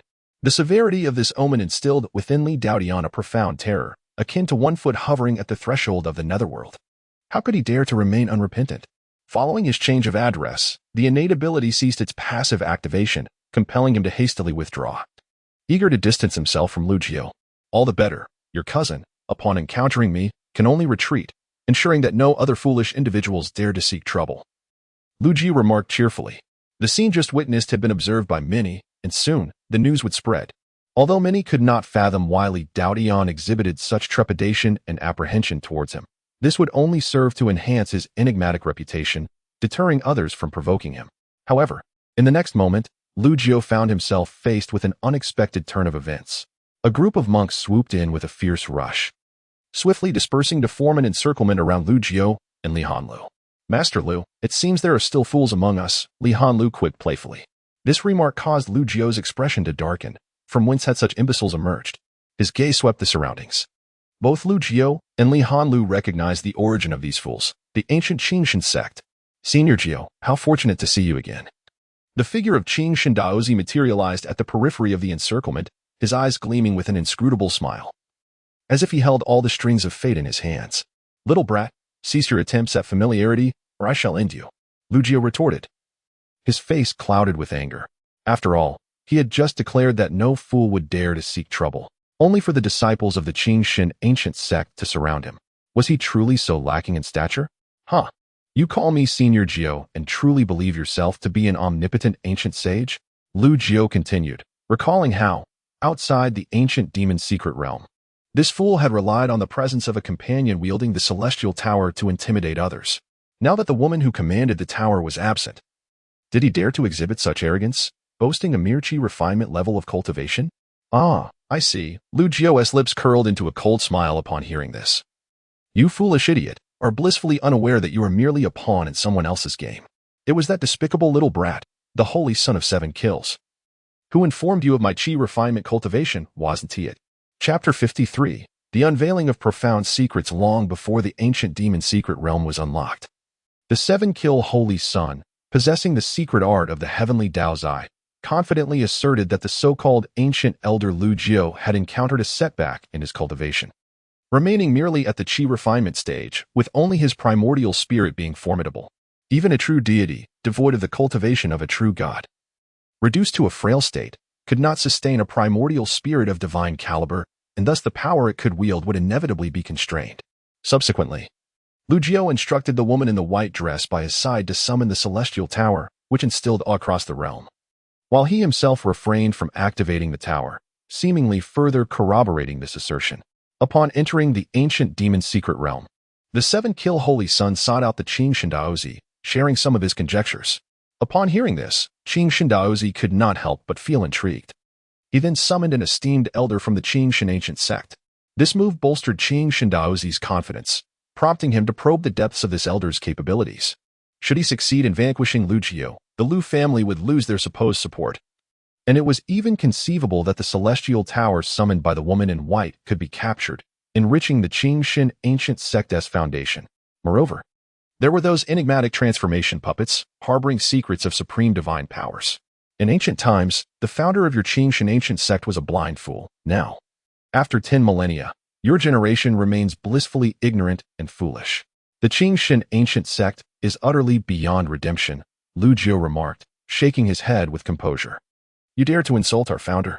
Qing Shindaozi's face darkened severely as he raised a hand to unveil a scroll of formation, faintly radiating the aura of a true god. Surrounding cultivators of the Qing Shin ancient sect began to weave spells, converging their powers into a colossal phantom of a grand palace, descending upon Lu Jiao with the intent to suppress. Impertinence. Li Hanlu stepped forward, raising her hand in a sweeping motion, as if a brilliant divine light erupted forth. The oppressive palace phantom swiftly dimmed and then vanished without a trace. This was a technique derived from the great Tao of transformation, known for its ability to dissolve all forms of law, profoundly mystical. Yaoqi Saintus, I advise you not to wade into these murky waters, a deep, hoarse voice emerged. In recent years, the Yaoqi sacred land had wisely refrained from involving itself in the affairs of the Lu family. The Qing Shin ancient sect harbored no intentions of clashing with your Yaoqi. I hope you can contemplate this wisely. An aged figure, exuding a heavy and somber aura, stepped forward. His presence cast an overwhelming oppressive force in the air, sending chills down the spine of those present. A peak heavenly god.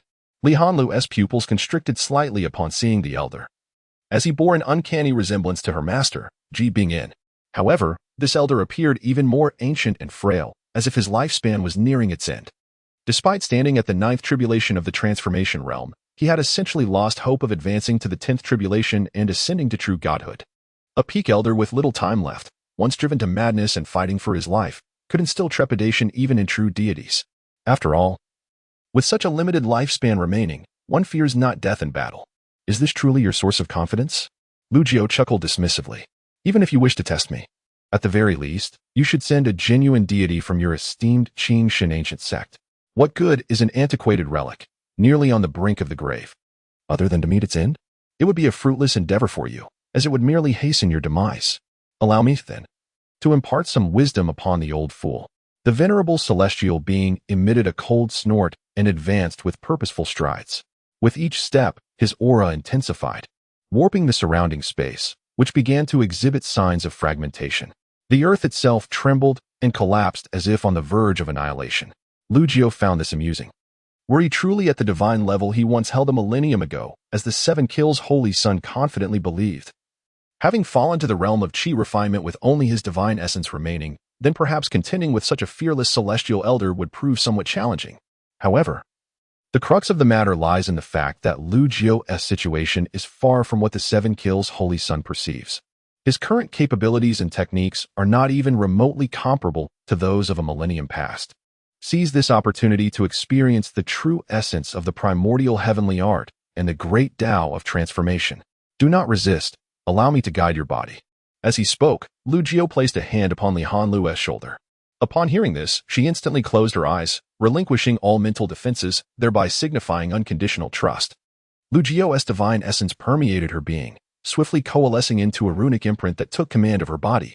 Although Li Hanlu's conscious self lost control over her physical form, she maintained a clear awareness of all actions and transformations occurring within her body.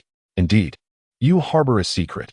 You choose not to act directly, but instead transfer your divine essence to another's body for combat. The celestial elder of the Qingshan ancient sect's eyes blazed with ominous brilliance, convinced he had unraveled the truth. His aura grew increasingly formidable, and the enigmatic laws of heaven and earth converged, manifesting as a colossal divine form, a towering azure giant, entwined with a fearsome azure dragon, unleashing a thunderous roar. 10,000 divine manifestations. Meanwhile, Lu Jiao, controlling Li Hanlu's body, invoked an innate secret technique. In an instant, her cultivation, which had just reached the fifth tribulation of the transformation realm, surged at an astonishing pace. Within moments, her aura ascended to the seventh tribulation of the transformation realm and continued to rise. Simultaneously, an endless brilliance of golden divine light illuminated the heavens and the earth. As a golden divine figure materialized above, though this golden figure lacked the solid presence of the divine form, it radiated an expansive and lofty aura. This was the first profound principle of the primordial heavenly art, the primordial divine form. Lu Jiao's voice resonated in Li Hanlu's mind, clear and unmistakable. Boom. At that moment, the ancient deity opposite us has made his move. With a single gesture, countless divine lights of principles transformed into divine swords, sweeping across the sky with overwhelming might, causing the heavens to tremble and the earth to quake, as the very fabric of space began to shatter. The onlooking cultivators in the distance instinctively retreated. The power of a deity of this caliber was terrifying, and a mere ripple could spell disaster for them. Yet, in the face of such ferocious onslaught, Lu Jiao's primordial merely raised a hand and pressed into the void. Instantly, it felt as though the universe had come to a halt. The myriad divine swords, forged from the convergence of divine lights, came to a standstill, as if ensnared in an invisible grip. This was the divine ability of the primordial, commanding all laws, even if one were merely at the realm. Mastering the essence of the primordial would allow them to suppress even the laws wielded by a celestial deity. The deeper one's comprehension of the primordial, the more potent the effect. Even a true god's attack would be rendered futile. Li Hanlu listened intently to Lu Jiao's earnest teachings, her heart overwhelmed with astonishment. Although she had already attained the realm, her understanding of the primordial celestial arts had yet to encompass the essence of the primordial. It is no exaggeration to say that mastering the essence of the primordial would place one in an invincible position during the transformation realm. Next, I shall demonstrate the profound principles of the myriad transformations of the great Tao. Observe closely, Lu Jiao said with a gentle smile. He then guided Li Hanlu's hands to swiftly form the necessary seals. The previously immobilized divine swords suddenly turned about, whistling as they redirected their deadly trajectory toward the ancient deity of the Qingshan ancient sect. This was the essence of transforming the myriad laws for one's own use. The opponent's invoked principles could be harnessed as one's own. As Lu Jiao's voice echoed in Li Hanlu's mind, the ancient deity of the Qingshan sect roared in fury. Utterly taken aback by the unexpected turn of events, unable to comprehend how his own divine abilities had suddenly turned against him. What kind of arcane sorcery was this opponent wielding? Chapter 54, more fearsome than the ancestor. The primordial heavenly arts. A technique acquired by Lu Jiao after enduring countless trials and tribulations in the ancient ancestral ruins, stands unparalleled among all martial arts. From the initial stages of the 8 realms of martial arts, it is undoubtedly the foremost technique Lu Jiao has ever encountered. This art serves as a comprehensive framework, accommodating all forms of cultivation without hindering the practice of other secret techniques or methods. In fact, it even facilitates the compatibility of diverse secret arts. Years ago, upon obtaining the primordial heavenly arts in the ancient ancestral ruins, Lu Jiao resolutely abandoned his existing cultivation, choosing to rebuild his foundation from scratch with this technique. It is crucial to note that at that time, he had already reached the pinnacle of the true God realm. As for the 10,000 transformations art, it is a body refinement technique devised by Lu Jiao through his awakened physical form, the 10,000 transformations body. This art complements the primordial heavenly arts perfectly. The ancient deity of the Azure God sect, despite his superior cultivation, could only wield his divine abilities in accordance with the laws of heaven and earth. Thus, he was inevitably suppressed by the primordial heavenly arts, subsequently falling under the mastery of the 10,000 transformations art. Throughout the confrontation, Lu Jiao did not even need to employ any divine powers personally. Merely relying on the profundities of these 2 techniques was sufficient to keep the ancient deity firmly subdued. Although there were more profound principles to be explored, for you, grasping these 2 alone would suffice for years of contemplation. Knowing too much can be counterproductive. One must avoid the folly of overreaching. With a faint smile, Lu Jiao remarked, the primordial Dharma manifests, commanding all laws. He formed another seal, and in an instant, his primordial spirit mirrored his actions, creating an identical seal. Boom! A terrifying aura of laws surged forth like a tumultuous wave. As if all the laws of heaven and earth in the vicinity had converged and summoned forth colossal chains, robust and radiant with the essence of divine laws. Impossible! The ancient deity's countenance changed dramatically. Upon witnessing Lu Jio's display, he felt as though he was facing a true god. Disciple, flee. This individual is beyond my capability to contend with. At this moment, the ancient deity grasped the gravity of the situation. He was already aged, with little time left. His demise would be inconsequential. However, the disciple was still young. With the potential to grow into a true god or even ascend to immortality, he could not perish here. Puff. Ah. The ancient deity let out a shrill scream as a massive chain of laws descended from above, piercing through his frail body. Did you provoke me and expect to escape? Lu Jio scoffed disdainfully, as the formidable chains swept across all directions, akin to the menacing tentacles of a great beast, imbued with terrifying murderous intent. Before the cultivators of the Azure God sect could flee, they were all struck down by the chains of laws, their bodies reduced to mere dust and blood mist. In an instant, the sky was filled with a rain of blood. Form the array. Quickly. Form the array to protect me. The Azure sect disciple's face drained of color. What he had believed to be a certain victory had spiraled into this dire situation. For Lu Jio, the unfolding events were merely the beginning. Do not provoke me, and I shall not concern myself with you, young ones. Lu Jio has now focused his efforts on nurturing the rise of the Lu family. When the time comes for reckoning, he will seek out the ancestral figures behind the orthodox sections. However, since you insist on antagonizing me, do you truly believe that I, Lu, am incapable of slaughter? With a thunderous roar, the terrifying chains of the laws surged forth, resembling colossal mountains in motion. The formation crafted by the disciples of the ancient Qingshan sect shattered like mere paper, and one by one, the practitioners were obliterated. Even the Qingshan Daozi was unable to utter a single cry of despair. The protective treasures he bore exploded into fragments, leaving him himself crushed into dust by the chains of the laws. The union of the primordial law manifestation and the mystical transformations of the great Tao grants mastery over myriad laws, allowing for effortless strikes that wield divine powers. That old fool, Qingyizi, was once so blinded by hubris, believing himself to be in absolute control, yet the disciples he trained were of the same misguided nature. To maintain dominion over all, one must possess strength. Lacking sufficient power while harboring arrogance will only lead to a catastrophic fall. Lu Ju stepped forward, approaching the ancient deity before him. The once mighty celestial now exuded an aura of extreme weakness, his divine manifestation having long since dissipated, pierced by numerous chains of law. Every aspect of his cultivation was suppressed and sealed, rendering his extraordinary abilities and divine artifacts utterly useless. The ancient Qingshan sect will not spare you, nor will they let the Lu family escape. Even at the brink of death, this ancient deity remained defiant, his gaze fixed upon Lu Jio, filled with a desire to consume him whole. What an ignorant fool! From the very beginning, I have never regarded the ancient Qingshan sect with any respect. Had it not been for my pity towards your ancestor, Qingyizi, the sect would have long since crumbled to dust, leaving none of you to exist. Upon hearing this, the ancient deity's pupils constricted sharply. Impossible! You are. If there was anyone from ancient times who nearly eradicated the ancient Qingshan sect, it could only be the unparalleled human sovereign of that era. There is nothing impossible in this world, just as in ancient times. When all believed I would annihilate the ancient Qingshan sect, I ultimately showed mercy, allowing them to survive. Everyone assumed I had perished in the void after a millennium of absence. Could I not have returned alive to my homeland? Lu Jio shook his head, unwilling to engage further in discourse. He raised his hand and, with a swift motion, summoned a chain of law that transformed into an unparalleled blade of light, swiftly severing the ancient deity's head from his shoulders. The magnificent primordial law manifestation sat regally in the skies, its eyes brimming with an overwhelming authority, surveying all directions. At that moment, the various factions of practitioners observing from afar averted their gazes, too fearful to meet one another's eyes, their hearts trembling with dread. How terrifying! A peak ancient deity, despite nearing the end of his lifespan, capable of forcing even true gods to retreat, was so effortlessly vanquished.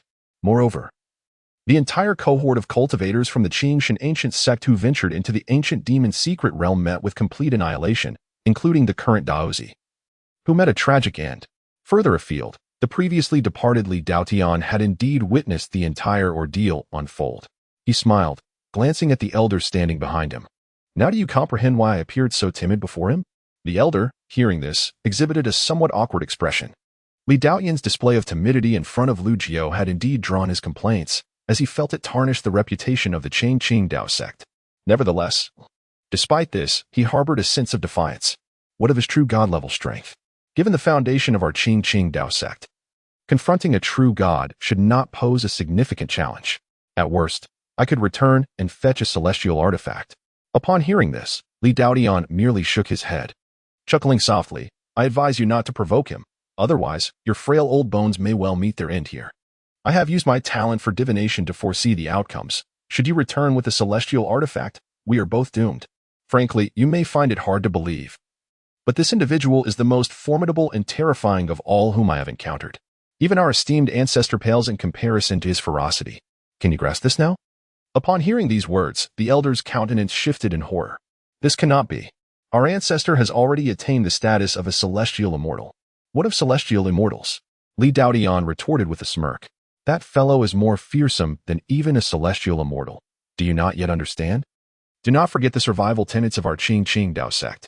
The elder's expression fluctuated, torn between disbelief and realization. Although he found it difficult to accept Li Daoyan's conjecture, he was acutely aware that Li Daoyan was not one to speak frivolously. As the sole true disciple of the Qing Dao sect, he had no need to elevate others at the expense of disparaging his own ancestor. Chapter 55. An orange cat had that little rascal employed his innate secret art against me once more? The fragment of spiritual power residing within Li Hanlu returned to Lu Jiao's true form. At that very moment, Lu Jiao felt an inexplicable pull, directing his gaze toward a distant point.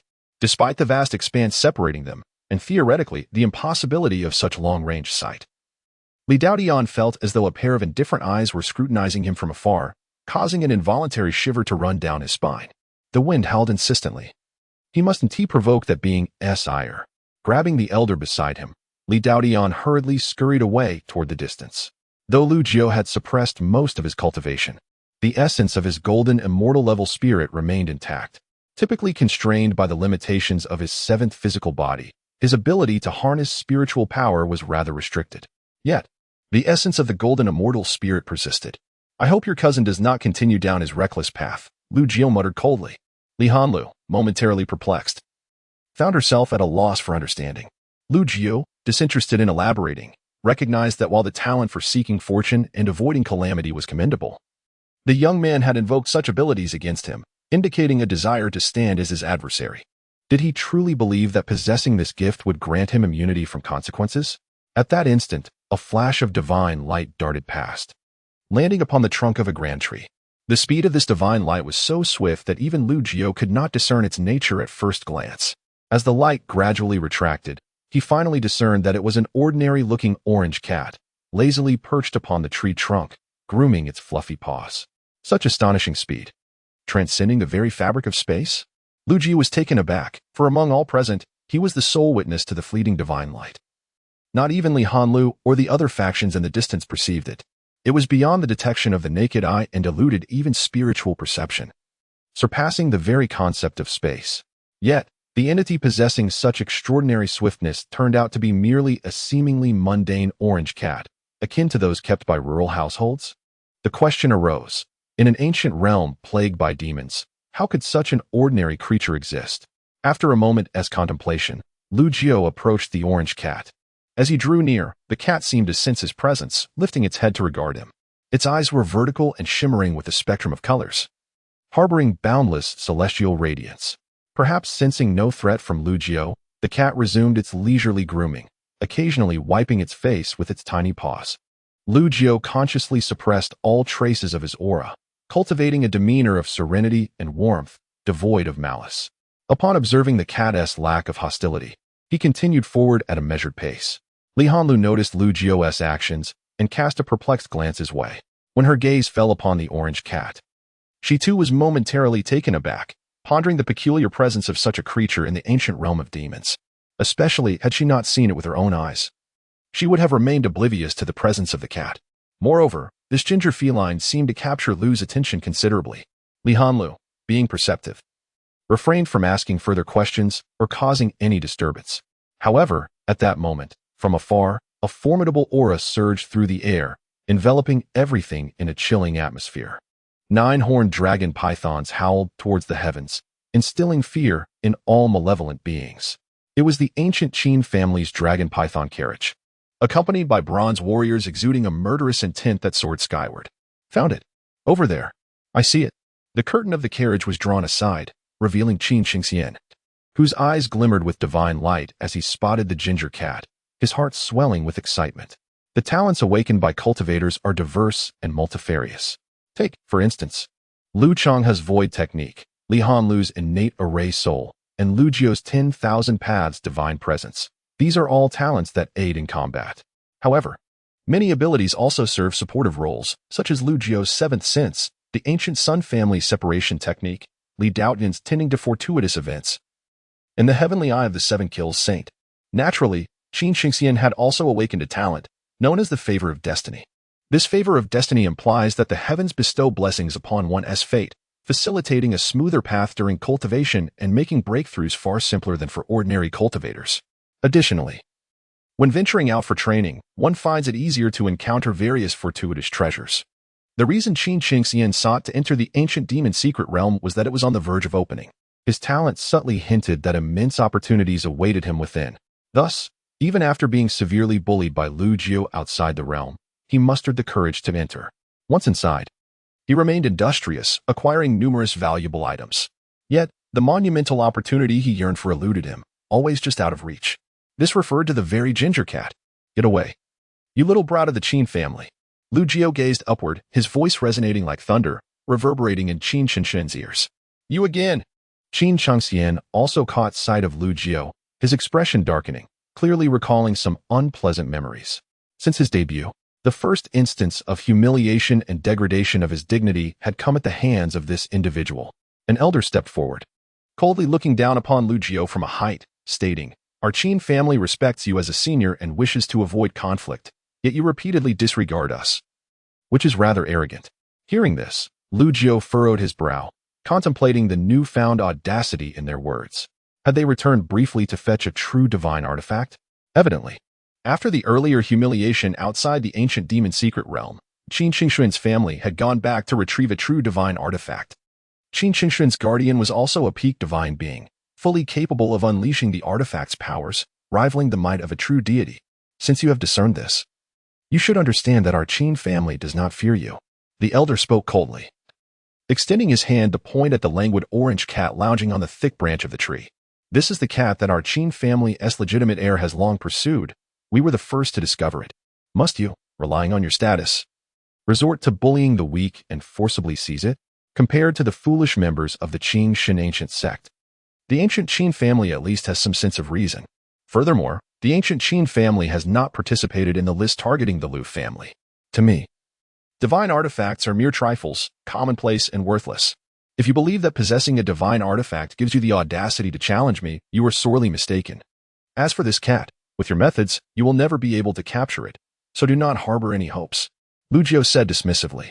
It was not that he held the Qin family in contempt. Even he would be utterly incapable of catching this cat, for its speed transcended the realm of ordinary comprehension.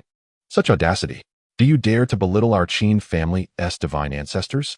Qin Chengxian retorted icily. You claim I cannot catch it? I shall prove you wrong. With that, Qin Xingxian's figure flickered, condensing divine power into a phantom hand that reached for the orange cat. In an instant, the cat moved, and aside from Lu Jio, the others present saw nothing as the cat vanished from sight. You refuse to believe the impossible, Lu Jio remarked, observing the direction in which the cat had escaped. This is all your fault. Qin Xingxian exclaimed in frustration, his anger boiling over. It must be your interference. Otherwise, I would have certainly captured that cat. Guided by his innate secret technique, Qin Xingxian could repeatedly locate the cat, yet each time he managed to find it, he was unable to catch it. The immense opportunity was right before him, yet it slipped away, driving him to the brink of madness. You truly have a nerve. Even though the ancient Qin family was not on the Lu family's list, this upstart dared to jump around and accuse him, thinking that he, Lu Jio, had a good temper. With a flicker of movement, Lu Jio traversed the space effortlessly, appearing right before Qin Chengxian. Be careful, heir. The elder, acting as a protector, turned pale with shock, for Lu Jio's speed was so swift that he had no time to react. Chapter 56. The Fourth Physique, the Boundless Overlord Body. A resounding slap echoed through the air as it struck Qin Shingshan's face. Despite Qin Shingshan's considerable cultivation prowess, he was utterly outmatched before Lu Jiu. His body spun like a spiral, the force of the blow causing half of his face to swell grotesquely, marring his once handsome visage. In deference to the legacy of your ancestors from the Qin family, I shall spare your life. However, your insolent tongue truly deserves a reprimand. Lu Jiu's expression remained impassive as he seized a handful of Qin Shingshan's hair, removing his boot and preparing to deliver a punishing blow to his mouth. Stop! The elder guardian bellowed, summoning a divine artifact, its power igniting. Crafted by the ancestors of the Qin family. This divine artifact would recognize Qin Shingshan's bloodline and refrain from inflicting harm upon him. Begone! Lu Jiu retorted coldly, unsealing one of the seals within him, releasing a formidable essence that seemed capable of shattering the very heavens. With a mere flick of his foot, it appeared as though the sky itself was collapsing, leaving only an unparalleled and terrifying foot that crashed down upon the divine artifact. Boom! The shockwaves reverberated, shaking the earth, and vast expanses of space crumbled. Reminiscent of apocalyptic devastation. The divine artifact's power was barely unleashed before it erupted in midair, fragments scattering and ravaging the land and mountains, leaving countless wounds. The elder guardian spewed blood, propelled backward by the force. The mere aura emanating from Lu Jiu caused the nine-headed unicorn python to shrink in size, resembling a trembling 3-inch serpent, whimpering in despair. The accompanying bronze-armored soldiers were similarly overwhelmed, kneeling in midair, unable to lift their heads as if burdened by the weight of 10,000 mountains. Li Hanlu witnessed this spectacle, her heart pounding with terror. Was this the overwhelming presence of Master Lu? It was excessively tyrannical, utterly terrifying. It felt as though all present had been reduced to mere humble beings, compelled to kneel in reverence before the celestial. The terrifying aura flickered momentarily around Lu Jiu, who continued to clutch Qin Shingshan's hair, delivering relentless strikes with his boot. Qin Shingshan cried out in anguish, having never endured such a brutal beating in his life. After dozens of strikes, his once handsome face had twisted beyond recognition, and his mouth was a bloody mess, unrecognizable and grotesque. Do you understand your folly now? Lu Jiu tossed him aside like a dead dog, leisurely donning his boot once more. Despite the brutal beating Qin Shingshan had received, Lu Jiu's boot remained unblemished, as pristine as ever. Well, gee, island. Rub. Qin Shingshan's mouth was rendered incapable of normal speech. You should consider yourself fortunate to be a scion of the Qin family. Had you belonged to the Sun family or the likes of the Seven Kills sacred sect, you would already be dead. Today, I impart a small lesson to you, hoping it will serve as a reminder to refrain from provoking those you ought not to challenge, Lu Jiu stated with a cold expression. He then raised his hand and pointed at the protector, commanding, "Come here." The elderly guardian fell silent, realizing the formidable nature of his adversary. Before he could even warm up his divine artifact, it was shattered by a single kick. Despite being an aged man, he approached Lu Jiu like a frightened child, keeping his head bowed in trepidation. With a swift motion, Lu Jiu struck the old man's head with a resounding slap, leaving him disoriented and staggering. As a protector, your duties extend beyond merely safeguarding this young one. You must also impart the principles of conduct and etiquette. I may spare this child this time out of respect for the ancestors of the Qin family, but should there be a next time, it will not merely be the destruction of a divine artifact. I shall obliterate your head as well. Do you understand? The guardian, too intimidated to retort, quickly nodded in agreement. Yes, esteemed senior, your lesson is well taken. I shall never dare to repeat my mistakes. Satisfied with the guardian's acknowledgement, Lu Jiu chose not to pursue the matter further. He raised his hand and, with a deft motion, seized the young Qin Shingshan once more, lifting him as one would a lifeless dog. Esteemed senior, the guardian's face paled. Did you not say you would spare the heir this time? Rest assured, I have no intention of ending his life. His innate secret technique is commendable, and I merely wish to borrow it for a time. As his words settled, Lu Jiu extracted a strand of resplendent golden light from the center of Qin Shingshan's brow, forming a distinct pattern, a manifestation of the innate secret technique. Esteemed senior, you must reconsider. The guardian's countenance betrayed his alarm. Without his innate secret technique, the heir will be ruined. Esteemed senior, it appears you have connections with our Qin family's ancestors. I implore you to show mercy. The guardian was no fool. He recognized that this venerable Lu Jiu must have been acquainted with the ancestors of the Qin family from ancient times, thus sparing them from calamity. Why are you fretting? I have stated that I merely intend to borrow it. Once the ancient demon secret realm concludes, I shall return it to him." The guardian found it difficult to believe such claims, for he had never heard of an innate secret technique being borrowed and subsequently returned. "Enough with your incessant prattling. Do you believe I would hesitate to end your life with a single kick?" Lu Jiu, weary of explanations, inhaled deeply and swallowed the strand of divine pattern whole. With the awakening of his 3 souls, he corresponded to 3 distinct innate secret techniques. The Heaven Soul technique manifested as the myriad divine presences. The Earth Soul technique represented the 7th sense, and the Human Soul technique was known as the seal transfer. This seal transfer technique far surpassed the so-called deprivation technique of the Sun family. Lu Jiu could utilize this innate secret technique to seal and transfer another's innate abilities to himself, without any diminishment in efficacy.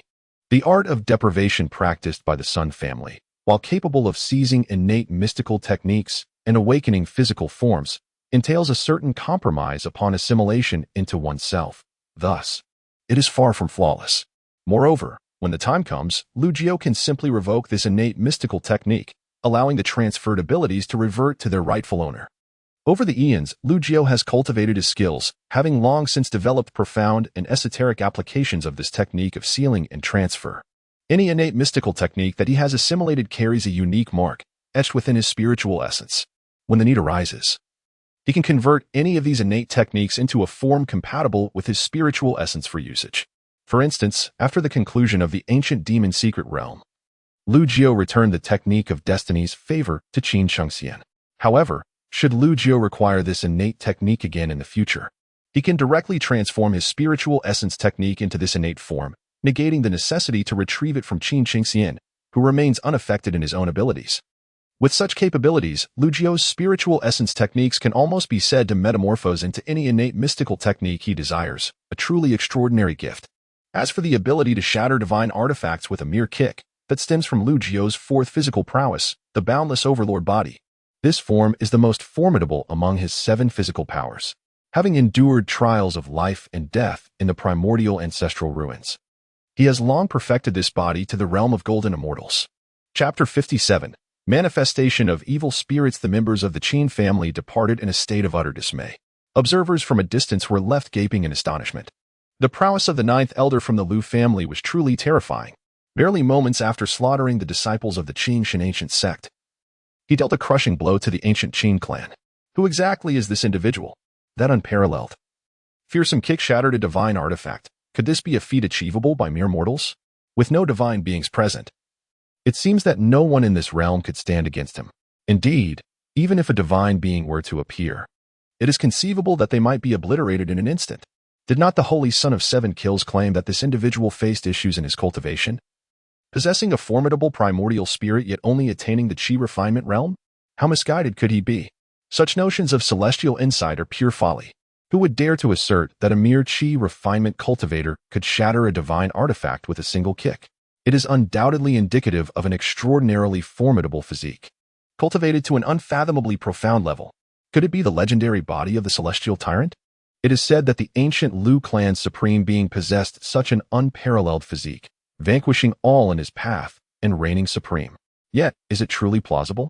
It has been 10 millennia since ancient times, and there has been no word of anyone awakening such an invincible physique.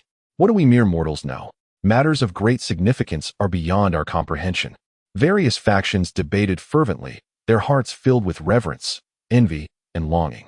After all, who wouldn't desire the legendary invincible physique? Master Lu, was that awe-inspiring kick truly a manifestation of your physical prowess? After departing the scene, Li Hanlu inquired curiously. She had witnessed Lu Jiu display a myriad of astonishing abilities, yet none left an impression as indelible as that kick which obliterated a divine artifact. Indeed, that was the body of endless tyranny, wielding absolute power to dominate the heavens. Lu Jiu replied with a faint smile. There is no need for excessive envy. Should you master the Great Transformation Sutra to perfection, you too may acquire the body of Great Transformation. While it may only possess 80% of the true body strength, it would still allow you to stand tall amidst the crowd. The body of Great Transformation at the same level is not inferior to the body of endless tyranny and stands among the highest echelons of physical strength. Master Lu seems to possess extensive knowledge of these extraordinary physiques. Do you, perchance, wield more than one such power? Li Hanlu's eyes sparkled with intrigue. Can you guess?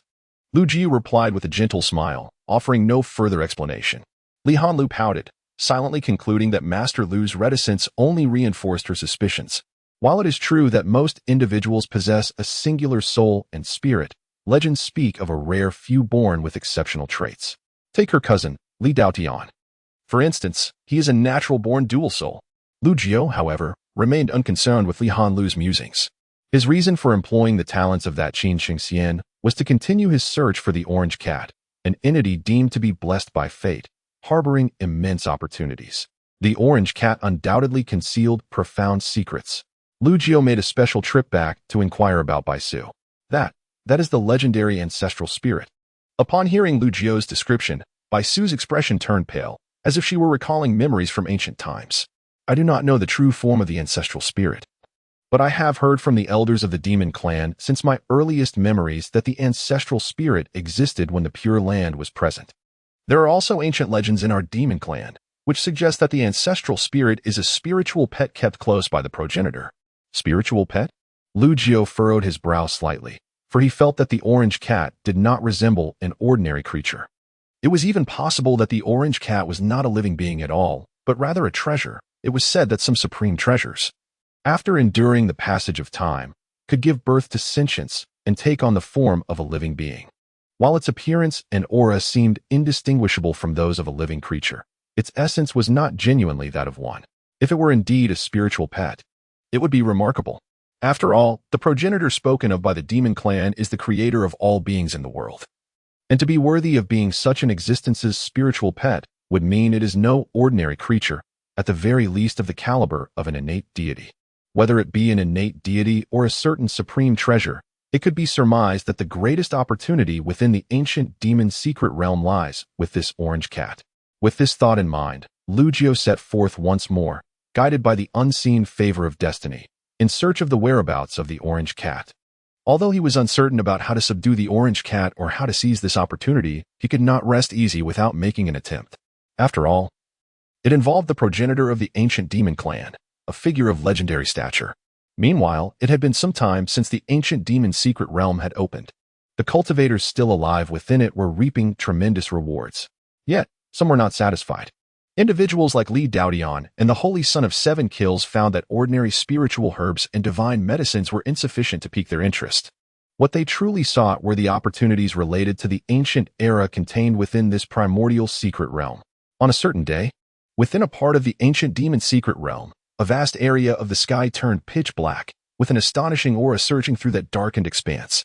However, this phenomenon lasted only a brief moment before vanishing without a trace. Yet it still caught the attention of many. Did you feel that? The aura just now seemed even more terrifying than that of a true god.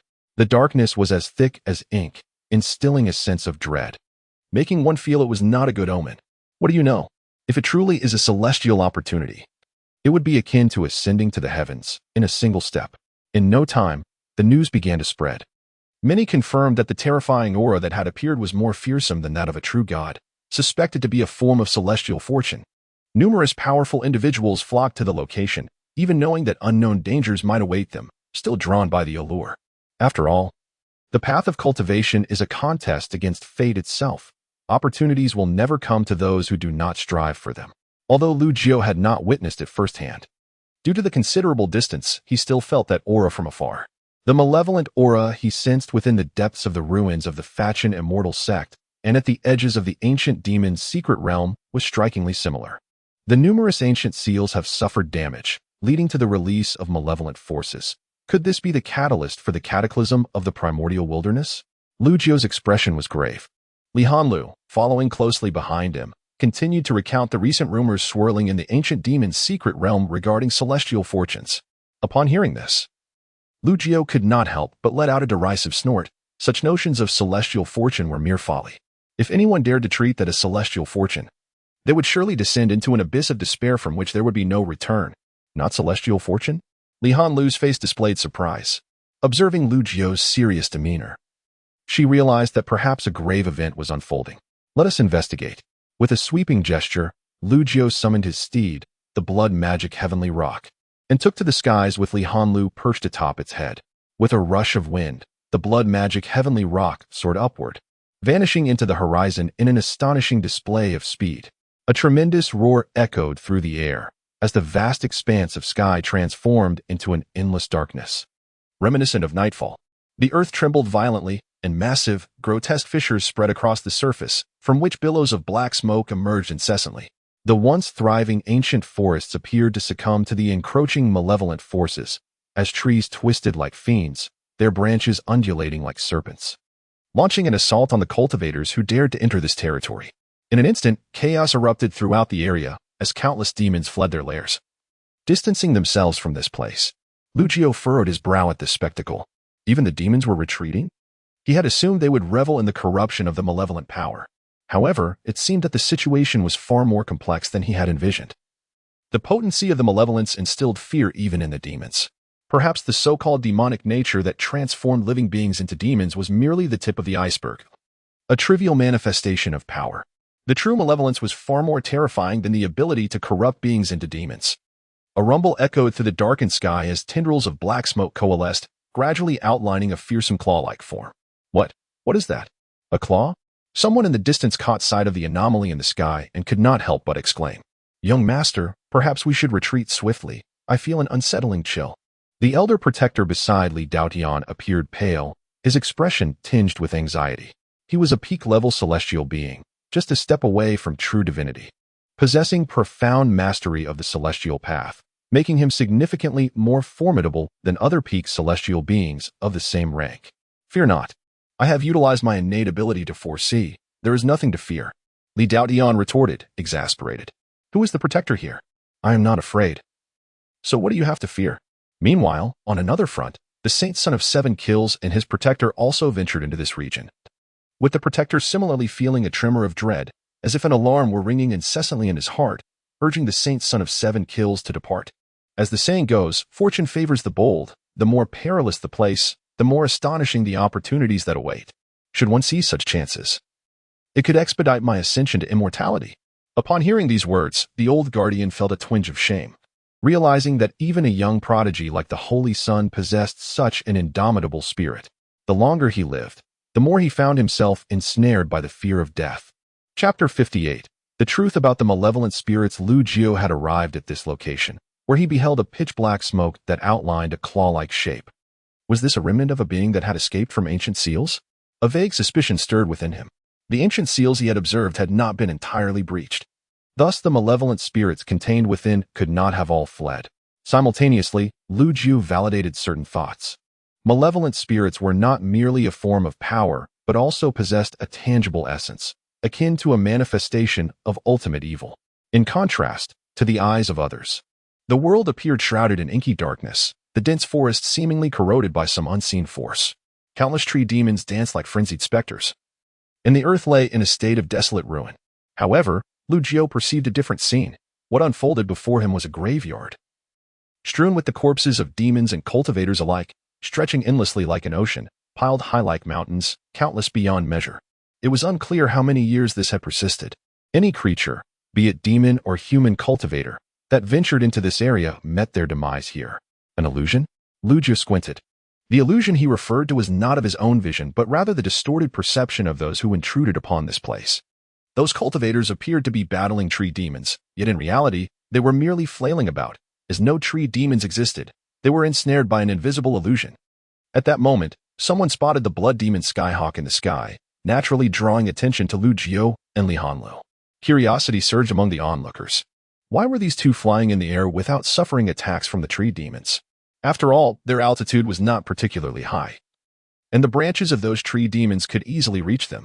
These individuals were oblivious to the fact that their vulnerability to attack stemmed from their inability to see through the illusion.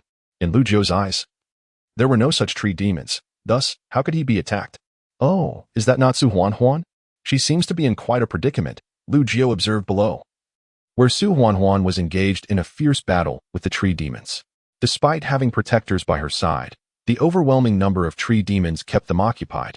Entrapped in the illusion, the tree demons faced by these individuals were exceedingly troublesome, nearly impossible to defeat. Su Huan caught sight of Lu Jiu and rolled her eyes, pouting. "Senior Jiu, are you just going to watch? Would you not lend a hand?" Though she was disguised as a male, her voice remained melodious and enchanting. Senior Jiao, please help me.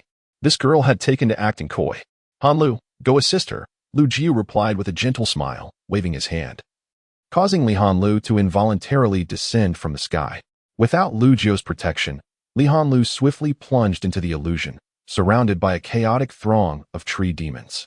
Branches lashed out like serpents and whips, cracking through the air. Her face bore an expression of exasperation. Yet she understood that Lu Jiu intended for her to gain experience through this ordeal. Sisterly, I truly appreciate your assistance. Su Huan came rushing over, ready to join forces with Li Han Lu. The favor shown to you by Master Lu is, for me, a form of tempering. There is no need for such formality. Li Han Lu smiled gently. Master Lu, are you a disciple of the esteemed Ninth Senior? Su Huan's eyes widened in disbelief. But, sister, are you not the sovereign of this generation from the Yao Pool? The Yao Pool has always been known for having only female disciples. Master Lu does not hail from the Yao Pool, and I am merely a nominal disciple under him, Li Han Lu clarified. Meanwhile, her hands were busy as her mind replayed the scenes of Master Lu demonstrating the profound principles of the original heavenly art and the great transformation technique, diligently seeking understanding from them. A nominal disciple. Su Huan was once again taken aback. She had heard rumors about Li Han Lu, who, at such a young age, had ascended to be the sovereign of the Yao Pool, undoubtedly a peerless genius. Yet here she was, merely a nominal disciple under Ninth Senior? Instantly, Su Huan's curiosity about Master Lu deepened. She felt an irresistible urge to return home and inquire with her grandmother about the true identity of this Ninth Senior, especially since he had previously mentioned knowing her grandmother, and their tone suggested a familiarity. In truth, Li Han Lu herself was quite curious. For Master Lu seemed to hold a particular favor for this girl from the Su family, treating her with a distinct kindness that was unlike his demeanor towards others. Having followed Master Lu for some time, she understood that the average person would hardly catch his eye. His acceptance of her as a nominal disciple was likely due to her lineage from the Yao Pool. It appeared that Master Lu had some connection with the Yao Pool's founder, coupled with her courageous decision to forego her cultivation. It was only natural that he regarded her with special consideration. Yet, even so, she remained only a nominal disciple. As for Lu Changhe, his connection was purely due to his lineage from the Lu family, suggesting a deeper bond between Master Lu and that family. It was as if Master Lu were an ancestor of the Lu clan. Many have speculated on this possibility. Yet there is no mention of the name Lu Jiu in the family tree. Surely, the Lu family would not be unaware of their own ancestor's name? Aside from her and Lu Changhe, Master Lu had not taken special notice of anyone else, with perhaps the exception of another from the Lu family, Lu Xingyan. However, Su Huan was entirely different. When she first appeared, Master Lu cast a glance her way, seemingly intrigued by her, as everyone battled against the tree demon. Gradually pushing deeper into this area in search of the so-called celestial fortune, Master Lu's gaze was fixed upon the enormous claw suspended in the pitch-black sky. For now, this claw merely hovered, outlining a phantom form, showing no signs of further action. Suddenly, the massive claw trembled. A torrent of dark light surged forth, spreading like rain in all directions. The speed of the dark light was astonishing. In an instant, some were pierced by it, their bodies decaying at an incredible rate, leaving only brittle bones that fell to the ground in shattered fragments. The entire process transpired in the blink of an eye. The air was filled with piercing screams. In the blink of an eye, an unexpected calamity struck, ensnaring many. Some attempted to summon defensive artifacts, yet the defenses crumbled as if made of mere paper, swiftly pierced and leaving no chance for survival. Even the mightiest celestial beings who endeavored to counter the incoming dark light found their efforts futile, as the shadows were as unyielding as divine iron, impervious to all assaults. With a swift motion, Li Daodian unfurled a tattered oil umbrella, the canopy riddled with numerous holes.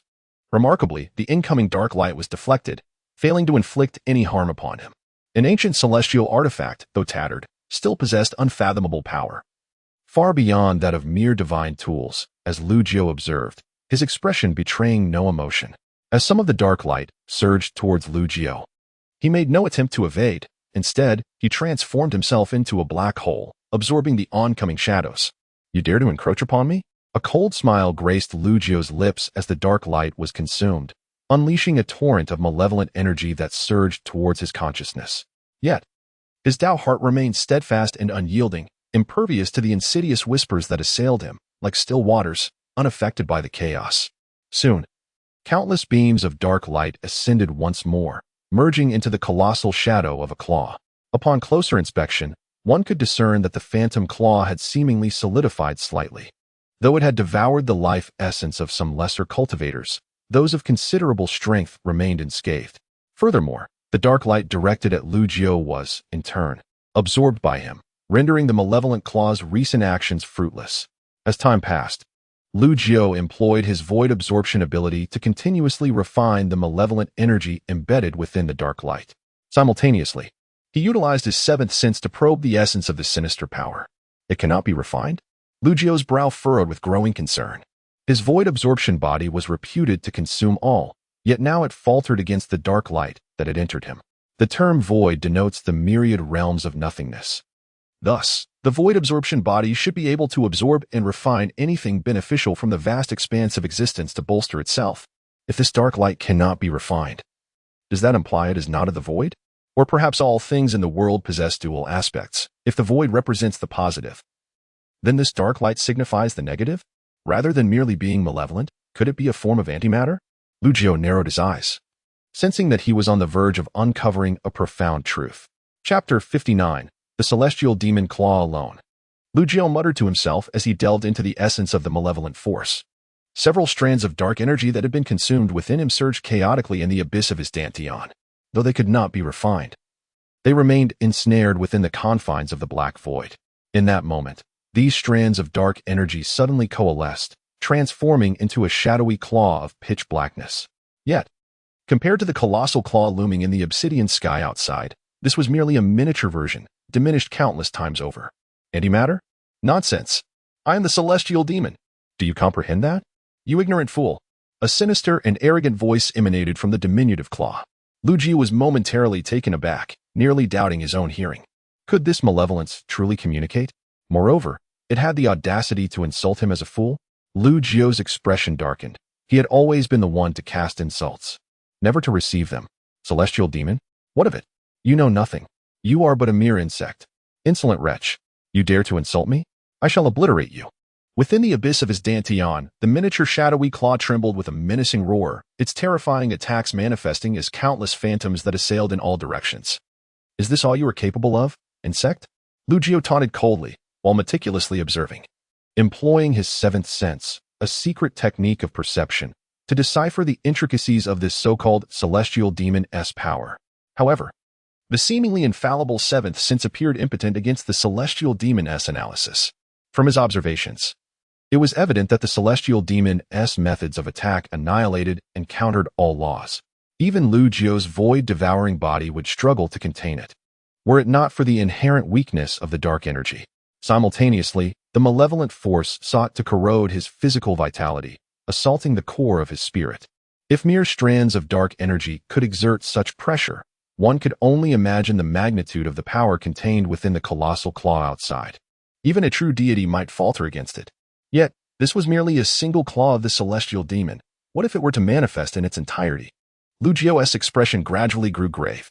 It seemed that cultivators were utterly powerless against the celestial demon. They could either withstand its might with formidable cultivation or resort to suppression and sealing. Was it truly impossible to vanquish it? He could not fathom a world where such an abominable existence prevailed. Surely, there must be a way to confront the celestial demon.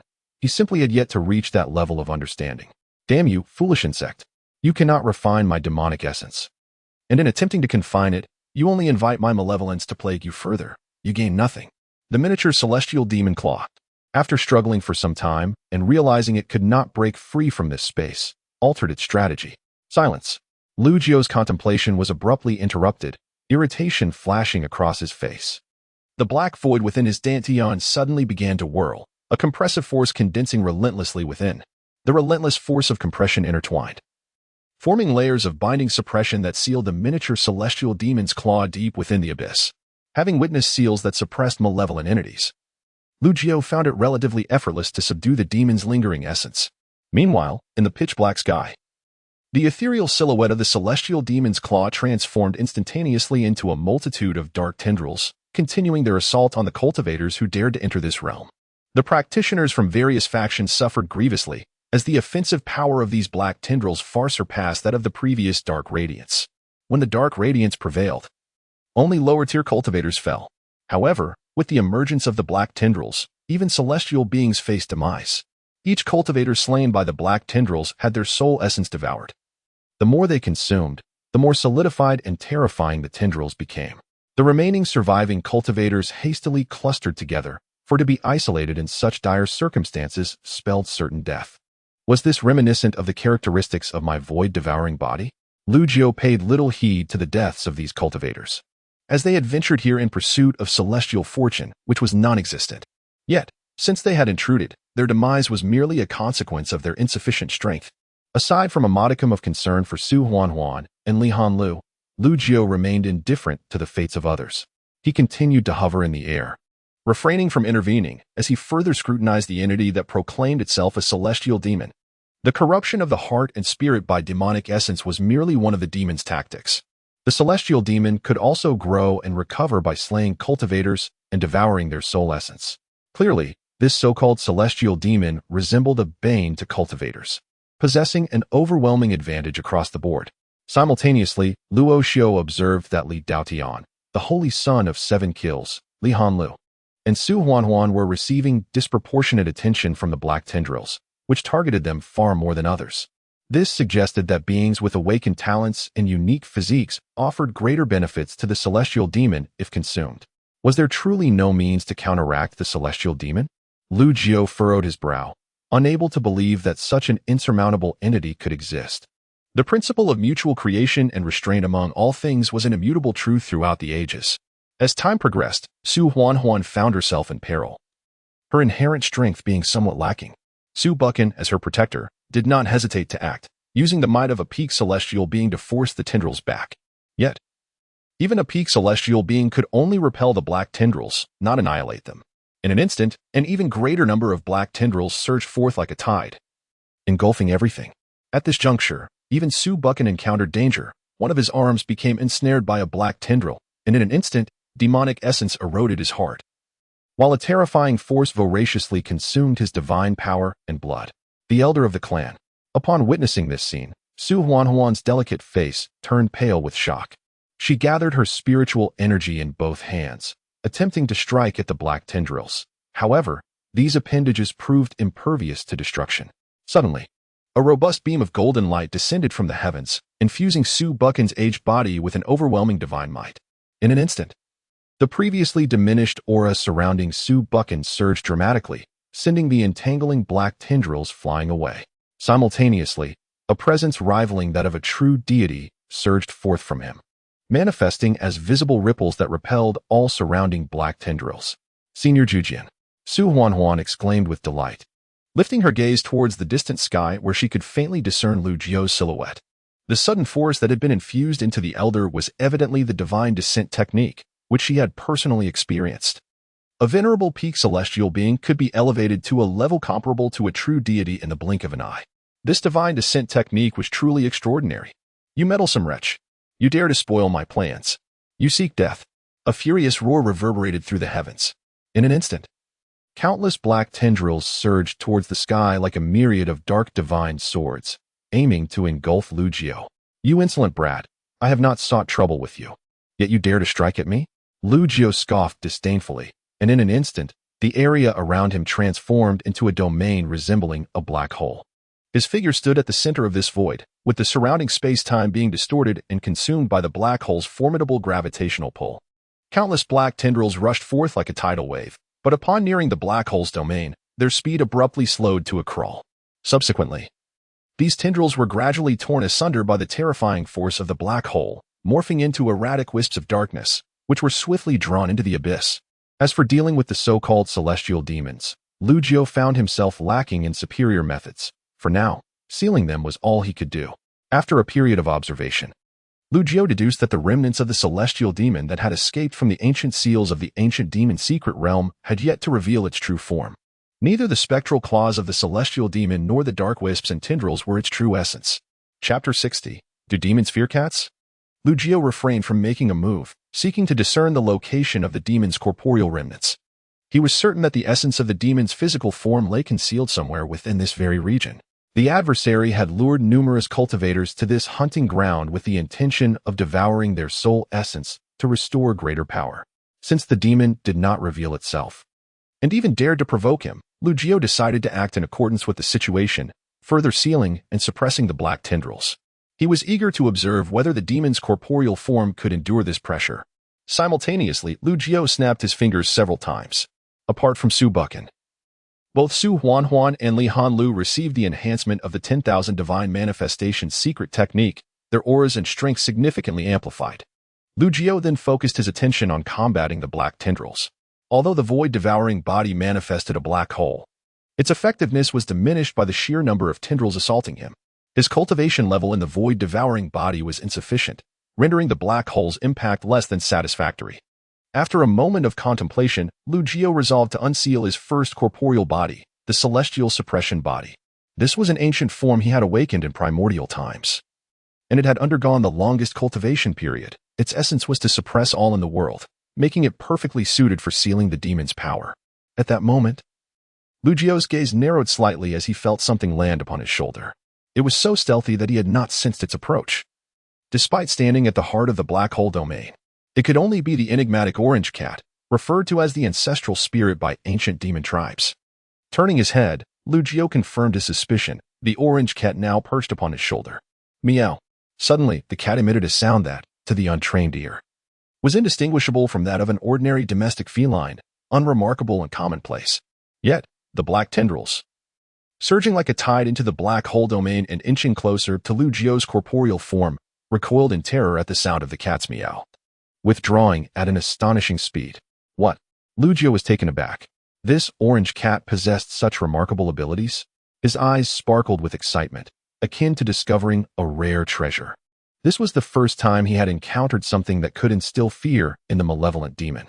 Was it the cat itself that the demon feared? Or was it the extraordinary power contained within its meow? However, the retreating tendrils began to attack the various cultivators with renewed ferocity, seemingly intent on devouring more soul essence to bolster their strength in preparation for facing Lu Jiao, their formidable opponent.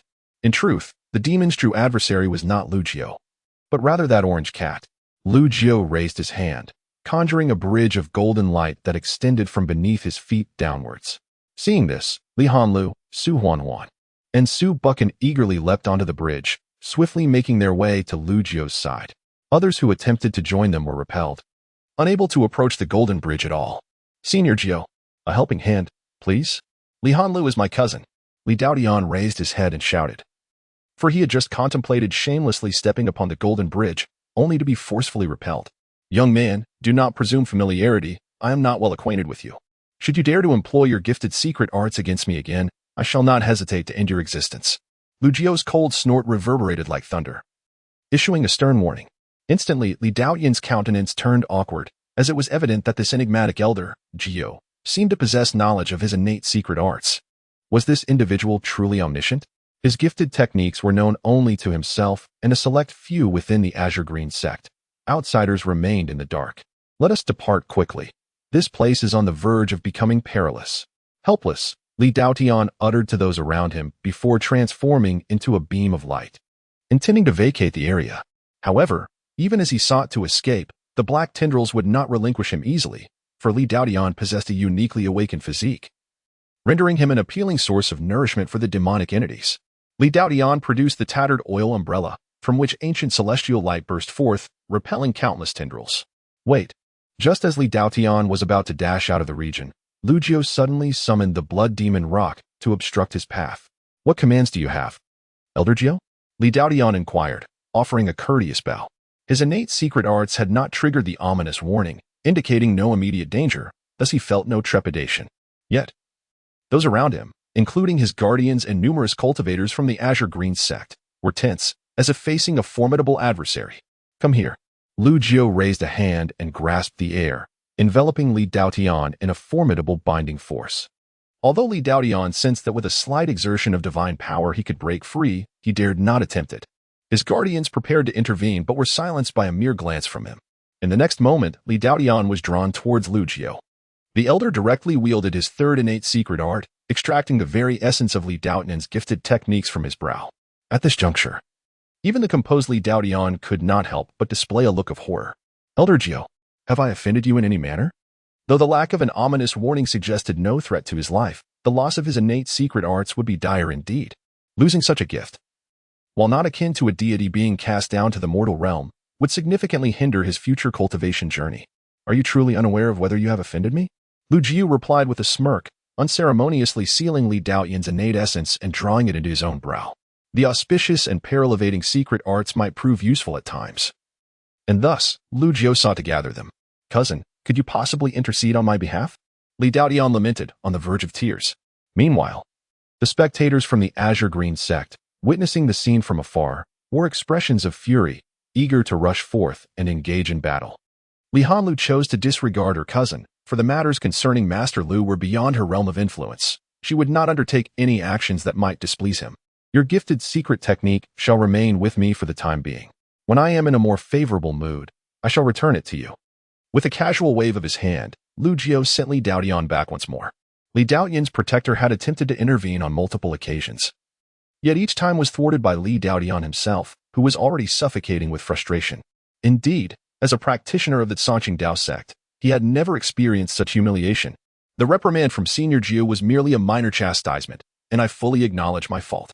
Should anyone dare to utter a disrespectful word against Senior Jiu, they must not blame me for turning hostile. What left the members of the Sanqing Dao sect utterly speechless was that despite losing his precious secret technique, Li Daoyan still chose to speak in defense of his adversary. Little did he realize that he was oblivious to Lu Jiu's temperament. Yet he was acutely aware that should he provoke this individual, their return would be perilously uncertain. You should hasten back. Inquire with your ancestors of the Sanqing Dao sect if they are acquainted with the heavenly demon. If so, let them come and speak with me. Lu Jiu waved his hand dismissively, uninterested in further engagement with Li Daoyan. With the secret techniques of both Li Daoyan and Qin Qingxian now in his possession, their ability to wield their talents was curtailed for the foreseeable future. As for the possibility of reclaiming them, that would depend entirely on Lu Jiu's whims. Indeed, the lesson imparted by the esteemed senior shall be etched in my memory, Li Daoyan said with a sycophantic smile, urging his protector and the other members of the Sanqing Dao sect to depart swiftly from the area. They did not merely leave this vicinity. They intended to exit the ancient demon secret realm entirely. Chapter 61, The Mysterious Golden Leaf Among the Cultivators that Ventured into this region. Only Li Daoyan had the foresight to sense the impending danger and swiftly departed with his companions. The others who dared to enter this hunting ground of the celestial demons met an utterly grim fate. Lu Jiu cast his gaze around, failing to locate the Son of Seven Kills. However, he did witness the guardian of the Son of Seven Kills being engulfed by countless black tendrils, quickly meeting a gruesome end, dismembered without mercy. Boom! Countless black tendrils began to coalesce in the air once more. This time, they formed not merely a claw, but a grotesque humanoid figure with 3 heads and 6 arms, its entire body covered in dark purple scales. Curving horns adorned its head, and each joint was decorated with menacing, sword-like crimson bone spikes. Is this the true form of the celestial demon? Lu Jiu narrowed his eyes. Damn you, earthworm. I shall devour you. With the emergence of the celestial demon's true form, its 3 faces twisted into sinister, malevolent smiles, revealing a mouthful of sharp teeth, chillingly grotesque. With a howl, the 3-headed, 6-armed demon surged forward with astonishing speed, arriving before Lu Jiu in an instant, its 6 fists clenched and ready to strike. The oppressive aura it exuded was overwhelmingly sinister, suffocating, and unmistakably transcended the realm of true gods. Meow. The orange cat let out another cry, this time sharper and more piercing, resonating with remarkable intensity. An invisible barrier seemed to materialize, successfully intercepting the celestial demon's assault. Although the barrier trembled violently under the impact of the demon's fists, it remained unbroken. Curious, truly curious, what power does this orange cat wield? And why can I perceive nothing? Lu Jiu gazed at the cat perched upon his shoulder, encountering such an unusual phenomenon for the first time. However, he noted that the cat's power could only defend against the celestial demon, seemingly incapable of mounting an offensive. Shaking his head, Lu Jiu thought, this won't he do. Allow me to take charge. As he spoke, he formed a hand seal, unbinding a portion of his own seals. Boom. In the moment of unsealing, an overwhelmingly terrifying aura radiated from Lu Jiu. He soared into the air, the blood demon Sky Phoenix swiftly carrying Li Hanlu and the others far away. Suppress. The blood demon Sky Phoenix halted in midair at a considerable distance. Li Hanlu and the others heard the resounding echoes of Lu Jiu's voice proclaiming the decree of slaughter.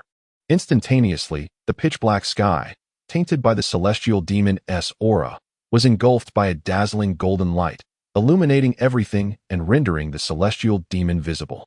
Following this, countless rays of golden light converged into colossal divine swords, raining down to cleave and obliterate, overwhelming the three-headed, six-armed celestial demon with boundless might. What kind of power is this? Is it at the level of a human immortal? In the distance, Sue Buchan observed this scene, his aged countenance trembling. His heart stirred to the utmost excitement. As a peak celestial deity, he understood that such power and aura undoubtedly transcended the realm of true gods. It was said that true gods embarked on the path of immortality, referred to as human immortals. You insignificant creature, you cannot slay me. I am the celestial demon, undying and indestructible. After being crushed by the might of the world-suppressing force, the celestial demon's body swiftly reformed, with its aura displaying virtually no signs of diminishment. Even though Lu Jiao exhibited astonishing prowess that was fearsome enough, it seemed still incapable of inflicting effective harm upon him. Then I shall bind you for eternity. Lu Jiao stepped into the air, surrounded by golden radiance, resembling a divine being. Meow. The orange cat once again emitted a sound, suppressing the power of the celestial demon in conjunction with Lu Jiao. The golden celestial light transformed into countless chains, binding the celestial demon and subsequently drawing this entity into Lu Jiao's dantian. Lu Jiao intended to use himself as a seal to suppress this celestial demon. If it were a true celestial demon, perhaps Lu Jiao might not be able to seal it. However, at this moment, he was merely confronting a remnant form. Likely just a claw of a complete celestial demon. You insignificant creature.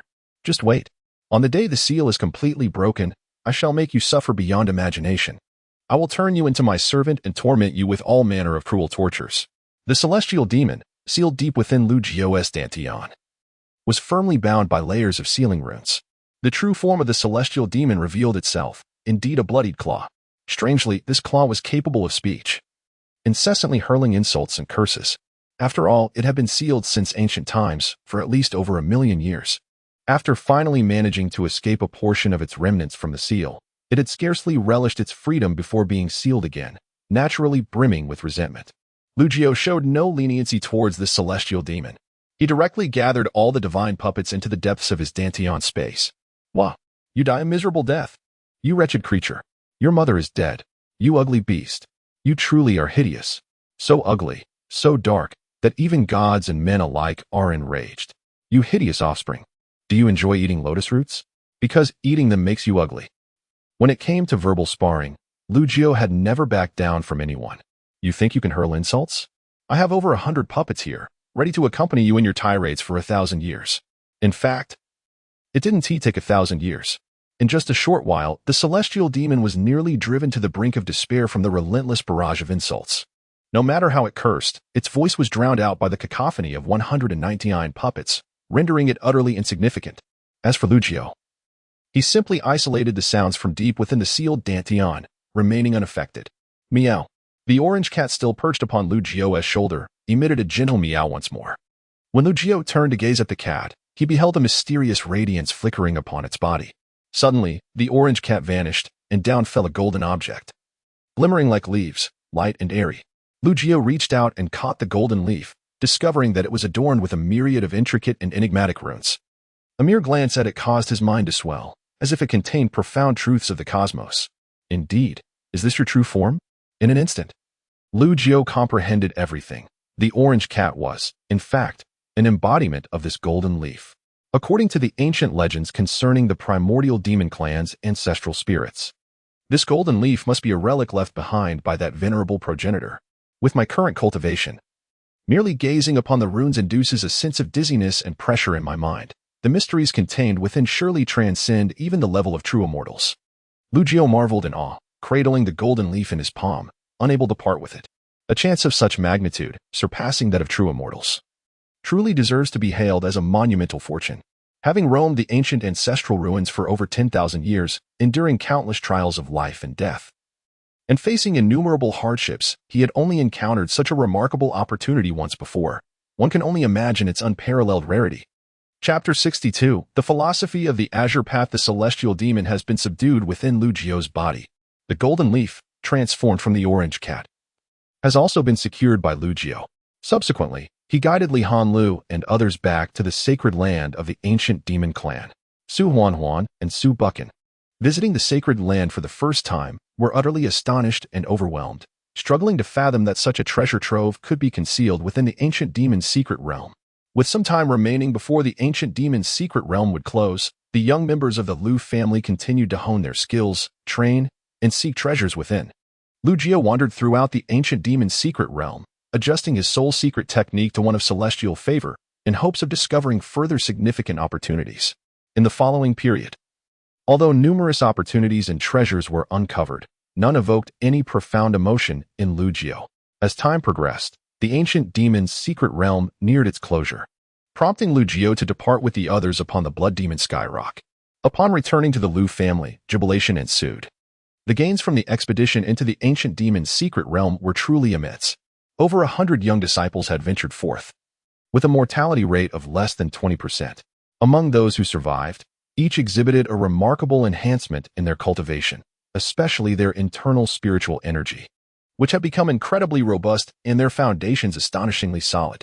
This was undoubtedly a testament to the primordial spiritual energy present in the sacred land.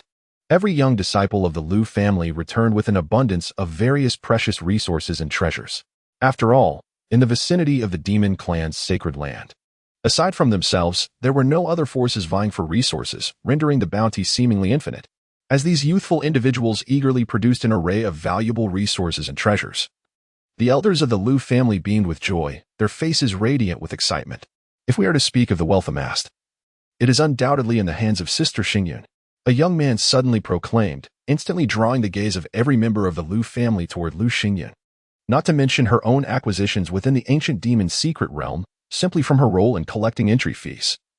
She had procured several spiritual veins and a staggering number of divine crystals, amounting to millions, truly formidable. Dear elders, do not be envious. Senior Geo explicitly stated that I may handle these items as I please. Those present at the time heard it clearly. Lu Xingyun stated calmly, "You, Amir Jr., have no need for such an abundance of resources. You cannot possibly utilize them all alone. It would be wise to relinquish them to the family for proper management." One elder remarked. While the elder's point held merit, Lu Xingyun retorted, "However, since it was Senior Geo who spoke, if you have any thoughts or objections, I suggest you address them with him. Should he give his approval, I shall willingly surrender everything without hesitation. You young lady, your ambitions seem quite grand." In an instant, several elders glared at Lu Xingyun, their expressions a mix of incredulity and scrutiny. Yet, some astute elders observed, their eyes glimmering with speculation, pondering whether Senior Geo's actions bore any deeper significance. Could it be that Elder Geo holds a favorable opinion of this child, Xingyun, and wishes for her to become the future head of the Lu family? If that is indeed the case, despite the immense favor Elder Geo has bestowed upon the Lu family, it still leaves a lingering resentment among its members. After all, the succession of the Lu family's leadership cannot be entrusted to an outsider. Does Elder Geo aspire to covertly control the Lu family? Such thoughts undoubtedly represent the faction led by Lu Yushan. Conversely, Lu Qingyun would not entertain such notions, for the esteemed Elder Geo, as the ancestral figure, would never act detrimentally towards the Lu family. Since he favors this child, Xingyun, it indicates that she is indeed suitable for the position of future family leader. As for the internal dynamics of the Lu family, they would not meddle in every matter that unfolds. Upon returning, Lu Jio retreated to his courtyard, taking out the golden leaf to ponder the profound runes inscribed upon it. Yet, within less than the span of a tea ceremony, he found himself compelled to close his eyes, his head throbbing and his spirit utterly fatigued. Nevertheless, such discomfort would not deter Lu Jio. Once he has recuperated, he intends to examine the golden leaf and its runes once more. He firmly believes that with unwavering perseverance, he will eventually acclimate and unravel the mysteries it holds. Simultaneously, the opening of the ancient demon secret realm has captured the attention of various factions. After all, aside from the Lu family, the other forces have suffered significant losses. Even the Sanqing Dao sect had to depart prematurely, with meager gains. As the most enigmatic lineage within the Sanqing domain, the Sanqing Dao sect's teachings are housed in a secluded secret realm. Deep within this secret realm lies a grand and ancient hall. Li Daodian stood nonchalantly in the center, regaling a group of venerable elders from the Sanqing Dao sect with tales of his experiences in the ancient demon secret realm. Has he returned? In the hall, seated at the highest position, was the current Sanqing Dao master, his voice imbued with an intangible and majestic authority, having transcended into the realm of true divinity. Since ancient times, the Sanqing Dao sect has traversed the world, and from some ancient powerhouses, they have learned of a name. Yet, millennia have passed, and all have forgotten that name, unable to recall the visage of that individual, as if an ineffable law has erased all traces of him. The Ancestral Master once mentioned that this individual might have ascended to the legendary golden immortal realm. Theoretically, if one truly achieved such a state, they should have returned by now. Unlike other sects and holy clans within the Songqing domain, the Songqing Dao sect was established from fragments of ancient teachings obtained by their ancestral master, who had acquired insights regarding the intricate paths to immortality from a bygone era. Upon hearing these words, Li Daotian's gaze instinctively sharpened. He understood well that the individual referred to by the Dao Master was none other than the ancestral figure of the Lu family. Known in ancient times as the supreme of the human race, Lu Jiu. Elder Jiu, Lu Jiu, the ancestral figure of the Lu family. Everything suddenly intertwined. Simultaneously. This validated Li Daotian's conjecture. That individual, even more formidable than the ancestral master, had indeed stepped into the legendary realm of the golden immortal. The realms of human immortals. Celestial immortals, mysterious immortals, golden immortals, and true immortals stand in stark contrast. And to be situated within the golden immortal realm is but a breath away from achieving true immortality. Had not the ancestral master remarked that in a lowly domain such as the azure blue realm, attaining celestial immortality was already an unfathomable pinnacle? While the realm of mysterious immortals was deemed impossible, how could this individual manage to become a golden immortal? Li Daotian couldn't help but feel a sense of relief that he had not recklessly pranced before this being. Otherwise, he would have met an untimely demise without even understanding how. Yet now, with his innate secret technique seized, if this truly is the individual spoken of by the Dao Master, what shall he do? In a moment, the elders of the Azure Blue Dao sect began to converse amongst themselves. After a prolonged silence, the Dao Master of Azure Blue finally spoke, stating that matters regarding the innate secret technique need not be rushed. The specifics of this individual's situation require further verification. As for the Lu family, there is no need for us to intervene. Other forces will undoubtedly probe, and we shall merely observe the unfolding events. Even if the innate secret technique is indeed lost, you remain the sole true disciple of our Azure Blue Dao sect. The Ancestral Master once declared that you possess immense potential to tread the path of immortality. The innate secret technique is not the most crucial aspect. Survival is paramount. Survival. These seemingly simple two characters embody the tradition and philosophy of the Azure Blue Dao sect. In ancient times, why did the Azure Blue Dao sect choose to seclude itself? It was because the ancestral master of that era possessed a gift for discerning fortune and misfortune through innate secret techniques. As demons invaded and humanity teetered on the brink of peril, the Azure Blue Dao sect contemplated whether to emerge from their seclusion.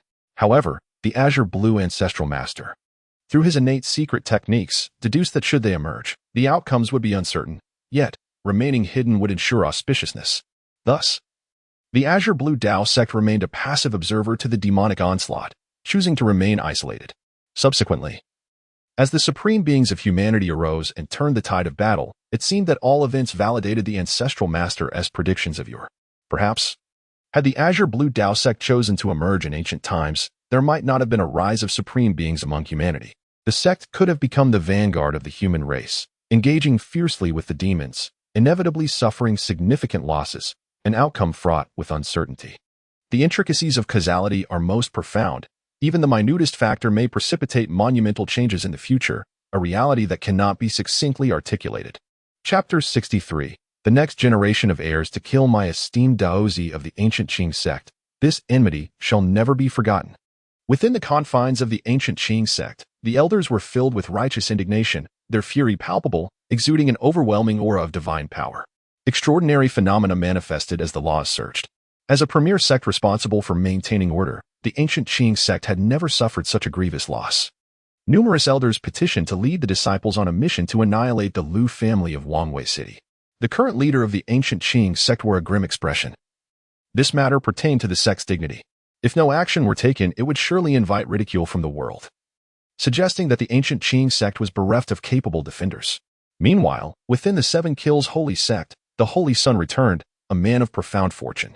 He had inadvertently discovered an ancient relic, acquiring a precious artifact that could save his life in critical moments. Thus, when the great massacre occurred in the ancient demon secret realm, while his protector perished, he miraculously survived. He recounted these events to the Holy Master of the Seven Kills sect. However, Upon consulting the Saint Ancestor, the response remained one of passive observation. This left both the Holy Son and the Master perplexed. During the previous conflict with the Lu family, the Saint Ancestor had been filled with vigor. Why, after millennia, did he now tread so cautiously, treating the already weakened Lu family with such trepidation?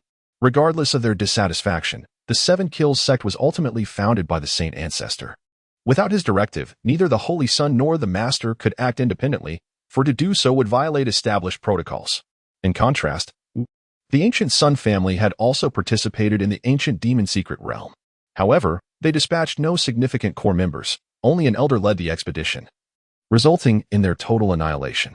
The Sun family found it unacceptable that while various factions suffered heavy losses, the Lu family returned unscathed, reportedly with astonishing rewards. By what right did the diminutive and feeble Lu family claim such fortune? Did they truly believe that with backing, they could stand against the major sects? The ancient Sun family held a deep-seated disdain for the Lu family. Even with support, the Lu family had not sought retribution for the incident involving Lu Chang'e.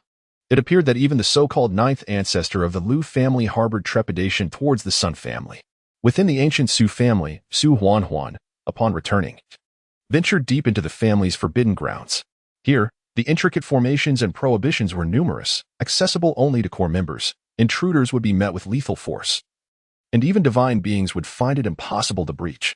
Grandmother, do you know a senior named Lu Jiao? Su Huanhuan entered a secret chamber and encountered a dignified woman, appearing to be in her middle years. This woman was a matriarch of the Su family, the highest-ranking elder, an ancient being whose cultivation was undoubtedly at least at the divine realm, if not further along the path to immortality. Lu Jiao? Upon seeing Su Huanhuan, the matriarch's face blossomed with a loving smile. Among the many descendants of the Su family, Huanhuan is indeed one of her favored juniors. As for the name Lu Jiao, it sparked a flicker of confusion within her, for there was no recollection of such a name in her mind. Did grandmother not recognize him? Yet, that esteemed senior Lu had claimed an acquaintance with her, one that transcended the ordinary. Su Huanhuan began to ponder this. Although her interaction with Lu Jiao had been brief, he did not strike her as one prone to deceit. Did he truly say such a thing? The matriarch of the Su family displayed curiosity, urging her to elaborate on this individual. If one were to speak of a man surnamed Lu, it seemed there was indeed a profound connection, for in her vast and lengthy existence spanning millennia, only one person stood out in such a manner. As Su Huanhuan recounted her tale, the expression on the Su matriarch's face gradually grew tinged with melancholy. As fragments of memories from bygone years began to unfold in her mind, though the figure of that person remained faint and indistinct. He has returned. Even though she had long forgotten his name and could not recall his visage, she was certain. The person Huanhuan spoke of was indeed someone she could not remember, yet could never truly forget. In a secluded courtyard deep within the Lu family estate, Lu Jiao was also engaged in his cultivation. This time, in the ancient demon secret realm, he had acquired a considerable amount of resources for his training, intended for his journey in the Qi refinement stage. He had anticipated that this venture into the ancient demon secret realm would allow him to ascend into the transformation stage. Unexpectedly, he found himself still in the Qi refinement stage. The void-devouring body, as the seventh physique, demanded a growth expenditure far exceeding that of any previous physiques. It was not that the seventh physique was superior to the other six, but rather that, through the cultivation of the preceding six, his physical foundation had become exceedingly formidable. Had he cultivated the first physique, his foundation would have resembled a mere mound of earth. Now, as he trained the seventh physique, his foundation was akin to a primordial divine mountain. After what seemed like an eternity, Lu Jiao opened his eyes, a bittersweet smile gracing his lips. There was no denying it. His pace of cultivation was painfully slow. Despite possessing resources that could be deemed astonishing, the path of cultivation could not be rushed. It required a process of sedimentation and accumulation. Otherwise, rapid advancement would amount to nothing more than an ephemeral illusion, a mere castle in the air. On this day, Lu Jiao summoned Lu Xingyun. With your keen intellect, I trust you can discern that I wish to groom you as the next head of the Lu family. He stated forthrightly. That old rascal Qingyun ultimately lacks the potential, while there is hope for him to become a true deity through the manual I provided. His innate capacity is simply too deficient. Lu Chang'e possesses abundant talent but lacks the necessary wisdom. He may become a weapon for the Lu family. Yet they require a wielder, and you are the most suitable candidate for that role. Upon hearing this, Lu Xingyun couldn't help but feel a surge of emotions. She expressed her gratitude for the elder's kindness, Yet she was well aware that the clan elders might not be inclined to accept a woman as the clan leader. Moreover, there had been some derogatory remarks circulating within the clan regarding the elder recently. Do not concern yourself with such trivial matters, Lu Jiu replied. The future decisions of the Lu family will not be dictated by those old fogies.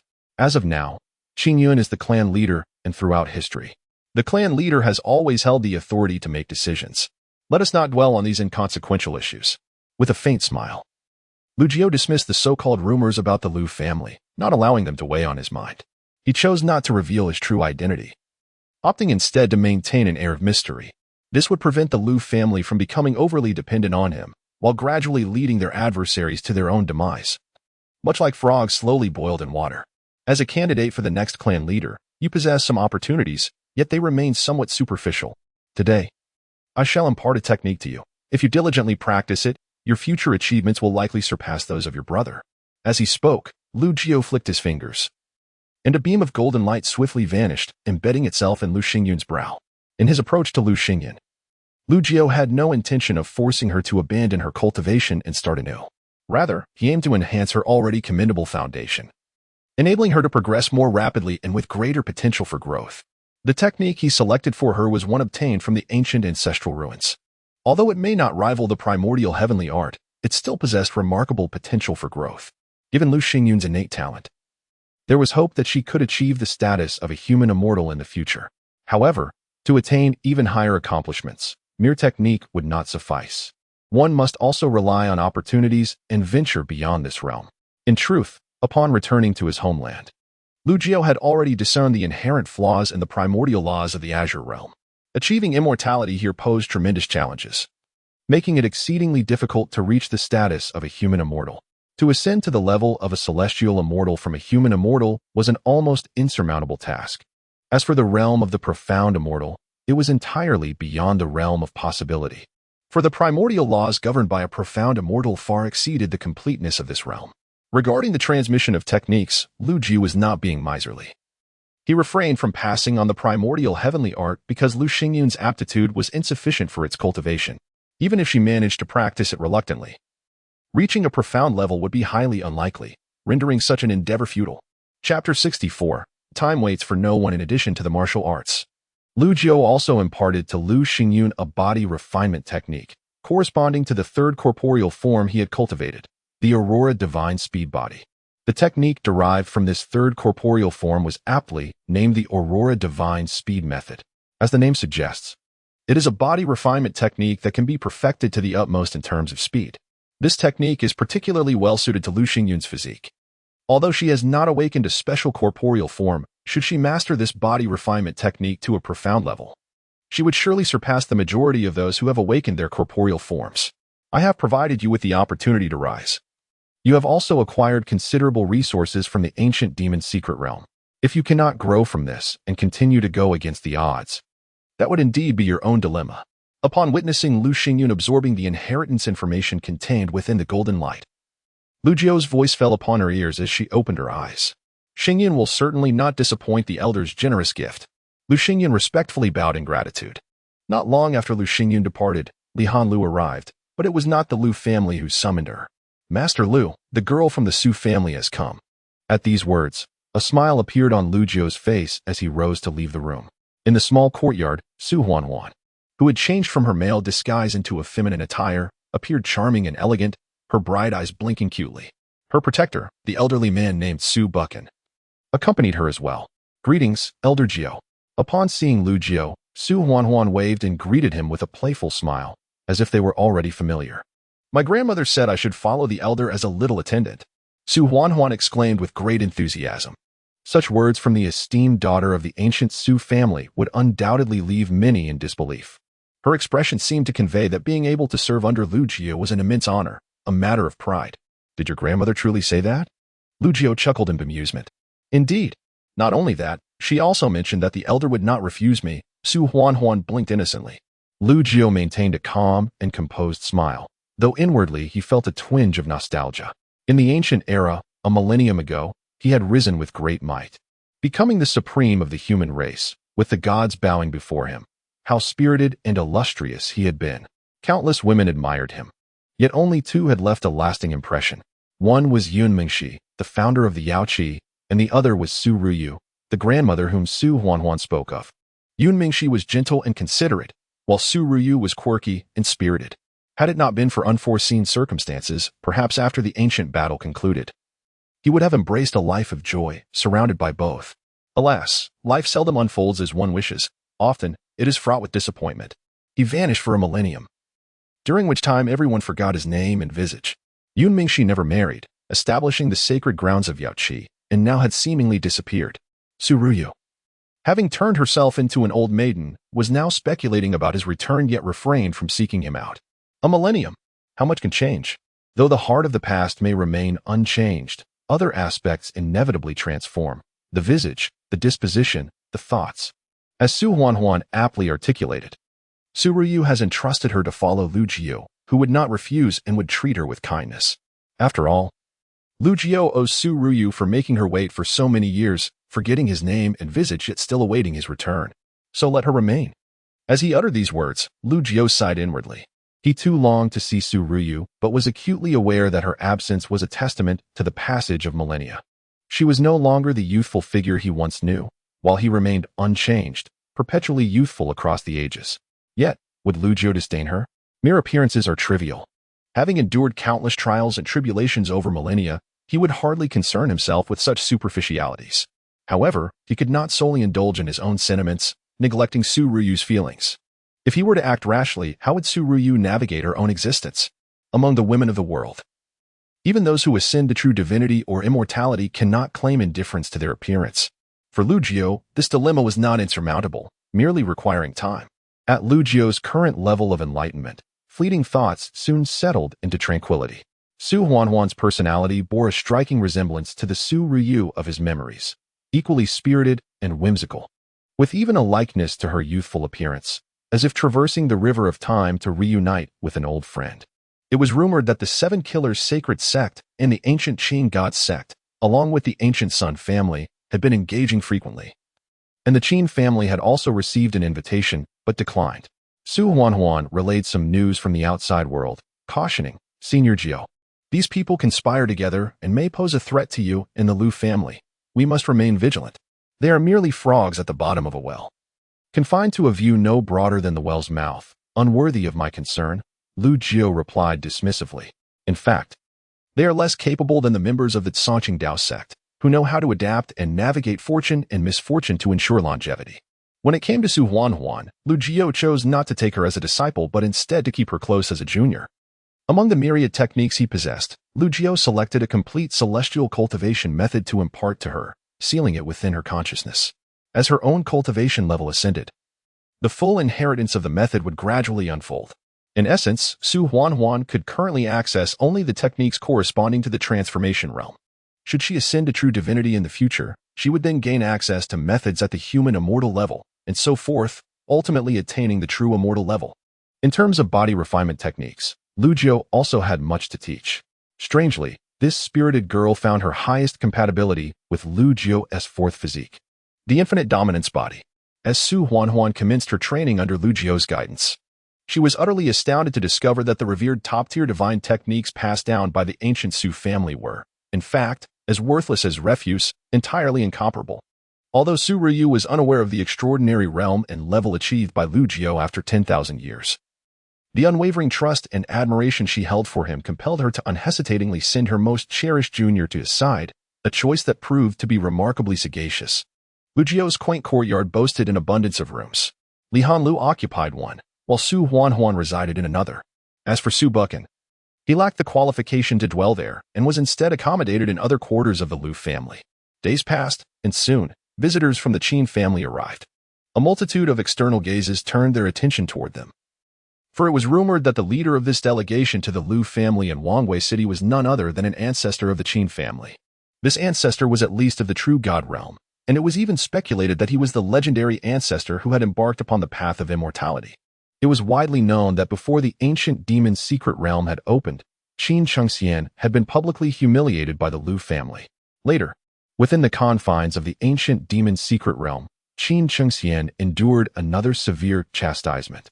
with whispers suggesting that he had been stripped of an exceedingly rare and unique source of his innate abilities.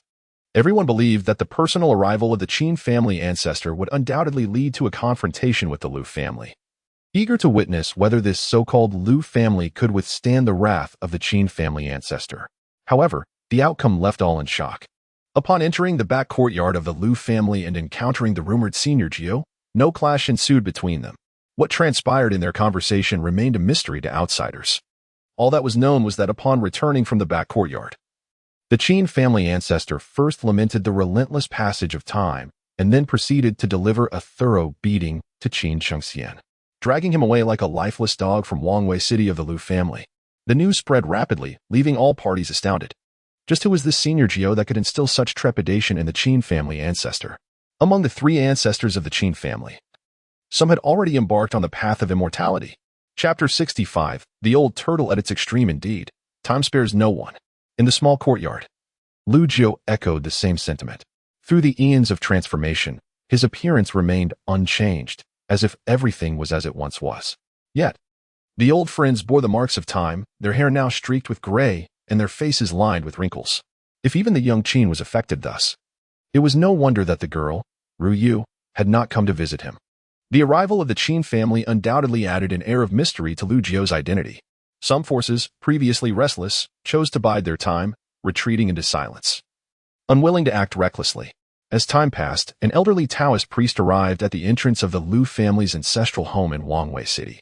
This old priest, unremarkable in appearance and clad in a dusty robe, revealed a set of large, yellowed teeth when he smiled. The legendary divine formation. The old Taoist cast a glance at the Liu family's ancestral residence. What seemed a tranquil space was, in reality, infused with countless symbols and patterns of formation. The so-called legendary divine formation represented the pinnacle of formation arts, possessing unfathomable power capable of slaying true deities. With his level of cultivation, the old Taoist could easily disregard this divine formation, even forcibly dismantle it. Yet, he refrained from such impulsive actions, as they did not align with his principles of conduct. Thus, the old Taoist brushed off the dust from his robe, stepped up to the front door of the Liu family residence, and knocked. When a member of the Liu family opened the door, the old Taoist presented a greeting card with a broad smile. I am King Kingzi, here to pay a visit to my friend Lu Jiu. For Lu Jiu, blessed with the seventh sense, King Kingzi's arrival had long been anticipated. In his small courtyard, he reclined as usual in a grand chair, with Li Hanlu and Su Huanhuan flanking him, while Bai Su served him tea like a devoted attendant. Lu Qingyun, the head of the family, personally brought King Kingzi to this place, bowed respectfully to Lu Jiu, and then exited the courtyard. So it is. The moment Lu Jiu laid eyes on King Kingzi, his gaze narrowed slightly. In ancient times, when humanity was besieged by demonic forces, your Tsangqing Taoist sect turned a blind eye. For you, the Tsangqing Patriarch, belong to the demon clan? My friend possesses an astute eye. I did not expect you to discern my true nature so swiftly. King Kingzi replied with a smile. Within this Tsangqing realm, Lu Jiu was indeed the first to see through his true form. As Lu Jiu had surmised, King Kingzi was not a practitioner of the human race, but rather a member of the demon clan. Li Hanlu and Su Huanhuan, standing behind Lu Jiu, exchanged glances filled with astonishment and shock. To them, King Kingzi was undoubtedly a legendary figure, an elusive master of profound mystery. Little did they know that he was, in fact, of the demon race. Bai Su, however, showed no signs of concern and did not spare King Kingzi a glance, as if, to her, apart from her master Lu Jiu, no other beings held any significance or merit her attention. Recognizing you as a member of the demon clan is trivial. I am also aware that your true form is that of an ancient turtle, which indeed resonates with your character, Lu Jiu remarked nonchalantly. Even in the presence of the venerable master of the Tsangqing sect, Lu Jiu exhibited no inclination to rise in greeting, his demeanor effortlessly casual. Such conduct, to any observer, would appear exceedingly impolite. Yet, Tsangqing Zi seemed entirely unfazed.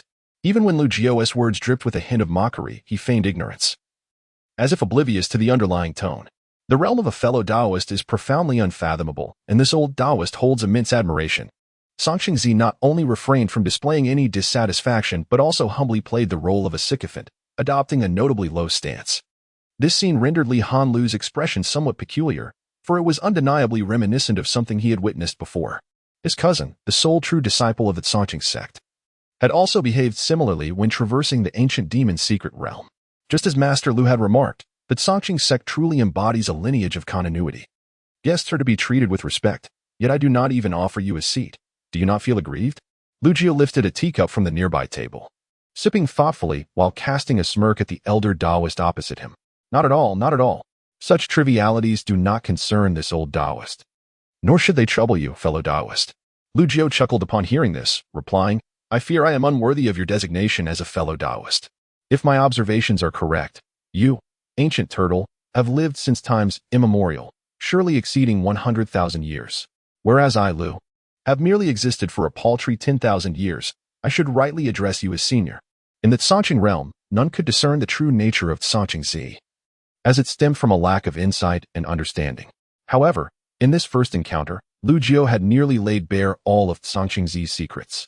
The mention of 100,000 years struck Li Hanlu and Su Huanhuan like a thunderclap, their delicate faces betraying utter disbelief. After all, such a number was overwhelmingly staggering. The documented history of the human race in the Songqing realm spans merely a few tens of thousands of years, at most.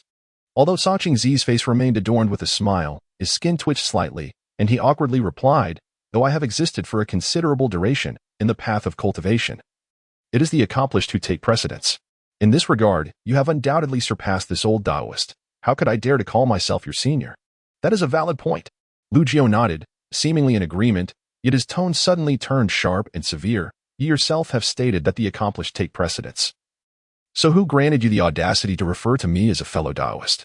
Upon utterance of this remark, the smile on Songqing Z's face momentarily stiffened. Despite an inner urge to curse vehemently, having already humbled himself to such a degree, the audacity of Lu Jiu's confrontational stance was disconcerting. He recognized that Lu Jiu was intentionally attempting to assert dominance. However, the survival instincts cultivated over the years compelled Songqing Z to endure the provocation. You are right. Esteemed senior, it is I who has acted thoughtlessly. The ability to bend and endure, remaining unperturbed by honor or disgrace, this quality was epitomized in Songqing Z's demeanor. Upon witnessing this, Lu Jiu could not help but chuckle softly, pointing at his counterpart. You old turtle, I was merely jesting. Why take it so seriously? Songqing Z felt 1,000 wild horses galloping through his mind, cursing inwardly. Who truly knows whether you are jesting or not? This encounter marked the first meeting between the two. Both Lu Jiu and Songqing Z harbored a sense of curiosity towards one another, each testing the waters. What Songqing Z discerned about Lu Jiu remained known only to himself, as outsiders could not fathom it. However, Lu Jiu had already gleaned that Songqing Z, the old turtle, was astoundingly cautious. In light of my treatment towards you, did you not consider probing into my depths? After all, even that young lad from the Seven Kills Sacred Sect noticed the anomalies in my cultivation, as I presently possess merely the capabilities of the Qi refinement stage. As he spoke, Lu Jiu actively unleashed the aura enveloping him, undeniably resonating with the fluctuations of the Qi refinement stage. Songqing Z, now unable to maintain his composure, wore a bitter and awkward expression, saying, Senior, please refrain from further probing. Others may be unaware of your realm, but I am somewhat enlightened. Oh, what do you know? Pray, enlighten me, Lu Jiu responded with a faint smile. The so-called ancient times in this realm are but remnants of the primordial chaos, which shattered into fragments that eventually evolved into a new domain. Due to the catastrophic events of the primordial upheaval, countless beings perished, leaving only a scant few cultivators to survive. Thus, the initial human civilization in this realm progressed slowly, deriving from the remnants of ancient immortal sects, which offered nothing but rudimentary teachings, leaving them largely ignorant of the 18 tribulations to ascension. If this old Taoist conjectures hold any merit, your cultivation has already reached the golden immortal stage, approximately 3 millennia ago. Calculating from this perspective, you have ascended from the pinnacle of true God to golden immortal in merely over 6,000 years. Such astonishing speed of cultivation, even during the ancient primordial times, would mark you as a rare prodigy of unparalleled talent. At this juncture, Songqing Z regarded Lu Jiu with newfound respect, the reverence in his gaze appearing genuine rather than feigned. Chapter 66. The Emergence of the Ancient Celestial Palace. The ancient secrets and the challenges of ascension to immortality are indeed esoteric to Li Hanlu and Su Huanhuan, akin to deciphering an enigmatic scripture. Although they may not fully comprehend the intricacies, they are nonetheless captivated by the profoundness of the discourse. The Venerable Songqing Z, despite being unable to discern the fluctuations of Lu Jiu's aura, which only hinted at the Qi refinement stage, was acutely aware that Lu Jiu had undoubtedly reached the level of a golden immortal. It is only natural that a celestial immortal could not perceive the depths of a golden immortal's strength. Were it otherwise, it would be a ludicrous jest indeed. The secrets entwined with the path to immortality are precisely why Lu Jiu permitted Li Hanlu and Su Huanhuan to listen in, broadening their horizons. At this moment, both women were all ears, attentive and engrossed, for such arcane knowledge had scarcely been documented even in the ancient tomes of sacred clans. Lu Jiu deemed the time was ripe to assert his authority. Kang Qingzi, demonstrating his respect, adopted a serious demeanor. Thus, Lu Jiu proceeded directly to the matter at hand, stating, "Since you have come to see me, it is evident that you are aware of the heavenly demon, correct?"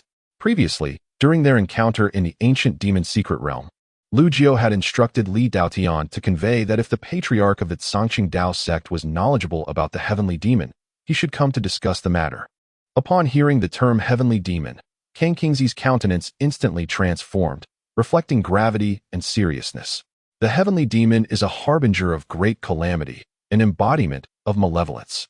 To be candid, in ancient times, I was merely a spirit beast nurtured within a pond by a celestial sect, evolving into a demon only upon gaining sentience. Kang Qingzi recounted the recollections of his past in that ancient epic. The lifespan of the demon race far exceeds that of humanity, however. Their cultivation progress lags significantly behind that of human practitioners. Kang Qingzi remained oblivious to the secrets surrounding the cataclysmic destruction of the ancient primordial world. As his level was far too low, even inferior to the elder monk in the ancient Qing mountain temple. Nonetheless, he possessed an innate talent for averting disaster. While at the pinnacle of the true god realm, he suddenly sensed an inexplicable and immense peril approaching. Consequently, he stealthily exited the celestial gate, wandering in search of a sanctuary. By chance, he stumbled into a secluded and extraordinary secret realm, where his overwhelming dread of impending doom gradually subsided. When he finally emerged from that unique sanctuary, the ancient primordial world had already fragmented. What he witnessed was but a fragment of the shattered cosmos. A landscape marred by devastation, the heavens in disarray, and countless beings suffering, painting a scene reminiscent of the apocalypse. Years passed, and the remnants of the broken primordial world began to restore themselves. The topography transformed, the cracks in the heavens mended, and life once again flourished in the realm. Yet, compared to the cultivation environment of the ancient primordial era, the current conditions are vastly inferior. As for the heavenly demon, all that Kang Qingzi knew was gleaned from fragmented ancient texts. The so-called heavenly demon is a type of wicked entity, equivalent in rank to the true immortals among cultivators. The hierarchy of malevolent beings is also classified: demon soldiers, demon generals, heavenly demons, and demon sovereigns. Even the weakest of the demonic soldiers is on par with the celestial beings of the human realm, while the demonic generals are equivalent to the profound immortals. Some formidable demonic commanders rival the golden immortals. The celestial demons are akin to true immortal cultivators. As for the demon lords, they represent the most forbidden of taboos. In my earlier days, while residing in the spiritual pool of the celestial sect, I inadvertently overheard the decree of the Jade Emperor from the heavenly court, summoning various celestial sects to dispatch cultivators to form a grand army, tasked with repelling the invasion of malevolent demons from the chaotic void. Analyzing this, it is evident that the source of the demonic threat stems from beyond the chaotic expanse. Regarding the shattering of the ancient primordial world, whether it was a consequence of the battle against the demonic forces is a matter beyond my comprehension. Upon hearing this, Lu Jiu's expression turned grave. Even the most feeble of demonic soldiers equates to celestial beings. The realm of these demons is astonishingly elevated. However, during the era of the ancient primordial world, the heavenly court, situated in the 9 heavens, was by no means weak, boasting 1,000,000 heavenly soldiers, an army starting with 1,000,000 celestial beings. Just contemplating this gives one goosebumps. In comparison, the present-day Zhangqing realm, with its various orthodox sects and holy clans, possesses rulers who are inferior to even the humble heavenly soldiers of that primordial time. Kang Qingzi, having lived for over 1,000,000 years, is indeed an ancient being. Yet, when the topic of the demonic threat arises, one can distinctly sense his profound trepidation and aversion towards it. Have you, as a member of the demon race, never ventured into the demon's pure land within the ancient demon secret realm? Lu Jiu inquired. The elder chuckled. I, a minor demon reliant on the human celestial sect, lack such qualifications. Kang Qingzi sighed. You have lived long enough. You should know quite a bit. Share with me the intriguing occurrences in the Zhangqing realm over the past 10,000 years while I was absent. Lu Jiu waved his hand, conjuring a chair beside the table, inviting the elder to sip tea and gradually recount the tales. It is a rare occasion to encounter such an ancient creature, and Lu Jiu took it upon himself to listen to his stories. Since King Kingsley's departure, years have slipped by unnoticed. The events surrounding the ancient demon's secret realm stirred significant upheaval. Yet, it appears that no factions have taken any action against the Lu family, leaving many who anticipated the unfolding drama bewildered by the intentions of the prominent figures. Although the time span was short, the Lu family experienced rapid growth during this period, with their overall strength vastly surpassing that of just over a year ago. For King Kingsley, a million years may seem brief, but for the human race, whose lifespans are not as extensive, it is akin to the transformation of mountains and rivers. Mingxi, have you also ventured to the ancestral ruins? On this day, Lu Jiu reclined in a grand chair in the courtyard, caressing an ancient jade token. This was a remnant left by Yun Mingxi after he activated the divine formation within the Yaoqi Holy Land. The archaic jade token harbored a trace of the primordial ancestral ruins essence. If Yun Mingxi seeks to pursue the path of immortality, she must inevitably confront the trials of life and death, yet opportunities for such trials within the Songqing realm are exceedingly scarce. Whether it is Yun Mingxi or others who aspire to tread the path of immortality, their sights are set upon the mysterious and unknown void. Despite Lu Jiu having spent an eternity of 10,000 years in the ancient ancestral ruins, the places he traversed merely represent the tip of the iceberg. The true expanse of the ancient ancestral ruins remains a mystery to him, vast beyond imagination. The myriad trials of life and death he has endured have instilled in Lu Jiu a profound awareness of the dangers lurking within the ancient ancestral ruins. The jade token left by Yun Mingxi seemingly indicates her intended destination, yet her fate remains unknown.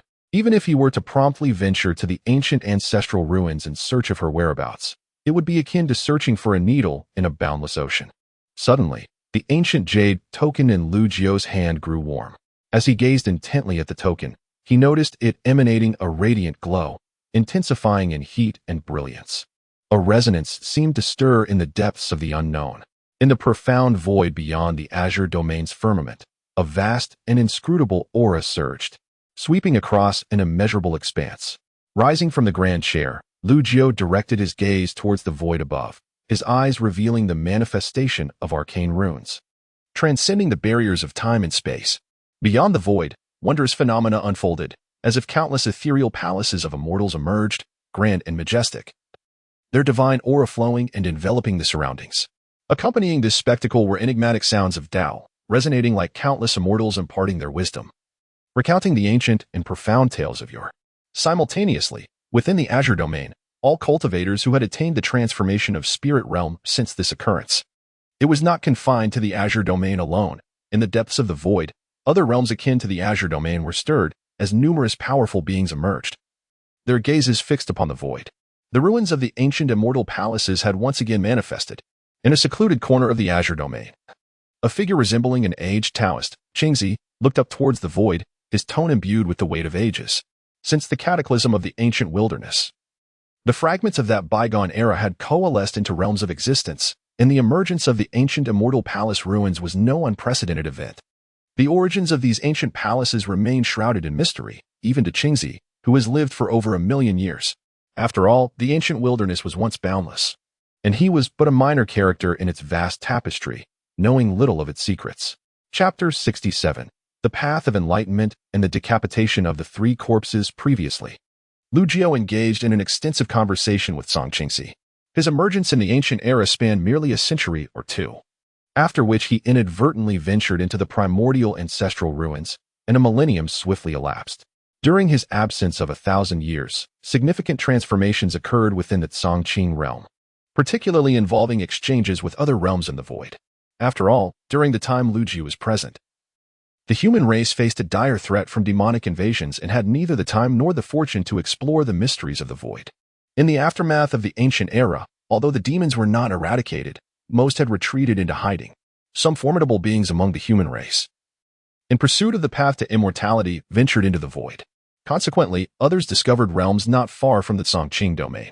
Lu Jiu had not experienced the emergence of the ancient immortal palace. However, according to the words of the ancient turtle Song Qingxi, several nearby realms contained remnants of ancient beings who had explored the secrets of the ancient immortal palace.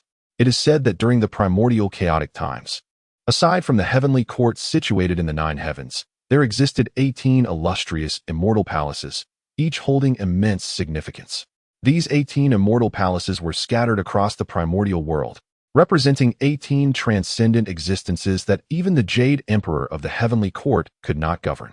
According to Tsongqingzi, the ancient immortal palace that appeared in the void near the Tsongqing realm is suspected to be one of the 18 immortal palaces from the primordial era.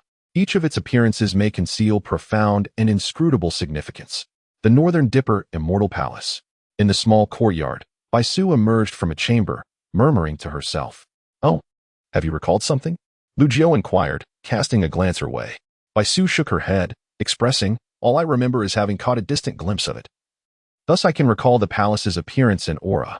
It is said that the master of the Northern Dipper Immortal Palace is the Northern Dipper Immortal Sovereign, a being of extraordinary status, surpassing that of true immortals, who refers to the Jade Emperor, known as the Emperor of the Vast Heavens, as a fellow Taoist. How many exist beyond the true immortal realm?" Lu Jiu pressed further. Baisu continued to shake her head, apologizing, "Forgive me, master, but before I was sealed and suppressed, I had not reached that level. It is said that even among true immortals, only a select few elite beings possess the qualifications to access that realm of knowledge. Without such qualifications, the domain beyond true immortals remains a forbidden territory, beyond reach. Even during the age of the primordial chaos, when countless immortals gathered, those termed as human immortals were hardly considered noteworthy. Yet, the true immortal realm presents an insurmountable chasm, preventing countless extraordinary beings from crossing.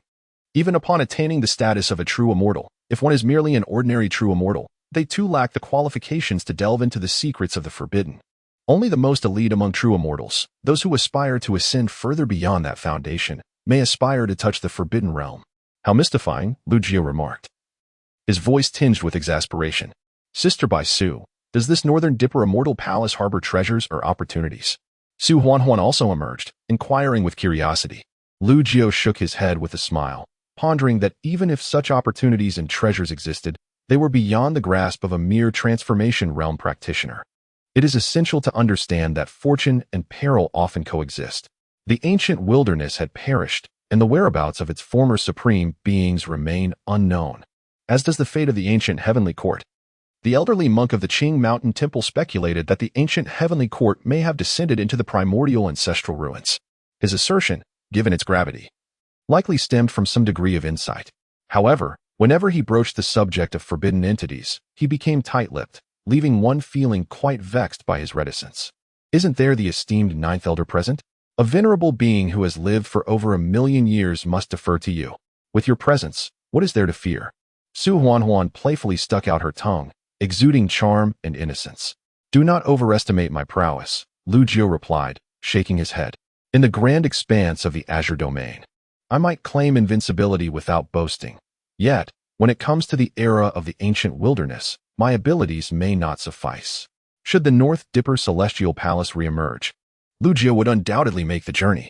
However, he would refrain from bringing companions, for should they encounter peril that even he could not withstand, death would be no trifling matter.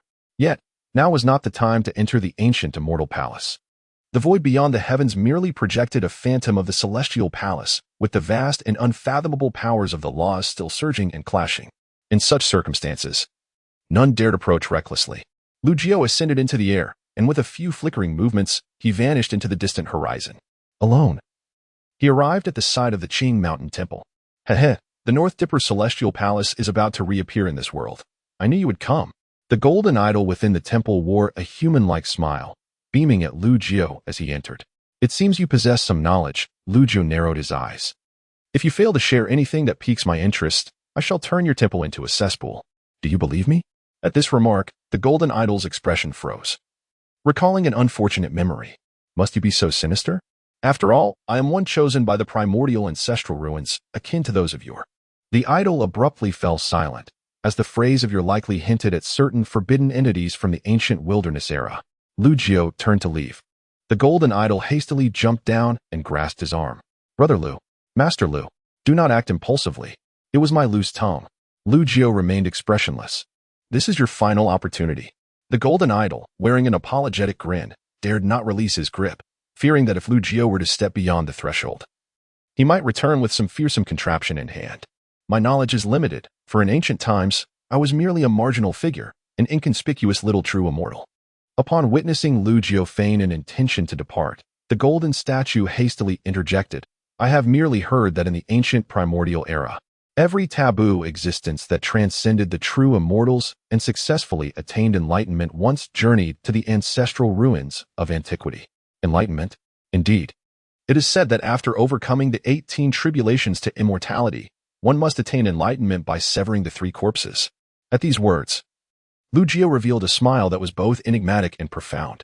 From the insights gleaned from Baisu and Song Qingzi, he knew that even among true immortals, only a select few of the most formidable had the privilege to comprehend the taboo realms that lay beyond. It was astonishing that this old bald man was aware that beyond the true immortals lay the path of severing the 3 corpses. He claimed to be a marginalized true immortal, a nameless nobody? What expression is that? I speak only out of mere hearsay, were it not for our amicable relations. I would not dare utter such things, the golden statue replied, appearing quite anxious, as if fearing a bolt of lightning would suddenly strike. Why did you suppress Baisu back in the day? Lu Jiu abruptly shifted the topic. Having interacted with this old man several times, Lu Jiu was acutely aware that such pressure would yield little result. However, this old man had a propensity for being rather loquacious, often revealing clandestine information amidst his erratic topic changes. Baisu, you mean that serpent demon, right? It seems you have acquired that celestial tower. My celestial artifact is rather exquisite. Wouldn't you agree? It is indeed a top-tier celestial artifact. Back in the day, to forge this celestial item, Lu Jiu turned towards the entrance. Lu Gu, Lu Di.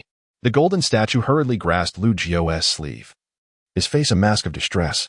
I can only say that the serpent demon transgressed heavenly laws. Beyond that, I cannot disclose anything as it pertains to yet another taboo existence, is it? Lu Jiu rolled his eyes in exasperation. Why do I feel that your disposition is akin to that of Song Qingzi, that old tortoise? Are you perhaps of the same lineage? By the heavens, do not insult me with such indirect slander. The golden statue lamented. I truly cannot divulge matters concerning the causality of taboo existences. It is no trivial matter.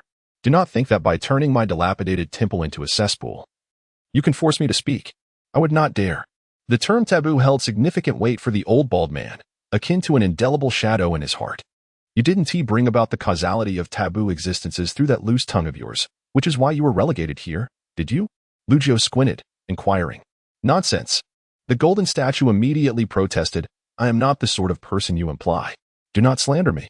Chapter 68. Unfearing in death, the enigmatic origins of the bald elder at the Qingshan Temple have long eluded Lu Jiu's understanding. The innate mystical art of his 7th sense proved ineffective against this elder, for he is undeniably a being of true immortal caliber. Had he not been constrained by the bindings of the Qingshan Temple's seal, his power would have been unfathomably formidable.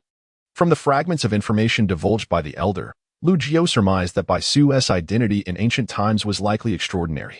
According to the elder, the punishments of antiquity were exceedingly severe. When immortals transgressed heavenly edicts, they faced consequences ranging from the stripping of their cultivation and relegation to mortality, to execution upon the celestial execution platform, resulting in the extinguishment of their essence.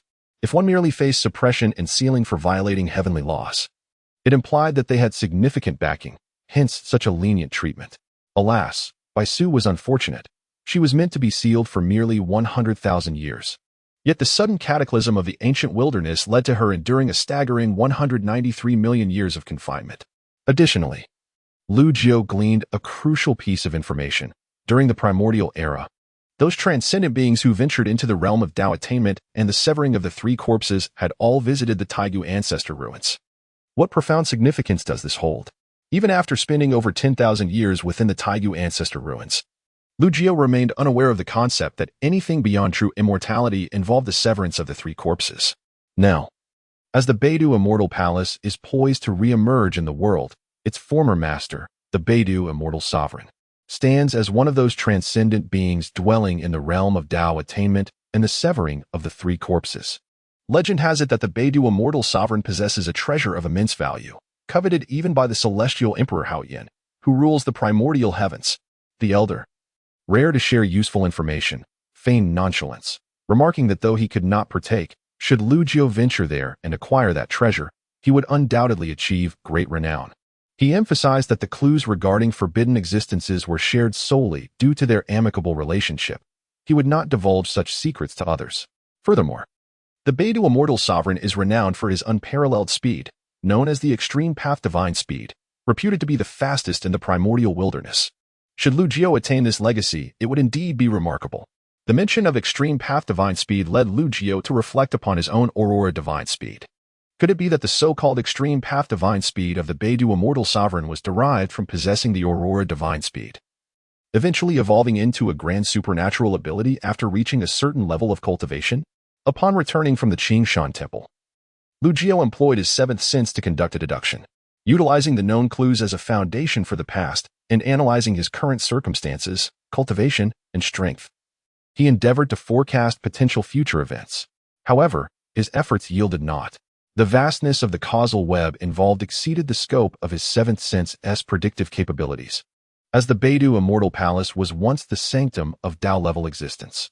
Master Lu, my mentor wishes to meet you, Li Hanlu informed Lu Jiao, relaying her mentor's desire to pay respects to the esteemed elder after receiving a message from the Yaoqi. Upon Lu Jiao's nod of assent, Ji Bingyan arrived at the Lu residence via the ancient teleportation array, greeting Lu Jiao with her customary reverence. I am aware of your purpose for coming. Before Ji Bingyan could utter a word, Lu Jiao slowly spoke. Deep within your Yaoqi sacred land lies an ancient woman, yearning to reach the celestial palace. Ji Bingyan was taken aback. Before she could express her thoughts, Lu Jiao had already discerned her intention. She couldn't help but marvel at the capabilities of this enigmatic elder, who seemed to possess boundless knowledge. Indeed, esteemed elder, Ji Bingyan elaborated, she is the sole disciple of our revered ancestor, who, during her 9th tribulation, was ensnared by treachery.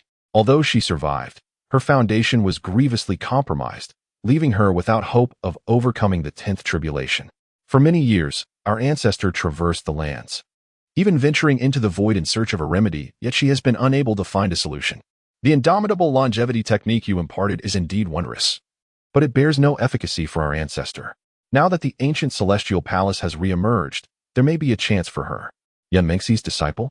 Lu Jiao initially had no intention of involving himself in such matters. After all, the path of cultivation is inherently a contest against fate. Failing to endure is simply one's destiny. The Yaoqi sacred land possesses the rejuvenation elixir, yet the ancient woman remains unable to restore her damaged foundation, indicating the severity of her injuries. Ordinary opportunities for transformation are evidently insufficient for her recovery. Only the hope of celestial fortune remains. Sealing oneself and obscuring heavenly secrets is no trivial matter. The price the Yaoqi sacred land has paid for this is substantial. However, while a single act of concealment may suffice, if the heavenly secrets were to uncover you, attempting to shield oneself again would be akin to defying the heavens, summoning forth a calamity far more terrifying than the 10th tribulation. The ancestor is aware of this, yet she has made her decision. As long as you consent, she is willing to accompany you on this journey, accepting whatever fate may come. Oh, she places great trust in me. Yet, I cannot guarantee success, for I am equally unaware if such celestial fortunes exist within that palace. Lu Jiao mused, recalling he had no recollection of Yan Mengxi's disciple, likely one taken under her wing after the ancient times. The trust she bestowed upon him stemmed from his ability to unlock the divine array left by Yan Mengxi, a feat even her sole disciple could not accomplish. Very well. I had originally intended to embark alone, but if she is unafraid of death and wishes to accompany me, so be it. Upon receiving Lu Jiao's consent, Ji Bingyan promptly took her leave to convey this news to the ancient woman. After Ji Bingyan departed, Li Hanlu suddenly spoke up. Lu Shixiang, may I join you? You wish to go as well? Lu Jiao regarded her thoughtfully. This is no ordinary realm akin to the ancient demon's secret domain. Even I cannot guarantee a safe return from the celestial palace. Li Hanlu smiled at this, her radiance enchanting. If you, esteemed elder, are aware of the dangers, why then do you choose to venture forth? This question elicited a chuckle from Lu Jiao. Indeed, knowing the risks, why proceed? The path of cultivation is a struggle against fate. Some, like Kang Qingzi, tread cautiously, prioritizing survival above all else, and would never recklessly risk their lives. Some individuals forge ahead with unwavering determination, embodying the fearless spirit of the path, teetering on the brink of life and death, where one either perishes or prevails. Undoubtedly, Lu Jiao belongs to the latter category.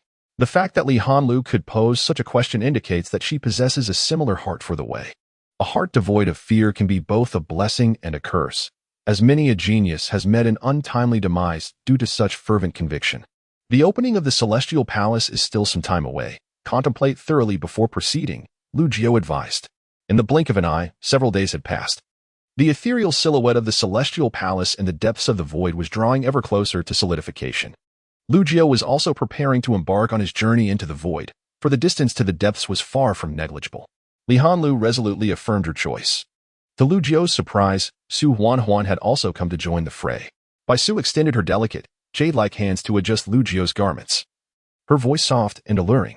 Wherever you go, my master, I shall follow. Even in death, I shall not fear.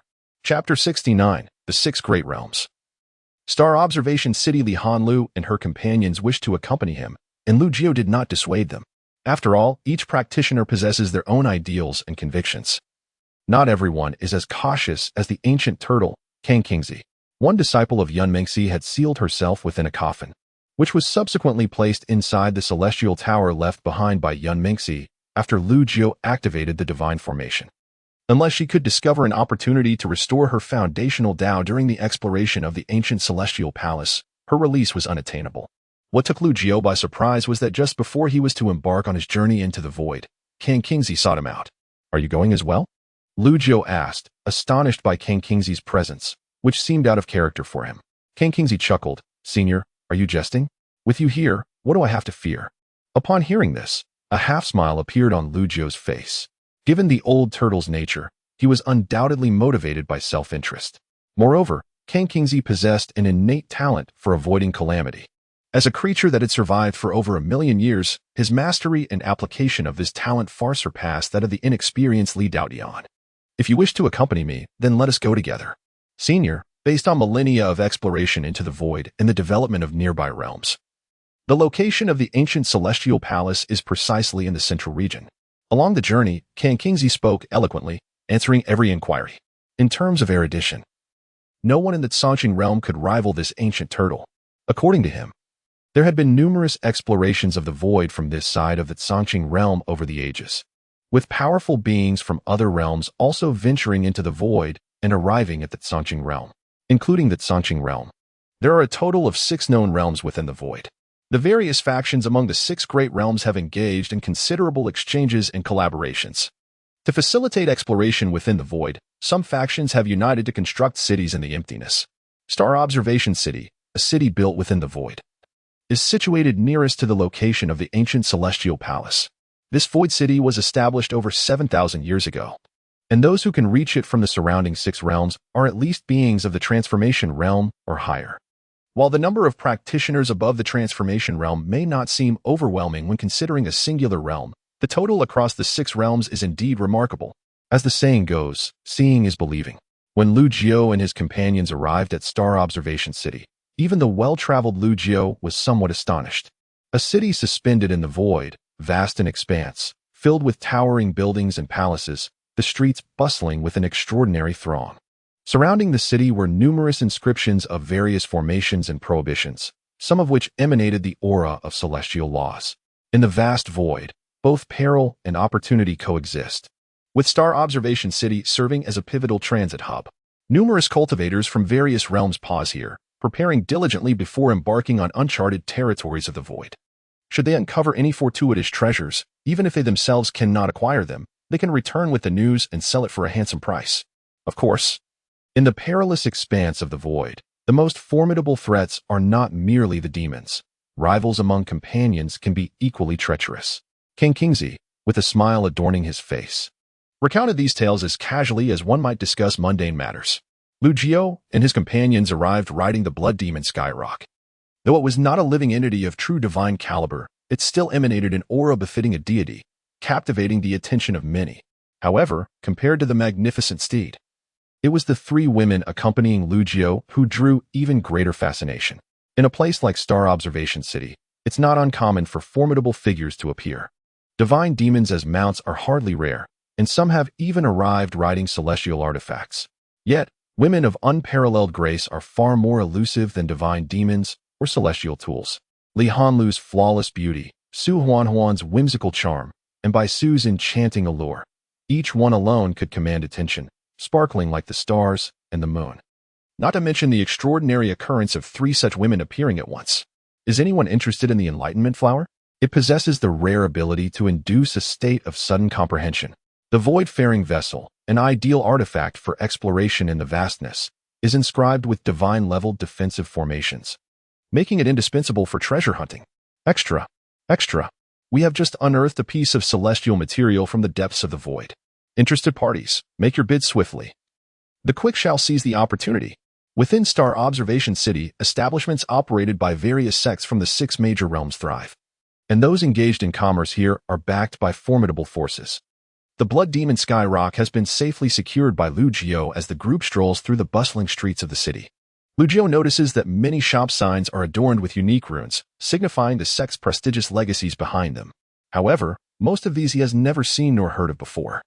Representatives from the Songqing realm also engage in trade here, albeit not in the most advantageous locations. Through Kang Kingzi's descriptions, Lu Jiao gathers that among the 6 realms, the Songqing realm ranks the lowest in overall strength. Over the millennia, some true gods from Songqing have ventured onto the path of ascension, becoming celestial beings. Yet, compared to the other 5 realms, they remain somewhat weaker. At a street corner, a crowd has gathered. Lu Jiao and his companions approach to find an elderly man showcasing his wares, which consists solely of a bloodied finger. Even this single digit emanates a chilling aura of murderous intent. Listening to the murmurs around them, Lu Jiao and the others learn that this finger was retrieved from the depths of the void, suspected to belong to a powerful being, infused with innate laws. The essence of these laws, transforming from the acquired to the innate, corresponds to the 18 tribulations of ascension. This singular finger thus represents a potential celestial opportunity. May I inquire, my friend, how do you intend to sell that finger? A figure emerged from a nearby shop, seemingly representing a formidable power from a certain realm. The elderly vendor shook his head, stating that the item was not for sale but could only be exchanged for an intermediate-grade celestial elixir. Lacking such a potion, he offered intermediate-grade celestial materials and gold instead. No exchange. The aged man showed no leniency, an overwhelming aura emanating from him. Transcending the level of true divinity, he was a human immortal. Those gathered around could not help but gasp in astonishment. Such a level of power would undoubtedly be regarded as a top-tier force in any of the 6 great realms. The bustling atmosphere of this place was intriguing, where one could casually encounter a human immortal. Lu Jiao observed the detached finger, a remnant of a celestial being, indeed infused with the innate laws of the celestial path, albeit in limited quantity. After a cursory glance, he lost interest and turned to depart. Moments later, he halted, his gaze drawn to a sign at the entrance of a nearby shop. It bore the seal of the Purple Cloud Divine Mountain. Li Hanlu and Su Huanhuan recognized it instantly. After all, the Purple Cloud Divine Mountain was a sect of the Songqing realm, founded by the ancient figure known as the ancestor of all gods, Tai. With the ancient celestial palace on the verge of manifesting, one might ponder whether Tai himself has also arrived here. Lu Jiao cast a half-smiling glance at the nearby Kang Kingzi. That little path is unclear to me. I am not well acquainted with that old man. Kang Kingzi chuckled. You've distanced yourself quite well. I heard that Tai sought your guidance on cultivation, and you even offered him counsel? Rumors. The elder insisted, those are mere rumors. I do not know that old man. Lu Jiao smiled, choosing not to prolong the banter with the old turtle, and stepped into the shop of the Purple Cloud Divine Mountain. Chapter 70. The arrival of Tai Laoding among the 6 known realms in the void.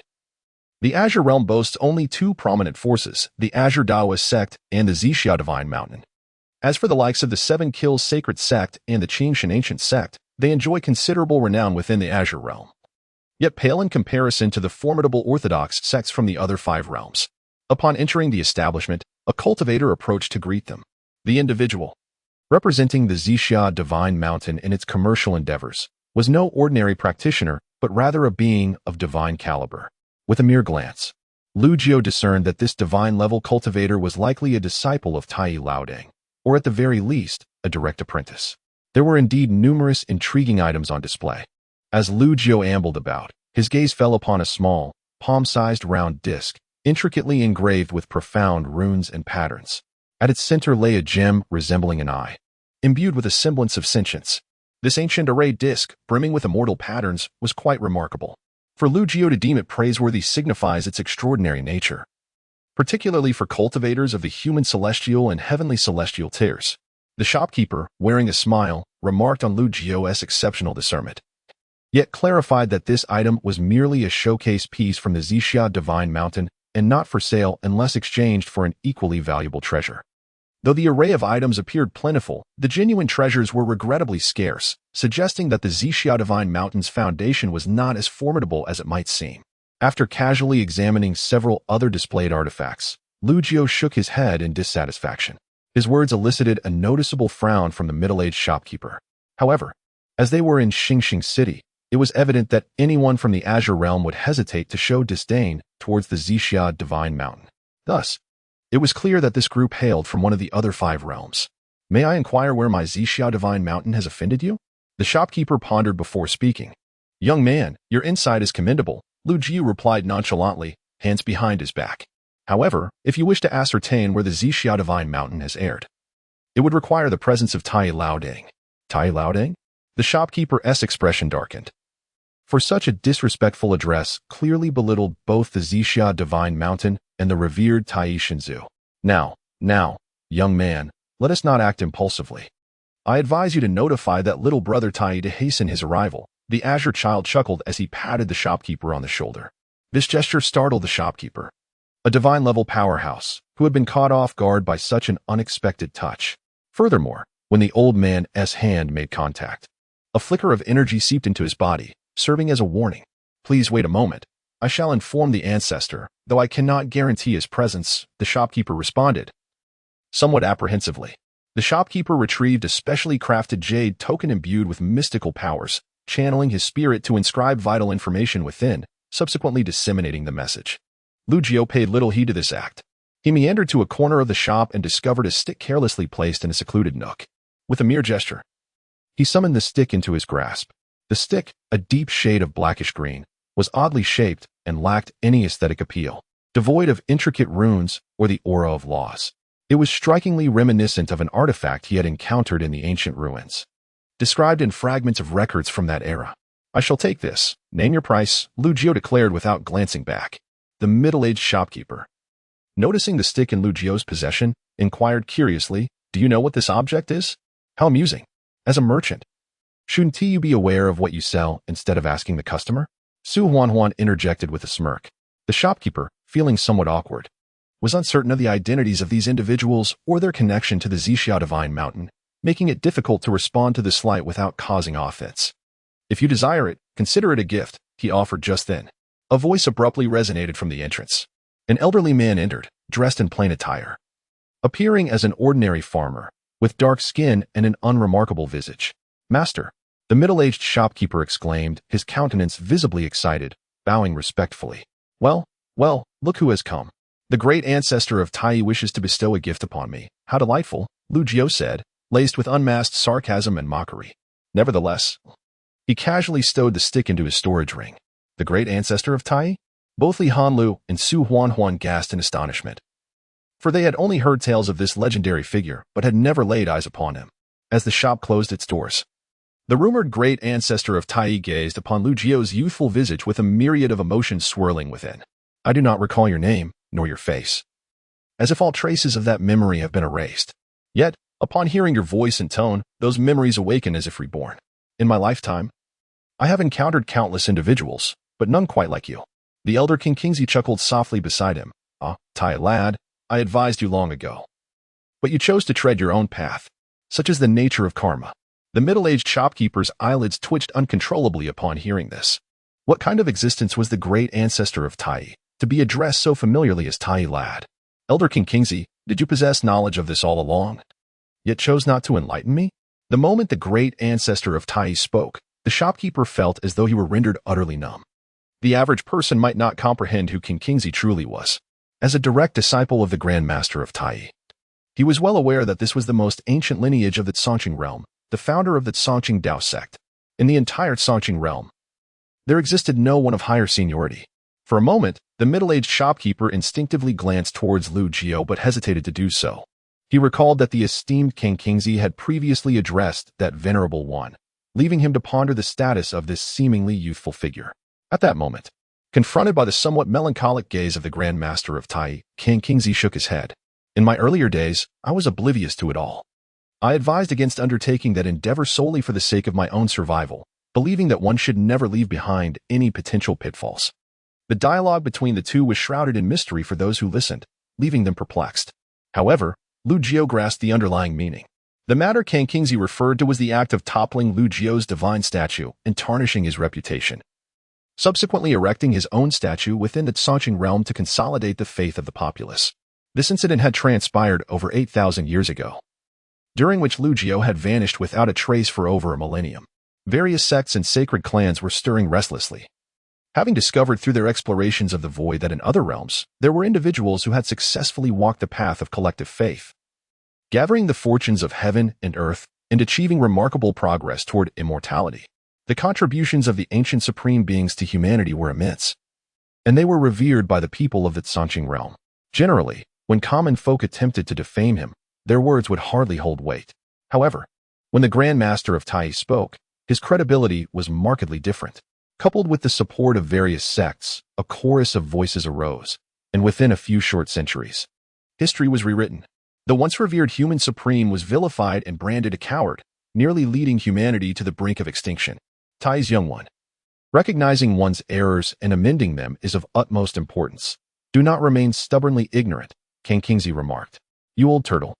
Did you not claim that you were not well acquainted with this old fellow? Lu Jiao retorted with a cold smile. Both of you should cease this theatrical performance, pretending as if you're innocent. Old Tai, do not say I am not giving you a chance. I now present you with an opportunity. What would you propose?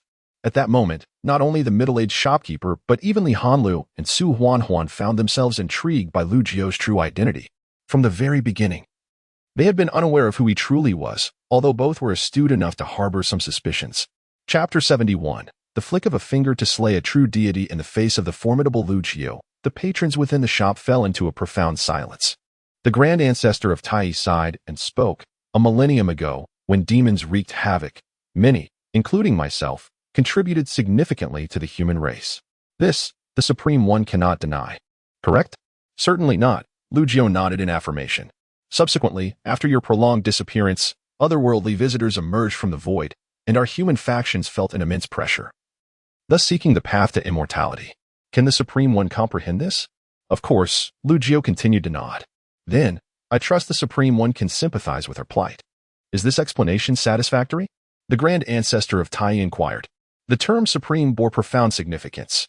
Upon hearing this, Li Hanlu silently acknowledged her earlier speculations regarding Lu Jiao's identity. Meanwhile, Su Huanhuan's eyes sparkled, recalling certain ancient legends. In the annals of history, only one individual held the esteemed title of Supreme, and that person shared a remarkable connection with Su's matriarch. Had it not been for their subsequent millennium of disappearance, the Su clan might have forged an alliance with the Lu family. Among those present, the most composed, aside from Lu Jiao, was Bai Su. For her, regardless of Lu Jiao's identity, he was the one who rescued her from despair, the master she vowed to serve for a lifetime. As for the Grand Ancestor's disciple, the middle-aged shopkeeper could not help but gasp in astonishment. He had also heard various legends surrounding that ancient supreme, which the Grand Ancestor had mentioned numerous times, describing him as the most extraordinary figure of humanity from antiquity to the present, without exception. As the Grand Ancestor's words faded, all eyes converged upon Lu Jiao. Suddenly, he erupted into laughter, pointing a finger at the Grand Ancestor of Tai across from him. Ah, Tai, how consistently hypocritical you remain, so obsessed with saving face. This time, Lu Jiao refrained from using any derogatory nicknames, addressing him directly. In truth, this signified a palpable distance in their positions. You speak of ancient contributions. I do not contest that. You claim to feel pressure from otherworldly beings. I can understand. However, at this juncture, an ominous and unparalleled killing intent emanated from Lu Jiao, enveloping all present in a suffocating tension. This does not provide you with the justification to act against the Lu family or to slander my name. Lu Jiao's expression darkened as he spoke coldly. If to consolidate the faith of the masses, you must defame me, I might only impose a slight reprimand upon you. For I am indifferent to such ephemeral accolades. Yet what of the Lu family? In my absence, they have been oppressed and bullied, whether it be you or others. Even if you did not personally strike against the Lu family, your passive acquiescence to their oppression renders you all culpable. I am not one to indulge in extensive explanations. For those who comprehend do not require my elaboration, while those who do not are not worth my words. Su Tai, I offered you an opportunity, yet you proved yourself ineffectual. The palpable aura of menace surrounding Lu Jiao speaks volumes. I am willing to provide compensation to the Lu family, Su Tai stated. A millennium has passed, and although he has now ascended to the realm of human immortals, Su Tai is acutely aware that Song Qingzi's cultivation far surpasses his own. The deep respect and fear that Song Qingzi exhibits towards Lu Jiao renders Su Tai hesitant to confront him. As a sage seasoned by age, Su Tai understands that Lu Jiao refraining from immediate violence signifies that he does not intend to resolve matters through brute force, implying that there remains room for negotiation. Compensation? Lu Jiao chuckled. Any form of compensation is negotiable. Any conditions may be proposed by the Supreme. This is your assertion. There was a hint of profundity in Lu Jiao's tone. While he could easily eliminate the aged Su Tai, given the current capacity of the Lu family, they could not possibly absorb the vast resources of Zixia, Sacred Mountain. What he seeks is not merely to avenge the Lu family or to create upheaval. He desires to ensure that within a century, the Lu family rises swiftly to become an invincible clan, capable of standing alone without his support. As Su Tai pondered what conditions Lu Jiao might propose, Lu Jiao raised his hand and formed a mystical gesture. With a resonating hum, an overwhelming force of primordial spirit emanated from Lu Jiao, enveloping the surroundings. A spectral projection of his primordial spirit appeared behind him. This apparition mirrored Lu Jiao perfectly, its hands swiftly forming seals to conjure a resplendent golden rune. Su Tai, swear upon your primordial spirit and heart of the Tao that for the next 1,000 years, you shall protect the Lu family's path. Zixia Sacred Mountain shall be a vassal of the Lu family. Should you harbor any ill will towards the Lu family, your primordial spirit shall shatter, and your heart of the Tao shall disintegrate. As Lu Jiao spoke, the golden rune manifested and was directed towards Su Tai. Zixia Sacred Mountain becoming a vassal of the Lu family? Master, this is... The middle-aged shopkeeper's expression shifted dramatically, ready to voice his objection. After all, the status of Zixia Sacred Mountain within the Chongqing domain is formidable. How could it possibly serve as a subordinate to the Lu family? Such a condition is simply unacceptable. However, before he could finish his sentence, a second spectral projection emerged from Lu Jiao, who pointed at him from a distance. With a swift crack, a fissure opened in the middle-aged shopkeeper's forehead, and his primordial spirit was instantly shattered, leaving behind only a lifeless shell that collapsed to the ground with a thud. What of the true God? In the presence of Lu Jiao, even without unsealing his own restraints, a true God is merely a slightly larger insect. And Su Tai, witnessing the murder of his disciple, he dared not utter a single word. 1,000 years is not an excessively long time. The condition proposed by Lu Jiao is, in fact, not unreasonable. It could even be said that he was granted a reprieve beyond the law. Su Tai was acutely aware that should he refuse Lu Jiao's terms, the consequences would extend beyond the demise of merely one disciple. It could very well cost him his own life. And he might not even manage to exit through this door today. I concur. Su Tai sighed deeply and then, in accordance with Lu Jiao's demands, swore an oath using his own primordial spirit and Tao heart. The instant he completed his vow, a golden rune swiftly embedded itself into the center of his brow, seamlessly merging into the depths of his consciousness, becoming one with his primordial spirit. You, old relic, still possess some utility. It is unnecessary for me to instruct you on how to proceed henceforth. With the sole imprint of your oath in place, do not attempt any tricks. For should the imprint be triggered, not even you, as a mere immortal, nor any celestial being, be it a heavenly or profound immortal, would escape instant annihilation. Your soul would be extinguished and your path obliterated. You ought to feel fortunate that I am somewhat reasonable, having spared you from servitude as a slave. Merely consigning you to serve the Lu family as a laborer for a millennium, a considerable favor, I dare say. You may express your gratitude now. The turmoil within Su Tai was beyond articulation. The esteemed being, lauded as the progenitor of the deities, had now been reduced to the status of a laborer for the Lu family. While one might euphemistically refer to him as a laborer, the stark reality bore an unsettling resemblance to that of a slave. Even if members of the Lu family were to strike him, he would not dare retaliate. For should he entertain any malevolent thoughts, the oath would indeed come to fruition. His identity and status had plummeted to unfathomable depths, and the fact that his disciple was butchered before his eyes was but a minor grievance in comparison. He was compelled to utter words of gratitude. Thank you for your supreme grace. The bitterness encapsulated in those few words was excruciatingly profound for Su Tai. Chapter 72. a corner of the ancient battlefield. As one of the representative powers of the Azure Realm, the Xixia Divine Mountain possesses numerous assets in this star observation city. Currently, Su Tai, the founder of the Xixia Divine Mountain's lineage, has sworn allegiance to the Lu family as a vassal. Consequently, the assets of the Xixia Divine Mountain essentially belong to the Lu family. In those days, he was merely a true god, while the demon dragon was an immortal. He resolutely chose to battle alongside the demon dragon in a fierce confrontation. Has Su Tai fulfilled his promise to him? It is important to note that at that time, Lu Jiu fought with the belief that he might perish in battle. Su Tai had promised him that should he not return, he would safeguard the Lu family's lineage. As a consequence of his betrayal, Lu Jiu had set a millennium as a deadline. Yet, in reality, the oath he invoked was a form of soul imprint, a secret technique recorded in the lore of human souls. Once invoked, this technique cannot be undone unless the practitioner voluntarily dissolves it. Otherwise, it remains eternally binding. Unless Su Tai ascends to the golden immortal realm, he is destined to serve the Lu family as a subordinate for his entire life. Naturally, Lu Jiu did not disclose this to the old fellow Su Tai.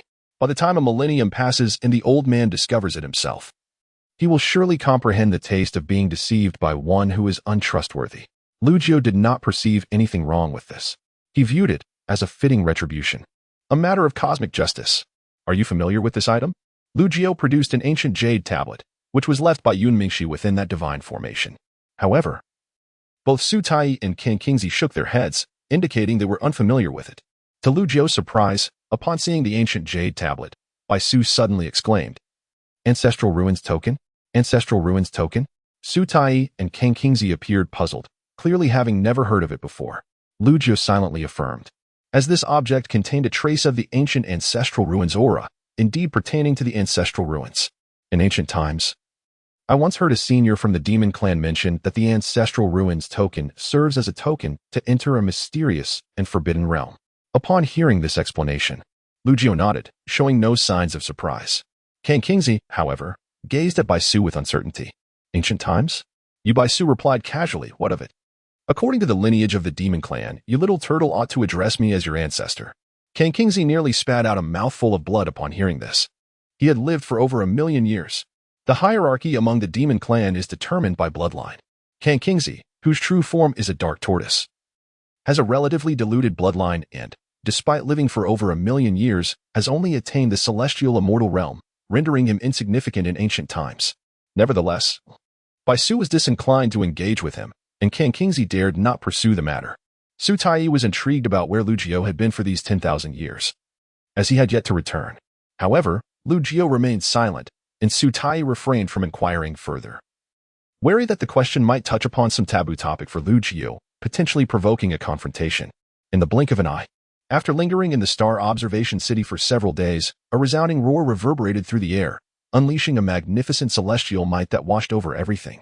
The dark and frigid void seemed to be purified, illuminated by an endless stream of celestial light that shone upon the heavens and the earth. The Northern Dipper Celestial Palace finally revealed itself, no longer merely a phantom. Within the star observation city, countless figures transformed into streaks of light, racing toward the palace. Yet, despite its apparent proximity, it felt as if an infinite expanse of time and space separated them, rendering the journey seemingly distant.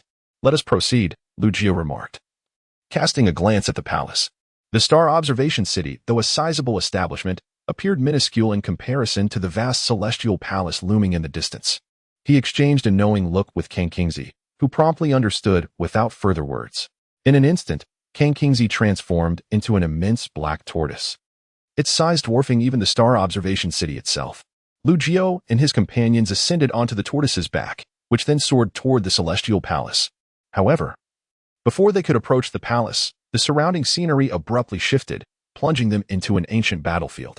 Towering mountains rose dramatically, each several thousand feet high, while robust ancient trees exuded an aura steeped in antiquity. The sky fractured, and the earth bore a desolate hue, with a chilling atmosphere pervading this peculiar space. As they gazed around, they beheld numerous corpses scattered about, each presenting a bizarre and grotesque demise. What is happening? King Kingzi exclaimed, his expression turning to one of alarm upon entering this realm. Even as a venerable being of celestial stature, he felt a chill run down his spine. as the eerie essence emanating from the peculiar corpses sent shivers through him. The celestial might surrounding the palace distorted the fabric of time and space. The closer they drew to the palace, the more severely time and space warped. Lu Jiao spoke slowly. This appears to be an ancient battlefield, situated near the celestial palace. Ensnared in the chaotic time-space surrounding it, forming a secluded spatial secret realm. You are aiming too high. Assume a human form, Lu Jiao advised. At his words, Kang Qingzi swiftly reverted from his original form to that of a human. Meanwhile, others were also swept into this chaotic space by the tumultuous time. These individuals are not from our Sanqing domain, Su Tai noted. Over a dozen cultivators, each at least at the divine level, found themselves arriving adjacent to various corpses. Attack!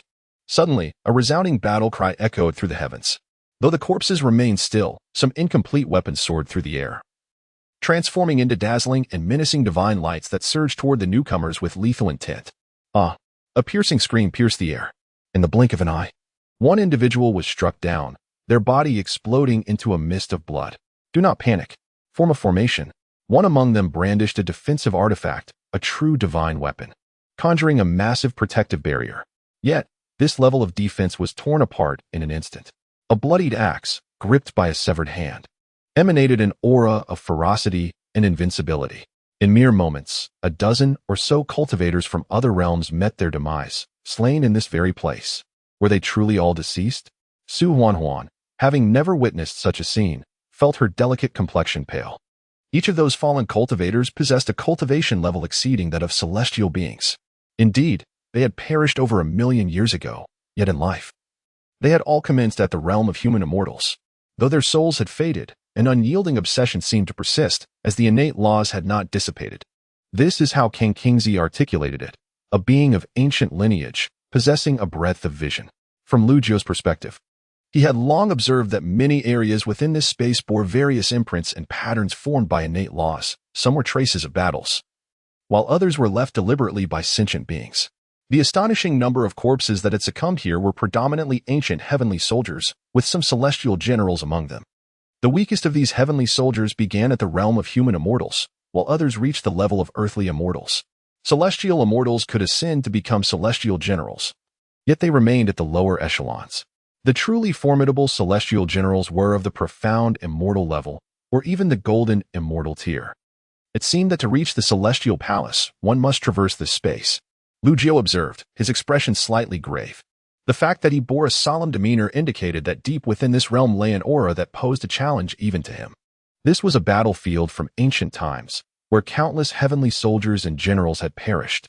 Beyond the remnants of innate law imprints and Tao patterns left by these celestial beings, the presence of malevolent spirits and wicked demons lingered.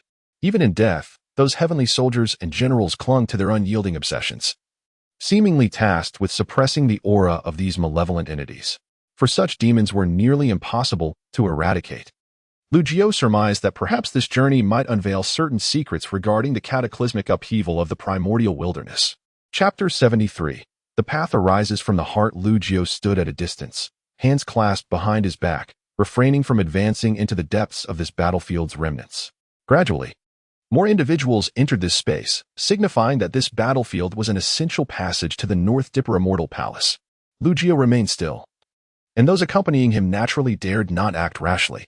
The seventh sense of the Earth Soul secret technique had long been employed by Lu Jiao, utilizing the current observations and clues to deduce further insights. The fallen celestial soldiers, having perished and lost their souls, retained their unyielding desires. The countless aspirations of the deceased coalesced, suppressing the malevolent spirits lurking in the depths, preventing them from escaping this place.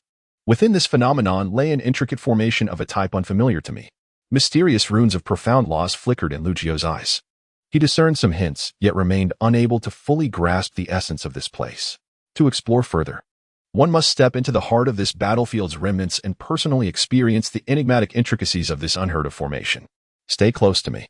Do not cast your gaze upon the corpses, nor entertain any thoughts regarding the treasures that may lie beside them, Lu Jiao cautioned his companions in a grave tone. The sheer number of celestial soldiers' corpses prompted many to involuntarily ponder whether these ancient warriors had left behind any treasures or fortuitous encounters after their demise. According to Lu Jiao's observations, harboring such thoughts would render one susceptible to the formation's discernment. triggering attacks from the imprints of innate laws left by the corpses in their lifetimes. Upon hearing Lu Jiu's words, Li Hanlu and the others nodded in acknowledgement, trailing closely behind him. As the group stepped into the battlefield's remnants, an overwhelming aura of slaughter surged forth like a tidal wave, far more intense than when they had merely observed from afar. The grotesquely mangled corpses, in various states of dismemberment, seemed to possess a semblance of life, as if countless eyes were fixated upon them. Li Hanlu and the others heeded Lu Jiu's warning. Daring not to glance at the corpses, even the periphery of their vision remained focused solely on Lu Jiu's silhouette. However, even as they averted their gazes, the corpses appeared to scrutinize them, an unnerving sensation that sent shivers down their spines.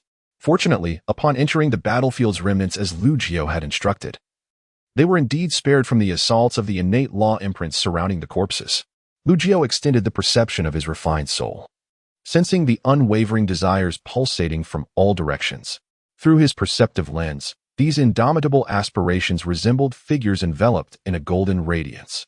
While an individual unyielding desire may not possess great strength, the convergence of countless such desires unleashed a wild, primal force akin to a ferocious beast from the primordial chaos, relentlessly attempting to shake Lu Jiu's resolve and willpower. Li Hanlu and others, including the esteemed King Kingzi and Bai Su, who possessed the highest cultivation and vision apart from Lu Jiu, were unable to perceive the golden humanoid phantoms formed by indomitable obsessions. However, Lu Jiu sensed that the ability to witness these phantoms was not merely contingent upon one's cultivation level or realm, but rather intricately linked to the strength of one's Tao heart and will. Only those with an unwavering resolve could behold them. Manifestation of will, eternal and unyielding. Suddenly, a majestic voice resonated from the depths of the battlefield remnants, audible only to Lu Jiu, while Li Hanlu and the others remained blissfully unaware, showing no signs of reaction. Thunderous echoes reverberated as a formidable will enveloped the air, and Lu Jiu beheld a resplendent golden divine sword. The golden phantoms all knelt upon one knee in reverence to this sword. Lu Jiu also felt a profound connection between these phantoms and the sword, as if their very existence derived from it, originating from a suppression at the level of will. This revelation halted Lu Jiu in his tracks. Senior Jiu, how? Su Huanhuan inadvertently collided with Lu Jiu's back, about to speak when King Kingzi discreetly gestured for silence. At that moment, others began to sense something amiss. Lu Jiu's gaze appeared vacant, his seemingly unyielding form trembled subtly, as if he bore an unimaginable weight of pressure. Even the ground beneath his feet cracked under the strain.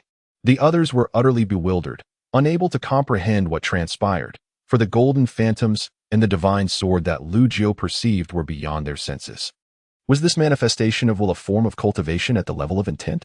The golden sword hovered ominously in the air, exuding a terrifying, oppressive force that even Lu Jiu, with his formidable Tao heart and will, found excruciatingly difficult to withstand. He reflected upon millennia spent honing himself in the ancient ancestral ruins, enduring countless brushes with death. His Tao heart, his will, were, indeed, forged to be indestructible and unshakable. Yet, at that moment, Lu Jiu realized his own shallowness. Could such an intangible and formless essence as will truly be cultivated? Meow. Suddenly, a cat's meow echoed in Lu Jiu's ears. The golden leaf obtained from the ancient demon's secret realm had inexplicably transformed back into an orange cat, now perched upon his shoulder. Yet, all of this remained within the realm of will. From Li Hanlu and the others' perspective, Lu Jiu stood there with a vacant gaze, unchanged in any remarkable way. The heart's birth method of the ancient progenitor? The golden divine sword seemed to retain a semblance of consciousness, and when the orange cat appeared on Lu Jiu's shoulder, a voice formed from will emanated from the sword. You possess quite the fortuity. The body of a golden immortal dares to seal the remnants of a celestial devil. Though it is merely a fragment, it is still a rare feat. I shall grant you an opportunity. Whether you can seize it depends on you. As the words faded, the golden divine sword emanated an even more terrifying aura of willpower, leaving Lu Jiu no opportunity to pose a question. Under this overwhelming pressure, the willpower, which was a convergence of the three souls of heaven, earth, and humanity within Lu Jiu, began to subtly compress, refine, and manifest. However, this process was fraught with peril. Should Lu Jiu fail to withstand the pressure, his willpower would shatter, rendering him akin to a soul lost in madness, a mere shell of existence. Nonetheless, Lu Jiu gritted his teeth and persevered. He could sense his willpower akin to a fledgling bird poised to break free from its shell, on the verge of a transformative ascension. The orange cat transformed once more into a golden leaf, hovering at the center of Lu Jiu's brow, inscribed with esoteric runes. The foremost of these runes flickered, and waves of inscrutable information surged into Lu Jiu's mind. The heart of creation. The mysteries contained within these runes reveal the path of enlightenment.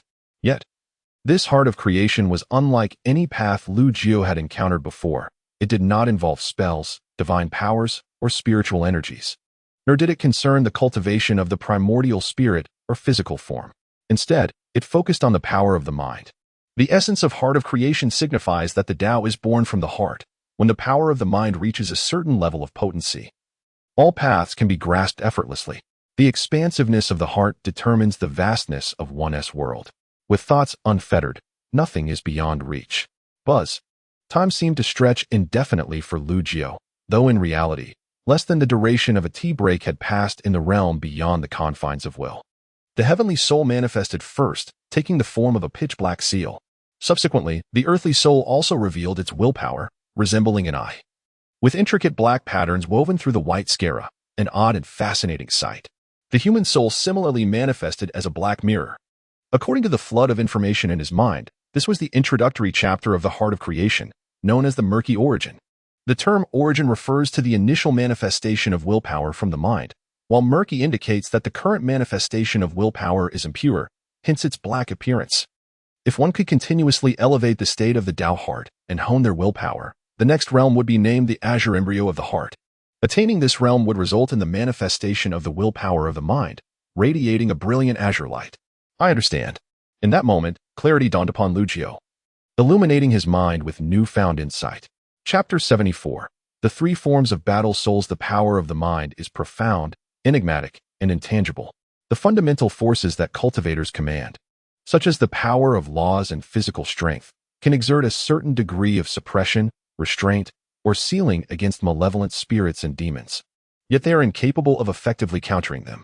Now, Lu Jiu has come to realize that the power of the mind is specifically intended to combat these sinister entities. However, accessing such a level of power is exceedingly challenging. Lu Jiu's understanding has been forged through millennia of life and death trials, establishing a sufficiently robust foundation for his will and determination. It was only with the oppressive might of the golden divine sword, combined with the guidance of the heart's law, that he successfully manifested the power of the mind into a tangible form through sheer willpower. For others, lacking a strong enough will, the pressure from the golden divine sword would shatter their resolve, leading to a collapse of their intent. Simultaneously, Lu Jiu comprehended why he had previously struggled to grasp the intricacies inscribed upon the golden leaf, often succumbing to headaches and fatigue after limited exposure. This was because the realm of mental power transcended the boundaries of his current stage. Typically, such power would only be encountered after entering the realm of enlightenment and severing the three corpses, indicating that it is a force belonging to those who have surpassed the true immortal level. Yet, Lu Jiu had achieved this with his mere golden immortal status ahead of time. He could not help but cast a reverent gaze upon the golden divine sword suspended in the air. This sword undoubtedly represented a formidable being who had transcended the true immortal realm and entered the path of enlightenment, manifesting the power of mental will. Its master was most likely the sovereign of the Northern Dipper Immortal Palace, the Northern Dipper Immortal. The manifestation of mental will can also be referred to as the battle soul. The body may perish, the soul may extinguish, yet the battle soul remains eternal and indomitable. The term battle encapsulates everything, signifying that the manifestation of mental will can exert unimaginable influence in the realm of combat. You are commendable, having earned my recognition. You may claim the relics of celestial soldiers, but do not disturb the remains. Moderation is essential. There are relics left by me within the immortal palace. Should you obtain them, it will be your fortune. In the future, if you achieve enlightenment, you will understand all. Questioning further is futile. Lu Jiu opened his mouth. Yet the golden divine sword provided him no opportunity for inquiry, transmitting a voice of willpower before soaring away in an instant. With a thunderous roar, as the golden divine sword departed, the very fabric of the battlefield relics trembled violently. All cultivators present in this space turned pale with fear and trepidation. Only Lu Jiu could perceive the emergence of four colossal golden divine swords at each cardinal point of the battlefield relics, radiating dazzling brilliance. The four swords simultaneously slashed towards a singular location, and a piercing scream echoed forth, accompanied by a venomous roar and curses. Merely hearing that anguished cry, Lu Jiu felt his spirit waver, and the three forms of battle souls he had just manifested nearly collapsed. Had a demon lord been suppressed here? Lu Jiao quickly centered his thoughts, and as his consciousness returned to the realm of reality, the golden divine swords and the horrifying screams seemed to vanish without a trace. For golden divine swords, could it be that the battle spirit of the North Dipper immortal had condensed into 4 forms? A sense of confusion and curiosity welled up within Lu Jiao. His journey into the cultivation of spiritual power had only just begun, and his knowledge remained scant. At the same time, Lu Jiao noticed the concerned and worried expressions of Li Hanlu, Bai Su, Su Huanhuan, and others. Do not worry, it is all settled now.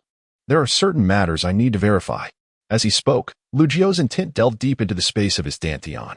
The battle spirit, materialized from his will, also appeared within the sealed depths of the dantian space. Here lay the remnants of the celestial demon, bound in confinement. During this time, 199 divine puppets of the transformation realm had relentlessly subjected this entity to curses, leaving it utterly devoid of temper. The remnant of the celestial demon was merely a claw, the remains of its original 3-headed, 6-armed form, reduced to just a segment of one of its 6 arms. It could not break free from Lu Jiao's seal, nor could it withstand the relentless taunts of Lu Jiao's 199 puppets. At this moment, it appeared despondent and listless, almost driven to the brink of despair, questioning its very existence. Boom! Lu Jiao attempted to strike the celestial demon remnant with the black seal condensed from his heavenly soul. With a resounding crash, the remnant shattered into wisps of black mist, emitting a piercing scream of agony. Ah! It hurts like hell. Damn you, you wretched creature. I will destroy you. I swear I will. The black mist reformed, once again taking the shape of a small arm. The celestial demon's consciousness within this remnant erupted in fury, cursing vehemently. Indeed, it was effective. Seeing the reaction of the celestial demon remnant, Lu Jiao's eyes gleamed with excitement. Previously, he had been able to shatter the remnant, but it would instantly regenerate without emitting such a stark cry of suffering. Moreover, this time, after being struck by his heavenly soul seal, although the remnant reformed, its aura was evidently diminished. It could only be said that his battle spirit had only just taken shape, lacking sufficient strength.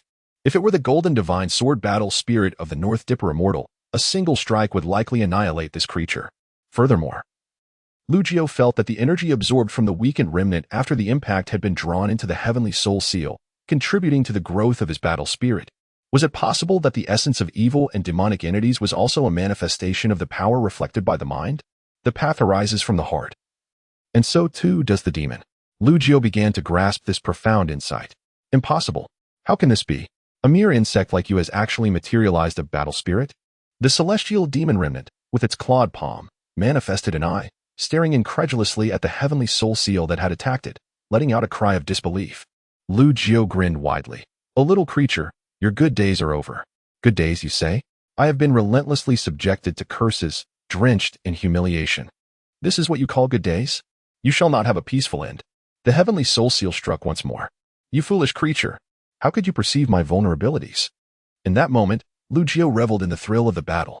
The heavenly soul seal, a primary offensive force, employed a straightforward yet formidable approach, an unyielding strike. The earthly soul I served as a crucial support, capable of penetrating the mind's realm to unveil the weaknesses of the celestial demon's remnant, allowing for targeted assaults that inflicted significantly greater damage.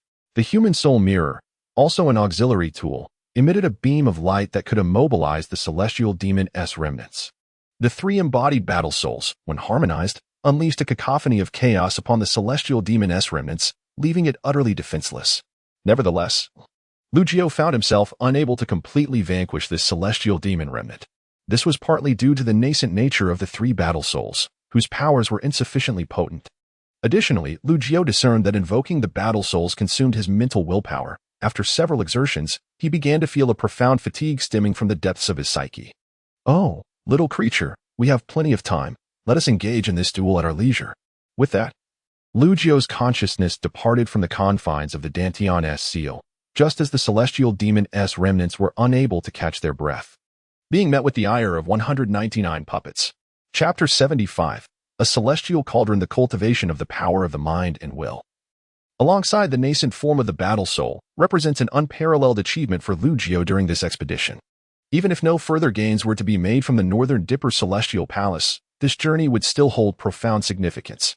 After all, the power derived from the mind and battle soul is a realm accessible only to those transcending the true immortal level. Those lacking sufficient cultivation cannot even qualify to approach such a domain. Take King Kingsley, for instance. Originally, Lu Jiao would have needed to unseal a portion of his own power to suppress and obliterate him with strength surpassing that of an ordinary celestial. However, now, Lu Jiao need only wield his battle soul to forcibly draw King Kingsley's mind and will into the realm of consciousness. King Kingsley's mental fortitude is insufficient to coalesce into a battle soul, nor does he possess the knowledge to refine one. Before Lu Jiao's battle soul, he would be utterly crushed, shattered, and annihilated. Once the mind and will are extinguished, King Kingsley would suffer immense backlash, leading to the collapse of his entire cultivation and the disintegration of his primordial spirit, resulting in death and the loss of his Tao. It is no exaggeration to say that shattering a person's physical form or severing their primordial spirit may not truly equate to killing them. Yet, to obliterate an adversary at the level of will is the essence of an invisible death. The application of battle soul power is still a nascent endeavor for Lu Jiao, who must further familiarize himself with it. According to the introductory teachings of the heart-mind method, the power of the battle soul encompasses numerous techniques, from which unique secret arts may emerge. Lu Jiao could not help but reflect upon his millennia spent during the trials of life and death within the primordial ancestral ruins. It seems the guidance there was intentionally honing his heart and will. All of this appears to be preparation for his future awakening and the materialization of his battle soul.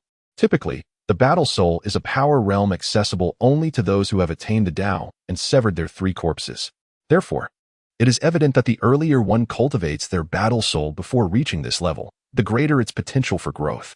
For instance, Lu Jiao, currently at the golden immortal stage, has already begun to form the nascent shape of his battle soul. Thus, when he eventually reaches the Tao-severing level, his battle soul will undoubtedly be far more formidable than those of his peers who have only just begun to coalesce their battle souls. Well then, let us proceed, Lu Jiao declared, dispelling his thoughts and addressing those beside him before leading the way deeper into the remnants of the battlefield. After all, the golden divine sword had conveyed the will of the Northern Dipper celestial sovereign, who explicitly mentioned that treasures were left behind within the celestial palace, and obtaining them would be a fortuitous opportunity. Lu Jiao was eager to discover what treasures an entity of such stature as the Northern Dipper celestial sovereign would leave behind in the celestial palace. The elderly bald priest spoke of a supreme treasure that even the Jade Emperor of the ancient heavenly court coveted, which was said to be left within the celestial palace. Could this be that very treasure? As they journeyed onward, the group heeded Lu Jiao's warning, refraining from gazing at the corpses of the celestial soldiers, their nerves taut and on high alert.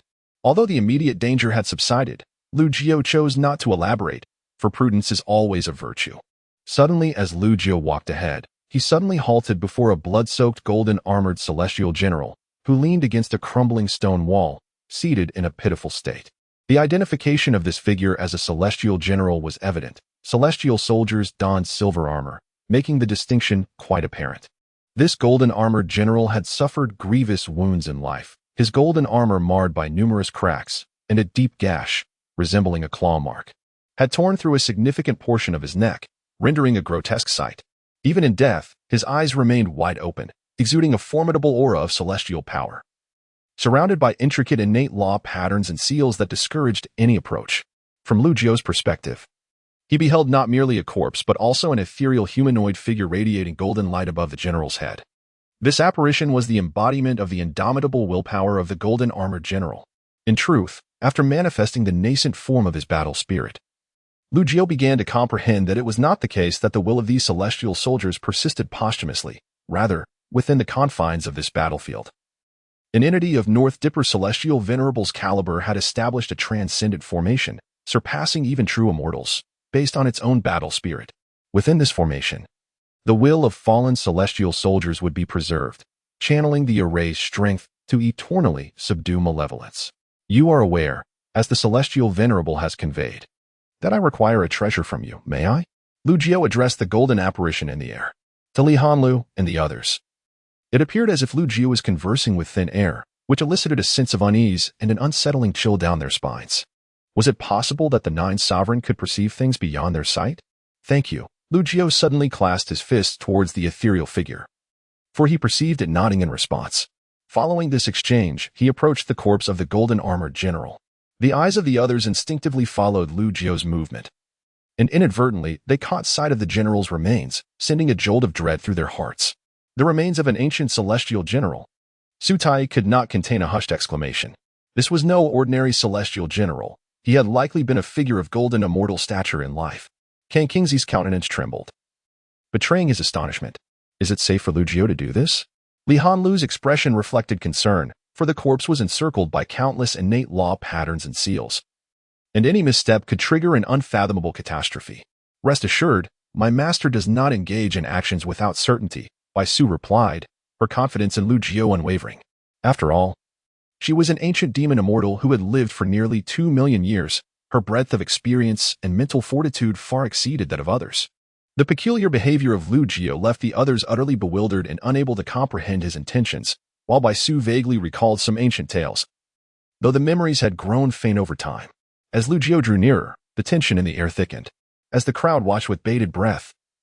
When Lu Jiao approached the corpse of the golden celestial general, the intricate runes formed by the innate laws did not unleash an attack upon him. Rather, they parted to make way. Under the astonished and bewildered gazes of Kang Kingsley and Su Tai, Lu Jiao reached the side of the golden celestial general's remains and picked up an ancient-looking small cauldron. Subsequently, he turned and returned unperturbed, without any unexpected occurrences. Upon his return, Lu Jiao tossed the small cauldron to Su Huan, saying nonchalantly, "This cauldron is rather splendid and well-suited for you. If you can comprehend the profound essence contained within it and integrate it with the techniques I have imparted to you, your future holds great promise." Su Huan caught the small cauldron, momentarily frozen in place, but once she regained her senses, her face lit up with excitement.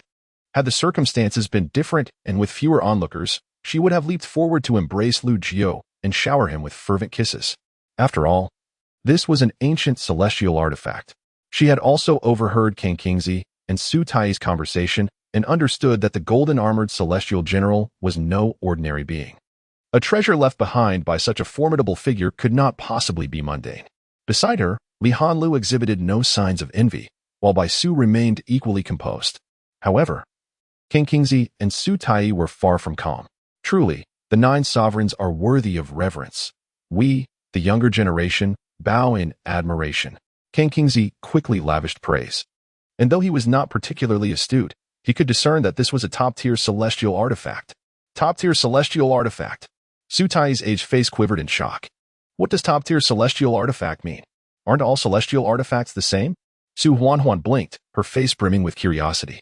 If anyone else had posed this question, Su Tai, with his arrogant disposition, would have dismissed it entirely. Yet, since Su Huan was associated with Lu Jiao, he felt compelled to respond. They are certainly not all the same. Our Sanqing realm has far too few individuals who tread the path to immortality, and our understanding of this realm is quite limited. However, based on clues gleaned from ancient relics, there are indeed distinctions among the 18 tribulations of ascension. Those who survive a single life and death tribulation attain the realm of human immortals. Those who endure 3 such tribulations are termed earth immortals. Surviving 7 tribulations elevates one to the realm of mysterious immortals. Only those who withstand 13 life and death tribulations achieve the status of golden immortals. As for true immortals, only those who successfully navigate all 18 tribulations of ascension are entitled to that title, which signifies a true immortal. Su Tai, having lived for over 10,000 years, possessed some knowledge of ancient secrets and was not entirely ignorant. A top-tier celestial artifact, aside from requiring the finest celestial materials and metals, also necessitates the craftsmanship of a true immortal for its creation. Thus, it is also referred to as a true immortal's artifact or true immortal treasure. You can now appreciate the extraordinary value of this celestial cauldron, can't you? Upon hearing Su Tai's explanation, Su Huan was even more exhilarated, for according to this understanding, the entire fortune of the ancient Su family would pale in comparison to this cauldron's worth. Kang Kingsley and Zetayi were filled with an overwhelming sense of envy and jealousy, for each of them had lived a life of remarkable longevity. Yet, they had never laid eyes on treasures of such caliber. They could scarcely fathom the myriad experiences that Lu Jiao must have endured over the millennia to so casually bestow a precious, exquisite celestial artifact upon another. Enough of this ignorance. Follow me, and I assure you a life of luxury and indulgence, Lu Jiao said with a cheerful smile, gently patting Su Huan's little head before leading the group onward.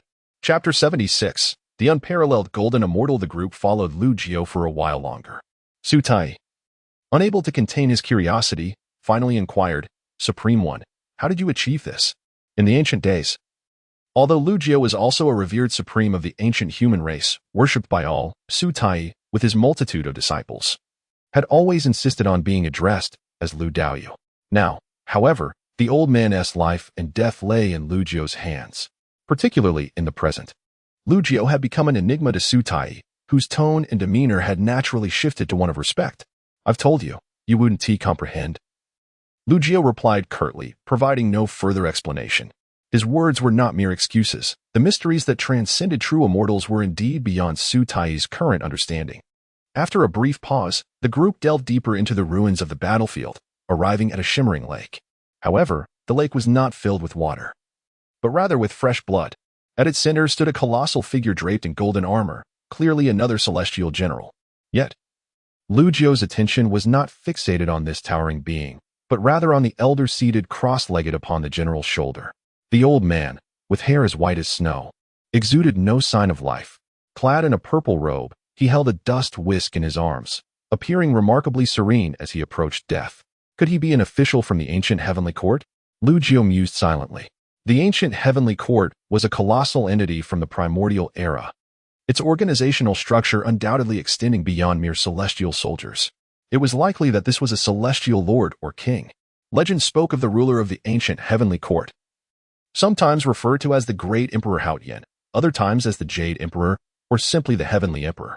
The Heavenly Emperor had conferred titles upon 108 celestial kings and 36 celestial lords to assist in managing the affairs of the heavenly court. 18 celestial venerables operated free from the court's jurisdiction, enjoying incomparable status and freedom. Bai Su, standing nearby, elucidated, clearly possessing some knowledge of the ancient heavenly court. She was, after all, far more significant than the likes of Kang Kingzi, a mere ancient turtle nurtured in a secluded sect. Even that fellow from the Qin Shan temple had remarked that Bai Su's identity held considerable weight. Wait here, Lu Jiao commanded, ascending into the air. Above the lake, numerous Dao patterns were etched, yet as he approached, these inscriptions did not display any hostility towards him. Unparalleled golden immortal, a rare sight through the ages. I am Su Shan, conferred as a celestial king by the heavenly emperor. I extend my respects to you, as Lu Jiao drew near. A golden figure coalesced above the elder, bowing in greeting and transmitting a wave of willpower, resonating like sound in Lu Jiao's ears. This made Lu Jiao's gaze narrow slightly. After all, throughout his journey, even the celestial generals he encountered, including those of the golden immortal rank, despite their indomitable spirits manifesting as eternal golden apparitions, had been incapable of communication. Yet, the Su Shan immortal king was able to engage in dialogue with him, clearly transcending the capabilities of mere celestial generals. It was revealed that the Su Shan immortal king was none other than Su Shan himself. Lu Jiao returned the gesture with a respectful bow. True to his character, Lu Jiao had always believed in reciprocating kindness. If one treated him well, he would naturally extend the same courtesy. The demeanor of the Su Shan immortal king was remarkably amiable, devoid of any malice or discomfort. Do not be so formal, esteemed one. You are a peerless golden immortal. And even within the heavenly court, one may observe the heavenly emperor not bowing. I am unworthy of such reverence, said Su Shan, as the ethereal elder's apparition shifted aside. Lu Jiao was intrigued, pondering the meaning of a peerless golden immortal. This title, he surmised, signified an unprecedented mastery within the realm of golden immortals, surpassing all others. Upon hearing this elucidation, Lu Jiao began to grasp its significance, likely related to the essence of his own battle spirit. Choosing not to press further on this matter, he shifted the conversation, inquiring, might I ask, immortal king, what events transpired in ancient times that led to the fragmentation of the primordial cosmos? Before Lu Jiao could finish his thought, the apparition of Su Shan appeared visibly alarmed. Esteemed friend, I implore you to refrain from such inquiries. The matters you raise pertain to forbidden existences. Moreover, I am but an indelible will here, carrying remnants of my past thoughts. Many memories have long since faded. It is not that I wish to remain silent, but rather that I genuinely cannot recall those memories. The only remnants I retain are my identity and the significance of this undying will. To suppress the malevolent entities beyond the heavens? Lu Jiao ventured to ask. Indeed, Su Shan affirmed, seemingly reluctant to allow Lu Jiao to inquire further. You have come to seek the artifact I utilized in my lifetime, have you not? As he spoke, a dust whisker, floating in the embrace of the elder seated upon the shoulder of the 100-zhang golden-armored celestial general, began to glide toward Lu Jiao. This is a life-bound celestial artifact forged by me in my past existence. While it may not reach the pinnacle of celestial artifacts, it stands as a fine specimen among the exquisite ones. Observing this, Lu Jiu understood that the Sushan immortal king was unwilling to delve deeply into discussions regarding the primordial era. This sentiment echoed the reticence of the bald elder within the Green Mountain Temple. Were the forbidden existences beyond the realm of true immortals truly so fearsome that even with the passage of countless years since the ancient times, later generations dared not speak of them casually? Or was it that those cultivators beneath the realm of enlightenment were unaware of the precise truths, fearing to speak freely lest they invoke tremendous karmic repercussions? Lu Jiu found himself perplexed. After all, it was one thing for the bald elder of the Green Mountain Temple to remain silent, but why would Su Shan, who had already passed, still fear the weight of karmic consequences? Unless, of course, this surviving fragment of Su Shan's will genuinely lacked any recollection of the ancient secrets. Thank you, esteemed friend. Since the other party was unwilling to divulge further, Lu Jiu chose not to press the matter, retracting the dust whisker and turning to depart through the air. This item suits you perfectly. Once in your grasp, it will elevate your stature considerably, Lu Jiu remarked as he tossed the dust whisker to Su Tai. Is this for me? In that moment, Su Tai seemed overwhelmed by an immense happiness, utterly disoriented. To safeguard the Lu family, he could not afford to be too weak. After all, you, with your frail old bones, are decidedly feeble, remarked Lu Jiu dismissively. If, during their time in Starview City, Lu Jiu had compelled Su Tai to bow under the weight of his authority, now, bestowing upon him a treasured artifact was akin to sweetening the deal, leaving Su Tai profoundly moved. Yet, in truth, for Lu Jiu, having imprinted a vow upon Su Tai's soul, the old man was destined to serve the Lu family as mere labor for the rest of his days. Bestowing this celestial artifact upon him was no different from granting it to the Lu family itself. Su Tai remained oblivious to this reality. Once he regained his composure, he bowed deeply to Lu Jiu, seemingly filled with genuine respect and submission. After all, from Su Tai's perspective, given Lu Jiu's past disposition, he could very well have met a dire fate for his actions. Instead, Lu Jiu spared his life, only slaying one of his disciples, and decreed that Su Tai would protect the Lu family for a millennium, with the Zixiao Divine Mountain's lineage as a vassal. In the blink of an eye, he had also gifted him an extraordinarily powerful artifact, one that Su Tai had never dared to dream of possessing. This compelled him to acknowledge that Lu Jiu truly deserved the title of supreme of the human race, with a heart as vast and encompassing as the ocean, deserving of admiration.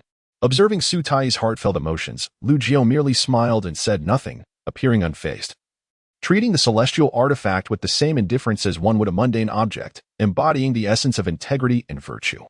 Chapter 77, The Glazed Realm. In the Xiantian sacred sect, the divine sword and battle soul of the North Star immortal sovereign had once imparted wisdom to Lu Jiu.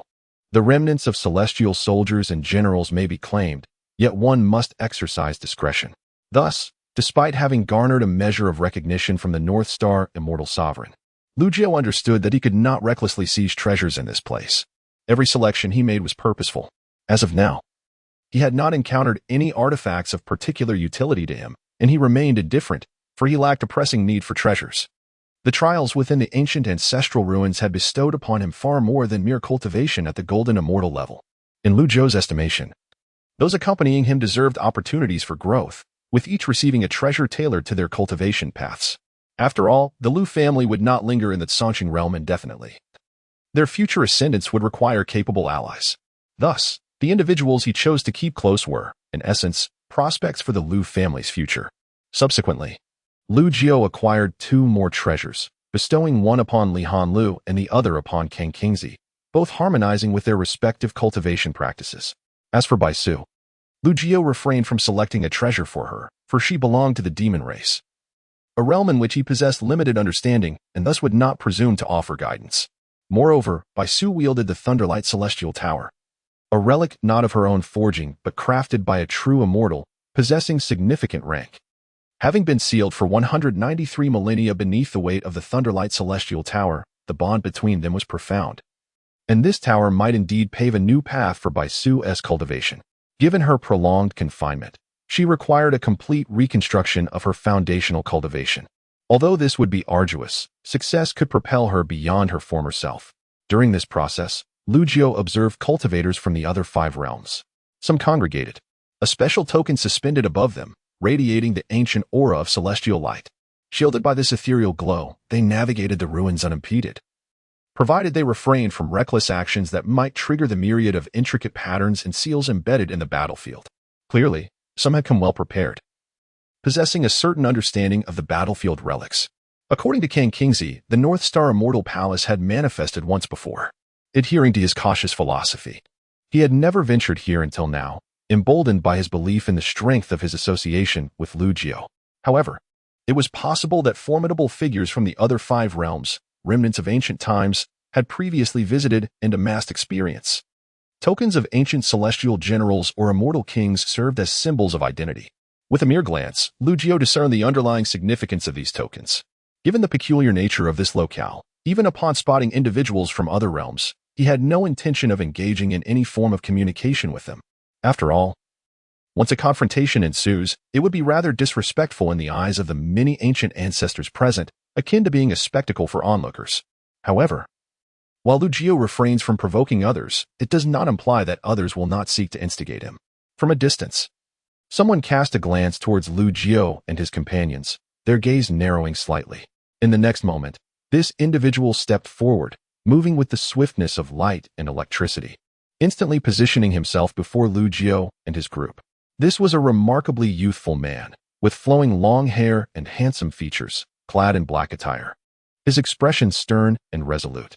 An aura emanated from him, exuding an overwhelming pressure akin to towering mountains, causing both Li Hanlu and Su Huanhuan to furrow their brows, their expressions growing serious. To Lu Jiao's surprise, Su Huanhuan, standing behind him, recognized the individual and spoke with evident astonishment. Without Lu Jiao needing to inquire further, Su Huanhuan leaned in to explain, "Senior Jiao, this person hails from the Liuli realm and is affiliated with the Xiantian sacred sect. Over a decade ago, he visited the Songqing realm and came to our Su family."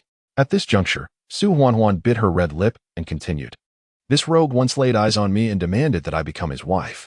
When I refused, he brazenly declared that I would eventually come to him willingly. Can you believe how infuriating that is? Senior, please help me teach him a lesson." "Oh, this fellow is so arrogant?" Lu Jiao chuckled at her words. Although their conversation was whispered, the young man opposite them heard every word clearly. Particularly, upon witnessing the intimacy between Su Huanhuan and Lu Jiao, his brow furrowed further. And he spoke with displeasure. "Huanhuan, you are destined to be mine. You should be mindful of your status. Since we have encountered each other today, you shall come with me, as if you were willingly presenting yourself. Listen here, you arrogant scion of the Liuli realm. I advise you to temper your hubris. This gentleman is a supreme of our Songqing realm.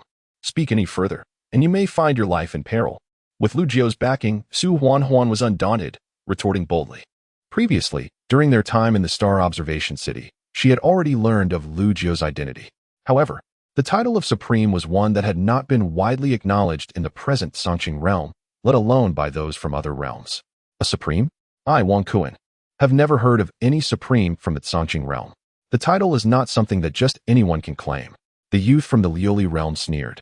Among the 6 realms, the Songqing realm possesses the weakest foundation. I shall test your limits." As he spoke, the youth named Wang Kuan raised 2 fingers of his right hand and swept them through the air. In an instant, a sharp beam of sword light sliced through the space, embodying an aura imbued with an indomitable and unparalleled essence. Lu Jiao felt somewhat exasperated. He truly had no interest in engaging with an opponent of such limited caliber. There was no need for him to issue any commands, as Su Tai had already made his move. He merely struck with a single palm, devoid of any ostentatious techniques.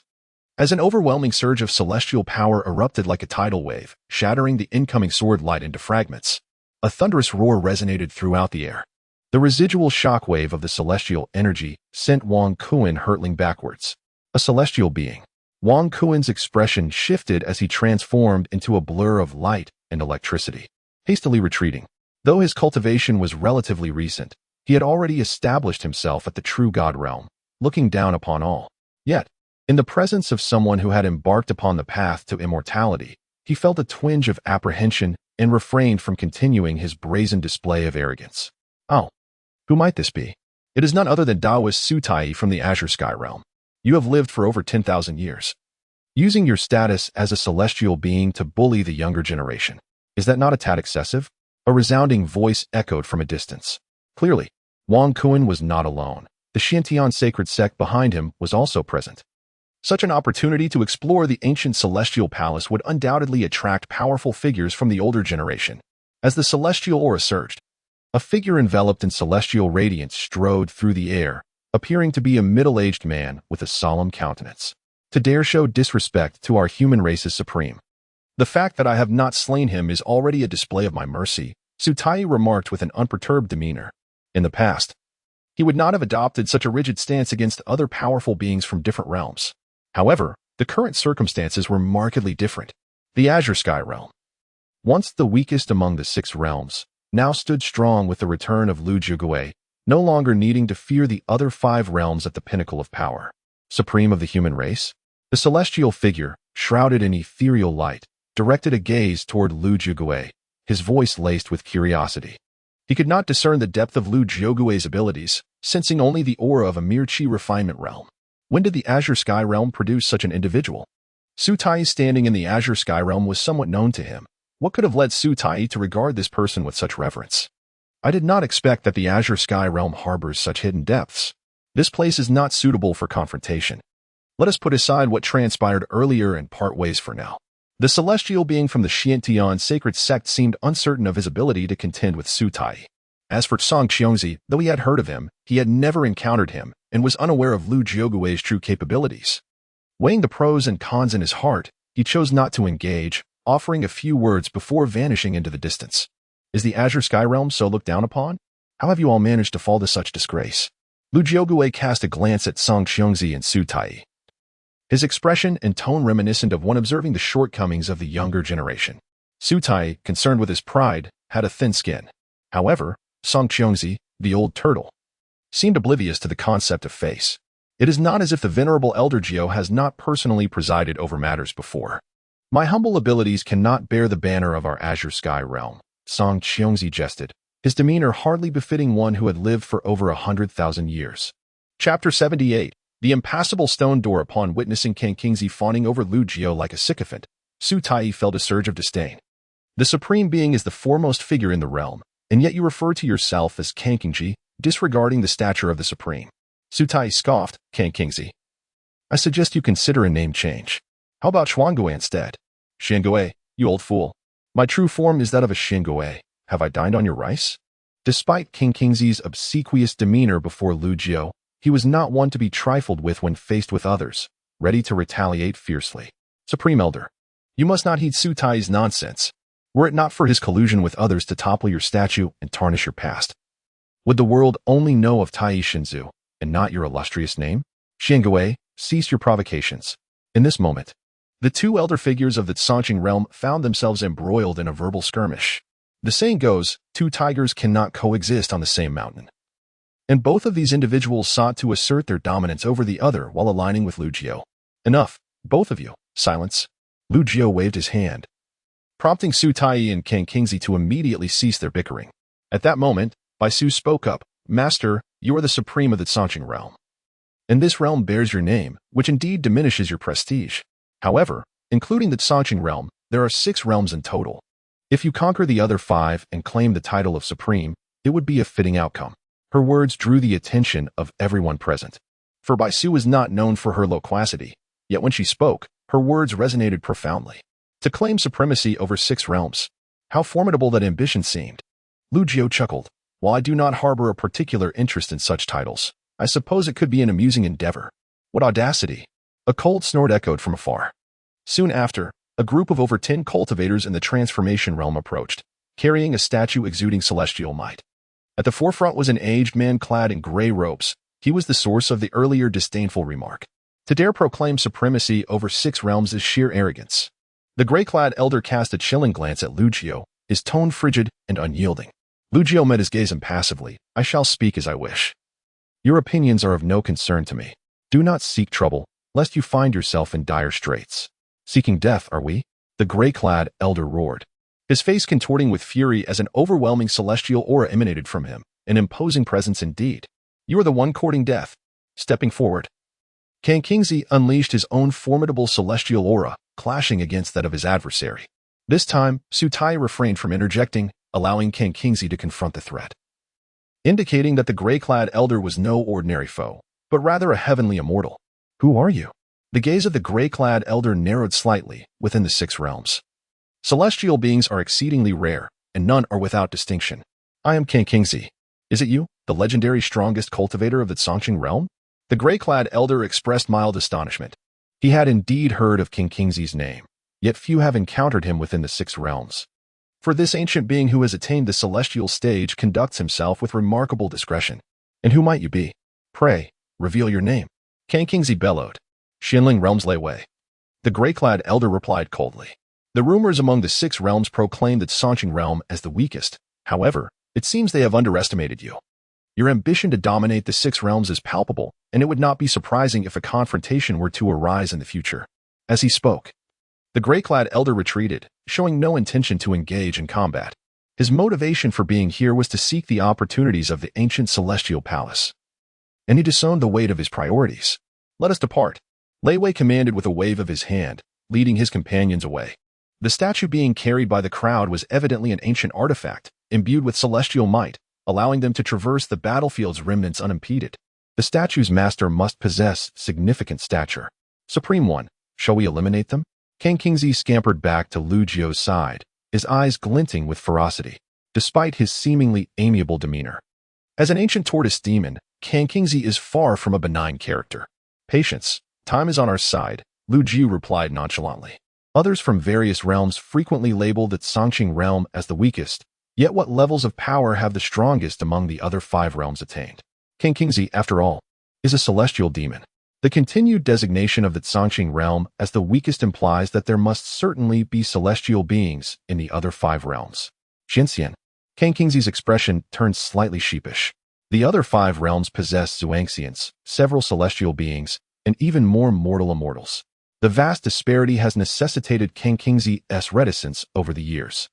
Given such a disparity, how has the Tsangqing realm not been invaded or divided by the other five realms over the years? Lu Jiu inquired, somewhat surprised. As the resources of a realm could indeed entice many powerful beings. That has not occurred, however. Some sects and holy clans within the Tsangqing realm bear the influence of major powers from the other five realms, King Kingsley explained. Puppets propped up by others? Lu Jiu grasped King Kingsley's implication. As for why the other five realms had not sought to dominate the Tsangqing realm, Lu Jiu speculated it might be related to the ancient suppressions and seals. As the group ventured deeper into the battlefield's remnants, they encountered various major powers from the other five realms. Besides the Tsangqing realm, the other five realms are Liuli realm, Kongming realm, Yunxiu realm, Tianjin realm, and Wanbao realm. Each major power possesses means to navigate the battlefield's remnants, as long as they refrain from any disrespectful acts towards the remains of the celestial soldiers. They would not face hostility. Time has once again passed. Under the guidance of Lu Jiu, the group finally traversed the remnants of the battlefield and beheld a colossal portal towering between heaven and earth. This place seemed to be the terminus of this realm. To advance further, one must push open this stone door. Throughout their journey, aside from bestowing each companion with a treasure, Lu Jiu did not covet any other artifacts. Having attained the unparalleled essence of the war soul's embryonic form, he felt no need for further treasures, especially as those that could truly captivate him were exceedingly rare. As Lu Jiu and his companions approached, a congregation of formidable forces from the other five realms had already gathered near the imposing stone door. Esteemed guests, an elder clad in a resplendent golden robe proclaimed, his figure suspended in the air, adorned with a dazzling array of jewels that left onlookers entranced. This was a powerful figure from the 10,000 Treasures realm, renowned among the six realms for its mastery in crafting magical artifacts. The various factions within this realm were exceptionally affluent. Take this golden-robed elder, for instance. The robe he wore was a celestial-grade garment, while his boots, belt, jade pendant, waist token, and various adornments, along with the bracelets and rings on his hands, were all artifacts of significance. In that moment, all eyes turned towards the elder from the 10,000 Treasures realm. It is the Celestial Treasures Sage, a formidable being at the pinnacle of the celestial immortal realm. Discussions erupted among the crowd, acknowledging that the 10,000 Treasures realm was indeed exceptionally wealthy, considered by many to possess the most profound strength among the six realms. At that moment, the Celestial Treasures Sage drew the gazes of the assembly towards himself and continued. This stone door is said to have been encountered by ancient celestial beings during the last appearance of the ancient celestial palace, yet even they could not open it. The battlefield remnants are laden with treasures left behind by the celestial soldiers of antiquity, yet none could be claimed. The true opportunities lie behind this stone door. Within the ancient celestial palace, I hereby pledge that should anyone succeed in opening this door, they shall have the privilege of first choice regarding any treasures or opportunities found beyond. Upon hearing this proclamation, many expressed their agreement. After all, if even the celestial immortals could not open this door, it signified that it required extraordinary means to do so. Whoever managed to unlock it would indeed be entitled to first selection of the opportunities behind it. Senior, I am but a mere deity and, by rights, should not speak here. A disciple at the transformation realm suddenly spoke up. If I were to open this door, would I truly be granted a share of the opportunities behind it? The celestial treasures sage, upon hearing this, squinted his eyes and chuckled. Could I possibly deceive you in front of so many fellow practitioners? Subsequently, the leaders of various factions voiced their agreement. Then I shall attempt to open it. The celestial cultivator, exalted in the realm of divine transformation, stepped forward, his magnificent divine manifestation coalescing into a towering figure, reaching heights of several hundred zhang. Yet, this impressive divine form appeared diminutive and insignificant before the colossal stone gate that loomed between heaven and earth. With a furious roar, he channeled his entire cultivation, attempting to propel the stone door with his divine manifestation. Alas, despite his utmost exertions, the stone gate remained resolutely immovable, refusing to yield. He unleashed a barrage of various divine spells and techniques upon the gate, yet it stood impervious, not even a speck of dust dislodged. You cannot budge it. Step back. The celestial elder remarked, shaking his head, unperturbed by the outcome. The celestial cultivator retracted his divine form, retreating in dissatisfaction. With a resounding crash, a true deity stepped forward, wielding a colossal battle blade, its razor-sharp aura radiating fiercely. The earth trembled with the force of his strike. However, the stone gate remained unscathed. Not even a trace of a scratch left behind. Behold my formidable prowess, declared another challenger, launching what he believed to be his mightiest divine technique, unleashing a tempest of assaults upon the gate. Yet, regardless of the methods employed, the stone gate remained steadfast, unyielding to any force. As the celestial and true deities concluded their attempts, an elder from the realm of mortals made his move. He approached with measured steps, each breath laden with gravity. And with every inhalation, his physique swelled, muscles expanding to an extraordinary size. Upon nearing the stone gate, he towered nearly 1,000 zhang. His sinewy form coiling like a dragon, veins bulging ominously beneath his skin, a mere glance revealing the explosive, terrifying brute strength contained within. This was a body cultivator. It was said that in ancient times, there existed practitioners devoted to the cultivation of the physical form, possessing unparalleled physical might. This individual must have inherited a legacy from ancient body cultivators, pushing his corporeal power to its zenith, attempting to thrust the stone gate open with his hands. Yet, the result remained unchanged. The stone door did not budge in the slightest. Chapter 79. The old turtle stood up. Even the formidable body cultivators of the celestial immortal rank found themselves unable to budge the stone door, leaving the assembled cultivators in a state of disbelief and helplessness. It was only natural. If the difficulty of opening the stone door were minimal, how could the prominent figures, led by the esteemed Tianbao, have proposed the condition of prioritizing opportunities behind the door? After all, in a time long past, during the last appearance of the ancient immortal palace, even a profound immortal had failed to unlock this door. I shall give it a try? A cold, piercing voice echoed, and the mere sound of it sent a sharp, menacing aura sweeping through the air. The speaker was a man clad in blue, hailing from the Tianjin realm. This realm, renowned for its celestial swords, was said to have inherited the legacy of ancient sword immortals, rendering their swordsmanship unparalleled in the world. With a swift motion, the blue-clad man grasped the air, conjuring a dazzling celestial light that coalesced into a sword. This celestial sword bore intricate runes, exuding the essence of primordial laws. Yet its celestial might was restrained, leaving its exact rank ambiguous. He swung the sword, appearing unremarkable and devoid of any discernible technique. Yet it harbored an unfathomable and terrifying sword intent. The sword intent carried an unstoppable momentum. Even its mere presence sent shivers down the spines of true God realm cultivators, as though the sword were aimed directly at them. Boom. The terrifying sword light struck the stone door, yet the door remained utterly unmoved, showing no signs of disturbance. Witnessing this, Tian Bao shook his head, remarking, "My friend, while your sword's might is astonishing, it appears that brute force alone cannot breach this door. It seems that opening it requires more than raw strength." No one dared to contradict him, for even a profound immortal had failed to unlock this door. And among those present, none were profound immortals, only celestial immortals at best. The blue-clad man furrowed his brow, clearly dissatisfied with this outcome. Yet he understood that his strength paled in comparison to that of the venerable profound immortals, thus he refrained from attempting further. "Is there anyone else willing to try?" Tian Bao surveyed the crowd. "I shall."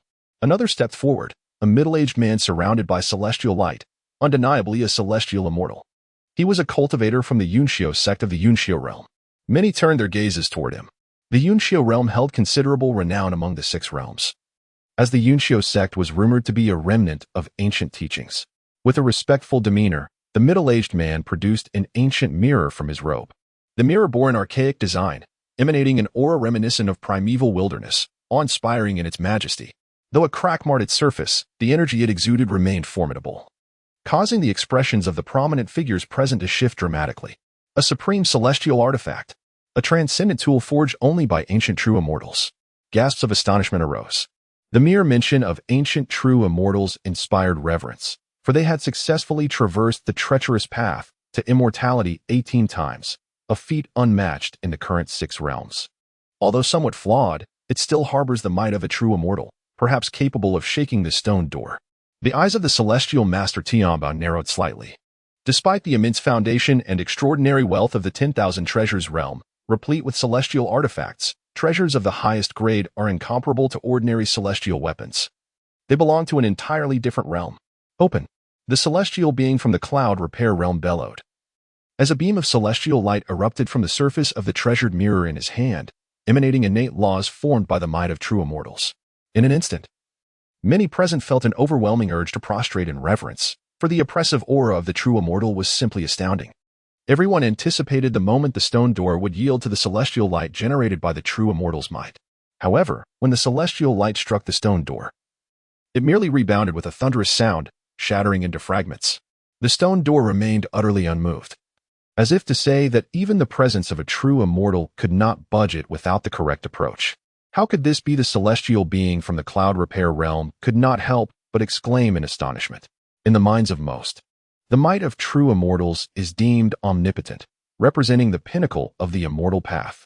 Regardless of whether one is a human immortal, earthly immortal, heavenly immortal, profound immortal, or golden immortal, none hold the right to claim the title of immortal in the presence of a true immortal. It's futile. At that moment, the young cultivator who had previously acted from the heavenly sword realm shook his head. The sword strike I executed just now concealed an exceptionally restrained might of the true immortal within it.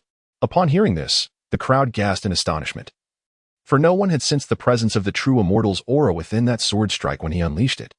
This revealed the cultivator's mastery of the sword path had reached an unimaginable level, to the extent that the might of the true immortal could be so thoroughly concealed that even the heavenly immortals present could not perceive it. Silence enveloped the crowd. The inability to open this door meant an inability to explore the opportunities and fortunes of the ancient immortal palace. Among the six realms, aside from the Azure realm, the other 5 realms had profound immortals. However, the absence of their personal descent indicated that even the profound immortals understood the immense difficulty in opening this door. The reason why the ancestors of the profound immortal realm did not arrive was partly due to the door's impenetrability, and partly because once the door opened, who could predict the opportunities or dangers that might await within the ancient immortal palace? Thus, when the ancient immortal palace manifested in the world, the foremost powers sent their heavenly immortals to probe the way. Unless something astonishingly fortuitous was discovered, it was unlikely that profound immortals would make an appearance. At the back of the crowd, Lu Jiao and his companions were almost inconspicuous. Although Kan Qingzi was a heavenly immortal, he had grown accustomed to being discreet, keeping his aura restrained within himself, refraining from ostentatiously displaying his mastery as an ancient heavenly immortal. While Su Tai valued reputation and prestige, he dared not show off in front of Lu Jiao, especially since his human immortal cultivation offered little room for display in such circumstances. "Shall we unite our strengths in formation and see if we can achieve something together?" Someone proposed. "It is futile, even if all present, including celestial beings, were to unite and form a formation. Could we truly rival the might of a true immortal?" What then? Shall we merely stand idly by? As the esteemed celestial master Tianbao remarked, perhaps this door cannot be opened through sheer brute force. We must seek alternative means and carve our own path. Numerous formidable individuals engaged in fervent discussion, exchanging ideas.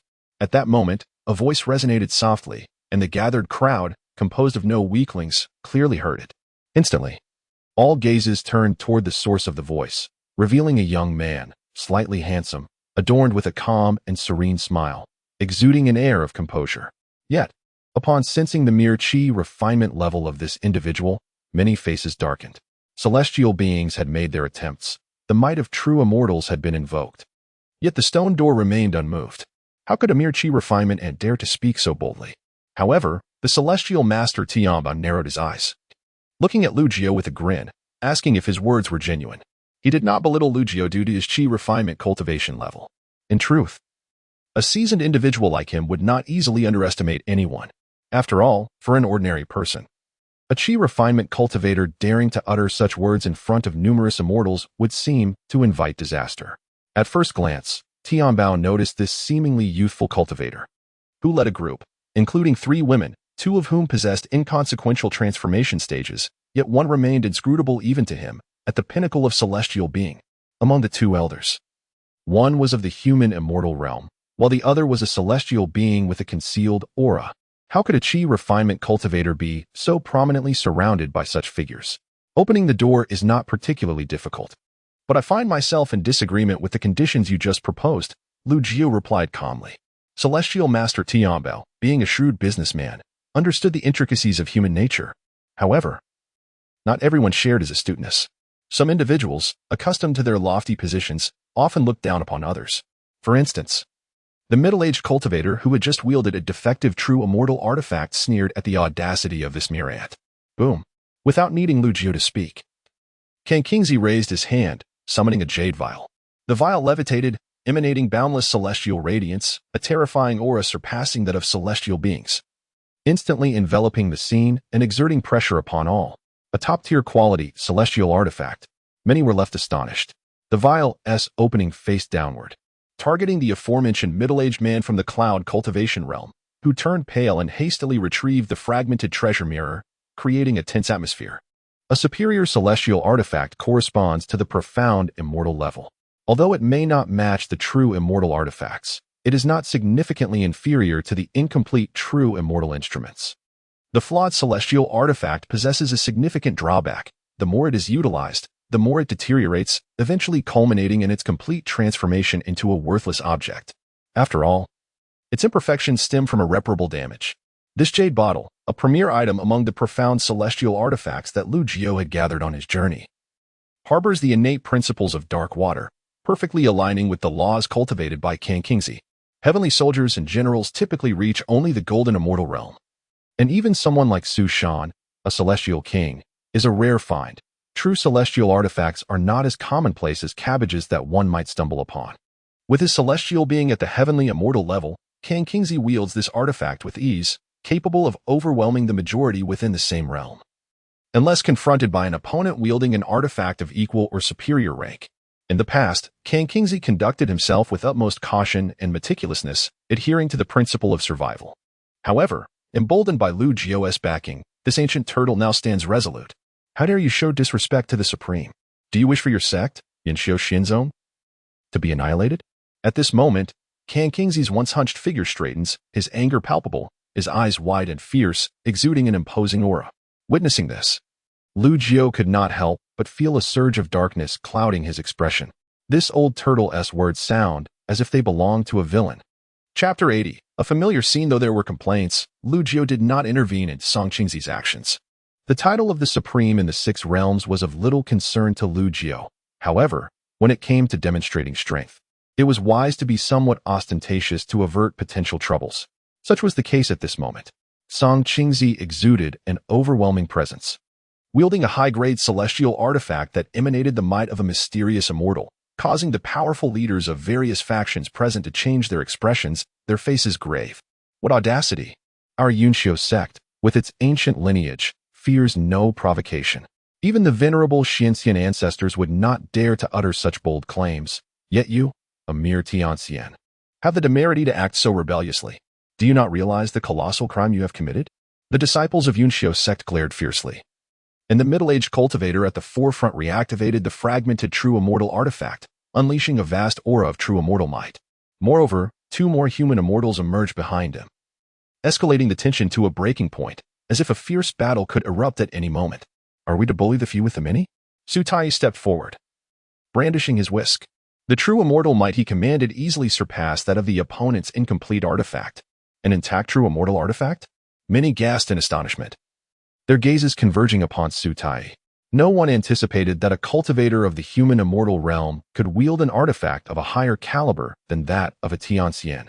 An intact true immortal artifact signifies the presence of unblemished true immortal power, capable of unleashing an effect akin to the personal intervention of a true immortal when fully activated. Esteemed guests, let us speak amicably and refrain from rash actions. Master Tianbao interjected, seeking to mediate. We have all gathered here to uncover the ancient celestial palace's secrets. Why let trivial matters lead to discord? The middle-aged man from Yunxiu sect snorted in disdain, feeling quite displeased, yet he could not deny that despite their small numbers, the 2 formidable artifacts were indeed intimidating. Meanwhile, Su Tai and Song Qingzi remained unfazed, their attention directed toward Lu Jiao. Master Tianbao, noticing this shift, promptly turned to Lu Jiao. Esteemed friend, may I inquire your name? Song Qingji, Lu Jiao, he replied. Upon hearing this name, many present displayed expressions of intrigue, for they had not heard of it before. However, they were familiar with Song Qingji, and soon, numerous eyes turned towards Song Qingzi and Su Tai. It was rumored that Song Qingji harbored a Tianstin known for his elusive nature and discreet demeanor, thus the realm was named after him. Representing the oldest immortal of Song Qingji, there could be no mistake, the sole Tiansin of Song Qingji must indeed be Song Qingzi. The human immortal beside him was likely the one referred to as the divine ancestor Tai of Song Qingji. It was astonishing that a human immortal could possess such remarkable fortune, acquiring a complete true immortal artifact. The gazes of many began to flicker. While Lu Jiao had boldly proclaimed his identity, the attention of all shifted towards Kang Qingzi and Su Tai, particularly Su Tai. After all, a mere human immortal wielding a complete true immortal artifact raises questions. How could one of such humble origin bear such extraordinary fortune? Yet, there were those who held a different perspective. They noted that neither Kang Qingzi nor Su Tai were the decision-makers. The true authority lay with the individual who claimed to be Lu Jiao, as both Kang Qingzi and Su Tai were beholden to his whims. Ah, it is you, Taoist Lu. I have long admired your esteemed reputation. The celestial master Tianbao chuckled, suggesting that a minor misunderstanding should be set aside for the sake of his old age. Within the 6 realms, he believed himself to possess a modicum of prestige. What prestige do you possess? Lu Jiao replied with a faint smile. I have always been one to respect others with great deference, but should one provoke me, I shall respond with lethal force. Since you have brought this upon yourself, do you think a mere misunderstanding suffices to settle the matter? Will the Yunxiu sect cease to trouble me once the affairs of the ancient immortal palace are resolved? If you, celestial master Tianbao, can assure me that the Yunxiu sect will not seek further conflict, then we may end this here. If not, I advise you to retreat to safer grounds. Upon hearing these words, the expressions of those present shifted dramatically.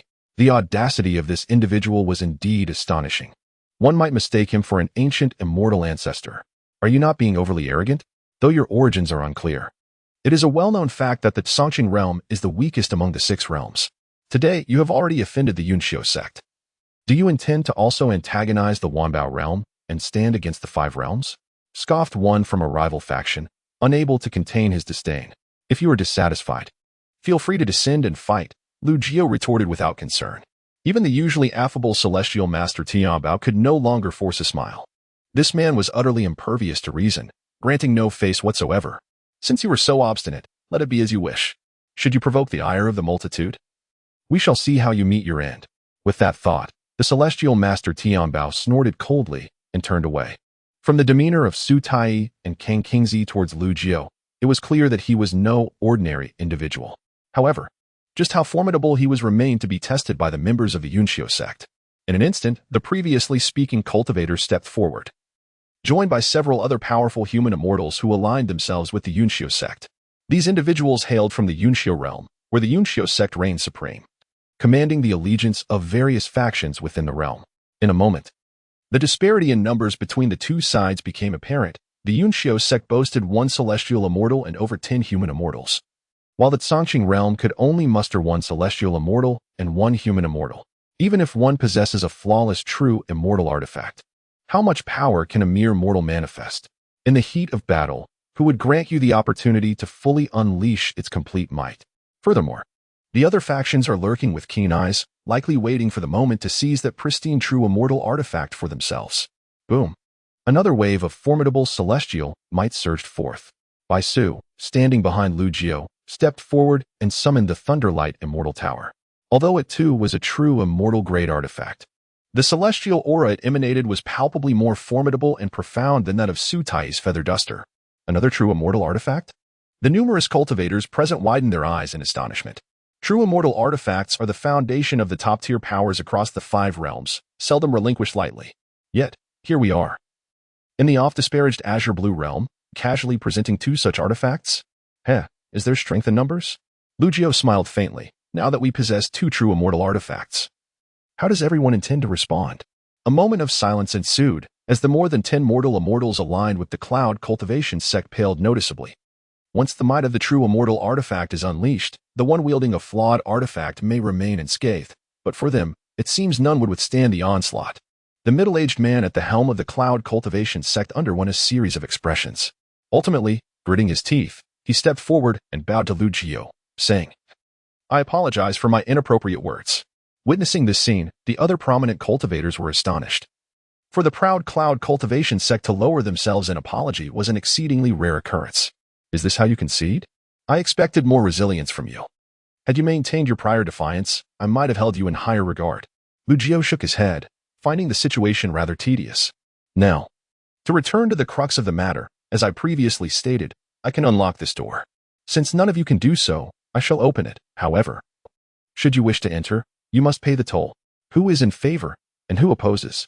Everyone exchanged glances, while Li Hanlu and Su Huanwan could not help but share a knowing smile, for this scene felt remarkably familiar. Chapter 81. The Old Turtle Sets Up Shop. As a principled individual, Lu Jiao believed he could easily dispatch these people and claim their treasures for himself. Yet, he chose to charge an entrance fee instead. Is there anyone else in the world who possesses such a sense of reason? It must be noted that the lineage of the Lu family is one of continuity. During their time in the ancient demon secret realm, Lu Xingyan had displayed a remarkably similar behavior. The expressions of the cultivators from the other 5 realms were somewhat peculiar. Yet none dared to voice their dissent. 2 complete and intact true immortal artifacts emanated their formidable power, which lingered in the surrounding space. At such a moment, anyone bold enough to shout their opposition would undoubtedly find themselves struck by a true immortal artifact. If you can indeed open the stone door, you may collect some fees. Spoke Tianbao Shangren at that moment. Indeed, you may charge an entrance fee, provided that you can truly open this door. Echoed the leader of the youth from the Sword Realm. Opening the door is not difficult, but should I succeed, anyone who dares to force their way through will bear the consequences themselves. As he spoke, Lu Jiao stepped towards the towering stone door. All eyes converged upon him in that instant. Kang Qingzi, Su Tai, and Bai Su maintained their celestial artifacts, radiating overwhelming celestial might, standing guard beside Lu Jiao, vigilantly watching the cultivators from the other 5 realms. In fact, upon arriving here, Lu Jiao had already discerned that the stone door was imbued with a unique restrictive power. This force harbored fluctuations of mental intent, augmented by the strength of battle souls. This meant that regardless of one's celestial status, even true immortals, without the battle soul power that commands mental intent, would be unable to push open this door. The presence of this door signifies a threshold. Approaching the stone door, Lu Jiao appeared diminutive. He slowly raised his hands and placed them upon the door. A dark sheen coalesced around his palms. In an instant, to the astonishment of all present, the stone door began to tremble, powerful waves of energy radiating outward, sweeping in all directions. What is happening? Could it be that this individual has mastered the secrets of the ancient celestial palace? The stone door was indeed stirring. Could he truly open it? Many exchanged glances, contemplating whether they should relay this information to the esteemed Xianxian ancestor without delay. The Xianxian ancestor, held in high regard, was also particularly cautious about his life. Without absolute certainty, he would never recklessly put himself in danger. With a thunderous roar, the intensity of the vibrations escalated, causing the stone door to shake twice before. With a resounding boom, a narrow gap appeared. To the massive stone door, this was merely a fissure. However, to the onlookers, this opening was ample enough for passage. In an instant, some individuals stirred with excitement, eager to seize the opportunity to dash through the gap. For those who entered first might just find the greatest fortunes hidden within. However, the formidable power of the two supreme celestial artifacts still lingered in the air, creating an atmosphere so charged that anyone attempting to force their way through would undoubtedly be marked, with dire consequences easily imagined. Suddenly, Lu Jiu released his grasp, and with a resounding boom, the stone door closed once more. The intense fluctuations dissipated without a trace. What could this mean? Why had the stone door closed again? The celestial master Tianbao inquired with confusion. It is no simple task to open the stone door. My earlier push was proof of my abilities. Now, it is time for everyone to pay the toll. Those who pay first shall enter. Old Turtle, set up the stall. As Lu Jiu's words fell, King Kingzi promptly produced a table and a ledger, holding a brush with all seriousness. Before anyone could inquire about how to pay for the entrance, Lu Jiu had already stated, I am not greedy. The ticket price corresponds to a mid-grade celestial artifact. Should you lack such an artifact, equivalent values in celestial veins, celestial stones, celestial gold, or celestial materials will suffice. For the Lu family to rise, a solid foundation is essential. Although the treasures obtained from the ancient demon secret realm were plentiful, their quality was lacking. Thus, this time, Lu Jiu intended to procure resources of celestial grade from the major forces of the five realms. Many gasped in astonishment. To demand a mid-grade celestial artifact as an entrance fee? Such audacity was astonishing. A mid-grade celestial artifact corresponds to the level of heavenly immortals, and many of those who have lived for eons may possess only one such artifact.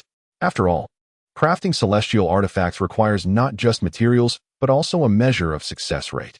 My friend, this is a mid-grade celestial artifact. The celestial master Tianbao approached, removing a ring of ancient and exquisite design from his finger. Lu Jiu merely glanced at it and confirmed that it was indeed a mid-grade celestial artifact, specifically a defensive treasure. The 10,000 treasures realm truly is affluent. I must seize the opportunity to visit and broaden my horizons, Lu Jiu remarked with a smile. Should you wish to visit the 10,000 treasures realm, I shall certainly welcome you with open arms. The celestial master Tianbao replied with a grin. Very well. You may enter. Lu Jiu smiled faintly and gestured for the celestial master Tianbao and his entourage to approach the stone door. Subsequently, Lu Jiu pushed open a crack in the door, and the celestial master Tianbao wasted no time, leading his group inside. Once they had entered, Lu Jiu released his hold again, and the stone door closed once more. Seeing this, the others grew restless. After all, the celestial master Tianbao was already powerful, and with numerous celestial artifacts for protection, if there were truly any fortuitous encounters or opportunities within the celestial palace, would he not seize them first? Though parting with a mid-grade celestial artifact was indeed painful, a young man from the sword realm stepped forward, producing a razor-sharp celestial sword, its blade shimmering with brilliance, and placed it upon the table before King Kingzi, the old turtle. This sword can serve as your ticket. Do you possess any information regarding the ancient celestial palace? If so, please share. I am open to your pricing. The young man from the sword realm said, looking toward Lu Jiu. This ancient celestial palace is my first visit, and I possess no intelligence regarding it. Lu Jiu shook his head dismissively, noting that many more were queuing behind him. The youth from the heavenly sword realm did not linger either. As he strolled forward with his companions, he turned to Lu Jiu before entering, saying, if the opportunity arises, I welcome you to visit my heavenly sword realm. Except for the Sanqing realm, all the foremost powers from the five realms had celestial beings present. As those from the Wanbao realm and the heavenly sword realm had already entered, the remaining individuals naturally stepped forward as well. Master Lu, if there are any treasures within the celestial palace, these individuals have entered first. Would that not give them an advantage? Li Hanlu whispered beside Lu Jiu. The more coveted the treasures, the harder they are to obtain. This celestial palace transcends even the true immortals. The opportunities within are surely not easily grasped. Lu Jiu smiled calmly, unperturbed. Besides, they will need to open the door to exit. Do you believe they can? Upon hearing this, Li Hanlu was momentarily taken aback, then smiled knowingly. Indeed, Master Lu was not one to be easily outdone. It was evident that Master Lu had discerned that this stone door was the gateway to the celestial palace and likely realized that leaving the palace would also require passing through this portal. This implied that once inside, Master Lu would first take advantage of the situation, and when it came time to depart, those individuals would be taken advantage of once more. The thought made Li Hanlu feel a pang of sympathy for the celestial beings from the various great powers of the 5 realms. Oh, is that not a friend from the Yunxiu immortal sect?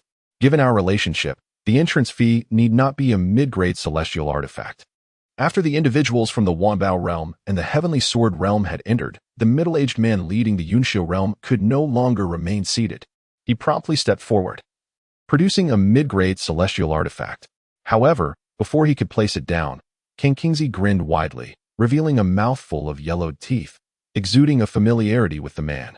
The middle-aged man's expression darkened, an ominous premonition stirring within him, yet he steeled himself and said, "What transpired before was indeed my fault, and I sincerely apologize. Please, do not continue to make things difficult for us." There was no alternative in order to enter the Celestial Palace and seek opportunities. As well as to gather intelligence for the Xinxian ancestor, he had no choice but to concede. "Rest assured, I shall not make things hard for you. Just present that damaged treasure mirror of yours, and I shall permit you entry," King Kingsley replied with a jovial demeanor. "What? You all?" The Yunxiu immortal sect members' expressions shifted dramatically. However, before they could voice their objections, the middle-aged man raised his hand to stop them, decisively retrieving the damaged treasure mirror. In comparison to seeking treasures within the ancient celestial palace, a flawed true immortal artifact, whether he was willing to part with it or not, had to be relinquished. In the current situation, where he was at the mercy of others, what use was reasoning? It would only serve to waste time. As for what lay ahead, that would be determined by the Xinxian ancestor upon their return to the Yunxiu immortal sect. Chapter 82. The overwhelming counterattack. It must be said that those who have cultivated to the celestial immortal realm are indeed individuals of considerable experience, adept in both humility and assertiveness. The predicament extends beyond merely the Yunxiu Xianzong. Previously, the Liuli realm Xiantian Xingzong, which had also clashed with Lu Jiu and his companions, obediently presented a mid-grade immortal artifact and additionally produced 2 treasure boxes. Each box sealed within it a vein of celestial energy. These so-called celestial veins are of the highest caliber, imbued with the essence of immortality, and are capable of crafting divine sanctuaries. Such treasures are exceedingly rare and cannot be cultivated in the earthly environments of the 6 realms. They can only be found in ancient relics from primordial times. This unexpected windfall is indeed commendable. It is no wonder they are supreme, for such feats would be unattainable by others. King Kingsley placed all the collected offerings into a storage ring and handed it to Lu Jiu, simultaneously expressing his profound admiration. However, one should not rejoice too early. The compliance of these individuals in presenting their treasures may not necessarily bode well. Lu Jiu accepted the ring, his expression laden with significance. The Supreme's words ring true. The other 5 realms have always held themselves in high regard. Their current submission in surrendering treasures stems from their uncertainty in confronting us, coupled with their desire to enter the Celestial Palace in search of opportunities and artifacts. Once the exploration of the Celestial Palace concludes, these individuals will undoubtedly relay the events that transpired here to the Elder of the Profound Immortals. The words that followed remained unspoken by Su Tai, for all present understood the implications. Thus, it might be prudent to eliminate these individuals entirely. In that case, no one would be the wiser regarding our involvement.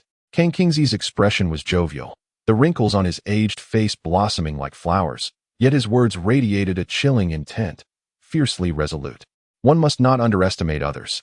It is possible that someone has already utilized special secret techniques to transmit information about this place to those elder profound immortals. For Lu Jiu, silencing witnesses is indeed an option. However, his nature is not one of bloodlust. The entanglements of this world cannot be resolved solely through killing. According to Lu Jiu's principles, when it is time to strike, one must do so decisively yet not indiscriminately.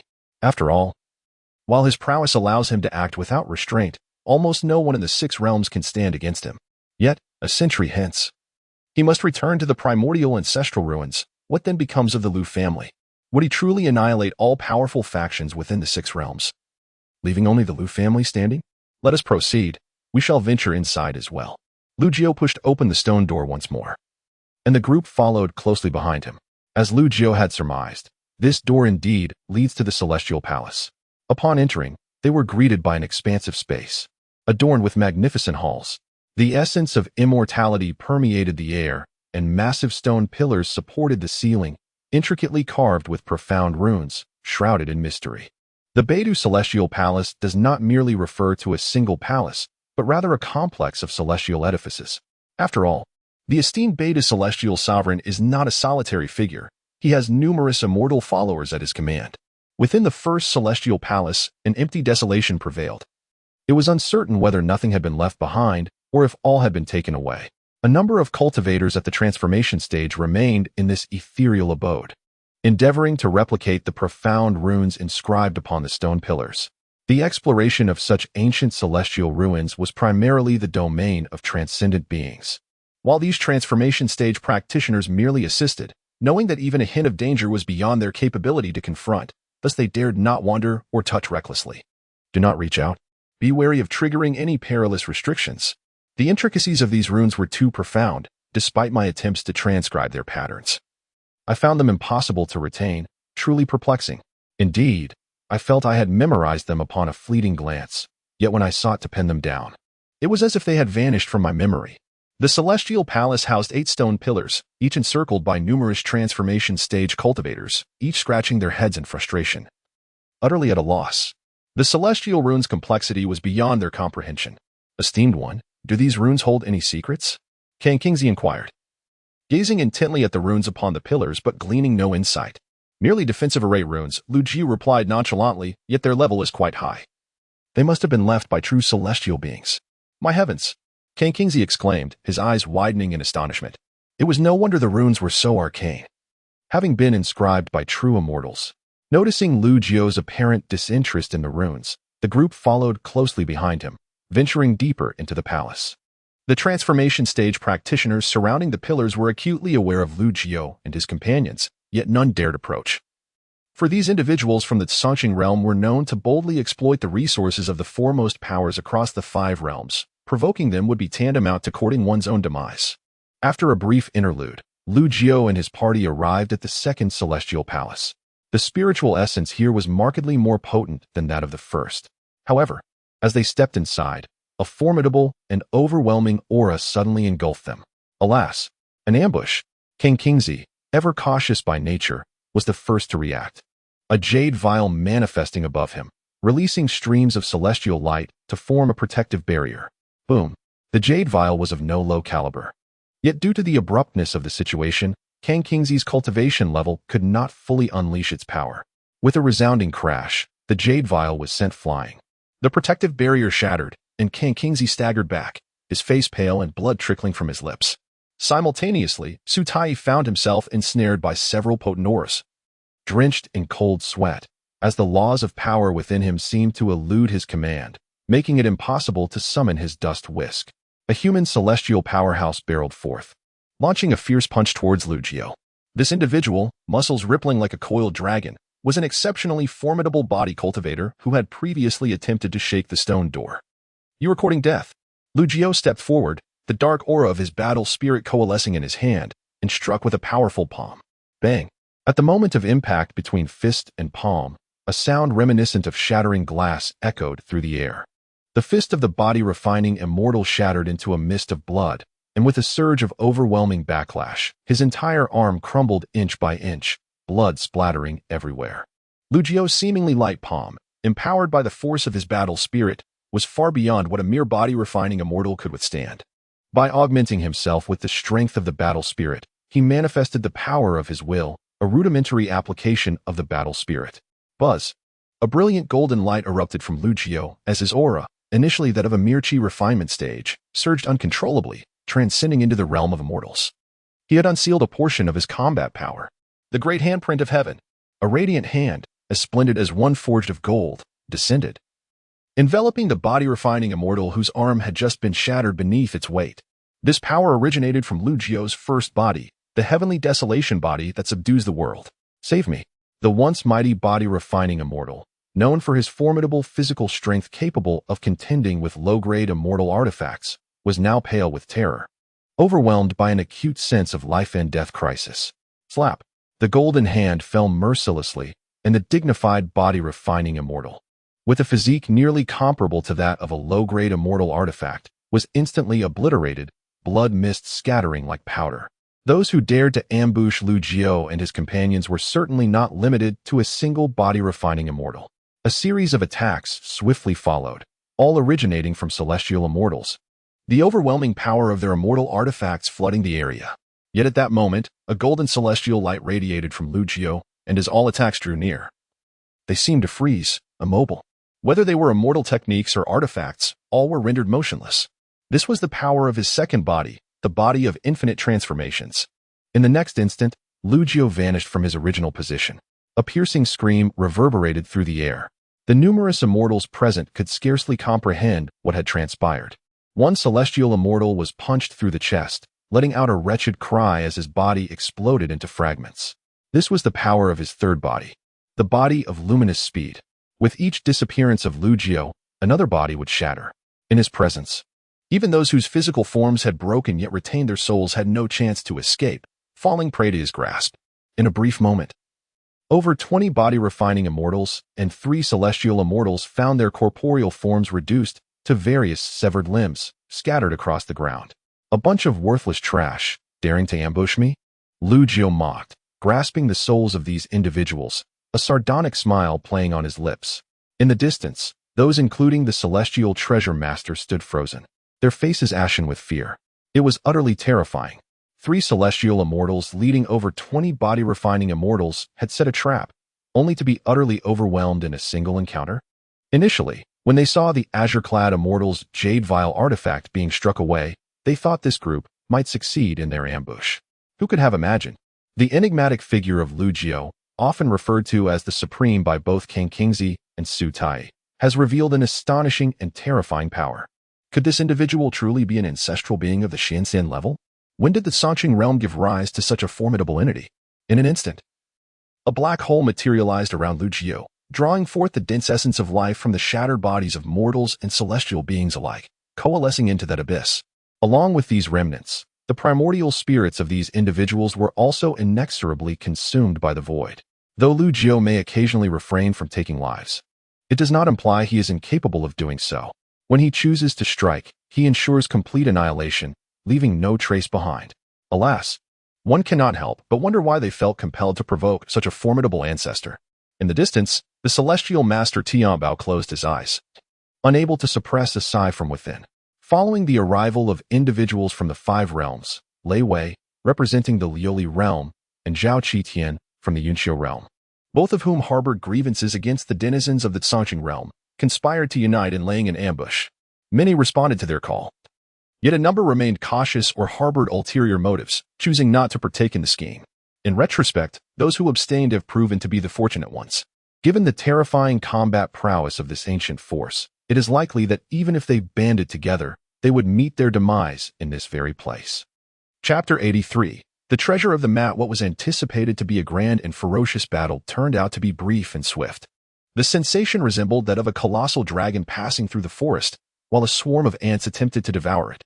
In response, the dragon let out a thunderous roar and shook its body, instantly reducing the ants to mere dust, leaving them without a trace. In truth, those who had participated in the ambush were thoroughly prepared. Although the representative from the cloud-repairing sect treated the incomplete treasure mirror as a ticket, he possessed other artifacts as well. Among them was a formation diagram capable of concealing heavenly secrets. Thus, even the gifted King Kingzi, adept at evading misfortune, failed to sense the impending danger in advance, catching him entirely off guard. This illustrates that even such talents are not infallible, which explains why King Kingzi, the old tortoise, was always so cautious and timid in the past. The Xiantian sacred sect of the Glazed Realm deployed a combined attack formation, uniting the powers of 3 celestial immortals and over 10 human immortals. In their calculated scheme, they believed they could prevent their adversaries from activating the true immortal artifacts. However, they could never have anticipated the formidable strength of Lu Jiao, who had remained inactive throughout the ordeal, proving to be terrifyingly powerful. Their formation diagrams and combined attack strategies were rendered utterly ineffective, all crushed in a single encounter, resulting in their tragic demise. In an instant, tranquility returned. The assailants seemed to vanish without a trace, as if they had never existed.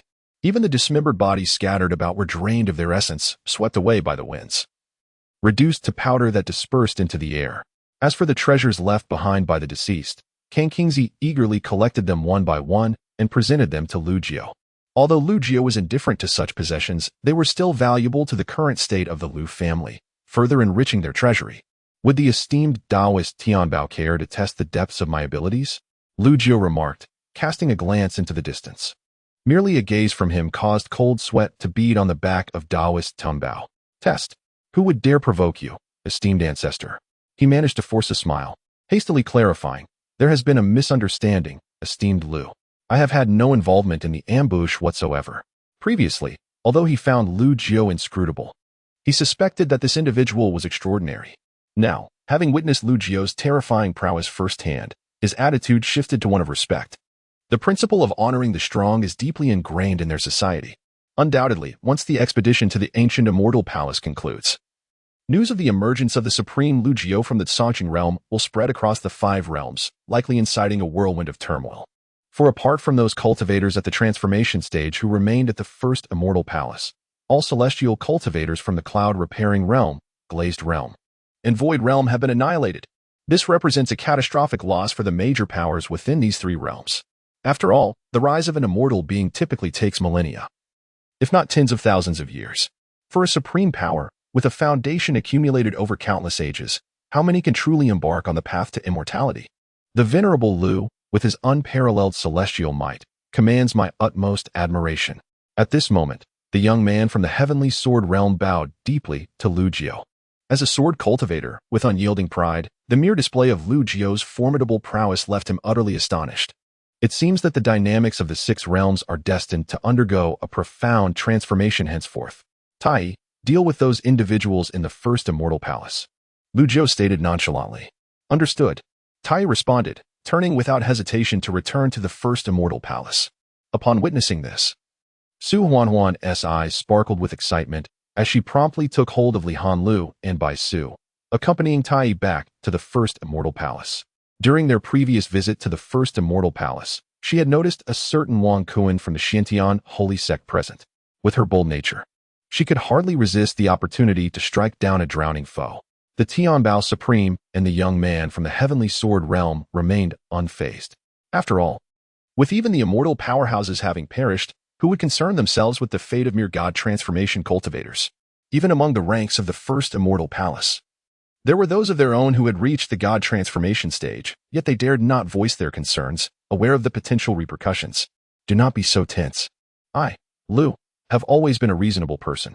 As long as you do not provoke me, I shall not trouble you, Lu Jiao remarked, strolling towards the Tianbao Supreme and his companions. The atmosphere grew taut with anxiety, as if Lu Jiao himself were a fearsome demon awakened from ancient times. Tianbao, are you displeased? Lu Jiao inquired, his smile directed at the Tianbao Supreme's face. The latter found himself in an awkward predicament, uncertain whether to express his happiness or dissatisfaction. Not at all. If you are indeed not unhappy, why do you wear such a serious expression?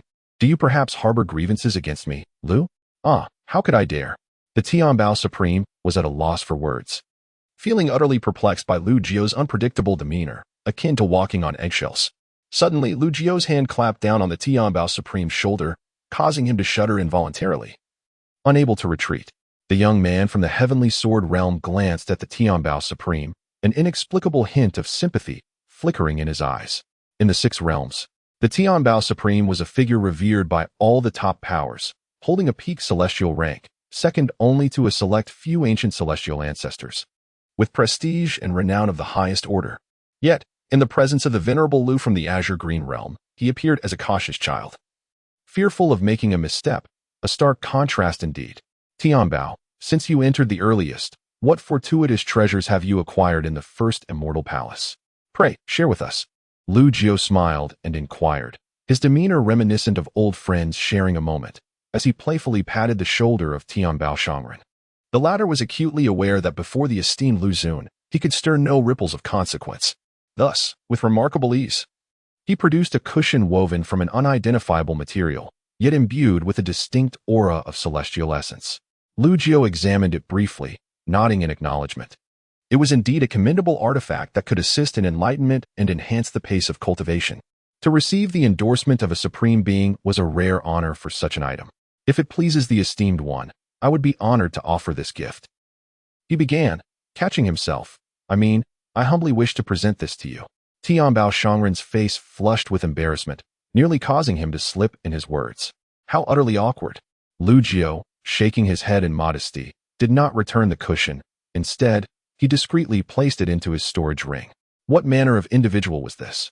Both Tianbao Shangren and the youthful members of the Tianjin realm found themselves pondering this question, for they could not fathom his character. He appeared so whimsically capricious, leaving them uncertain of his next action or the words he might utter. Chapter 84. The Celestial King's View of the Sun upon witnessing Lu Jiao stow away the precious mat. A pang of anguish struck Tianbao Shangren, as if his heart were bleeding.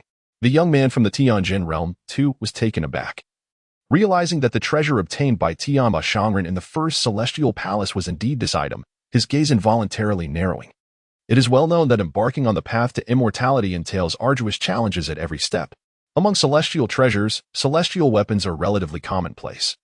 Yet artifacts that assist in cultivation are exceedingly rare. Moreover, this map possessed the remarkable ability to aid in comprehending the Tao. It is no exaggeration to assert that for an immortal hailing from a top-tier force, even exchanging a superior celestial weapon for it would be out of the question. At that moment, Su Huanchuan and the others returned, and Su Huanchuan appeared to be in good spirits, likely due to the unfortunate fate awaiting a certain Wang Kuan. With Tianbao Shangren's proactive introduction, Lu Jiao turned his attention to the two treasures within the second celestial palace. The first celestial palace contained but a single mat, while the second celestial palace boasted two treasures. Could it be that the treasures within these celestial palaces increase incrementally? As he lifted his gaze, he beheld a scroll hanging on the wall, depicting a tall figure with their back turned, facing the vast sea as the sun rose on the horizon. At the bottom, a rune imprint emanated an aura imbued with the essence of celestial laws, unmistakably a celestial treasure. The other treasure was a lamp hanging in the corner, its flickering flame seemingly eternal, as if it had burned for ages without ever extinguishing. Surrounding the celestial treasures lay an array of prohibitive formations. Only by dismantling these formations could one claim the treasures within. According to Tianbao Shangren, he procured the mat from the first celestial palace by breaking through the array, utilizing a special dispelling talisman he had brought along. This talisman was of considerable rank, originating from an ancient relic in the realm of 10,000 treasures. There were certain details that Tianbao Shangren chose not to disclose. He was among the first to enter the celestial palace, thus naturally obtaining the mat from the first celestial palace. However, upon his arrival at the second celestial palace, others had also begun to gather there. With 5 major top-tier forces, each representing a distinct domain, the presence of only 2 treasures raised questions of distribution. Consequently, the Liuli realm, the Yunxia realm, and the Kangming realm conspired to set an ambush against the party from the Changqing realm. In this second celestial palace, the treasures were divided between the Wanbao realm and the Tianjin realm, each claiming one. Both Tianbao Shangren and the young man from the Tianjin realm were acutely aware that the valuables possessed by the Changqing party far exceeded the worth of these 2 treasures. Yet, ambushing the opposing party bore considerable risks, which deterred their involvement. In hindsight, their decision proved to be judicious. However, now that the Changqing party, led by Lu Jiao, had arrived, it seemed unlikely that these treasures would fall into their hands. Not to mention, even the mat he had acquired from the first celestial palace had been effortlessly taken by the esteemed Lu. Nevertheless, neither Tianbao Shangren nor the young man from the Tianjin realm entertained thoughts of departing just yet, even if they obtained nothing. They yearned to witness for themselves the treasures and opportunities that lay within this ancient celestial palace, or perhaps uncover the secrets hidden since antiquity. Lu Jiao, with his hands clasped behind his back, stepped forward, a manifestation of arcane runes shimmering in his eyes. He had delved into the realm of formations and possessed considerable expertise. After all, during his millennia spent in the primordial ancestral ruins, he had been surrounded by an overwhelming array of formation restrictions, which had significantly broadened his horizons in this domain. The formations at the true immortal level were evident to Lu Jiao, whose eyes narrowed slightly. It was clear that only those of true immortal caliber had the privilege to preside over a celestial palace. In the ancient era, true immortal status served as a threshold. Below this level, even a golden immortal would merely occupy a minor official position within the ancient heavenly court, with little distinction. Only those who crossed the threshold of true immortal could truly be considered among the ranks of the powerful. Nevertheless, not all true immortals were equal. Those designated as immortal kings or immortal lords were also true immortals, Yet their power differed vastly from that of ordinary true immortals. In the past, to unlock such a formidable formation restriction, Lu Jiao would have relied on the seventh sense of the Earth Soul Secret Technique, combined with the Human Soul Secret Technique to perform a celestial evolution deduction. With a bit of effort, he could have deciphered it. Alternatively, he could have unleashed his own combat prowess through sheer strength to break through. Lu Jiao discerned that the array surrounding the celestial treasure did not continuously unleash attacks, but rather consumed the power within the formation over time, making it merely a matter of when it would be breached. Even without using forbidden symbols, those at the heavenly treasure level could expend 10 days to half a month to acquire the celestial treasure. However, now endowed with the power of the soul of war, Lu Jiao found that breaching these ordinary true immortal level restrictions was no trivial task. It was akin to employing three-dimensional means to tackle a two-dimensional plane, remarkably effortless. Within mere breaths, Lu Jiao seized the scroll hanging on the wall. A formidable surge of primordial spirit energy surged into the scroll, swiftly revealing its purpose. It was the Celestial King's sun-watching scroll. The silhouette depicted within the scroll was that of a Celestial King. When sufficiently empowered, it could unleash a wisp of the Celestial King's might, overwhelming ordinary true immortals. You heard correctly. Despite existing within the realm of true immortals, the presence of a Celestial King could easily dominate ordinary true immortals with just a wisp of their power. In comparison, true immortal-level artifacts were utterly inconsequential. Upon acquiring the scroll, Su Tai and King Kingzi gazed eagerly at Lu Jiao. However, Lu Jiao merely tucked the scroll away and remarked nonchalantly, "Your realms are too low. You cannot harness this artifact with your current cultivation. Supreme Lu, may I inquire as to what level of celestial treasure that scroll possesses?" The Heavenly Treasure people and the young man from the Heavenly Sword realm were intrigued. After all, King Kingzi was at least a celestial immortal.